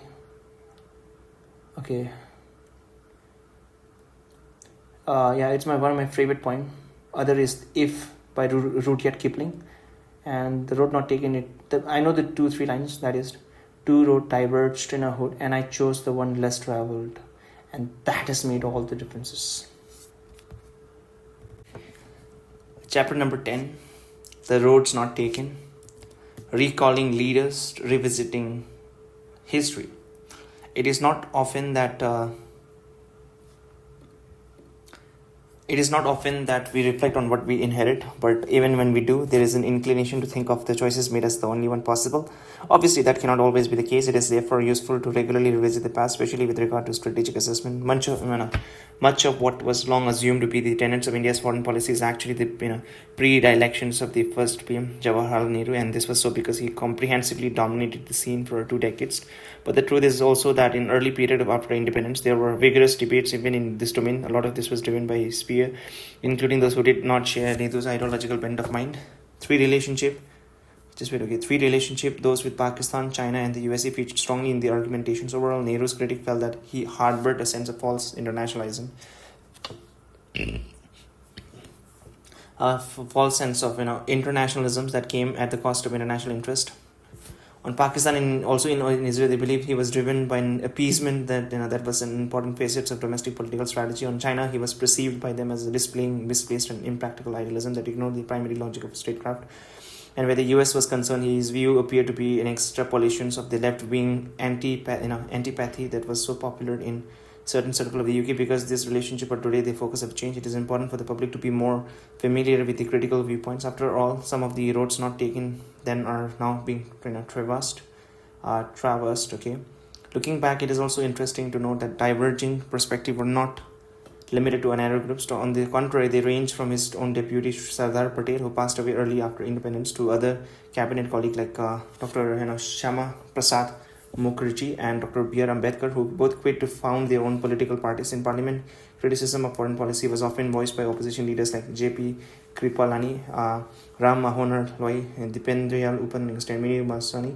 But there were differences within Nehru's government as well, most notably on China, as ties with that country worsened. Current generations would perhaps be surprised at the salience of foreign policy issue in driving domestic politics, both winning within the ruling Congress party as well as in founding alternative. One reason to go back in history is precisely because differing political viewpoints gained ground to the point of one of them, the BJP eventually coming to power. Another is that the very issue of debate that are still the focus of challenges and opportunity now. Whether we could have created different outcome is therefore not an entirely academic issues, but as Nehruvian believe we used to project it as a norm and other as a deviation. These contestations are certainly worth recognizing. The conviction that third world centered solidarity would be a force strong enough to overcome any contradictions between newly emerging governments would be quixotic at the best of times, but when actually practiced by a serving prime minister vis-a-vis an immediate neighbor, it became downright dangerous. This led to the downplaying signals and action in 1950s that had implication for our security and well-being. We expended political capital espousing this cause of neighbors who finally turned on us, and at times we even deluded ourselves that we had influence over their thinking. To evaluate such policies, it is worthwhile to reflect on the basis for this supposed solidarity. At its heart was the conviction that there were sentiments and forces stronger than nationalisms and powerful enough to overcome cultural identities. Those who hold such views tend to believe that others do, so as well, especially if they belong to a similar school of thinking. It was this display of false internationalism that worried Nehru's peer group and led them to voice their concerns. The critique came with a considerable variation in intensity, argumentations, and even the issues because they did not necessarily prevail at the time. Prevail at point of time does not make their viewpoint irrelevant, especially if the subsequent events demonstrate validity. The standing of those asserting competing point of view is also material. Many of them were truly, stalwarts of the independence struggle, and some distinguished themselves in the constitution's making process as well. It is also worth noting that Patel and Mukherjee directly shaped the map of India as well, as we know today. Obviously, we have to appreciate the compulsion of the period also, to also grasp the factors driving decision. But somewhere in all that, they are learning from the voices of dissent as we try to find a new solution to old problems. Whether it is the standing of the leaders concerned, the intensity of their differences, or the importance of the issues, there are good reasons for us to look back at their urging with the fresh eyes. If there is a symbol of loyalty and sacrifice in India's folklore, it is the elderly eagle king Jatayu. He was a very old and virtually blind when Sita was abducted by Ravana. Yet as the demon king crossed his path, Jayatu gave his all to prevent evil from happening. He attacked Ravana with his talon, broke his bow with his beak, and brought down his chariot. But in the combat, he was bested by the abductors, who chopped off his wings and eventually left him to bleed and die. But before he did, Rama and Lakshmana found him and learned who was responsible for the kidnapping of Sita. On his demise, his last rites were performed by Rama, who was truly moved by the sacrifice of Jayatu. Thereafter, it was her elder brother, Sampati, who made the defenses. The monkey contingent under Prince Angadi was beginning in despair of finding Sita as they spoke about the Jayatu's fate. Sampati, who overheard them, came to the assistance and used extraordinary eyesight to locate Sita, although she was imprisoned far away in Ravana's garden, Lanka. It was over the horizon visibility that allowed Lord Rama and the monkeys to now make the plan. In India's case, too, those with experiences and wisdom had insight to offer. Some of our leaders of that era contributed to the national security by challenging the decision even at the greatest personal cost. The loyalty was no less than that of a Jayatu, and their insights, as we now appreciate all the more, as valuable as their sympathy. We owe it to them and to ourselves to visit the council.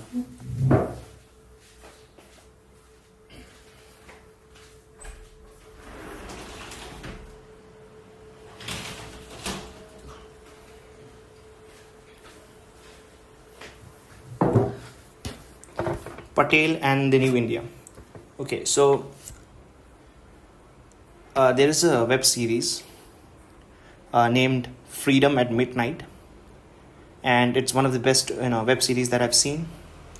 And this web series is based on a novel, and I wouldn't say novel also, I would say it's a biography or the event what has happened, which I would believe would believe it to be true, certainly, and it's based on historical facts. And what I've seen is that Nehru, right, Jawaharlal Nehru was more of an idealistic person, right, pure secular and a very idealistic person of this is what it should look like and it should do and it should be, right. Whereas Sardar Vallabhbhai Patel, he was a person, and Jawaharlal Nehru, he did most of his education from abroad, and it was difficult for him to speak Hindi too.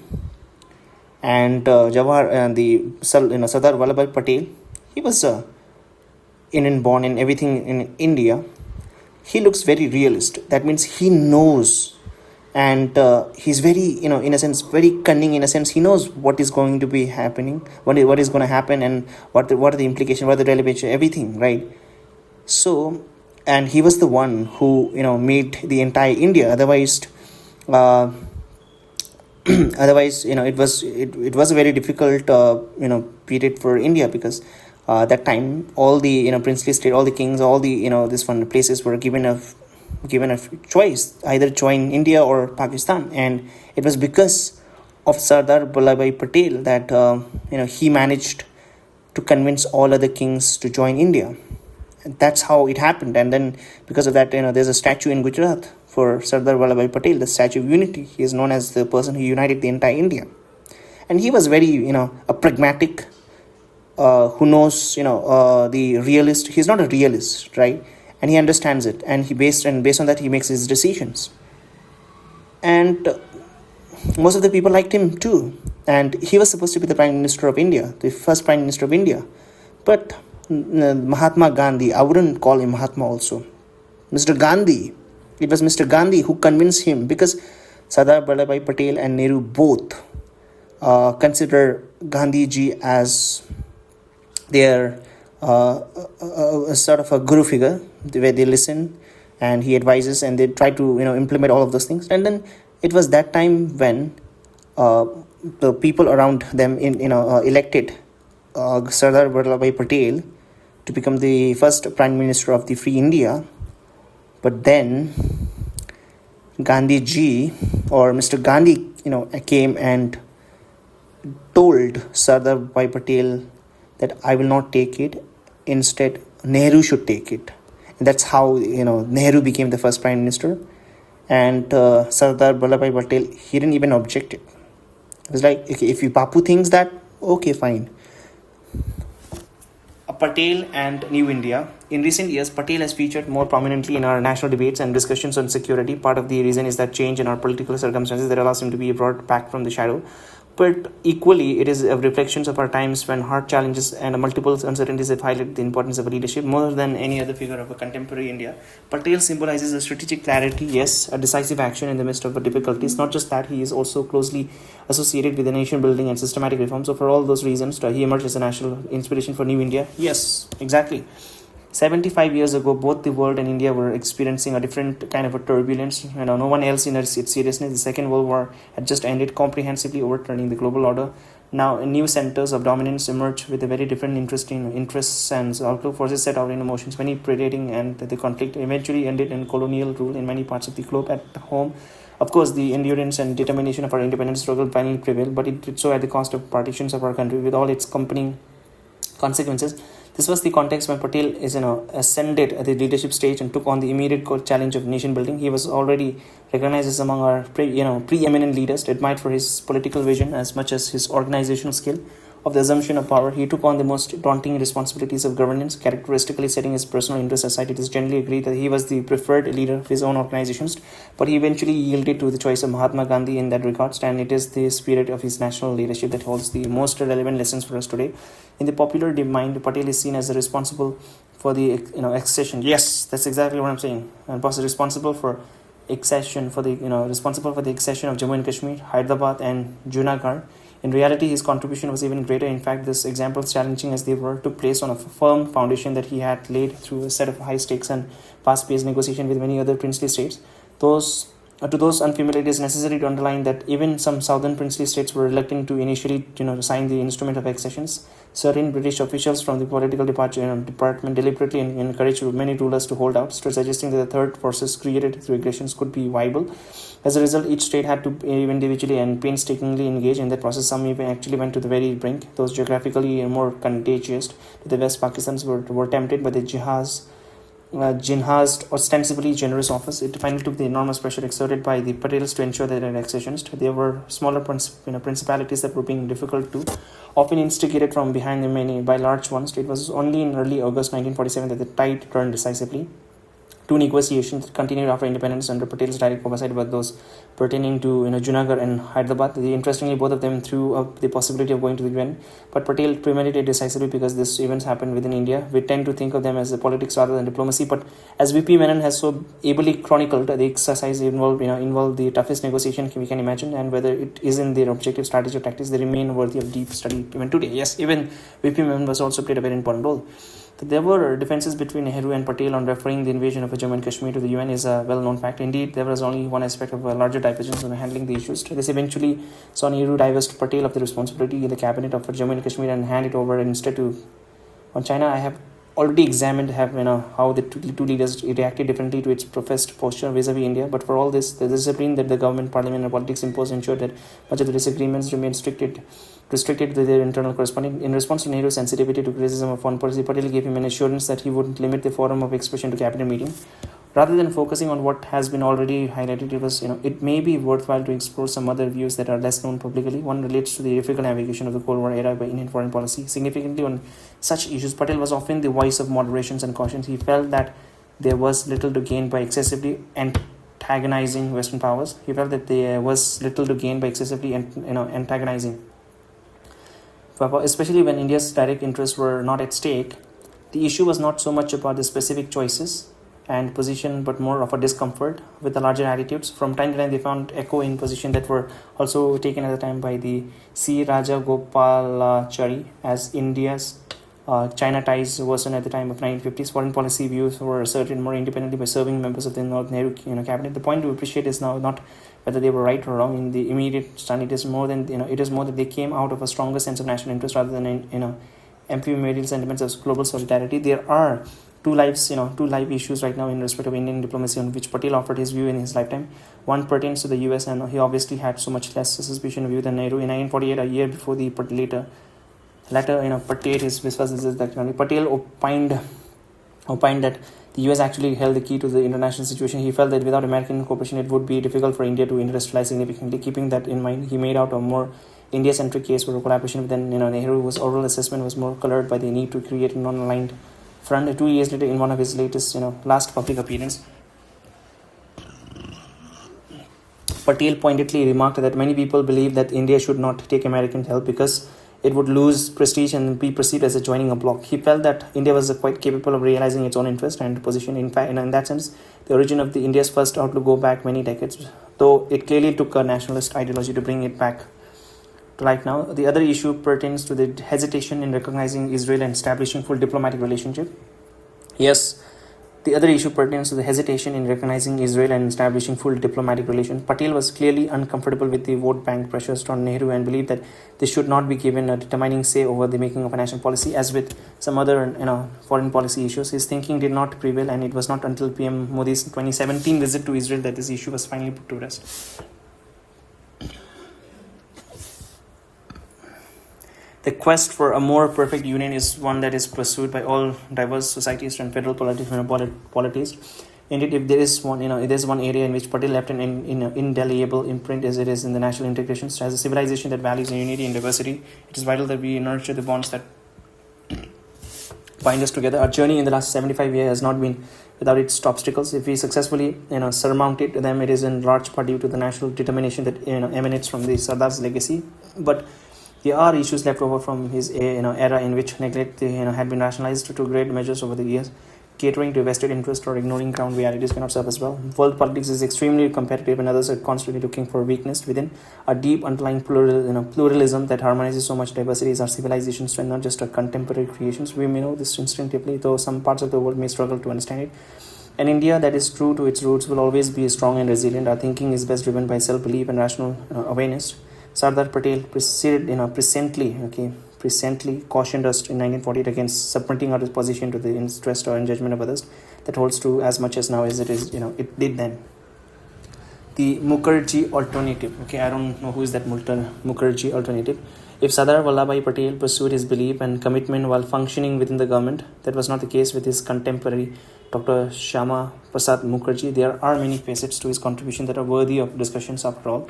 He was a notable educationist, an influential political personality, a leader in providing humanitarian belief, and an ardent espouser of our culture and traditions. Above all, he was a fierce nationalist and one quintessentially Indians who approach his nation and his perspective through that perspective. Our focus is naturally on these activities that were critical to the direction of immediate post-independence India. Many became the basis for its cohesive and alternative thinking in these countries. This expression of nationalism drove a debate over many decades about the nature of our politics and governance. They also influenced our view about developments and progress, including on how best to stand on our own feet. And of course, they shaped our approach to engaging the neighborhood, particularly and the world at stage. At one level, each of them may look different domains, but the truth is that they represented a holistic worldview, and in a real life, each was inseparable from others.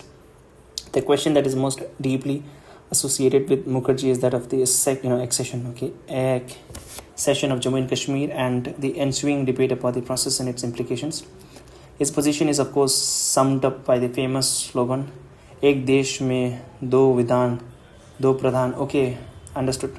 Ek desh mein do vidhan, do pradhan, do nishan, no nahi chalega. There cannot be two constitution, two prime ministers and two flags in one nation, in parliament and outside. Mukherjee brought up concerns of balkanization. I know what is balkanization, but still I'll look it up. Balkanization equals to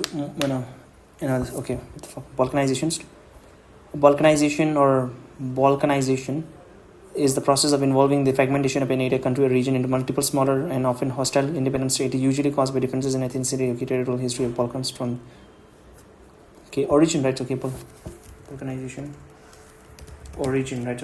I want to know where is it origin from. Balkanization. Balkanization originated from the 20th century following the Balkan Wars.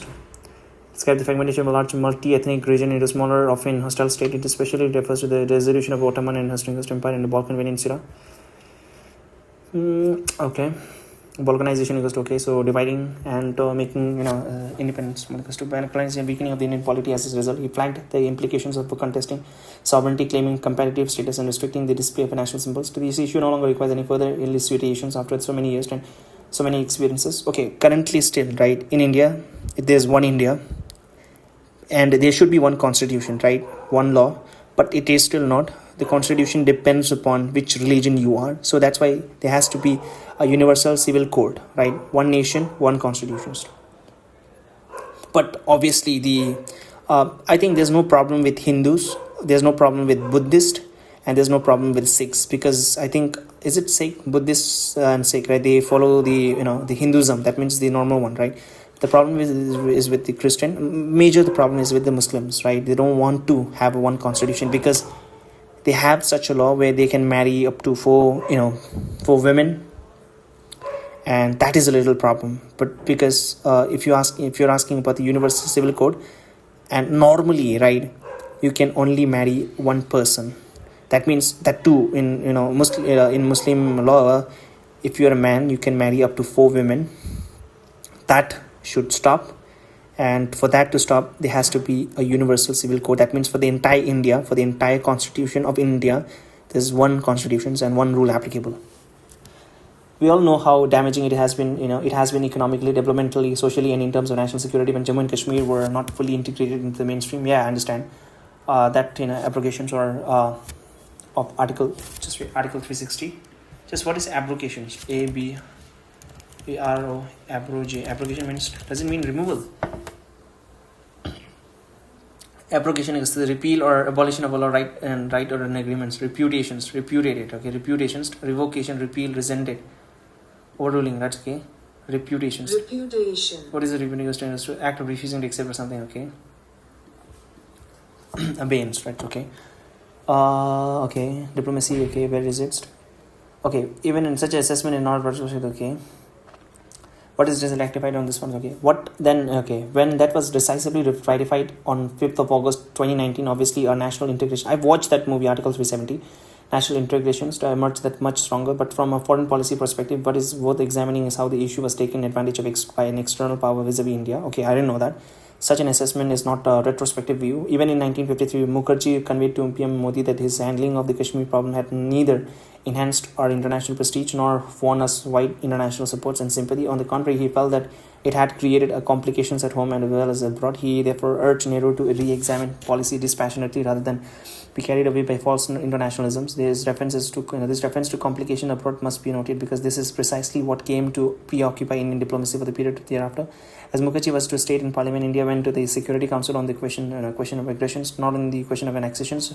How this was resorted by the disinterested power is a parallel that was the manner in similar to Patel's questions. With the passage of time, the diplomatic consequences of the early misjudgment on the Jammu and Kashmir have receded from public memory. It is possible that Gen Next is even unaware of the pressures that our country faced, yet this must be recalled in order to fully appreciate the significance of what was done in respect of Article 370 in 2019. The global manipulation of Jammu and Kashmir situation is worth examining in details. This would explain what Mukherjee meant when he spoke of complication. In December 1947, India referred the matter to the UN Article 35 of the UN Charter as a threat to international peace and security created by Pakistan support of the invaders. There is a separate debate on whether this was the best pathway that India could have chosen at a time, but there is no need to get into that discussion. What we should bear in mind is that the British appointed Governor General had 2 months earlier accepted the instruments of accession in regard to Jammu and Kashmir under the relevant legal provisions, but this did not stop major world powers from taking advantage of an opening that situation provided.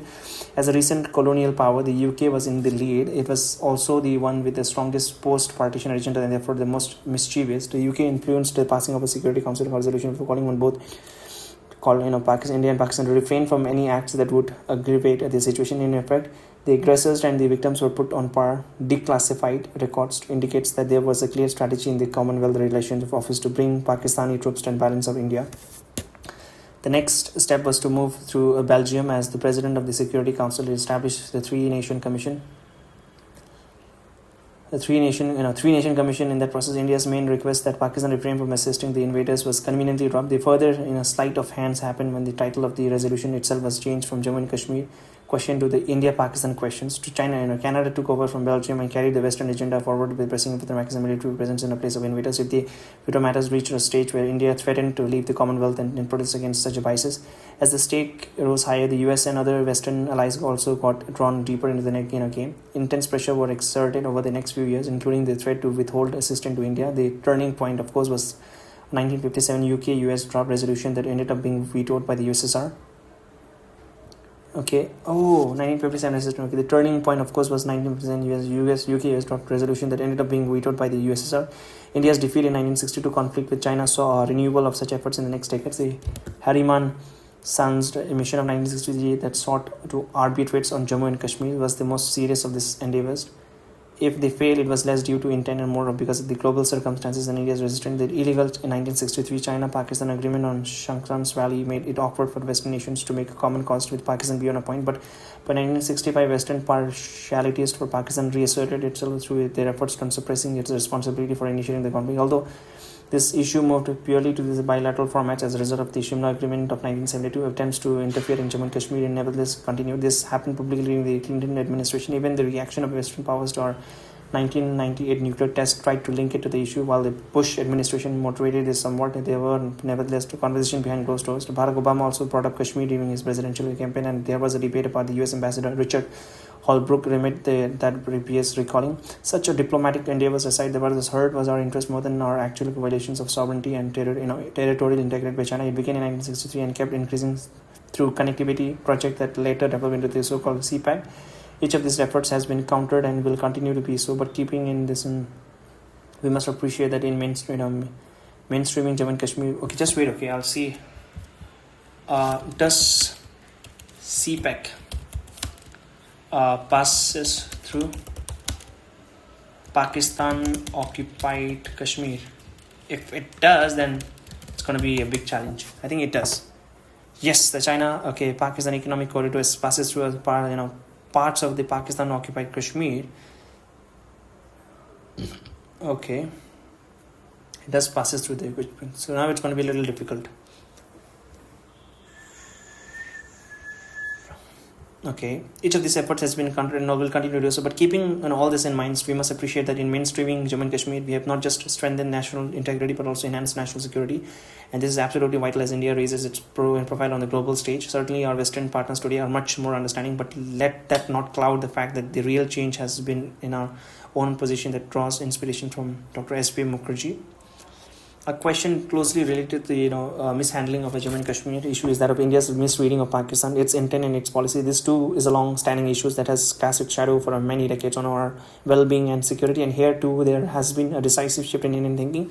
In Mukherjee's case, the matter quite a particular salience because it was the cause for his resignation from the Union Cabinet. So he shared his assessment candidly with the Parliament in 1950, diagnosing the prevalent attitude to Pakistan in words that still resonate with us, all of us. In essence, Mukherjee viewed Nehru's approach as weak, halting and inconsistent in his reading. India's inaction or goodness has been interpreted by the Pakistan as a weakness. In fact, according to him, it has made the latter more and more intransigent, made India suffer all that much more, and even lowered it in the estimation of its own people. On every important occasion, Mukherjee asserted that India has remained defensive and failed to expose our counteract the design of Pakistani veterans. This could well be the natural thoughts of the average Indian citizen in the aftermath of 26/11 attack in Mumbai. When it came to displaying strategic clarity about Pakistan, there is no question that Patel and Mukherjee stand out. Apart from the accession of Jammu and Kashmir and treatments of minorities, this was almost notably on display where Mukherjee was concerned in regard to his own province of Bengal. Once the concept of partitioning India was accepted by the Congress, the key question became the future of Bengal, Punjab and Assam. Each of them had to be individually partitioned if the entire state was not to go to Pakistan on the basis of the tenuous majority. Thus, this caused the Mukherjee then devoted his energies to ensuring that the metropolis of Calcutta, now Kolkata, as much as Bengal as possible, stayed with India. Obviously, this had direct implications for the fate of the Assam and even of the Northeast. To that extent, he convened a meeting of cross sections of our society and led a public agitation that compelled a positive outcomes. Today, we cannot even contemplate the consequence of the different result. Okay, yeah, just imagine even a big part is gone. It's going to be very, very difficult. Today, we cannot even contemplate this consequence of different results, to leave alone what it could have meant for the conduct of our foreign policy. Mukherjee did in the East what Patel did in the North and the West. In that sense, okay, I didn't know about the Mukherjee. Okay, the India of today is very much their creation. Well, there is a large point that Mukherjee was making with reference to our approach to Pakistan. His specific analysis of the Nehru-Lia Quad Pact of 1950 is also relevant even today. Let us not forget that his understanding was the precipitating factors of his, for his resignation. He underlined that the pact tried to ignore his basic implications of an intolerant states, that the declared position of the Pakistani government undermined any sense of minority and security, and that ultra-communal administration was giving life to these policies. I'm sure Nehru, he might be having his own understanding, right? Okay, I'm not saying he's dumb, but I'm sure he might have his own reason for whatever he has done. But how could anyone be so idealist, so dumb, right? You can't be an idealist. You have to be realist, honestly. There is much Mukherjee had warned about the treatment of minorities that came to him in the decades that passed. He perceptibly noted that there was a general impression that India and Pakistan have failed to protect minorities. The fact, however, is that the exact opposite. Mukherjee's view was that in some section of the foreign press, a hostile propaganda has been carried on. So he believed that this was a libel on India, and the truth he felt had to be made known to everyone who desired to know it. Apparently, some things have not changed in some quarters. Mukherjee's remark on the India-Pakistan equations are of a greatest long-term relevance. He predicted in much of what has gone wrong, or not just in the past, but act on the broader with the rise of India. And in the process, he identified the key conceptual shortcoming very clearly, especially that India and Pakistan are made to appear equally guilty, while Pakistan is in fact the aggressors. Moreover, he pointed out that when Pakistan violated agreements, there was no remedy open to India. He therefore felt that there must be a sanction built into any understanding and approach that would have served India well had it been seriously followed. 7 decades after this sites and Pakistan, it is essential that we reflect on the judgment that Mukherjee bequeathed to us. This is all the more so as to equivalence between India and Pakistan that was so troubling even in the initial years after independence morphed into persistent hyphenations. For decades, India and Pakistan were uttered in the same breath, and their differences made to look like a natural agenda left over from partitions. There were even periods when a military regime in our neighboring... I'm wondering how would the people who are very nationalist toward India would have felt all the country hyphening India with the Pakistan. There were even periods when a military regime in our neighboring countries was held out as an example of developments. The 1971 outcomes obviously changed much of this, but not as decisively as India would have hoped. Pakistan kept trying to create... in that time, the war, 93,000 prisoner of war was there, right? I'm not saying that Indira Gandhi should not have returned those to the Pakistani. Yes, she could have, but that time she has the leverage. She could have raised the issue of Kashmir, and she would have traded Kashmir for the 97,000 something troops. Kept trying to create... Basically, she gave 93,000 in a prisoner of war back to Pakistan, basically free. Pakistan kept trying to create an artificial balance and was actively supported. Obviously changed much of it, but not as decisively as India would have hoped. Pakistan kept trying to create an artificial balance and was actively supporting that endeavors with both China and Western nations. This even went to the extent of persisting and facilitating its nuclear and missile programs, and worse still, Pakistan increasingly resorted to cross-border terrorism, dripping India to the table. If truth be told, our own policies were not sufficiently robust to firmly discourage this approach either. Instead of confronting the cross-border nature of terrorism emanating from Pakistan, we even appear to be open at Havana and Sharm El-Sheikh to a narrative that suggested that both India and Pakistan were victims of terrorism. This was exactly the false equivalence that Mukherjee cautioned us about his time. So what is the answer? We have seen that unfold over the last decade in a variety of ways. To begin with, this means a clear position of the unacceptability of a cross-border terrorism. This is obviously not in our national interest that we normalize terrorism by carrying on with the rest of the relationship as usual. The message has been sent out loud and clear. Where egregious actions of cross-border terrorism are concerned, the operations of Uri and Balakot are as much a shift in our thinking in our actions. I'm speaking as a Buddhist, right? I was born in the Buddhist family, and after till class 12, I had all my Buddhist friends. After 12, I came to Christ University, and there I do, majority of my friends are Muslims, not Muslims, Hindus, and I do have some Muslim friends also, and I do have some Christian friends also. What I've seen is that Christian is also fine, right? Hindus are also very fine, but I think Muslims are a little more conservative in a sense. They have to follow a very strict, and I don't have any problem with that, right? I don't have any problem with it, but in that sense, and as far as the political party are concerned, they are major in a Congress, and then their majorities are BJP. And I think I'm not a Hindu, and I do agree with the fact that BJP are little, I wouldn't say they're not centered, they are right. And in terms of, if you're talking about the Hindutva, some people are saying that they're too Hindutva, and I do agree with the fact that they are little, I wouldn't say 100%, but 70 to 80% lean towards Hindutva, that thing, which I do not object, because as far as the individual, right, any individual wants, everyone is getting, right. I've not seen Hindu being partitioned. Given seen as a discrimination. No, they do say that we are a Hindutva we are a Hindutva party and all that thing, but they don't do it explicitly, but they do it implicitly.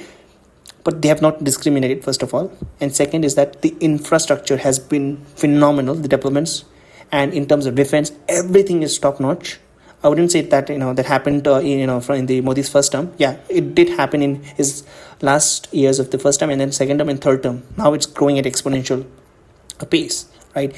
I'm fine with the Hindu leader, who's little who leans more towards Hindu, and even the entire party, but everything, other infrastructure, education, everything is going well.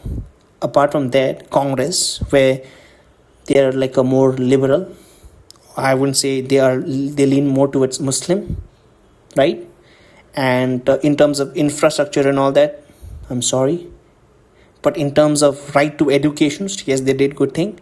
Right to equality and all that thing, equality in a sense that the gender and all that thing, I mean, I'm not interested in those topics, so I'd rather not discuss those topics, right? So in terms of infrastructure, average, I wouldn't say very good, I wouldn't say good also, I would say average or below average, around that. And yeah, mostly whatever, defense, no, not at all. Defense, I think I'll give you, like, if I were to score right from 10 out of 10, I would give them 1, probably 0 also, because what they have done, nothing. In terms of diplomacy, foreign policy, I would give them 5. No, just wait. In terms of foreign policy and all that, I'd give them 1 also. I'm not satisfied at all. In terms of diplomacy with the current BJP government, I would give them close to 8. Yeah, they're not perfect, doing extremely well. I'll tell you the differences, right? Congress that time were like, we are non-alignment. That means we'll not support anyone, which is fine, but you're not getting any benefits. But as far as the the current government is concerned, we are multi-alignments. We support everyone. So you're getting benefits of everyone. That is the difference, the mindset.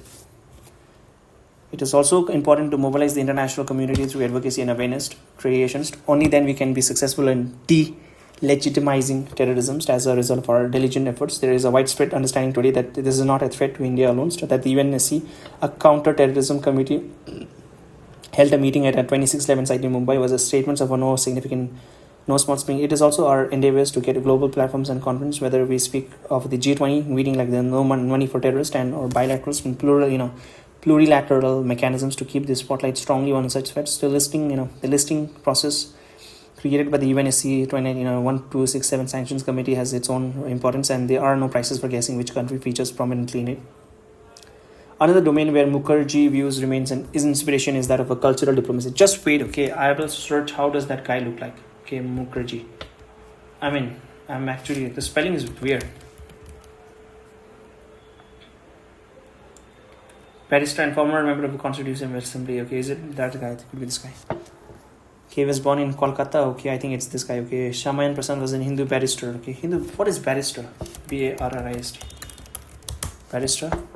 A lawyer who is trained to speak for you in the higher courts. Okay, barrister. He's a lawyer. He's a too. Yes, a barrister is a type of lawyer. Specifically, they are specialists in courtroom activities. Okay, he's a lawyer. Okay. Okay, no. I think it's not this guy. Just wait. Mukherjee. Okay.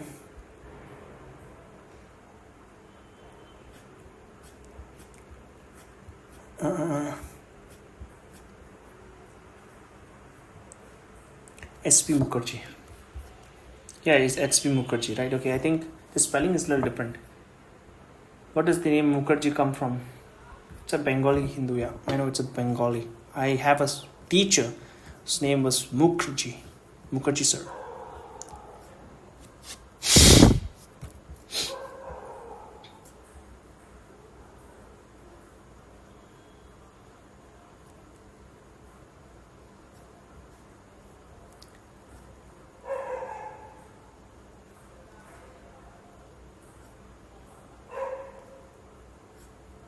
Where was I? What's the answer? We have control on the strategic variety basis to begin and okay, I was here. Okay. Another domain where Mukherjee view remains an inspiration is that of a cultural diplomacy. As the president of the Maha Buddhi Society of India, Mukherjee was also the driving force in forging links with Buddhist nations, especially neighbors. He played a personal role in the returns of holy relics from the UK and their display in Southeast Asia, including Myanmar.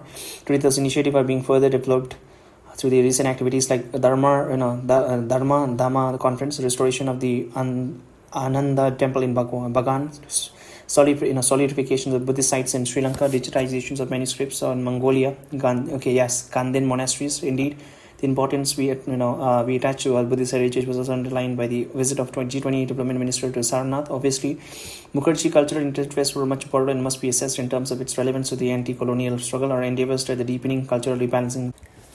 Dr. Ambedkar and India's first. India first.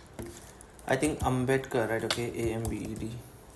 Okay, Ambedkar. He was born in Ambedkar.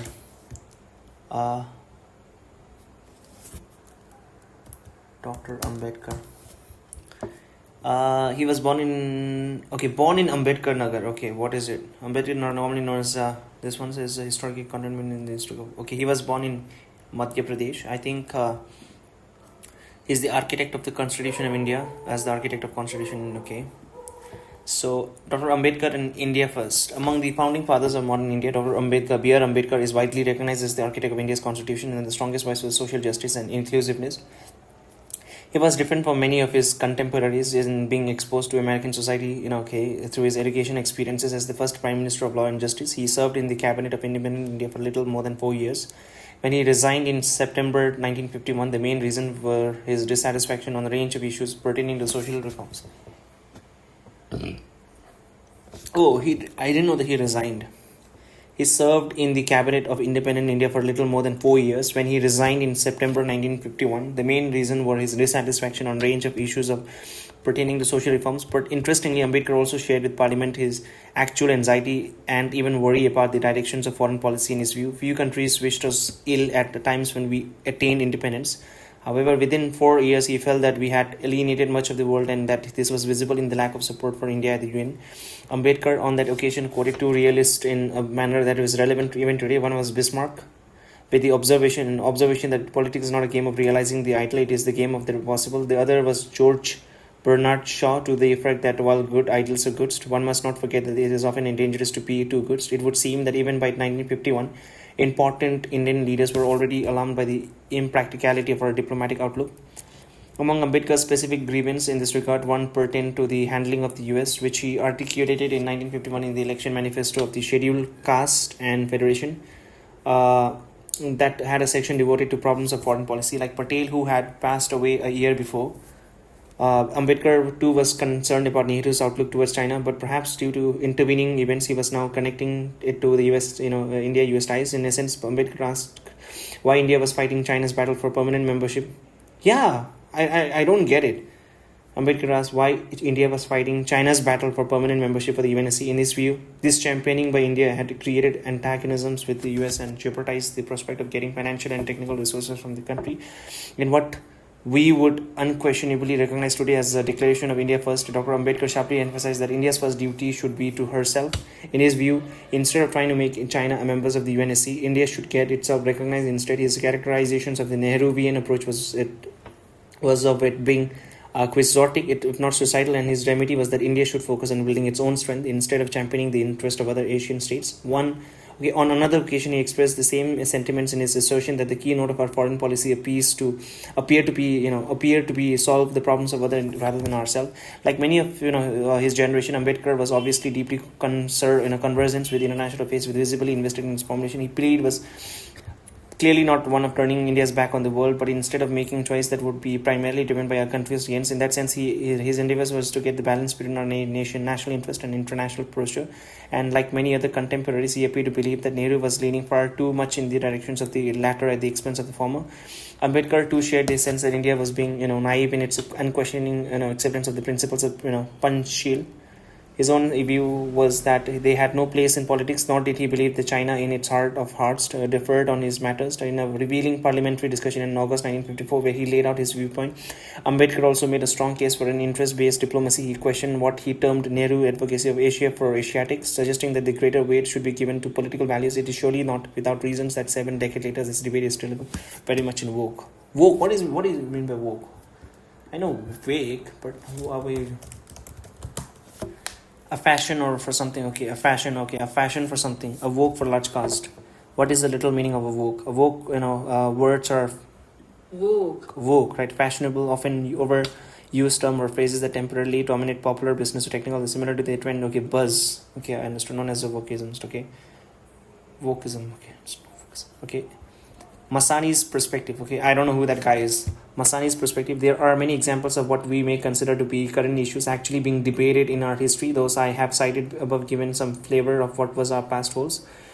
If only political correctness does not stand in the way of objective exploration. Among the long, held tenets of Indian foreign policy is that of non-alignments. Even though it has a particular global context, this has sought to be made into an immutable concept that India's capabilities now allow it to move beyond an offensive option is too often lost on those who treated policy debates as a theological ones. But precisely because it is invoked so often, a critical viewpoint is also worth recognizing. Few question the predicaments that the practice of non-alignment could create for India more graphically than Dr. M.R. Masani in 1959, and he did so understandably as the threat from China loomed large. Masani essentially asks whether our approach had brought us to a point where we were unable to repel effectively on attack on our own territory. Related to that, he suggested that by keeping us distant from the West, we were not even able to equip our force adequately, but more fundamentally, he was concerned that India's capacity to recognize a dangerous neighborhood had somehow got impaired. Its domestic reflection was discouraging our own people from even displaying patriotism.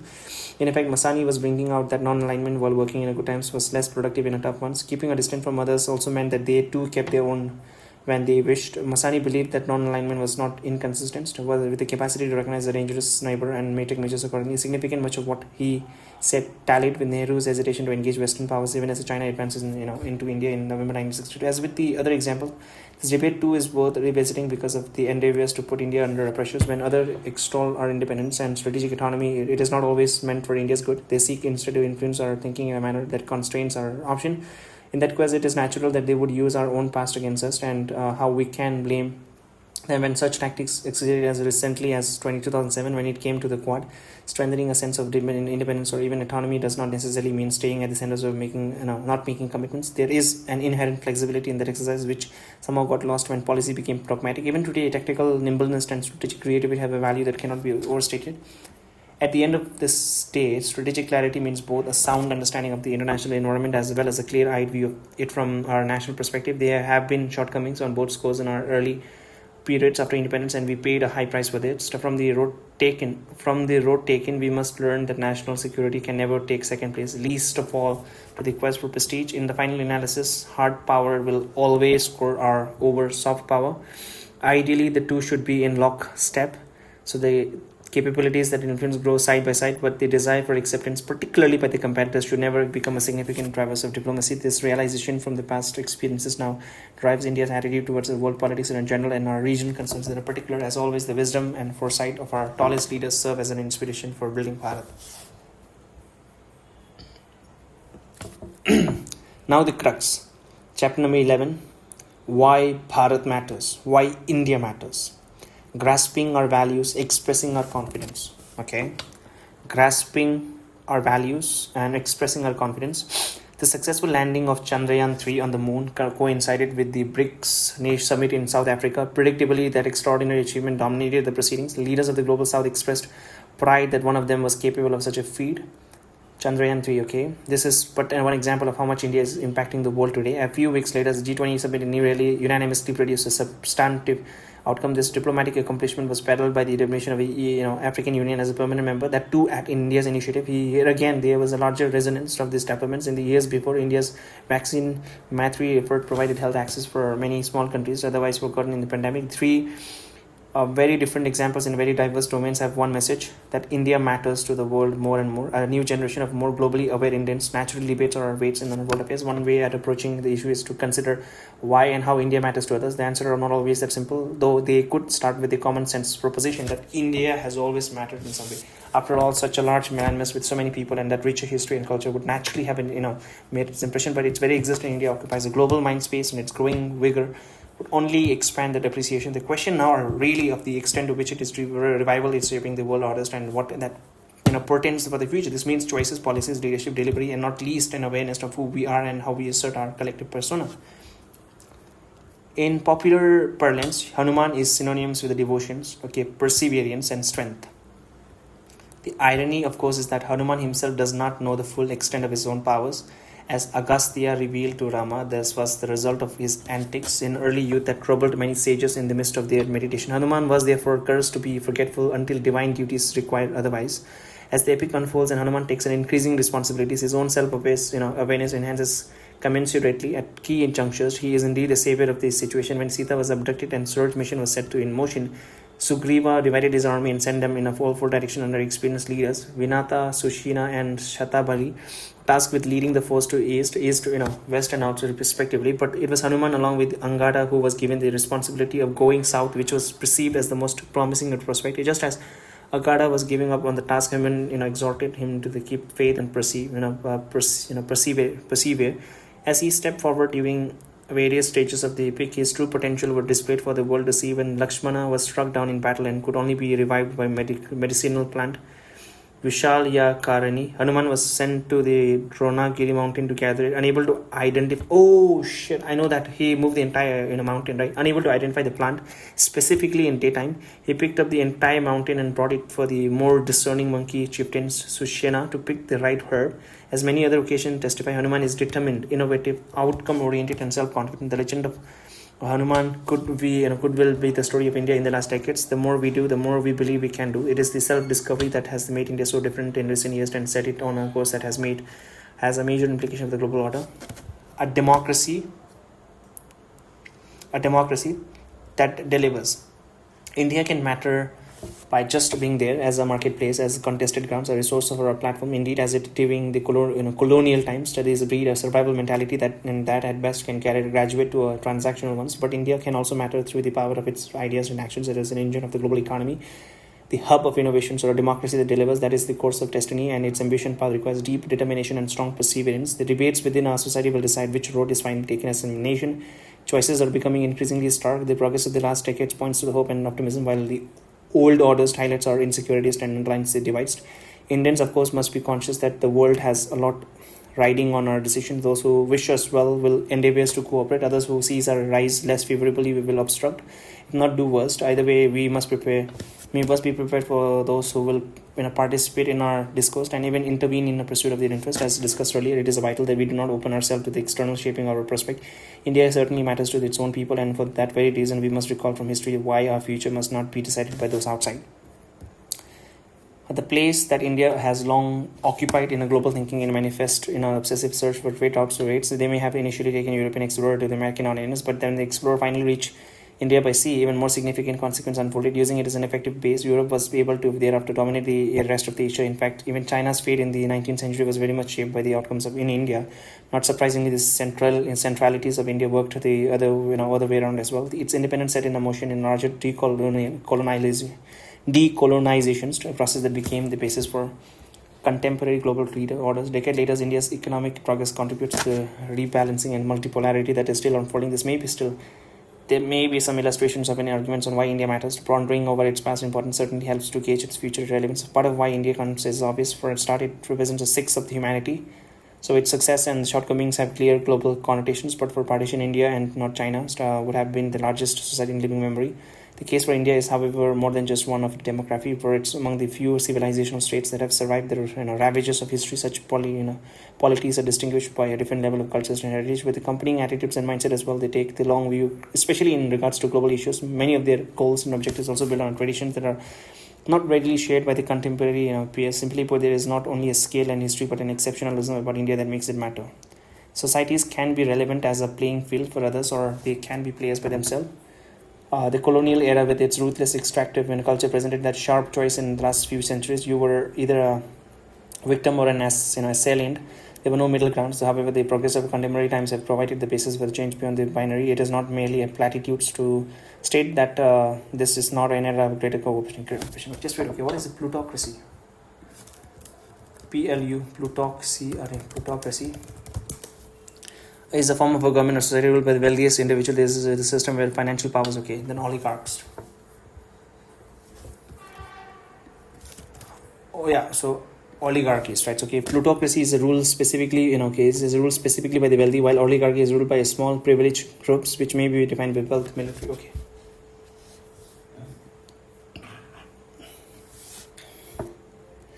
However, the progress of contemporary times says, once new activities and energies emerge from the freedoms of nation to be taken forward by comparative advantage.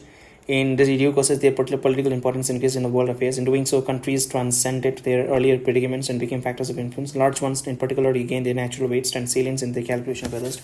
Their choices and actions started to determine not only their own prospect but also those of others. This could be from a set of capabilities, a reservoir of resources, the quality of talents, the importance of location, or even national will and leadership. And it is the entirety of this matrix that is shaping the rise of India. As our nation completes 75 years of independence, Indian could examine their prospect against a global context that has been equally transformational. The world undoubtedly offers a vastly more opportunities, but that is also embedded with the new responsibilities. India matters because this cannot be separated and it counts on both coasts.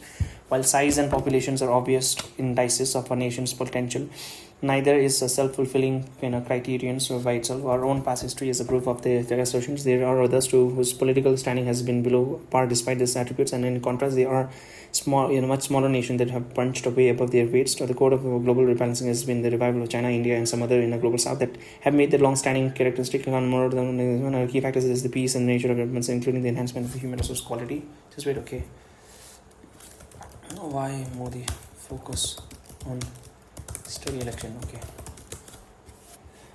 And it is in this respect, a recent happening are a source of hope for India that there is after 2014 his holistic commitment to achieving social development goals through the dedicated campaigns covering every segment. They includes better health and immunizations, into reducing gender gaps, expanding education access and coverage, promoting skills to fostering talents and innovations, making it easier to do business and creating greater employment opportunities, resulting in physical will naturally contribute to the strengthening capabilities and expanding the marketplace. But just as notable will be its impact on the global workplace, and this really matters to the world. A knowledge economy like India putting such a premium on human resources makes it imperative for itself as far as for the world to have to focus on realizing SDG target 2030. It is clear from the national campaign initiative after 2014 that this 17 SDG defined by the United Nations are indeed among the government key objectives, and that this is currently despite the COVID challenges. Take the Jan Dhan Aadhaar mobile trinity that has empowered millions of vulnerable by providing banking and digital services. In a similar way, the expanding health coverage demonstrate that this need not just be the prerogative of the developed. The Beti Bachao Beti Padhao scheme for girls' education has also such a sweeping societal implication, and so does the Jal Jeevan mission to bring up tap waters to the homes, and Digital India Network to bring masses online, and the Ujjwala programs to replace burning firewoods with the cooking gas. These are examples of the ability to raise long-standing challenges in a lasting manner. So the aggregate impact of this campaign is improving the socio-economic welfare of a significant proposition of humanity. Why India matters is because it records progress would determine global success in meeting the SDG Agenda 2030. Not all readily appreciate that this is India's political choice that have enabled democratic values to achieve a near universal status. To Cook, they call these practices were widely perceived as the prerogative of developed countries only.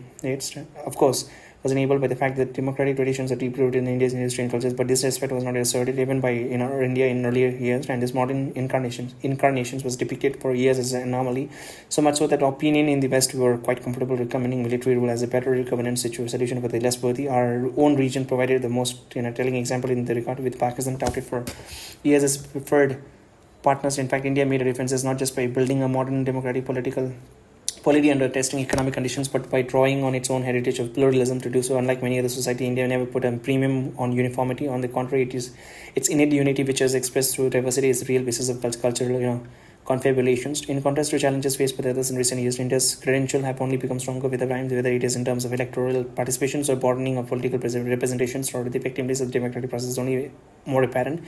There is no mean achievement given the alienation caused by the globalization and the disaffections fomented by disinformation. So in our case, we are seeing an increased vigor of democratic activities and debates supported by validations of the power transfers, and we can confidently state that unlike in some other places, at least our election results are not doubted.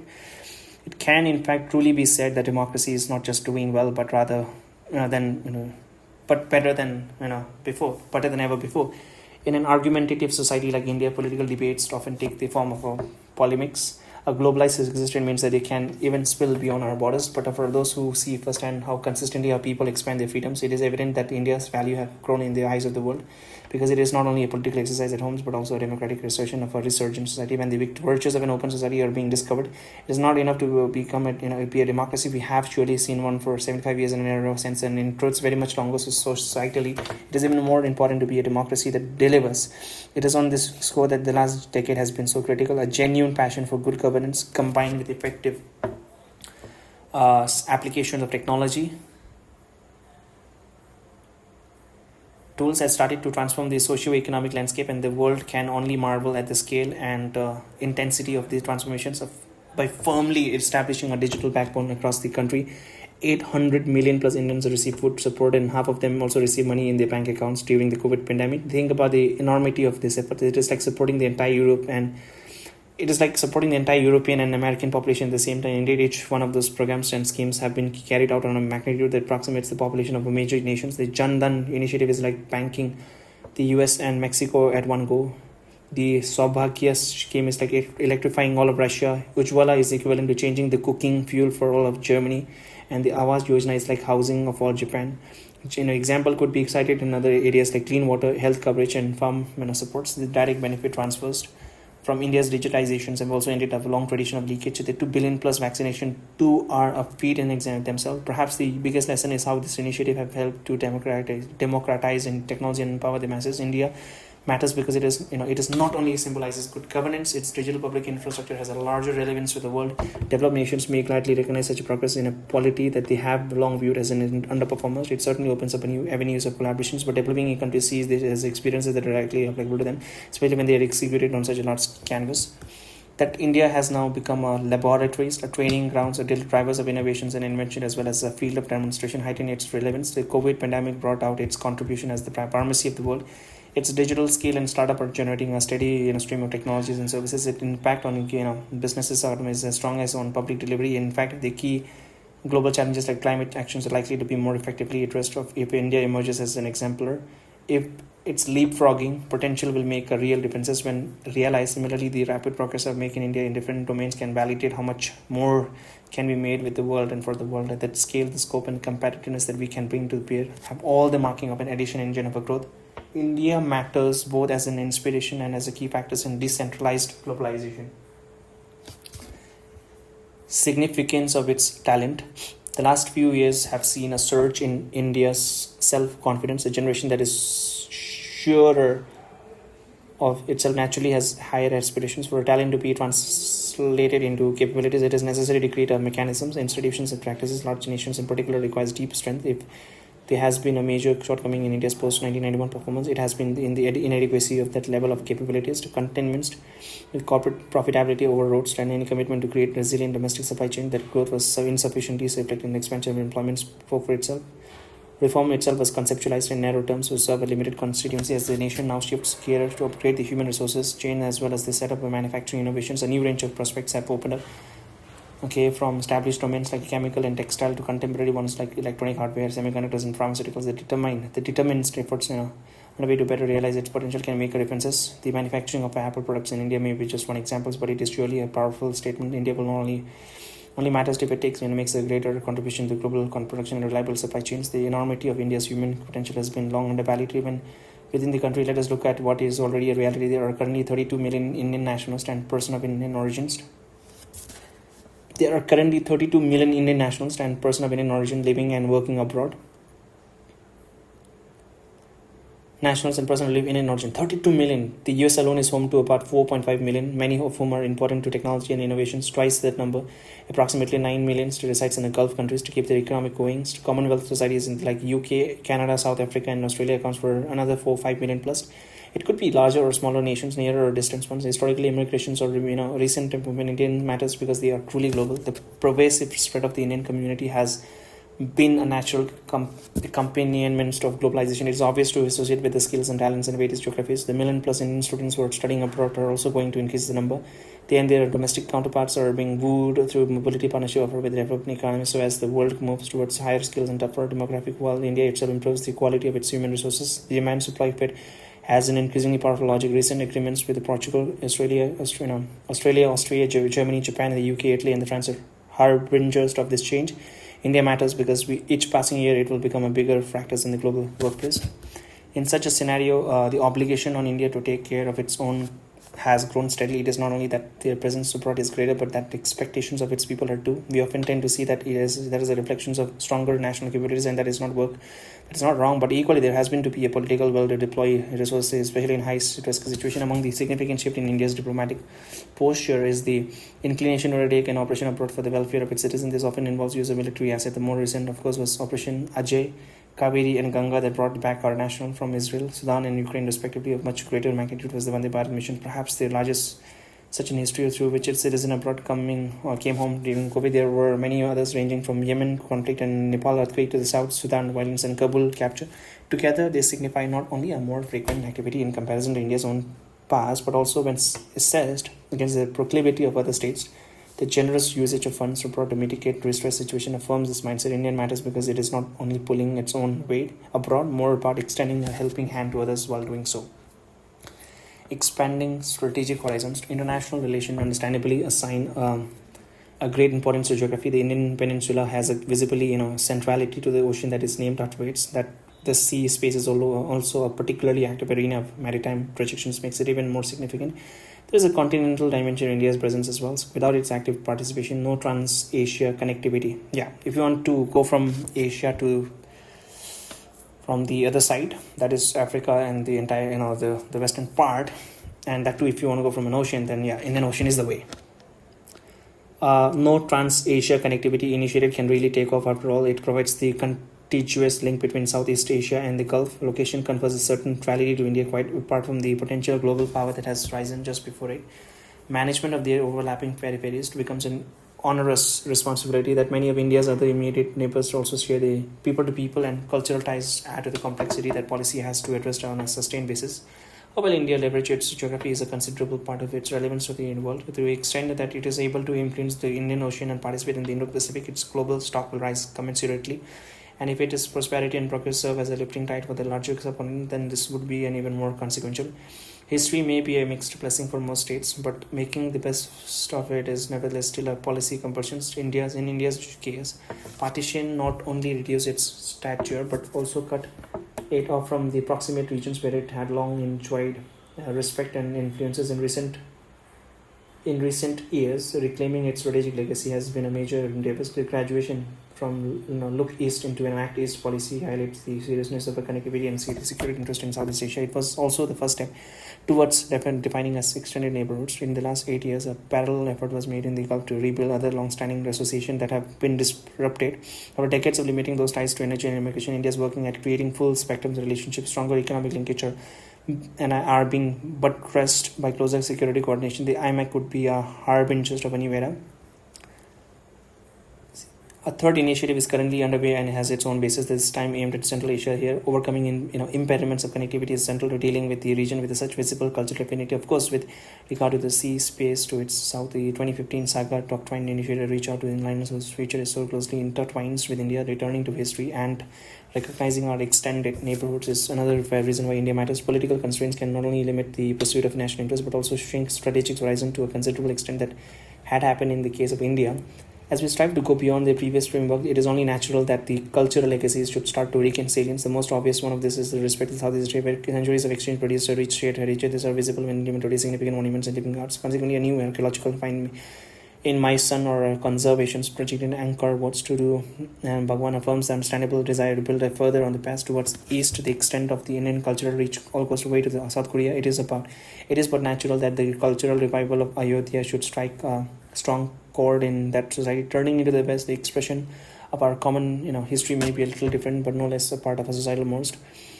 An energetic culture of a trade picks up on old comfort to build a new links very quickly. There is an equally intuitive appreciation of the cultural practices of its partners as well. The construction of a temple in Abu Dhabi is a symbolic of its own time-honored relationship with Indian society. The connection in the north to the Eurasian landmasses is similarly significant. The spread of Buddhism through the continent carried its own intellectual, spiritual, and aesthetics messages. There is legacy endures, and the endeavors is ready to ensure its flowers against. Dedicated efforts have been made in the direction in the last few years. Once Indian policy broadened to appreciate its necessity. The sensibility to nurturing India's cultural footprint over the ages is now visible in the focused India to promote cooperation and heritage conservation.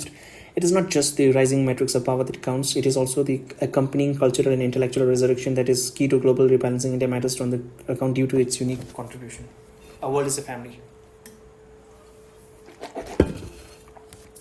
A world is a family. The world as a, okay, not is a family, as a family. If from the recesses, if from the recesses of the history there have been emerged factors that enhances India's relevance, this could be the case for a more contemporary period as well. Here too, the impediments were only in our minds, conditioned by the politics of the day. Take the events of the last century. Indian contribution to both world wars was significant to a point of deciding the outcomes in some theaters. Over 1 million Indians participated in the worst one, serving in Europe, the Mediterranean, Western Asia, and Africa. The bicycle troops in Somni and the Turband once entering through the Jaffa gates in Jerusalem are among the iconic images of that era. But it is only in recent years that the valor and sacrifice of the soldiers has entered public consciousness, unburdened by the agendas. PM Modi set the record straight and honored them at memorials like New Chapel and this one Happy. Our public naturally then began to take notice. Initiatives are now underway to create a historical trails of the campaign of our servicemen abroad. This applies to in equal measures to the Second World War, when as many as 2.5 million Indians took up arms. In these cases, the contribution was notable on both sides, with the Netaji-led Indian National Army fighting up the cause of the freedoms. It also extended to major logistical efforts. Countries like China and Russia were kept supplied through the Himalayan hump and the Persian corridors, respectively, when Indian military contingent marched through the Red Square in Moscow in June 2020. This was some reminders of India's contribution to the eventual victory. The stabilizing role that Indian armed forces played from East and Southeast Asia to West Asia and in Europe in the aftermath of the Second World War is no less notable. It is this tradition of a global service that became the foundation for the country to emerge as a leader in the UN peacekeeping operations. From that, India has now evolved into an effective first responder in regional crisis situation. India matters because it can make a real differences to global needs.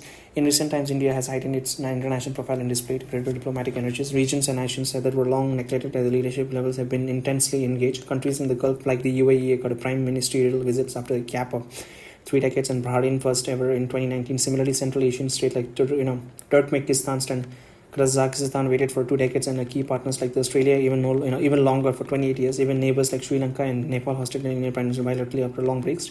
These endeavors have been supported by more systematic linkage across multiple domains on important issues at a global gathering. India's voice has been stronger and effective. But at the end of the day, much depends on the overall posture adopted by us when our national security is the risk. It is essential to stake out position and back our bets. If we were serious that there is a no longer tolerance for terrorism, then an Uri or a Balakot had to happen. If our northern borders are threatened by the China, then COVID or no COVID, the Indian armed force will be counter-deployed.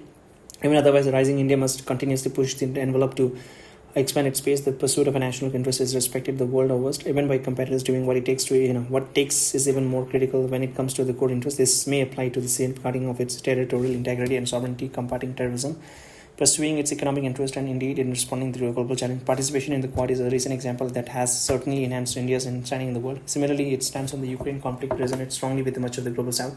We speak for them on energy, security, food inflation, and trade disruptions. India matters when it displays a confident independence and determination. Owing to its very uniqueness, India is not an easily replicable model, but it does offer experiences for others who are facing similar challenges. Indeed, the more it rises, the greater it is the value of its achievement.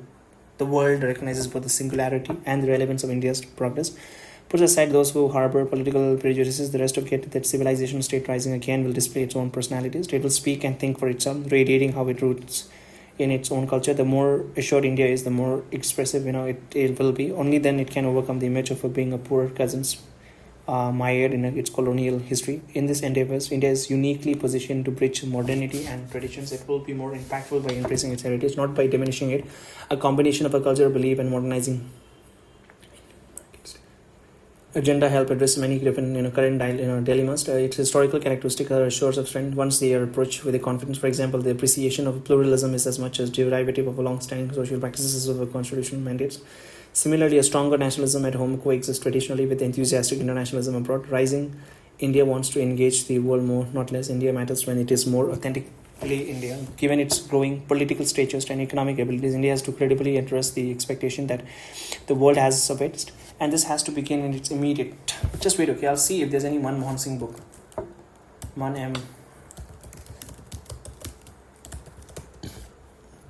Changing India. Okay, he does have a book.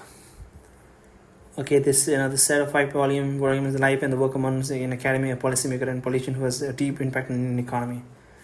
Might as well read this because I might be able to understand what he has done.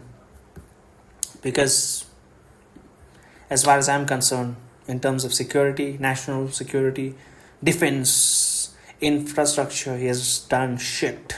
He's done nothing.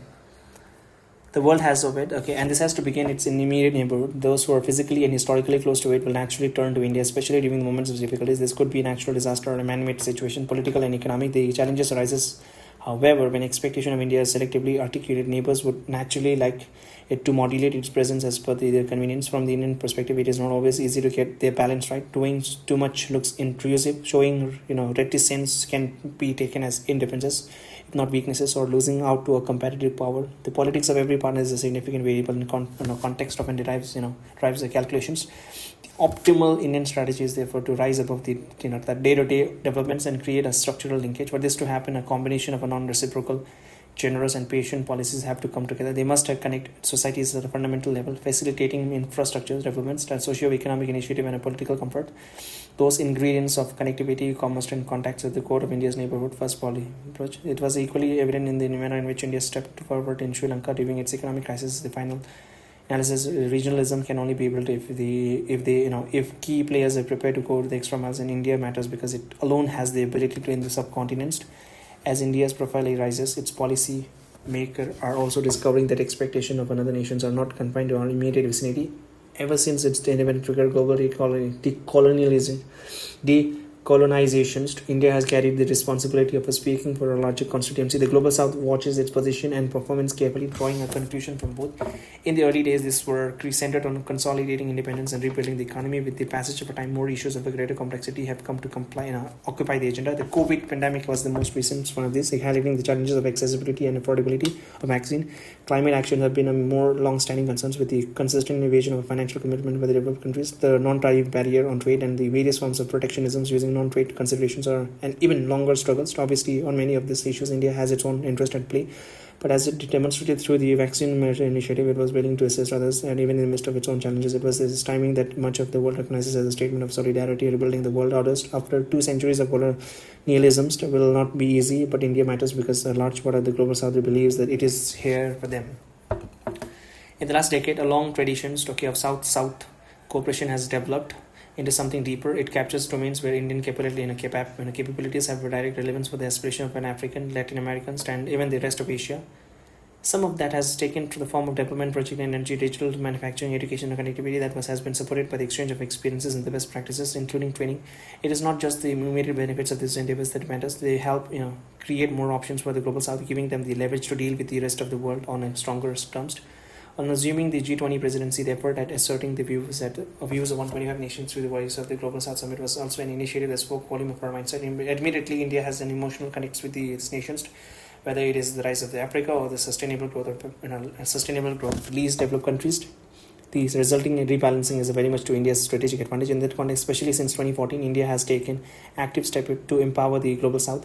Lines of credit and grant assistance have been a vehicle to execute socio-economic projects of varying levels of magnitude. This range from power plants to dams and transmission lines to public building, housing project, rail and road links, agriculture processing and IT centers. While many have been undertaken at a national scale, hundreds of smaller initiatives at a community level had an equally effective impact. The creation of an asset facilities and has also been supported by extensive training and imparting of best practices. What differentiates India's endeavors is a conscious policy of responding to the priorities and needs of the partners country involved. Prime Minister Modi articulation of the Kambala principle of development partnership really set our country apart. Unlike the cases where such initiatives have been driven by the driven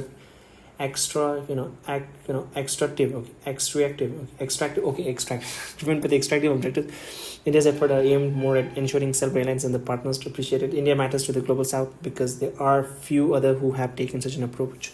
India also matters by displaying its own distinctive characteristics. As its capabilities and influences grow, its representatives are often asked in other parts of the world why it would not emulate the behavioral patterns of those who have risen before it. Obviously, such queries emanate from people who are unfamiliar with India's DNA. It is essential, therefore, that India differentiates itself by highlighting its own national qualities, beliefs, and traditions. The most basic of them is its inherent pluralism. one that's allowed its unity to be expressed in diversity. Flowing from that is its democratic ethos. This is not just a trait to be practiced at homes, but equally one visible in consultations abroad. Adherence to law and rule is another important point to emphasize with an international audience as a corollary. Okay, we are not a polity given to pursuing coercive approach or seeking one-sided gains. Indeed, the sum total of India's engagement with the global community over multiple decades, if not more, is of treating the world as a family. No way is that more visible than in a period of stress such as the tribulation of recent years. New India and the global agenda. How then is India faring on the world stage? The world is not what it was even a few years ago. That process of rebalancing was perhaps inevitable, even though its pace and quality were outcomes of our political choices. The contribution that India has made to this rebalancing has not been small. At a symbolic level, it is recognized in the establishments of G20 as a premier global grouping. This superseded a purely Western combination of a G7 that lost its primacy after the 2008 global financial crisis, but the change of a power distribution has many facets and expression. It may be visible in economic activities, trade and investment figures, technological capabilities and market shares, but it is also evident in the debates of the day, such as on climate change, terrorism, black money and taxation, as well as in a pandemic. India has emerged as a more influential voice in these conversations as it has done on the consequence of the Ukraine conflict, and then there is the question of shouldering responsibilities, including beyond its shores. The record of addressing humanitarian and disaster situations since 2014 has clearly established India's reputation as a first responder in the Indian Oceans and its littorals, and with Turkey even beyond. The ambit of India's initial activities has also increased towards the Indo-Pacific in the east and to the Gulf and Africa in the west. What India is saying, doing and shaping is the powerful reasons why it matters. This image has been sharpened by the independence of thought and action that India has displayed during the course of its ongoing crisis. Maximizing freedom of choice has historically been an Indian approach. At times it is done by keeping a distance, sometimes perhaps better by voicing opinion, but on occasion it is also served by working with others on specific issues and designated theaters. After all, why should we not take the advantage of convergence with the other powers to take in advance our objectives? Given that India has such a broad range of interest, it can only bridge contradictions through a multi-vector approach. In other words, the nature of the partners will depend on the nature of the problems. Others will try and restrict their freedom, seeking to impose a veto on our choices. We saw that in respect of the Quad. India should never succumb to such pressures or hedge for the sake of hedging. The compass of the national interest will guide us unerringly if we do not get distracted by the ideological reservation of our hidden agenda. The cultivation of such flexibility is all the more important because India will come to acquire a more leading position in the coming decades, and bear in mind that this is not happening in isolation. Other powers, especially those of a middle plus capability and regional governance, also have a similar aspiration. The multiplicity of power centers is an increasingly visible characteristic of our times. India matters because it is central to the emergence of the multipolarity, whether in Asia or in the world. We are also once again in times when the importance of norms and behavior has assumed a greater significance. There are a few nations who would not assert their commitment to international law or respect for agreements and regimes to which they are party, but actual observance can be quite another matter. The example that has captured attention in recent times pertains to the UNCLOS 1982 and its application in the global South China Sea. India took a principled approach to this matter by underlining that it supported freedom of navigations and overflight as well as unimpeded commerce based on principle of international law as reflected in the UNCLOS. It also urged all the parties to show utmost respect for the UNCLOS, which establishes the international legal order of the seas and oceans. More importantly, India led by the power of examples when it accepted an arbitration's verdict on its own maritime boundary disputes with Bangladesh. Another debate that has also featured in contemporary consciousness relates to the relevance among the earliest to enunciate an objective that is fair and fair positions. In essence, it declared that connectivity initiative must be based on recognized international norms to good governance, rule of law, openness, transparency, and equality. They must be financially responsible, avoid creating an unsustainable debates, debt burdens, balance ecological and environmental protection, and transparently assess cost and have a local ownership. Connectivity projects must be pursued in a manner that respects sovereignty and territorial integrity. While respect for international law is essential to any global order, it is also evident that following its letter but not spirit has had damaging consequence.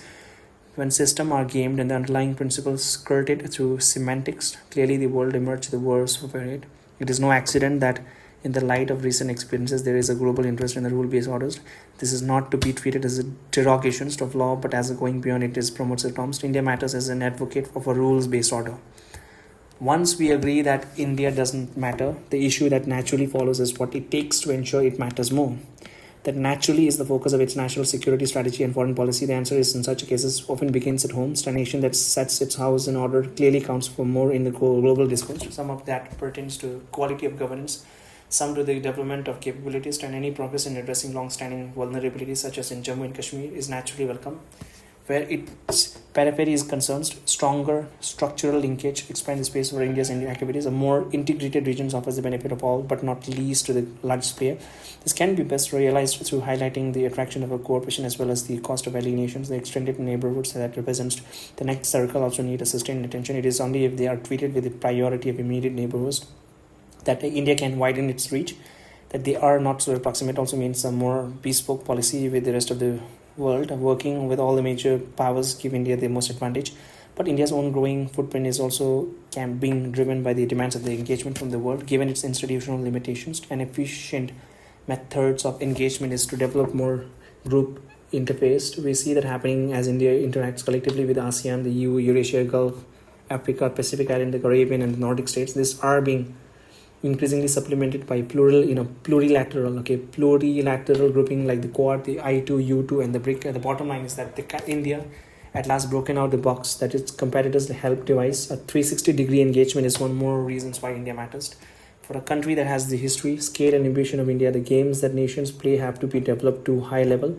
Understanding and exploiting global dynamic is a critical aspect of that exercise, and this is exceptionally challenging because the world is in the midst of a fundamental transitions. The reality of an unfolding multipolarity is tempered by the friction of a more bipolar overlays. On many questions, the narrative can also be shaped by a larger set of players of varying size. As a consequence, India has to simultaneously pursue a range of approaches, some of which may appear contradictory on surface.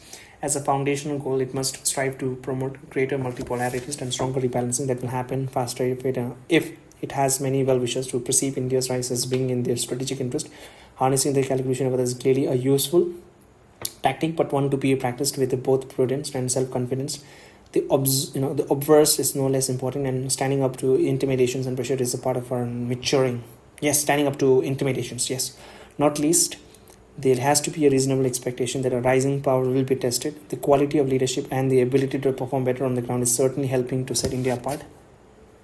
That India matters and will matter more with the passage of time can be convincingly asserted. Like so many other development in the politics and history, it must never be taken as preordained.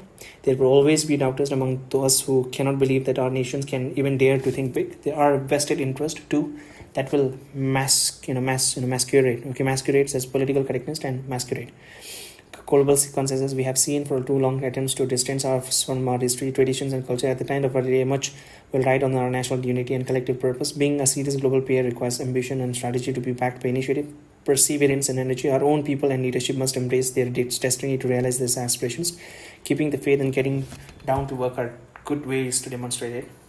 Why India matters should also be approached from the perspective of to whom it matters. As a larger factors in international affairs, it is clearly features more prominently in the calculations of the rest of the world. As a time of global transition, this is particularly relevant to the larger states that are seeking to shape that process. Obviously, a rising India would also matters more to its competitors.